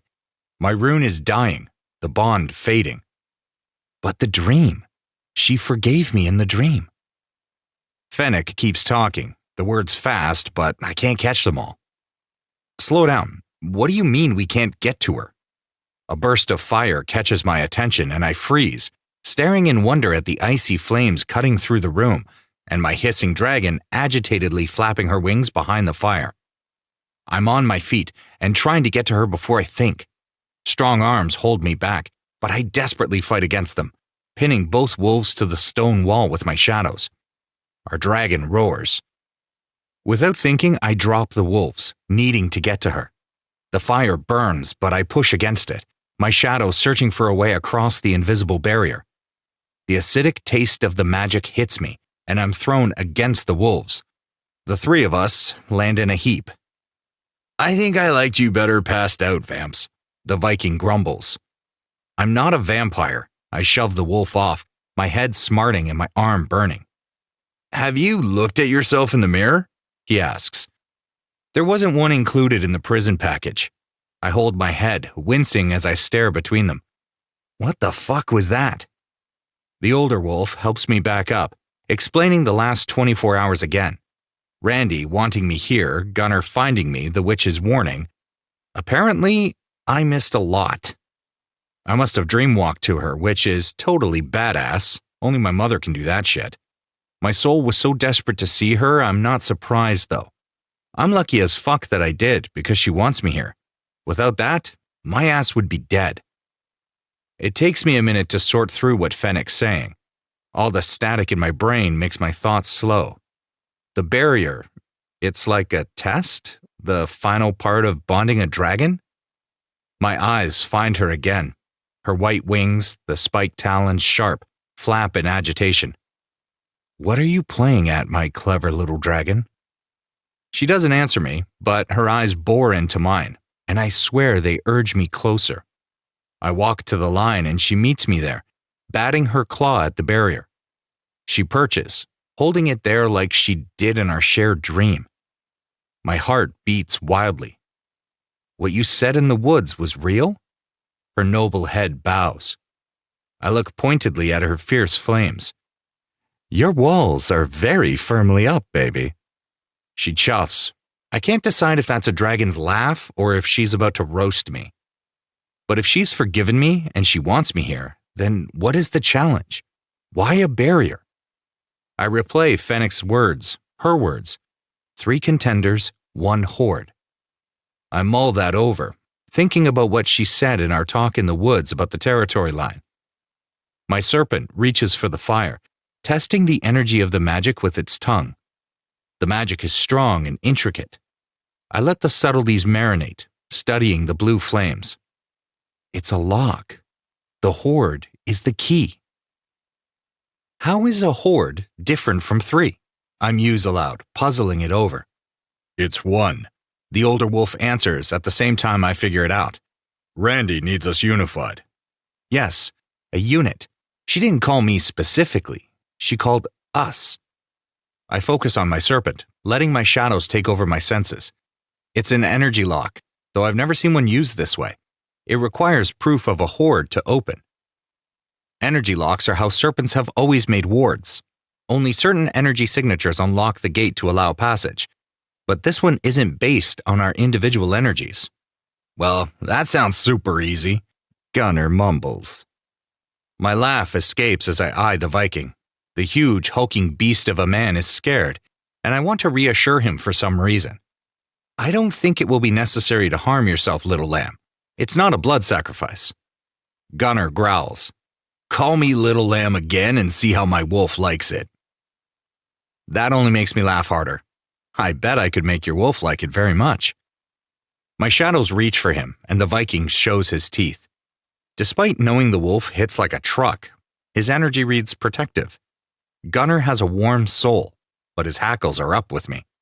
It makes me a dick to tease him, but that doesn't stop me. So what does it require? Fennec covers his laugh behind a strangled cough, drawing my eyes away from the snarling Viking. I shrug, though I won't be surprised if they scoff at what I say. I'm not an alchemist, but I think Randy wants us to douse the fire by showing we trust one another. Our magical energy has to be connected to open the lock. Fennec's eyes turn to the steely glint of his wolf. And you know how to do that? That is not a question I was expecting. Something has changed. I don't know if it's that she has forgiven me, so Fennec has too, but the open hostility is gone. It's possible, but I've never actually done it. I form small emotional connections. Lust for a night is my specialty. Shocker. Gunnar rolls his eyes. If it gets us across the line, I'm in. Fennec nods. Whatever we have to do for her, we will. I look between them, confused by their easy agreement. What you're asking can't be undone. Do you get what I'm saying? All three of us will be bound. That's what a horde is. We have to work together and trust each other. How can we be good mates to her if we don't? The older wolf asks. My eyes find the Viking. You're okay with us being tethered? Gunnar's lifted brow and sharp glare seem to throw the question back at me. I wince, the words falling out before I filter them. I swear that I'm committed to her and this, but I gotta be honest, my track record sucks. The Viking's lips twitch behind his mother-of-all beards. Don't worry, I'll kick your ass if you fuck up, vamps. Good, I'll hold you to it. He pulls me in for a complicated bro-dude back-clap hug that rattles my bones. Do your vampy shit and tether us. The edges of the energy fray, and my serpent works them back, coaxing the strands together until the green and amber shimmer with my silver. My energy is fading, and the connection is unstable. In a pop of smoke, the connection breaks. Gunnar growls in frustration, throwing his hands in the air. I thought you knew what you were doing. Fennec reaches out a steadying hand, helping me to stay upright. My cheeks heat, but I force myself to swallow my snarky retort. I'm a lust eater. What the fuck do I know about soul bonds? Gunnar gets up, pacing as I try to center myself enough to begin again. It doesn't help that I can feel my dragon's eyes on me, her whimpers getting louder. She needs us, and we're running out of time. My eyes close and I visualize the forest, letting myself remember the sound of her tinkling call on the wind. Fennec purrs, and those deep vibrations help me find my breath. My wolf thinks we should give her this, Gunnar's gruff voice says as he shoves something in my hand. It's a glittering red gemstone. I recognize it as one of the memory stones I gave Randy. Where did you get this? I ask, turning the smooth stone over in my hand. It holds the dream I had of the four of us together. Gunnar shrugs. It was on the floor right outside her nest. She told me to get those just before her dragon took over after she built her nest. Maybe it's a clue. Fennec looks at me, face grave. I could make a tether with a stone and embed a small essence of our energy in it. That isn't the same as the coven tether I was trying to make, but it could work as a key, maybe? But how? Okay, new plan, I say. I urge the wolves forward and direct them to touch the stone. I add my shadows, letting them bind their two hands. My shadows open, and the two wolves' energies bursts into life around us in a dizzying show of green and amber. I focus on plucking a single strand of energy from each wolf. Next, I braid those tiny strands with my silver smoke. It's unwieldy and powerful, like riding a bucking bronco. The two wolves sense it and push back with their purrs, sending me a boost that melds the connections into a dizzying light strand. The stone heart opens, and the energy gets sucked in. The moment the stone closes, it glows, red energy pulses traveling in a blinding burst that turns my vision white. My face tingles along the edges of my scar, then it burns hot and sharp. I can feel the connection between the claw mark and my chest. The wolves look wide-eyed at each other. I follow their eyes to their brand new glowing mate runes. Holy hash, Gunnar squeaks. Is that? Mating runes, Fennec says on an odd whisper. The ripe of their shirts, staring at their marks in wonder. Gunnar makes these hilarious faces, but I can't focus on that. All I see is that, like mine, the runes look diseased, the edges around them dark with bruising. At least theirs glow. My rune is all darkness. That's when I realize I can feel them. It's as if two new tethers are braided around my withering mate bond. Consciously or not, they send me light, feeding the bond. My connection to them isn't a mate bond. It's something different, like the pack bonds I've heard wolves share. Their light is in my chest and mind, like a link connecting our souls. What I feel makes me realize how lucky I am that these are the men who will love her with me. Their energy pokes and prods, even as I can feel them sending me strength and healing my body. I don't hide. I show them my intentions, letting them feel how much I want to make it right. Gunner's meaty fist beats against his chest, and a grin takes over his face. Holy hash, that shit is wild. He jumps to his feet, bouncing on his toes as he steps to the line. He's feeding me energy, but he looks full of it. We got this. Let's crush this ice blaster and win our girl.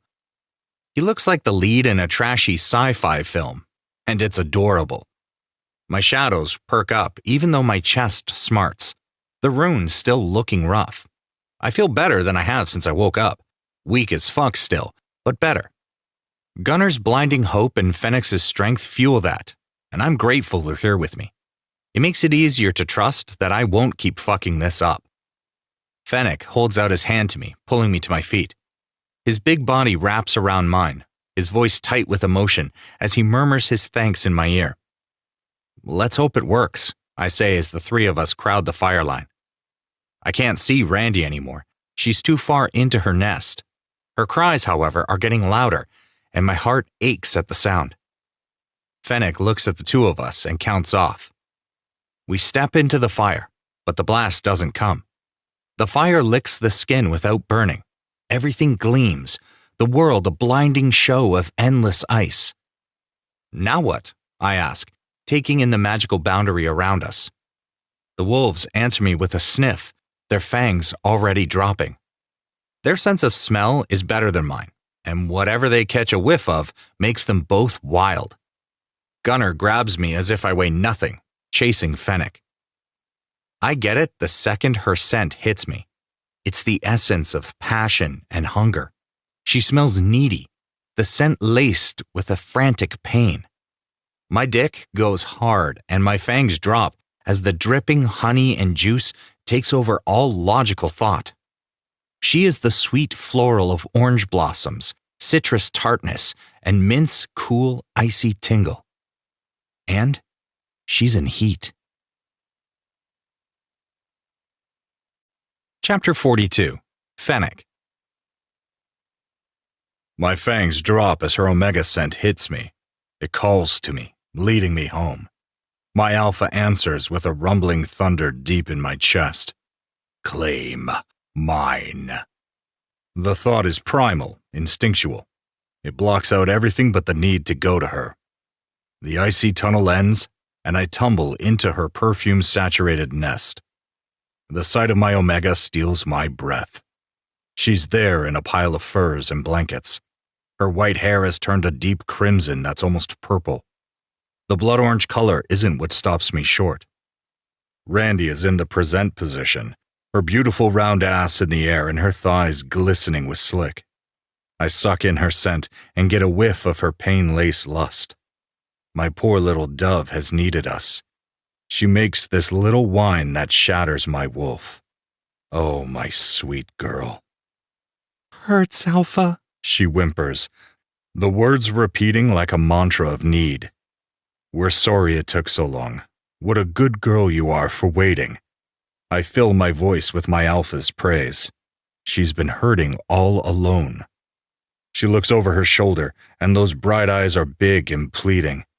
Please, she cries, her body trembling. I promise we're here. No more waiting. I rush to her, pulling her into my arms. She's a desperate tangle of limbs. Her mouth is on my neck as her hands fumble with the button on my pants. At her whine, I cup her jaw and hold her in place, forcing her eyes to me. Breathe, baby girl. Slow down. I've got you. I reassure her, trying to curb my desperation. The haze of rut sits like a tight weight at the back of my neck, her scent dragging me under. This isn't how I wanted her heat to start, but I refuse to let her stay in any more pain. Alpha. Her voice is hoarse, and the title is full of an Omega's command. It's a tug that yanks on my wolf. Whatever you need, baby girl, I promise. Randy wiggles, dragging her wet center along my thigh. She's so slick she's dripping. Her Omega scent is dense honey and sweet oranges topped with whipped mint. It's so fucking delicious I want to howl.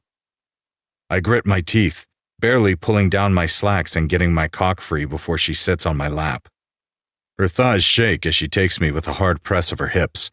She throws her head back, her eyes glazed and unfocused as she chants, begging for my knot. I get lost in her feverish bare skin sliding against my chest.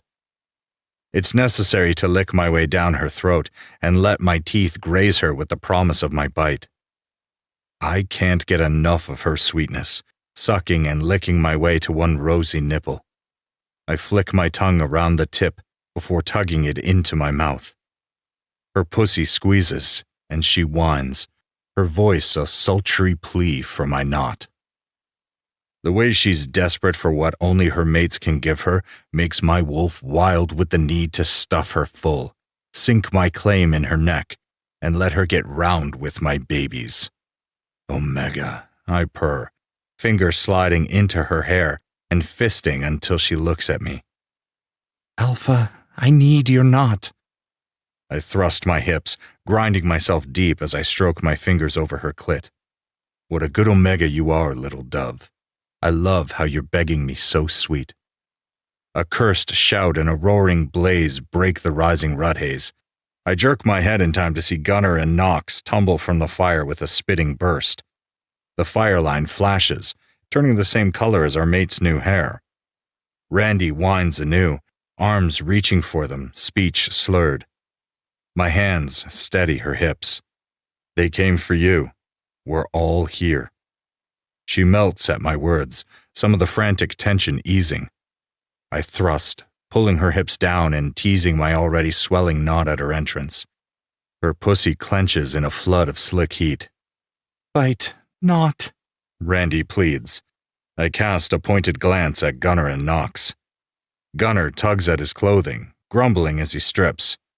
Yeah, well, some of us had to carry vamps, and you're unnaturally fast for your age. When his pants hit the floor, he dives for her. You smell so fucking good, beautiful. He drapes himself over her back, his mouth on her neck and his fingers plucking her nipples. You look so pretty riding our alpha's cock. She moans at Gunnar's touch and grinds on my knot, rolling her hips until the intense pressure gives way to bliss when it locks in place. That's what you need. Your alpha's knot, I purr. Randy shakes in our arms as her orgasm takes her. Knox watches, cock hard and shadows writhing, but he doesn't move to join. Get the fuck over here, I bark, asserting my wolf's dominance. Knox may be powerful, but he will defer to me in this horde. She needs all of us. She says his name, and it's full of longing. Shit. Okay, baby. Knox breaks at the sound, his shadows reaching for her. The dark, silky bands circle her waist and pin her wrists to her sides while he strips. I'm here, I promise. I was trying not to crowd you. She becomes a horny, desperate mess, grinding on my knot and letting loose a guttural whine the moment the three of us are touching her. bite, She pleads. Gunnar moves to strike, but I clasp his throat, holding him back. He snarls, but I ignore it, eyes on Knox. My wolf demands it be the three of us. Together, I insist. He kneels at her side, leaning in and whispering in her ear. Randy likes whatever he says, her needy whines spurring me on. The serpent's eyes glow violet, his throat bobbing as sharp fangs descend over his original mark. I release my snarling pup. Gunnar sinks his teeth into her neck, and I follow, my fangs piercing the other side as the serpent strikes her shoulder. Blood pools in my mouth. The nest swells with our scents. I hang on as energy pulses between us, my cock so hard it hurts. A bright light sears, dancing behind my eyelids. I blink, and Randy's back glows. She clamps down on my knot, shaking and moaning. The sounds are sweet now, the pleading turning into a chanted yes. My orgasm rushes over me as my knot expands and I fill her with my cum. The mate bond snaps into place, her soul flame bright in my chest, and ecstasy pumping in my veins. I nurse my mark, sealing the bite as she floats between us, her lips pressing anywhere she can reach. The energy in the air settles, turning to sweet contentment. The mate bond thrums, her sweet omega weaving together with my alpha. When my wolf is satisfied and Randy is a soft, pliant thing in my arms, I have the others help us into the soft blankets. Our dragon passes out, her breathing turning deep as I situate her on my chest. 3 glowing mate runes follow the curve of her spine, blinding in their glow. Come here, pup. I curl my finger at Gunner. He bends down and I take his lips, slow and sweet. My palm travels over the mate rune on his sculpted peck opposite his branded dragon. When he's breathless, his sage spiking, I pull back to study his rune. Gunner's mate mark is healthy looking, the skin around it free of bruising or deep veins. When Nox wove our energy into the red stone, it somehow allowed us to share power. I could feel us giving him strength and his magic feeding ours. I don't know if we share his mate rune or if his power helped awaken our dying wolf magic. Either way, it's because of Nox that we're here. We need him as much as she does. Nox. He opens his mouth and I can already see the snark about to fall from his lips, so I keep talking before he can ruin the moment. Thank you. I'm glad you're here. I eye his rune pointedly. It's healing already, the rune glowing through faint. Our energy continues to thrum, and there's an open line between us. Even though I can feel his gratitude for our link, his lip curls into a smirk. Just wait. You haven't seen my cock in action yet. Nobody cares about your dick. Gunner knocks on the back of the head, then curls up on my side. His fingers find Randy's hair. I guess the blue of her eye's right, but I didn't expect the red hair. With a yawn, he starts a soft purr and throws his leg over mine. Not to be a contradictory prick, but she's not really red. Her coloring is magenta. It's the mix of her red and blue energy strands. Nox explains, leaning down to kiss the back of her palm before he lies at our feet. He keeps room between us, his thoughts heavy in the bond, but his shadows can't stay away. They twist and caress, creating a mesmerizing pattern as they swirl around her. Nox is nervous, like Gunner, about how we all fit, but I feel it now, how all the pieces come together. I answer his unasked question. You belong here, as much as any of us. Gunner's sleepy voice adds, We're in this together. We should embroider that on a pillow. You little shit. I toss a pillow at Nox, but a shadow band catches it before it lands. He stuffs it under his head, throwing me a smug grin. Randy nuzzles into my chest, and my eyes return to her. She looks right there, curled up between the 3 of us. Her perfume is dissipated, but this is only the beginning of her heat. Gunner's purr turns to snores, and Randy's warm breath puffs on my chest, creating a comforting trance. I let go, knowing that we're finally where we're supposed to be. Chapter 43. Nox. I watch the swirls of light dancing above my dragon. The horde's aura shimmers with the spicy red streaks of her heat. I've been a creeper, watching them sleep like I did in my bedroom, what feels like lifetimes ago. So much has already changed, but I'm a selfish prick and I want a place in that pile too. Randy wiggles atop Phoenix's chest, her slick thighs dripping. Both wolves are passed out, but it won't be long before they register her rising need. My shadows ease from her torso and down her thigh, trying to get a taste of her honey. She looks at me over her shoulder, and those dazed blue eyes call out in longing. Everything about this woman does it for me, from her beautiful soul and body to her fiery attitude. You found me in my dream. You brought my wolves through the barrier. She says this as if she can't believe it happened, as if she's surprised to see me here in her nest. Always, baby. The words hold my dark promise. She's taught me what I'm willing to do and how far I'll go to keep her. Even death wasn't a deterrent. And now that she's giving me a chance, I will stop at nothing to make sure she never regrets it. She purrs. It's the sweetest little rattling sound.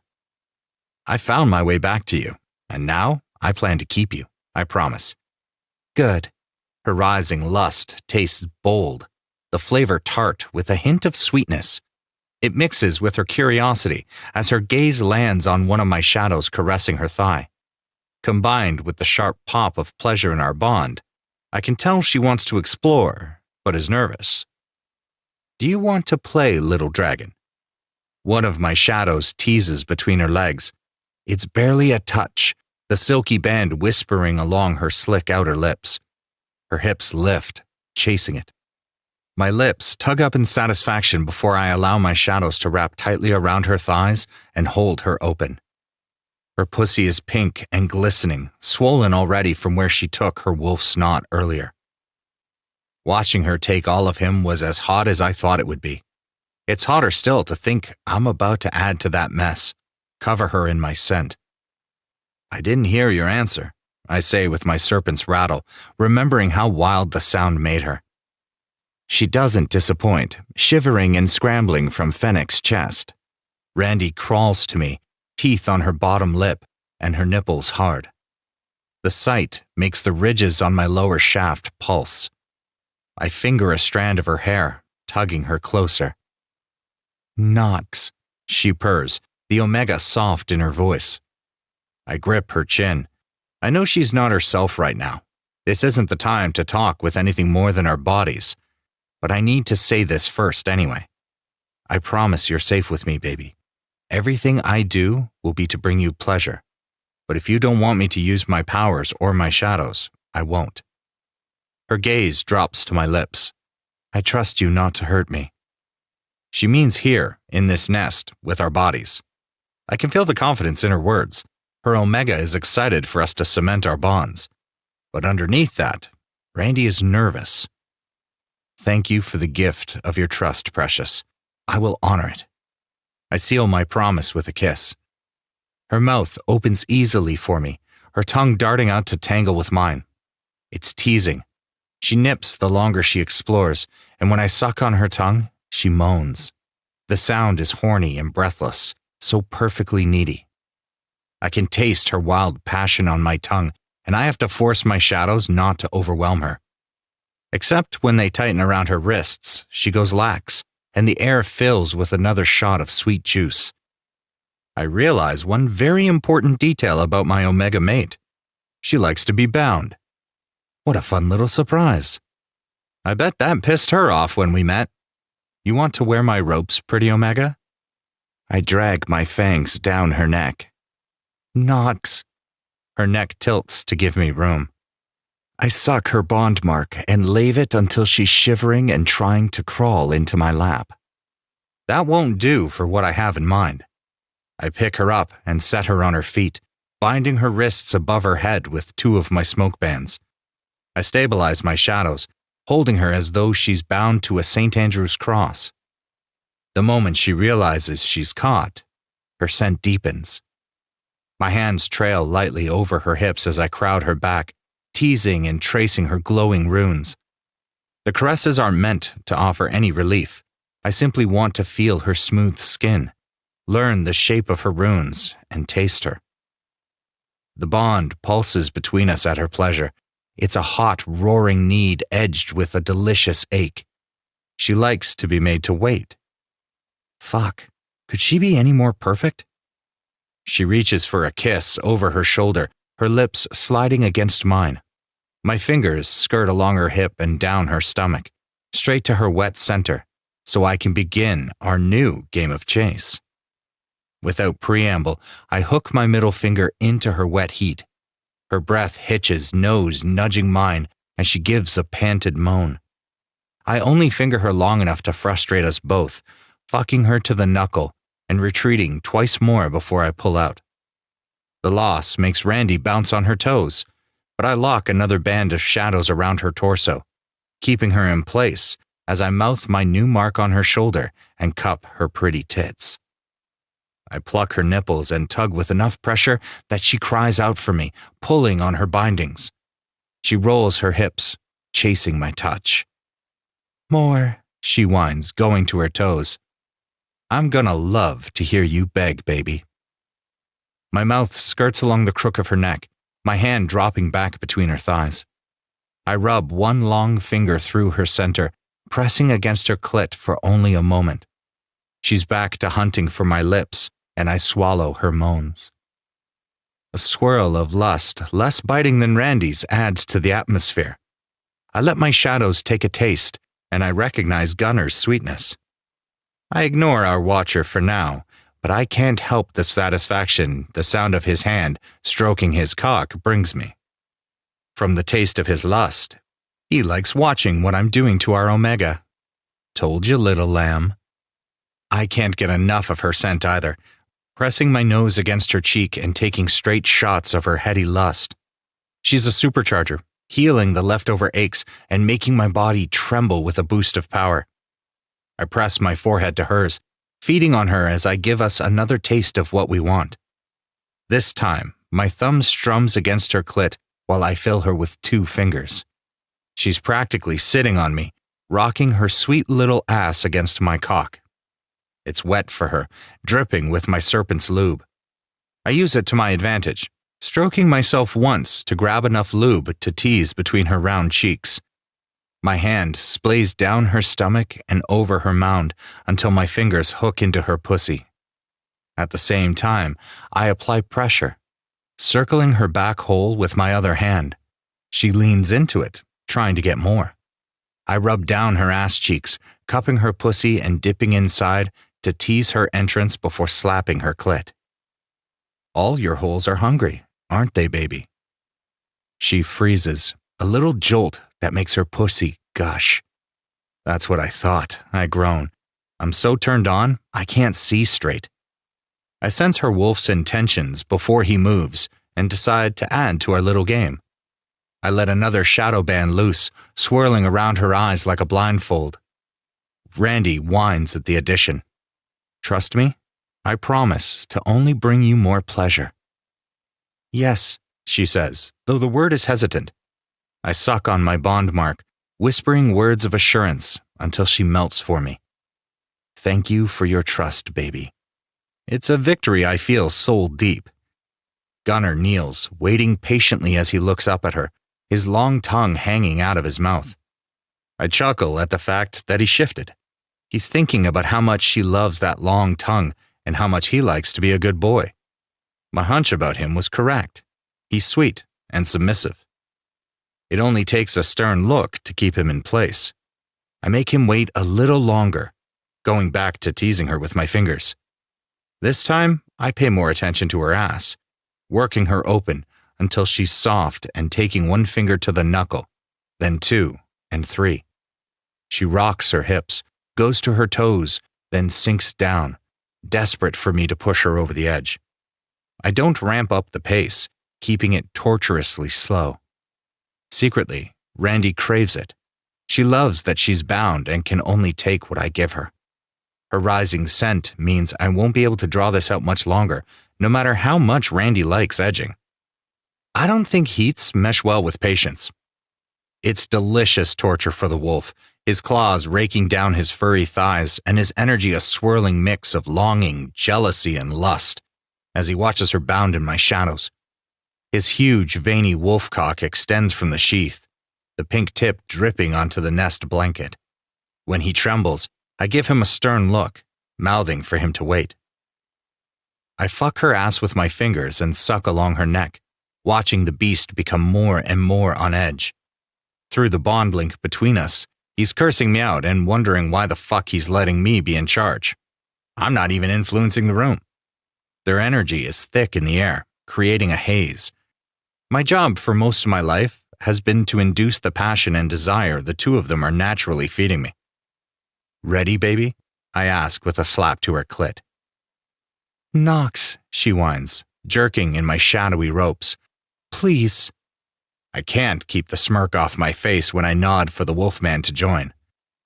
Only a lick, I mouth to him, one brow raised in censure.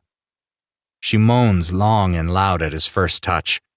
Watching that fucking tongue lap up her pussy makes the ridges of my cock pulse, desperate with the need to fuck.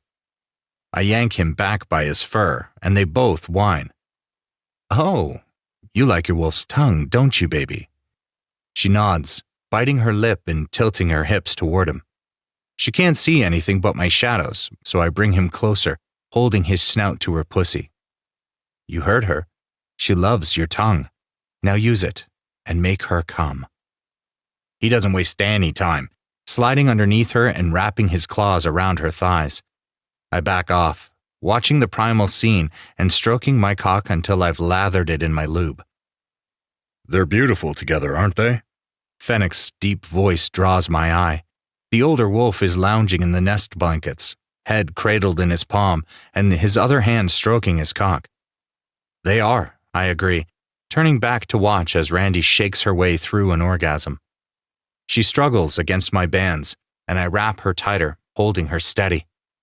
That isn't enough, her sense spiking with need and her soft whines turning to begging. I crowd behind her. She juts her ass out, wiggling against my hard cock. You want it bad, don't you, baby?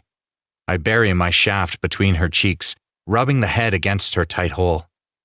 Tingles, Randy says, voice trembling.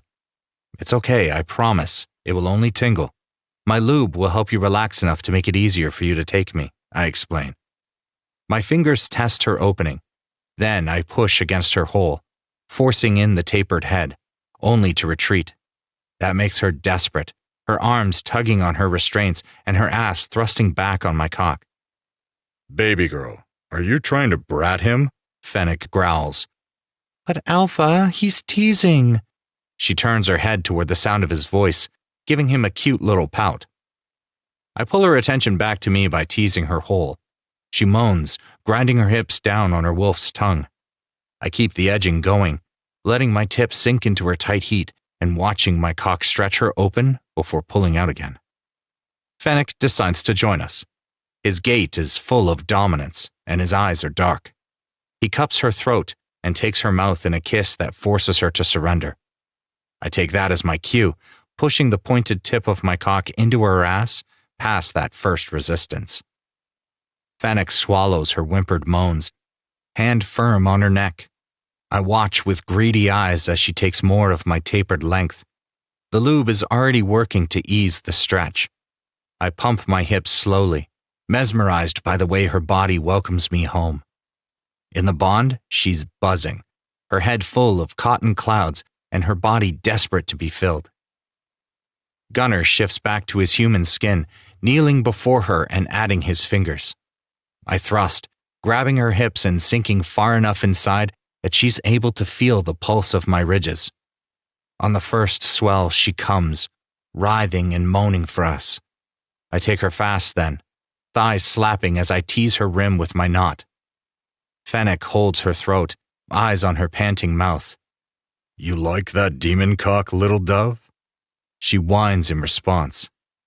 Who is driving you wild, baby girl? My mates, she says, voice shaky and full of sex. That's right. Your mates are taking you apart, and you want more. You have your serpent's fat dick in your ass, and your little wolf fingering that pretty pussy. But I bet what you crave is all three cocks, don't you? He asks. I knew this fucker was a daddy, but dang, I like his style. It's not even a word that falls from her mouth, but something raw and hungry. The tisking sound of his reprimand makes her clench around me, her bond vibrating with need. I want the words, baby girl. Tell your alpha what you need. Gunner curses as Fennec tugs on his hair, keeping his two mates held firm in his grip. Alpha, Randy stutters the word between moans. I squeeze her hip and nibble her neck, slowing my pace until she whines. Better tell him, baby, I murmur in her ear. She whimpers, speech slurred. Please, give me your cocks. I thrust hard, holding her in place. Where? Fennec demands. All my holes, I want them all filled. She screams the words. Fennec nods, and I lift the shadow binding from her eyes. Then that's what you get, baby girl. Thank you for asking so nicely, he says, rubbing his big palm down her throat before taking her mouth. When she's shaking, he passes her lips to me. I ease her down into the nest with my shadows, my cock still inside her. I unbind her arms, my shadows massaging her muscles to work out any kinks as I cradle her back against my chest. She's restless, her scent spiking as we get into position. Fennec instructs Gunner to wedge pillows behind me, so I'm propped against them on my back. My shadows wrap around her thighs, spreading her knees. I hook 2 fingers into her pussy and give a tentative thrust of my cock. From this new position, I can twist around and take a nipple into my mouth. I suck, pumping my hips and fingers until she's open-mouthed and gasping. Gunner licks his lips, eyes trained on the place where my cock stretches her ass. I take it back.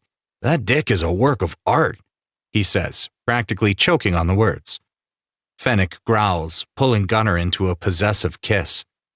The slick heads of their cocks brush against each other. Then Fennec takes them both into his hand. The 2 cocks rock into the tunnel of his curled palm, both wolves moaning. The older wolf's relentless, making Gunner pant and moan. Before I even realize what he's doing, Fennec sinks his teeth into Gunner's neck, and the submissive wolf howls.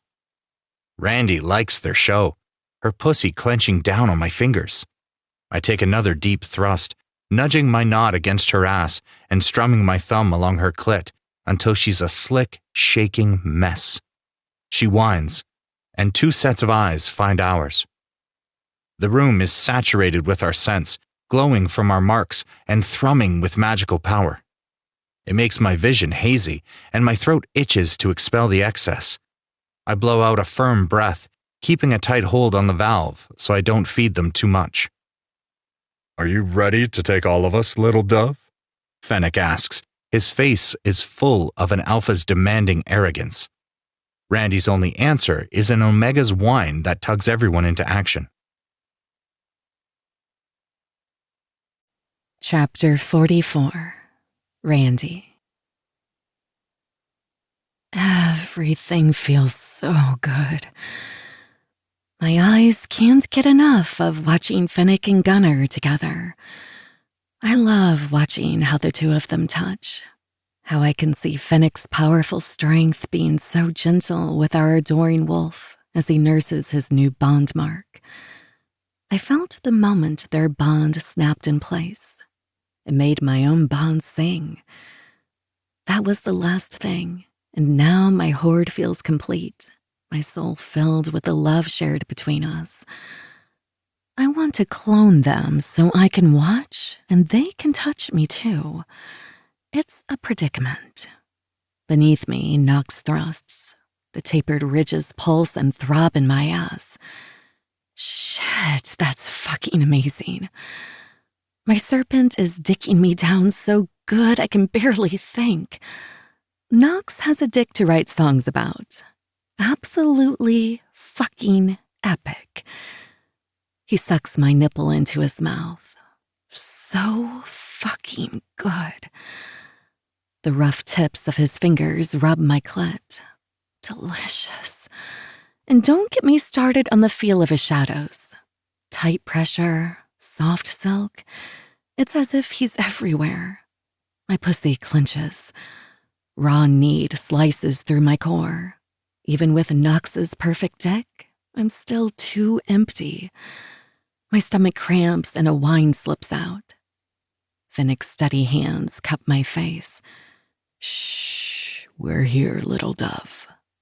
His thick fingers join with Nox's, then Gunner's. I thrash my head. It's so fucking hot to watch all 3 of them inside me at once. Those thick fingers twisting and sliding. But it's not enough. More, I beg. Nox shifts us as Fennec grabs Gunner's cock, giving it a firm stroke. Fennec situates Gunner, teasing his slick crown through my lips. She's dripping for you, pup. Show her how much you appreciate it. So much, beautiful. My little wolf looks ravenous. His thick shoulders ripple as he steadies himself over Nox. He strokes his thick cock, eyes focused on the spot between my legs. I'm bound, spread wide on Nox's cock. I can feel in the bond how close to rut the sight makes Gunnar, how beautiful he thinks I am.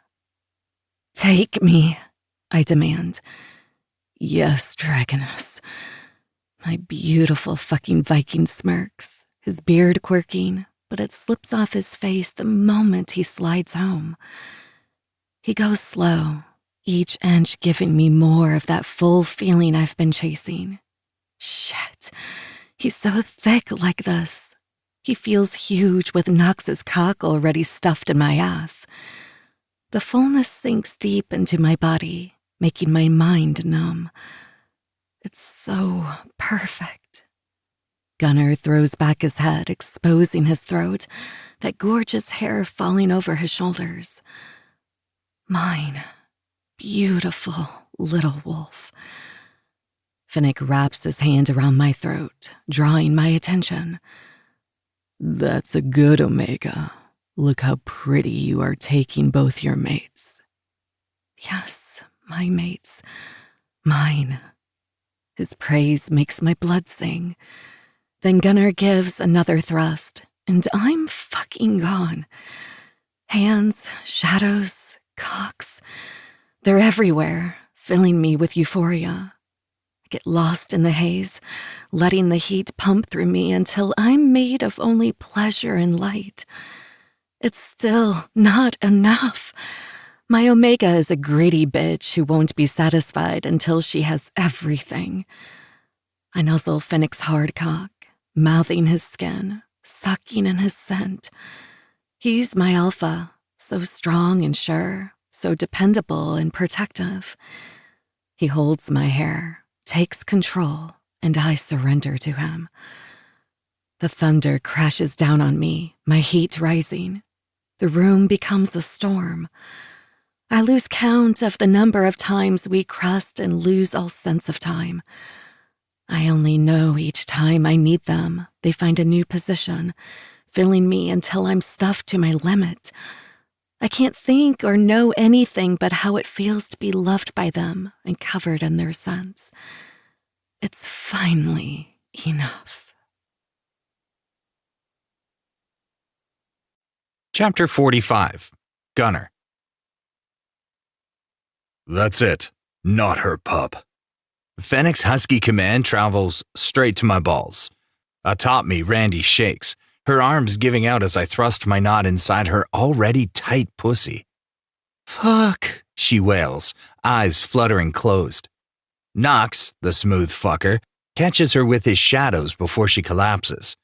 I'm useless, totally cruising down the Rudhash-Hayesville River. I feel Fennec in her ass through her walls, and it's so intense I bite my tongue to keep from coming. We've been at this for days, an eternity, a lifetime. I've fucked in every way I can imagine. All the ways Knox and Fennec can imagine too, and those fuckers are kinky. But she's not done yet. She needs this final push, her scent driving me to dig deep and keep it together for her. Baby girl, Fennec growls. You feel so good the way you come around our cocks. Her mouth falls open with sweet, needy sputters that makes my knot swell. All three of us groan at the stretch, her tits bobbing in my face. She's so fucking sexy like this, and she smells so good. I bury myself between her perfect fucking tits, sucking until she comes on a scream. Knox steals her sounds, kissing her through her climax as she grinds down on my knot. Come, pup. Fennec slaps my thigh. My dick obeys. Coming inside her makes my wolf thrum with satisfaction. He wants our Omega round with babies and drowning in our horde's scent. Fennec's hand squeezes mine over her hip, and I feel his dick pulse inside her, feel the way his cum drips onto my thigh. Her scent mellows, and she snuggles into my chest with a purr, her body shivering as she rides out my knot. Fennec delicately pulls out his spent cock, but she's gone, lost to the knot as she shivers and rocks, Little orgasms ripple through the bond, making her squeeze me anew. Each time it restarts the process of trying to get my knot to go down. Totally worth it. The way we're locked together makes every part of my body sing with rightness. I want her always here, drowning in the way the two of us come together. I barely register Fennec pulling us into his arms or Knox snuggling up by my side. My eyes close, and I float in the sea of our blissed-out bonds. My stomach wakes me, growling like a gremlin. Half asleep, dick chafed, and body bruised with bites, I climb from underneath our pile of 4. The nest looks as if it's been through a wild storm, but the 3 sleeping bodies look peaceful. I mean, they look wrecked. Everyone is covered in cum, their hair a mess, and their bodies a map of her heat. But in that, I just had the best days of my life and heats are fucking awesome kind of way. I stumble to a blanket and wrap up. Randy's magical blasting fire has gone out, but I cross the burnt line quickly because the thought of it still freaks me out. Shit went sideways, but it could have gone full tilt fucked. Thank the gods for vamps. How nuts is that realization? Getting us across the line was epic. I already knew I'd fucked up when I found his zombie ass, but I've seen his heart now, seen the way he unravels her. And if there were any lingering doubts, those are gone. He's a part of us now. It took all of us to get through her heat, and I'm glad he was there to take care of her. Besides, that fucking dick of his in action is worth the price of admission any day. That thing is a beast. In the small kitchen, I drink until water is dripping down my chest. I'm so freaking thirsty that I don't stop until I'm practically swimming. We barely managed to sleep, let alone eat or drink. Silent Daddy Wolf was a fucking savior, making sure we all stayed hydrated enough not to pass out. But it was a battle. A rut is no fucking joke. I'm sticky as fuck, so I steal a quick shower. Randy's dragon nest shower is rough like the rest of it. It's basically just a cutout in the rock with some ancient-looking shower system that's freezing. I wash enough not to be a biohazard and throw on sweats before heading back into the kitchen. Fennec stocked it before her heat, and I throw together sandwiches. I scarf those down while I gather the ingredients to make pasta.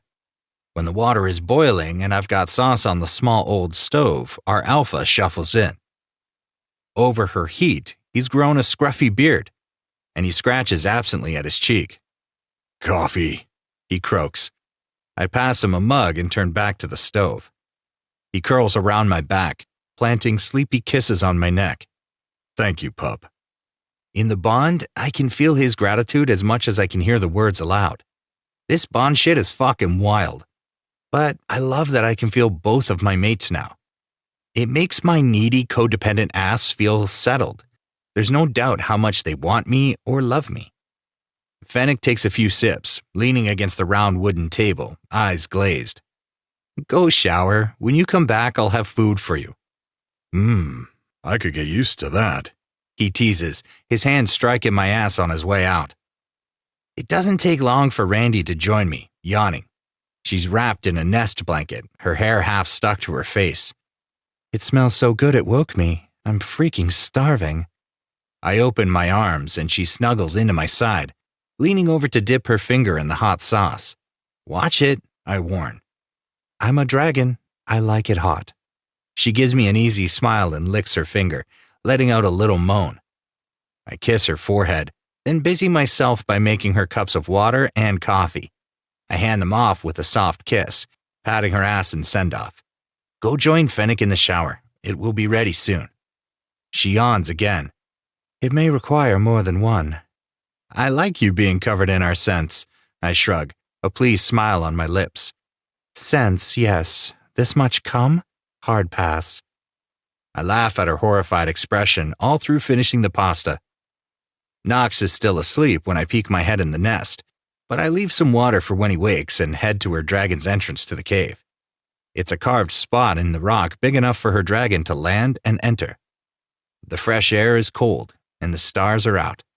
I have no idea what day it is or how long her heat lasted, but the world feels new, the air charged with magic.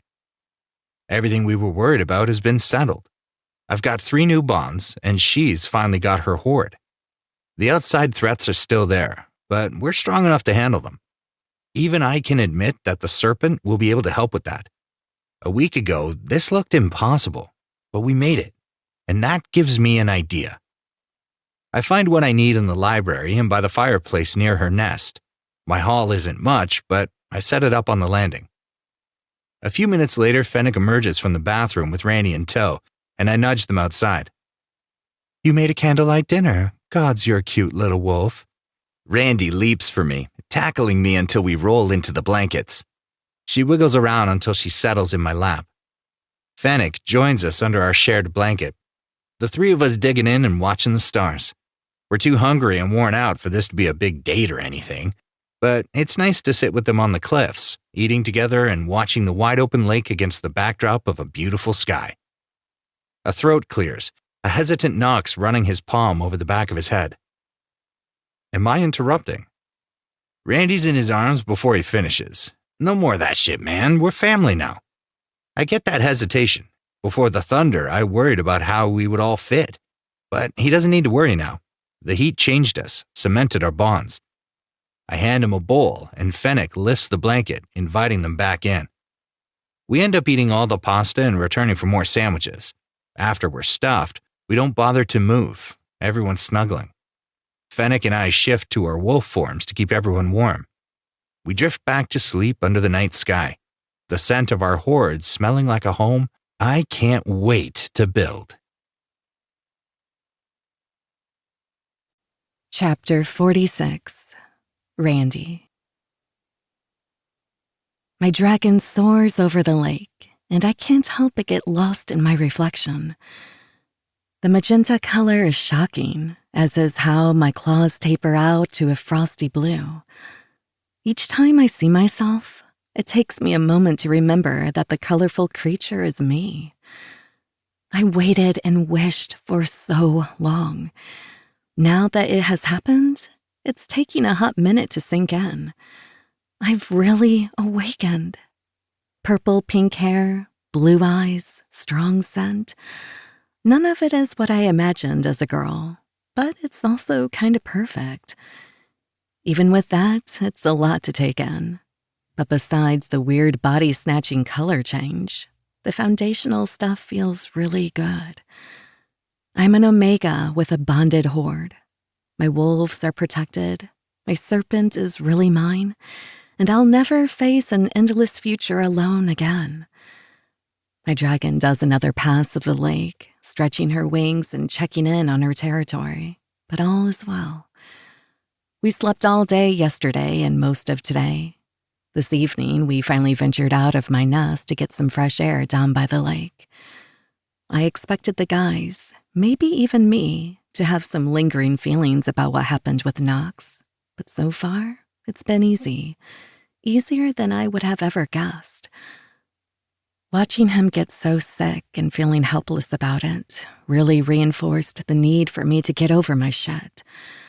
My dragon knew what she was doing when she issued the challenge. I'm a little spiteful that she couldn't have given her girl a clue, but I don't think it would have mattered. Magic is a tricky thing, but the guys delivered in such a big way that I can only be grateful. We still have things to iron out, but I feel settled. There's no need to rush or race a ticking clock. We have time to feel each other out and learn how to be a horde. I land easily on the shore, shaking off my dragon and taking human form. Fennec holds open a blanket for me, and I go directly into his arms, his presence settling some of that itch under my skin. You didn't fly long. Fennec murmurs, his lips brushing my neck.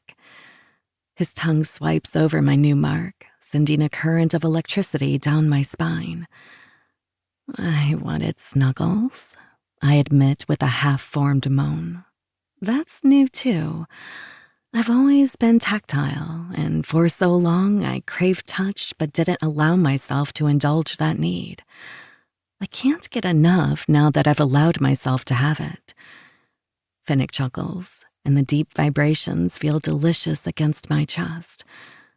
That can definitely be arranged. My alpha scoops me up on a startled shriek and throws me over his shoulder, his palm smacking my ass twice as he carries me back to the campfire. Finnick deposits me in Knox's arms, and my serpent's silky shadows wrap around me in hello. I snuggle back against his chest, my dragon already purring. Knox takes my lips, slow and savoring, as though I've been gone for days instead of an hour. By the time he's done kissing me hello, I've forgotten what decade it is. He smiles into my lips, feathering kisses down the side of my mouth and then my nose, the bond thrumming with his smug satisfaction. Welcome back, baby. I'm too dazed to respond. Instead, I nuzzle into the crook of his neck where that sweet smoke is strongest. Across the dancing yellow and red flames, Gunnar winks at me. He's wrapped in a blanket, back against a fallen log, and holding a plate of kebabs. I make a grabby motion, and he chuckles but moves close enough to feed me bites. Finnick forces us to pause long enough that he can slip his shirt over my head. He gives me a forehead kiss and goes back over the fire pit, turning the kebabs as he sips his drink. It's quite the operation they've set up. When we decided to go down to the lake, Knox disappeared. I'd assumed he was shadow walking to the beach, and he was. He just happened to visit multiple stores first. By the time we made it to the spot, he had the whole thing ready for a lakeside barbecue. Coolers with drinks, food, and blankets. It was 1,000% over the top and very Knox. When we saw it at first, he was so nervous. I'm sure a big part of that is because I destroyed the nest he made. But I could feel in the bond how much he wanted to contribute, to make something nice for all of us. He's really very sweet, much sweeter than he lets on. I told him how amazing it was and apologized again for the nest, but he shook his head and told me we were done with apologies. That may be true, but like his desire to give me this tonight, I want to reassure him that he doesn't need to make any more amends. It was a whole conversation without words. It's nice how our bodies and hearts can talk through the bonds when sometimes our mouths can't always say it best. What did you learn from the bonds that you didn't know? I ask no one in particular. Knox jumps in first. Gunnar's every third thought is food. Nobody needs the bond to know that. Finnick gives our pup a soft smile. Beside me, Gunnar wiggles his eyebrows. I do love to eat.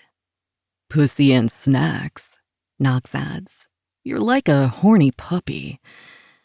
In the bond, we all feel the reminder that Gunnar is obsessed with food because survival taught him that he doesn't know when his next meal is coming.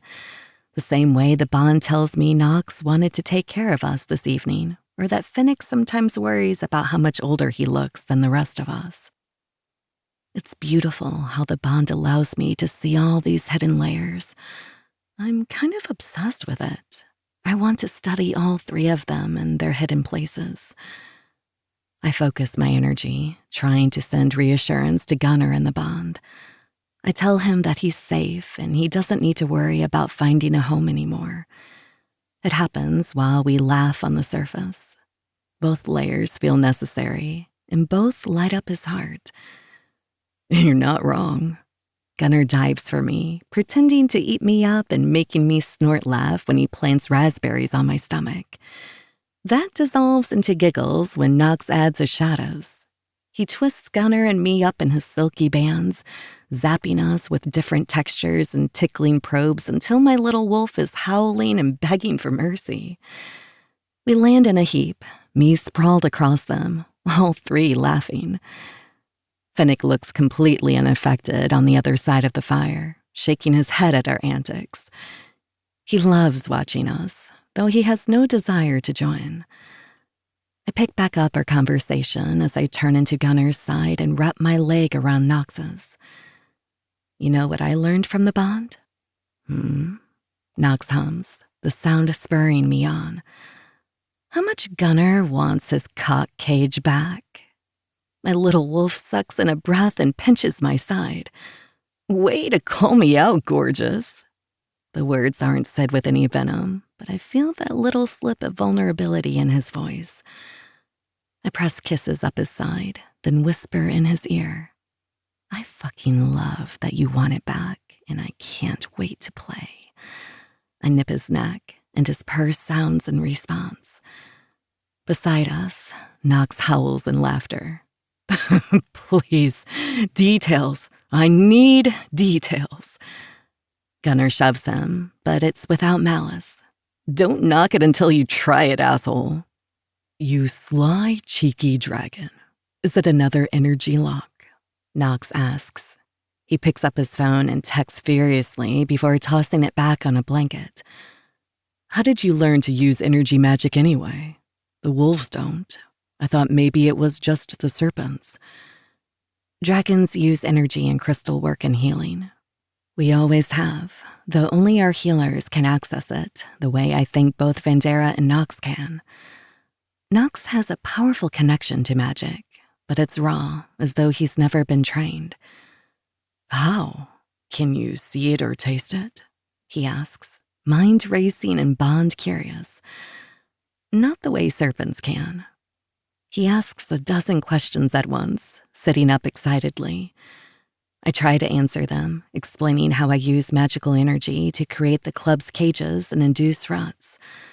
Still, Nox gets sidetracked every few seconds and asks a dozen more questions. Gunnar sits up, shaking his head. I'm no expert, but let me be real with you because she's making it sound all technical. Nox laughs, making an exaggerated motion for him to continue. Finnick joins our pile, already laughing. I can't wait to hear your version, pup. Gunnar settles in like a full-blown storyteller, his hands already waving around. It starts with the red haze hash from candles instead of your smoke. She's got naked dancers and cages and everyone pissing themselves, trying not to come or bite somebody by accident. So, you'd never make it. Nox flips him off, but Gunnar laughs. Then after you survive the haze, you move on to this one. Gunnar points at me. Of course, she's the boss fight, Nox jokes. The two of them go back and forth until Finnick and I are bent over, tears in our eyes. They give a recap of our bonding the same way, speculating wildly and making my dragon's challenge seem like the takedown of an evil sex pirate or something. Gunnar looks at us imperiously. Laugh all you want, but you know this shit needs a manual. It's true. That's why we have shadow books. But talking about it with them is definitely more fun. After we all settle back together in a pile, Nox asks more serious questions about the magic of the club and how I think that's connected to the wolves' dying magic. I haven't ever really talked to anyone who practices magic, besides Vandera, in a long time. His questions get me thinking. He interjects, sharing details about how the clubs he runs for his family work and the way that magic could be used at Frenzy. That discussion leads to the wolves' mating magic and his family's treaty. It grabs my wolves' attention, and they join the conversation, helping me think through some of our next steps. We talk for so long that the next time I notice, the fire is banked coals and dawn is waking on the horizon. Gunnar is already asleep, lying between Finnick's legs, tail wrapped around my foot. Nox's thumb rubs along his new bite mark on my shoulder, that tug of arousal pulling me back to his violet eyes. To bed. When I nod, he wraps us all in his shadow bands. The smooth, silky touch sends warmth to my belly.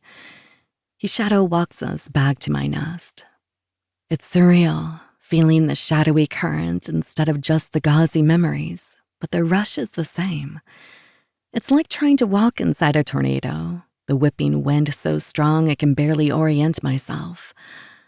Nox doesn't falter, and in seconds, we're back in my nest, all of us snuggled in the same configuration as when we left.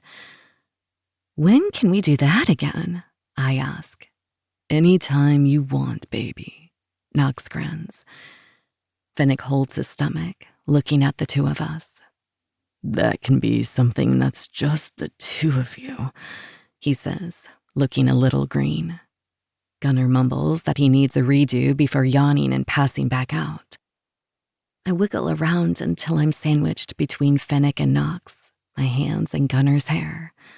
I'm too freaking sore to want anything but their scents and their warm bodies, but even that is so good that I can't help but purr.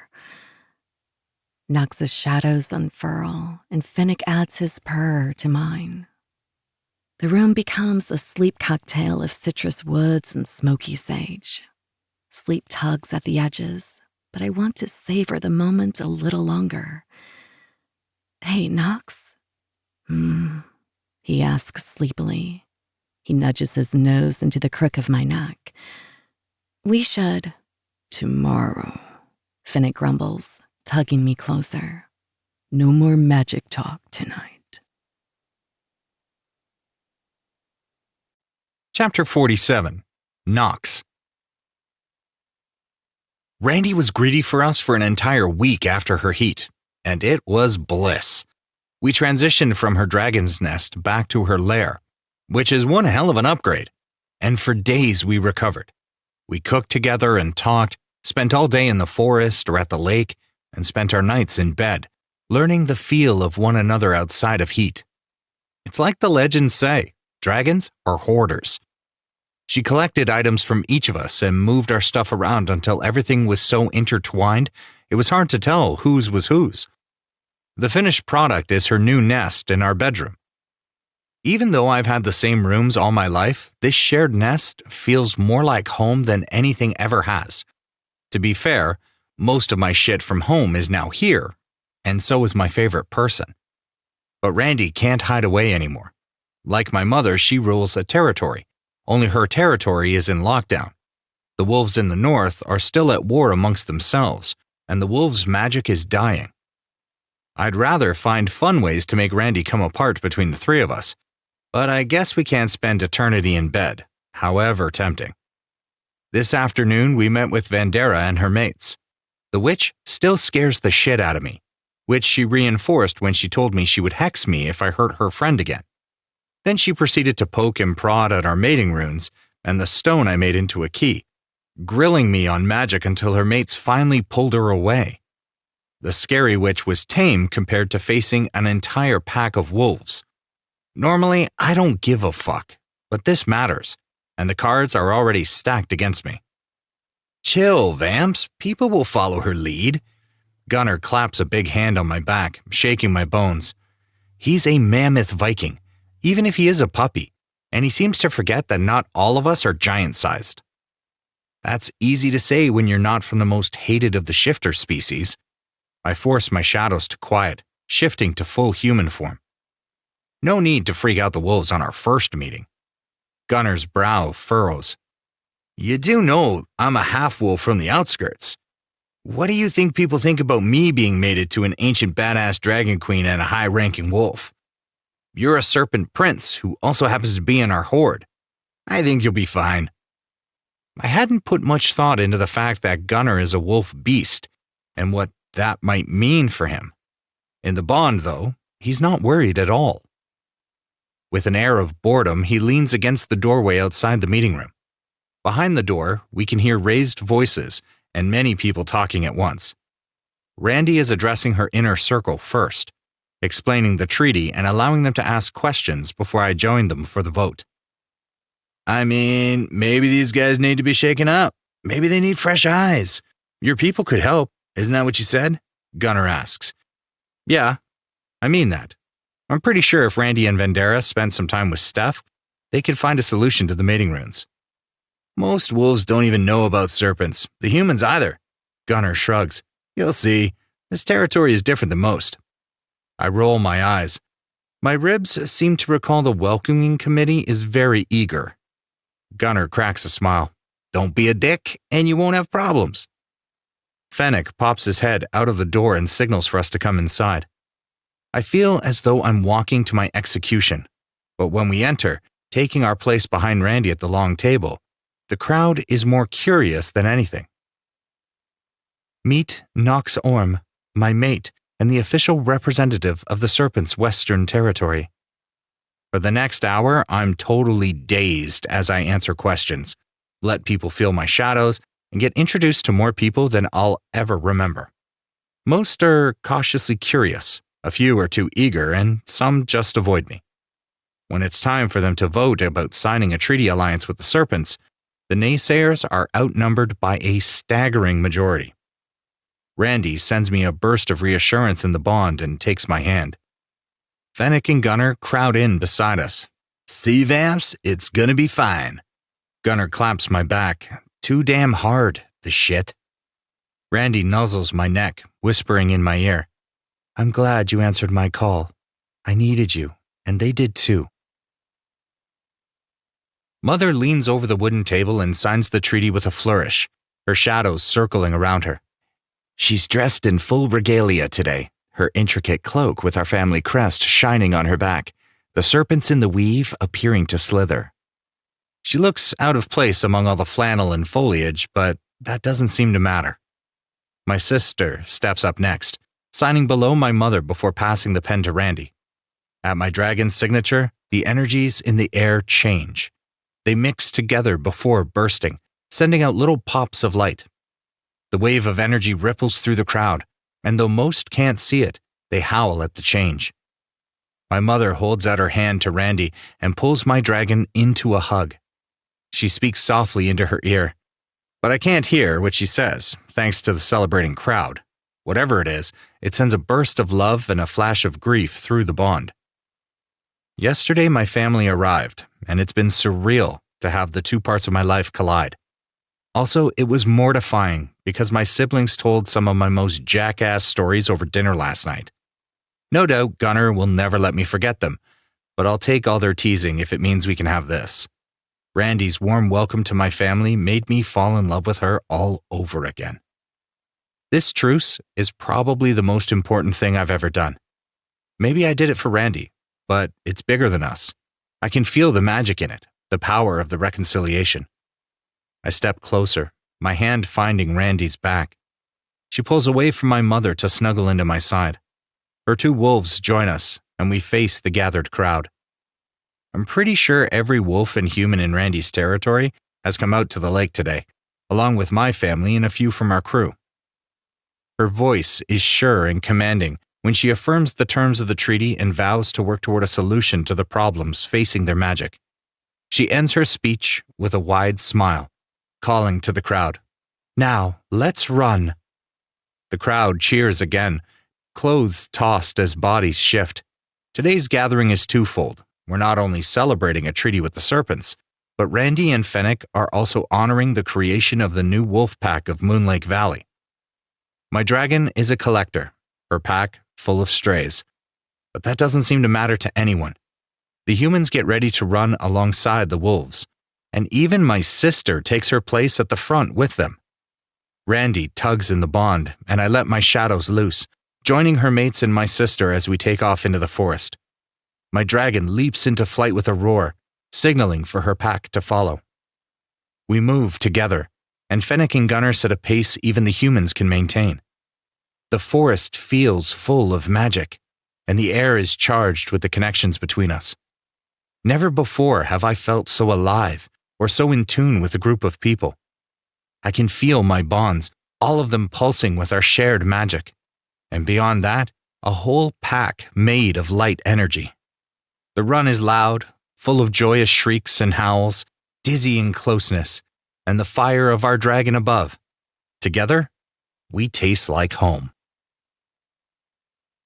After the pack run, we return to the lake house to celebrate. We've turned the shore into a giant sprawling picnic. Wooden tables are lined up along the bank. There's a huge spread of food under a series of tents, and a giant smoke pit is being run by an older wolf. It's comical to watch the serpents mingle amongst the wolves, and even funnier to see my mother attempt to eat ribs with her hands. Steph, Randy, and Vandera have been talking magical runes for most of the afternoon, huddled together at a picnic table, but I'm impatient. I snake my shadows around Randy, cutting into their theorizing. I'm sorry, guys, but I need to steal my mate. Bandera and Steph don't even bat an eye, still deep in conversation as I pull Randy away. One of my shadows slips over her eyes and another around her waist to steady her. "Where are we going?" she asks, her sense spiking with cooling mint. "Telling you would ruin the surprise," I tease. I tug her down the sloped lawn and onto the dock. Her smile takes over her face as she realizes where we are. It feels like a lifetime since the two of us were on this dock. I slow my pace, wanting to savor this moment that I almost missed. The sun is setting, and the lake is cast in a golden glow framed by a puffy pink sky. Fennec dips his head out of the tent, and Gunnar is right behind him, both of them eyeing our dragon. I take away my shadows and watch as she sees the new nest for the first time. The guys help me rebuild it, and together we've made it pretty fucking perfect. It's a repaired version of the original, with new additions like hanging crystals. It's warm and inviting, and the deep green tent glows softly in the warm lantern light. "You remade it?"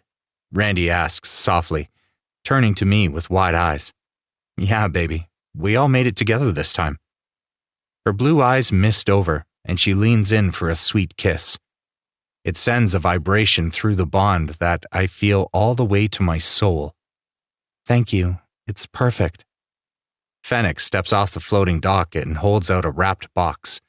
Randy uncovers the lid, her perfume swelling, as she fingers the necklace we made with the red stone that forged our horde bonds. "It's perfect." She bites her lip. I know it's because she's trying not to cry. I grab the metal chain, slipping it around her neck and locking the clasp in place with my magic. Her dragon purrs, and her whole body sings. Sparks of energy dance around her. I kiss her shoulder where my mark lives and pat her ass. "Go thank them then, baby." She turns from me and leaps for Fennec, practically climbing him. She kisses him deeply, their bonds thrumming. Then she jumps down and throws herself into Gunnar's arms. The two tumble onto the nest bed, kissing and laughing in a messy heap. "Get in here," Randy shouts. She doesn't have to tell me twice. Chapter 48. Randy. Vandera squeezes my hand in a death grip as Nox pulls us into the blur of the shadows. Even though I've been shadow walking with him for months, I'll never get over the rush of the wind and swirling darkness. It's as exhilarating as it is terrifying. In what feels like no time, our trio emerges onto a rocky cliff by an angry, spitting sea. A wintry wind blusters, sending chills through me.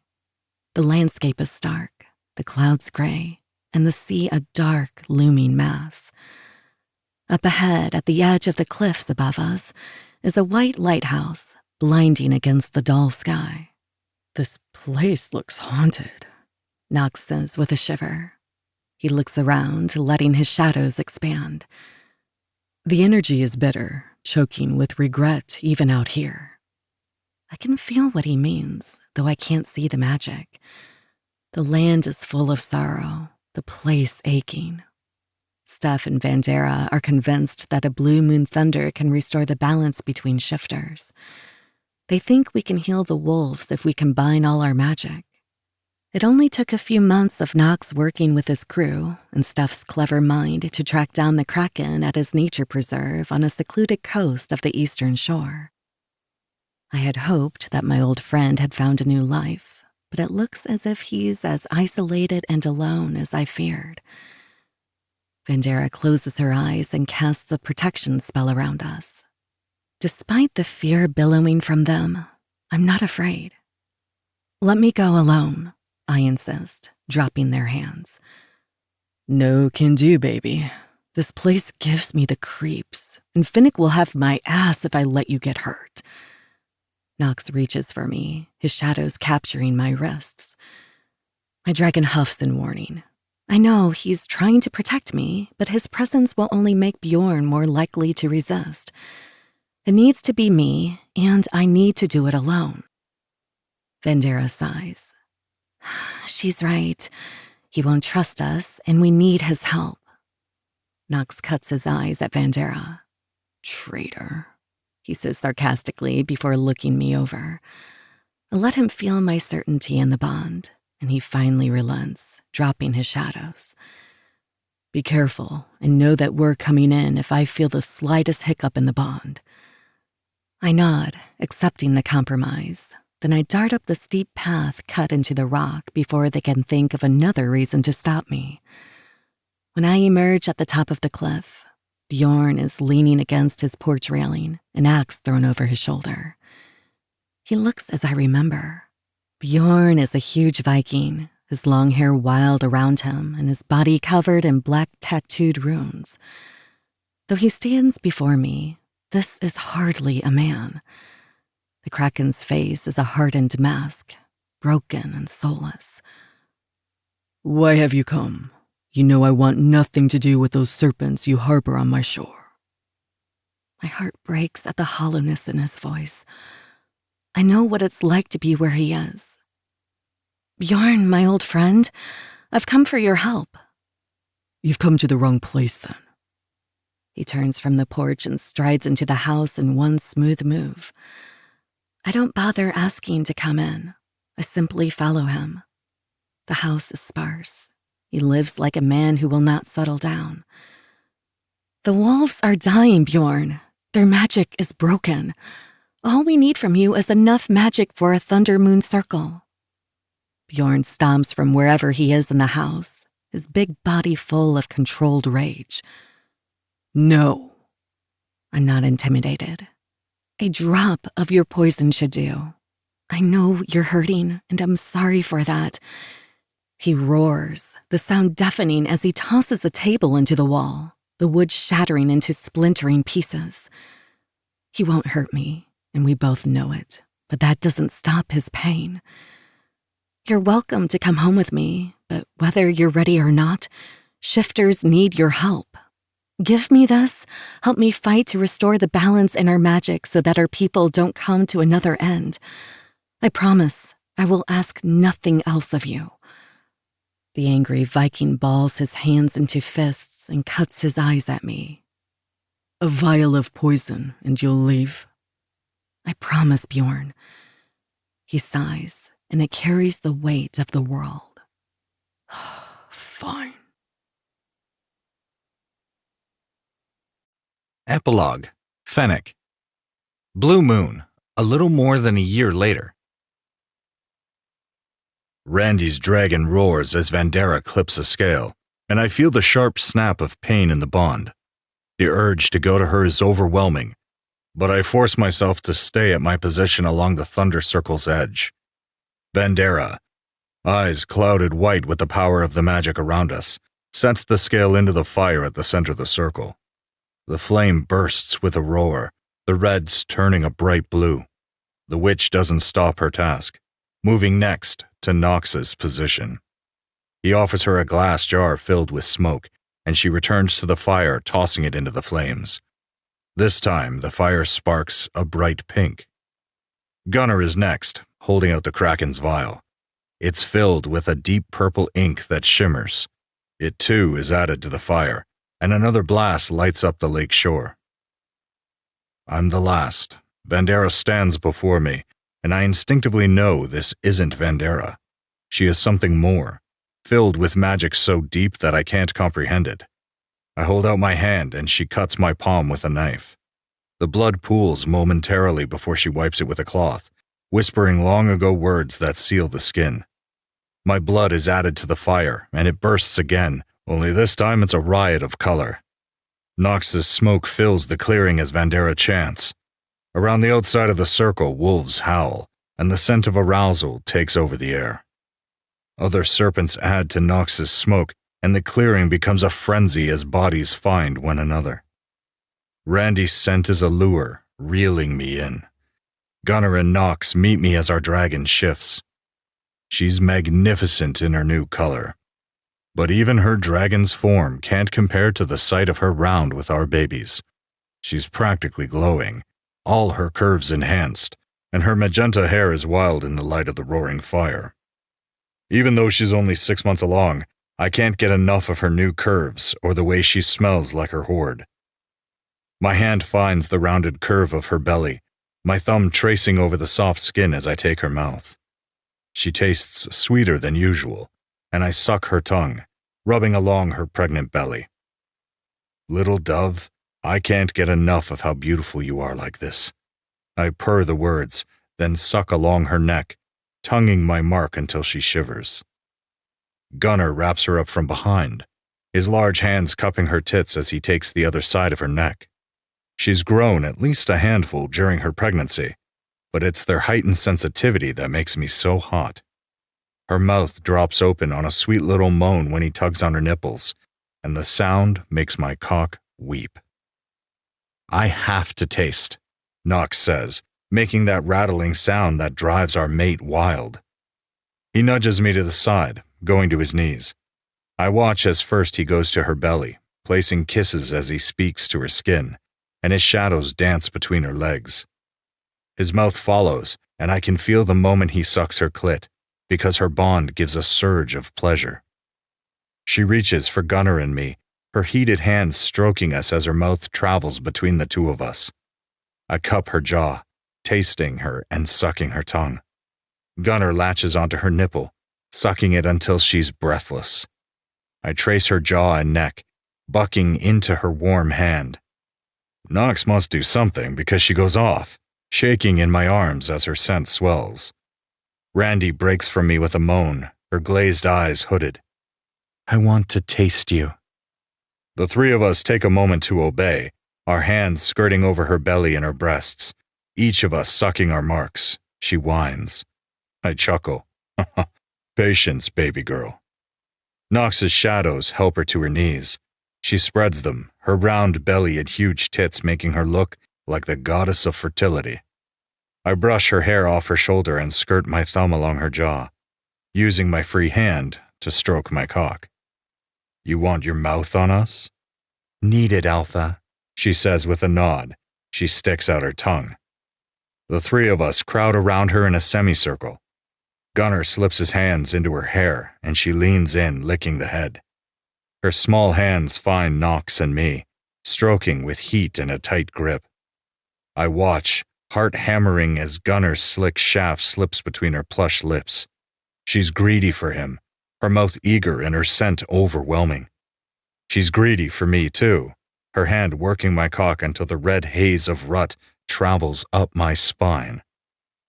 She pops off Gunnar and takes me next, her wet mouth full of perfect suction as she takes me deep. I throw my head back, savoring the feel of her for a moment before I take control.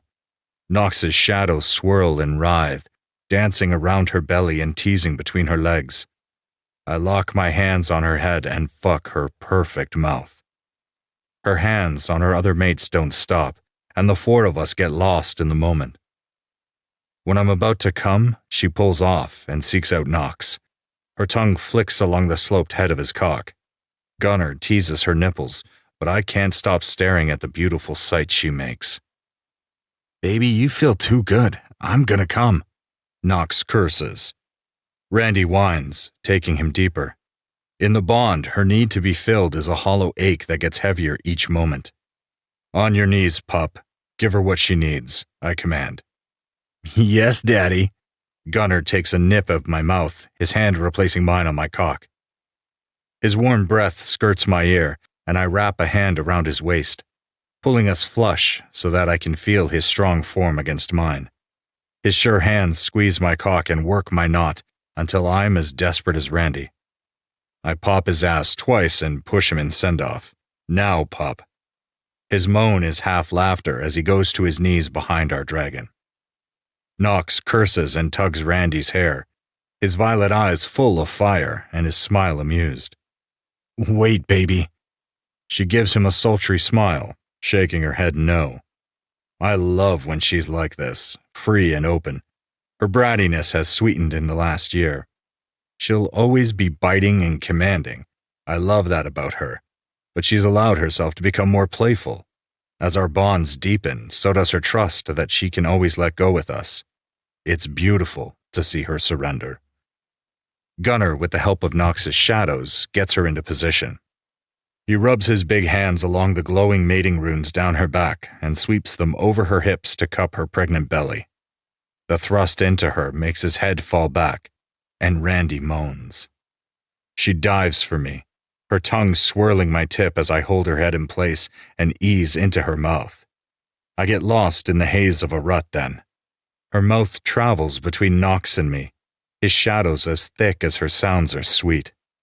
The slap of Gunnar's thrusts and her wet heat mingle with us until all four of us are on the verge. Randy takes a gasping breath, her hooded eyes crying out for us to come with her. It's a command from her Omega, and my Alpha howls with the need to obey. Nox and I stroke ourselves as Gunnar roars, his knot slipping into place. Randy opens her mouth, and I stoke myself until I come on her tongue, Nox right there beside me. At our combined release, she detonates in an orgasm so big it nearly brings me to my knees even through the bond. Nox makes a choked noise, and a boom of energy bursts from our circle. It's so powerful that the circle rings with howls, and the fire erupts into dancing flames. The blast seems to keep traveling, the sound of the powerful boom echoing off the mountains. I'm so lost in the haze around us that I almost miss the glow of the many moving bodies. I have just enough brain power to understand that light is coming from runes awakening, but before I can think, I'm pulled back into the haze of my horde. We lose ourselves to the ritual of the thunder and the magic of our circle, taking her over and over under the blue moon. It's a primal demand from my wolf. As a horde, we worship our dragon and the magic her body is creating. Our bodies and bonds repeatedly affirm one another until the fire is ash and all that is left is a pile of passed out bodies and glowing runes. This has been a Podium audio production.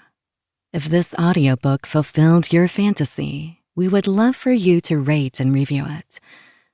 The audiobook might be over, but the heat isn't. Check us out at podiumentertainment.com and join our newsletter for your next love story. Also, don't forget to stalk us on Instagram, TikTok, and Facebook. We hate to see you go, but love to watch you leave.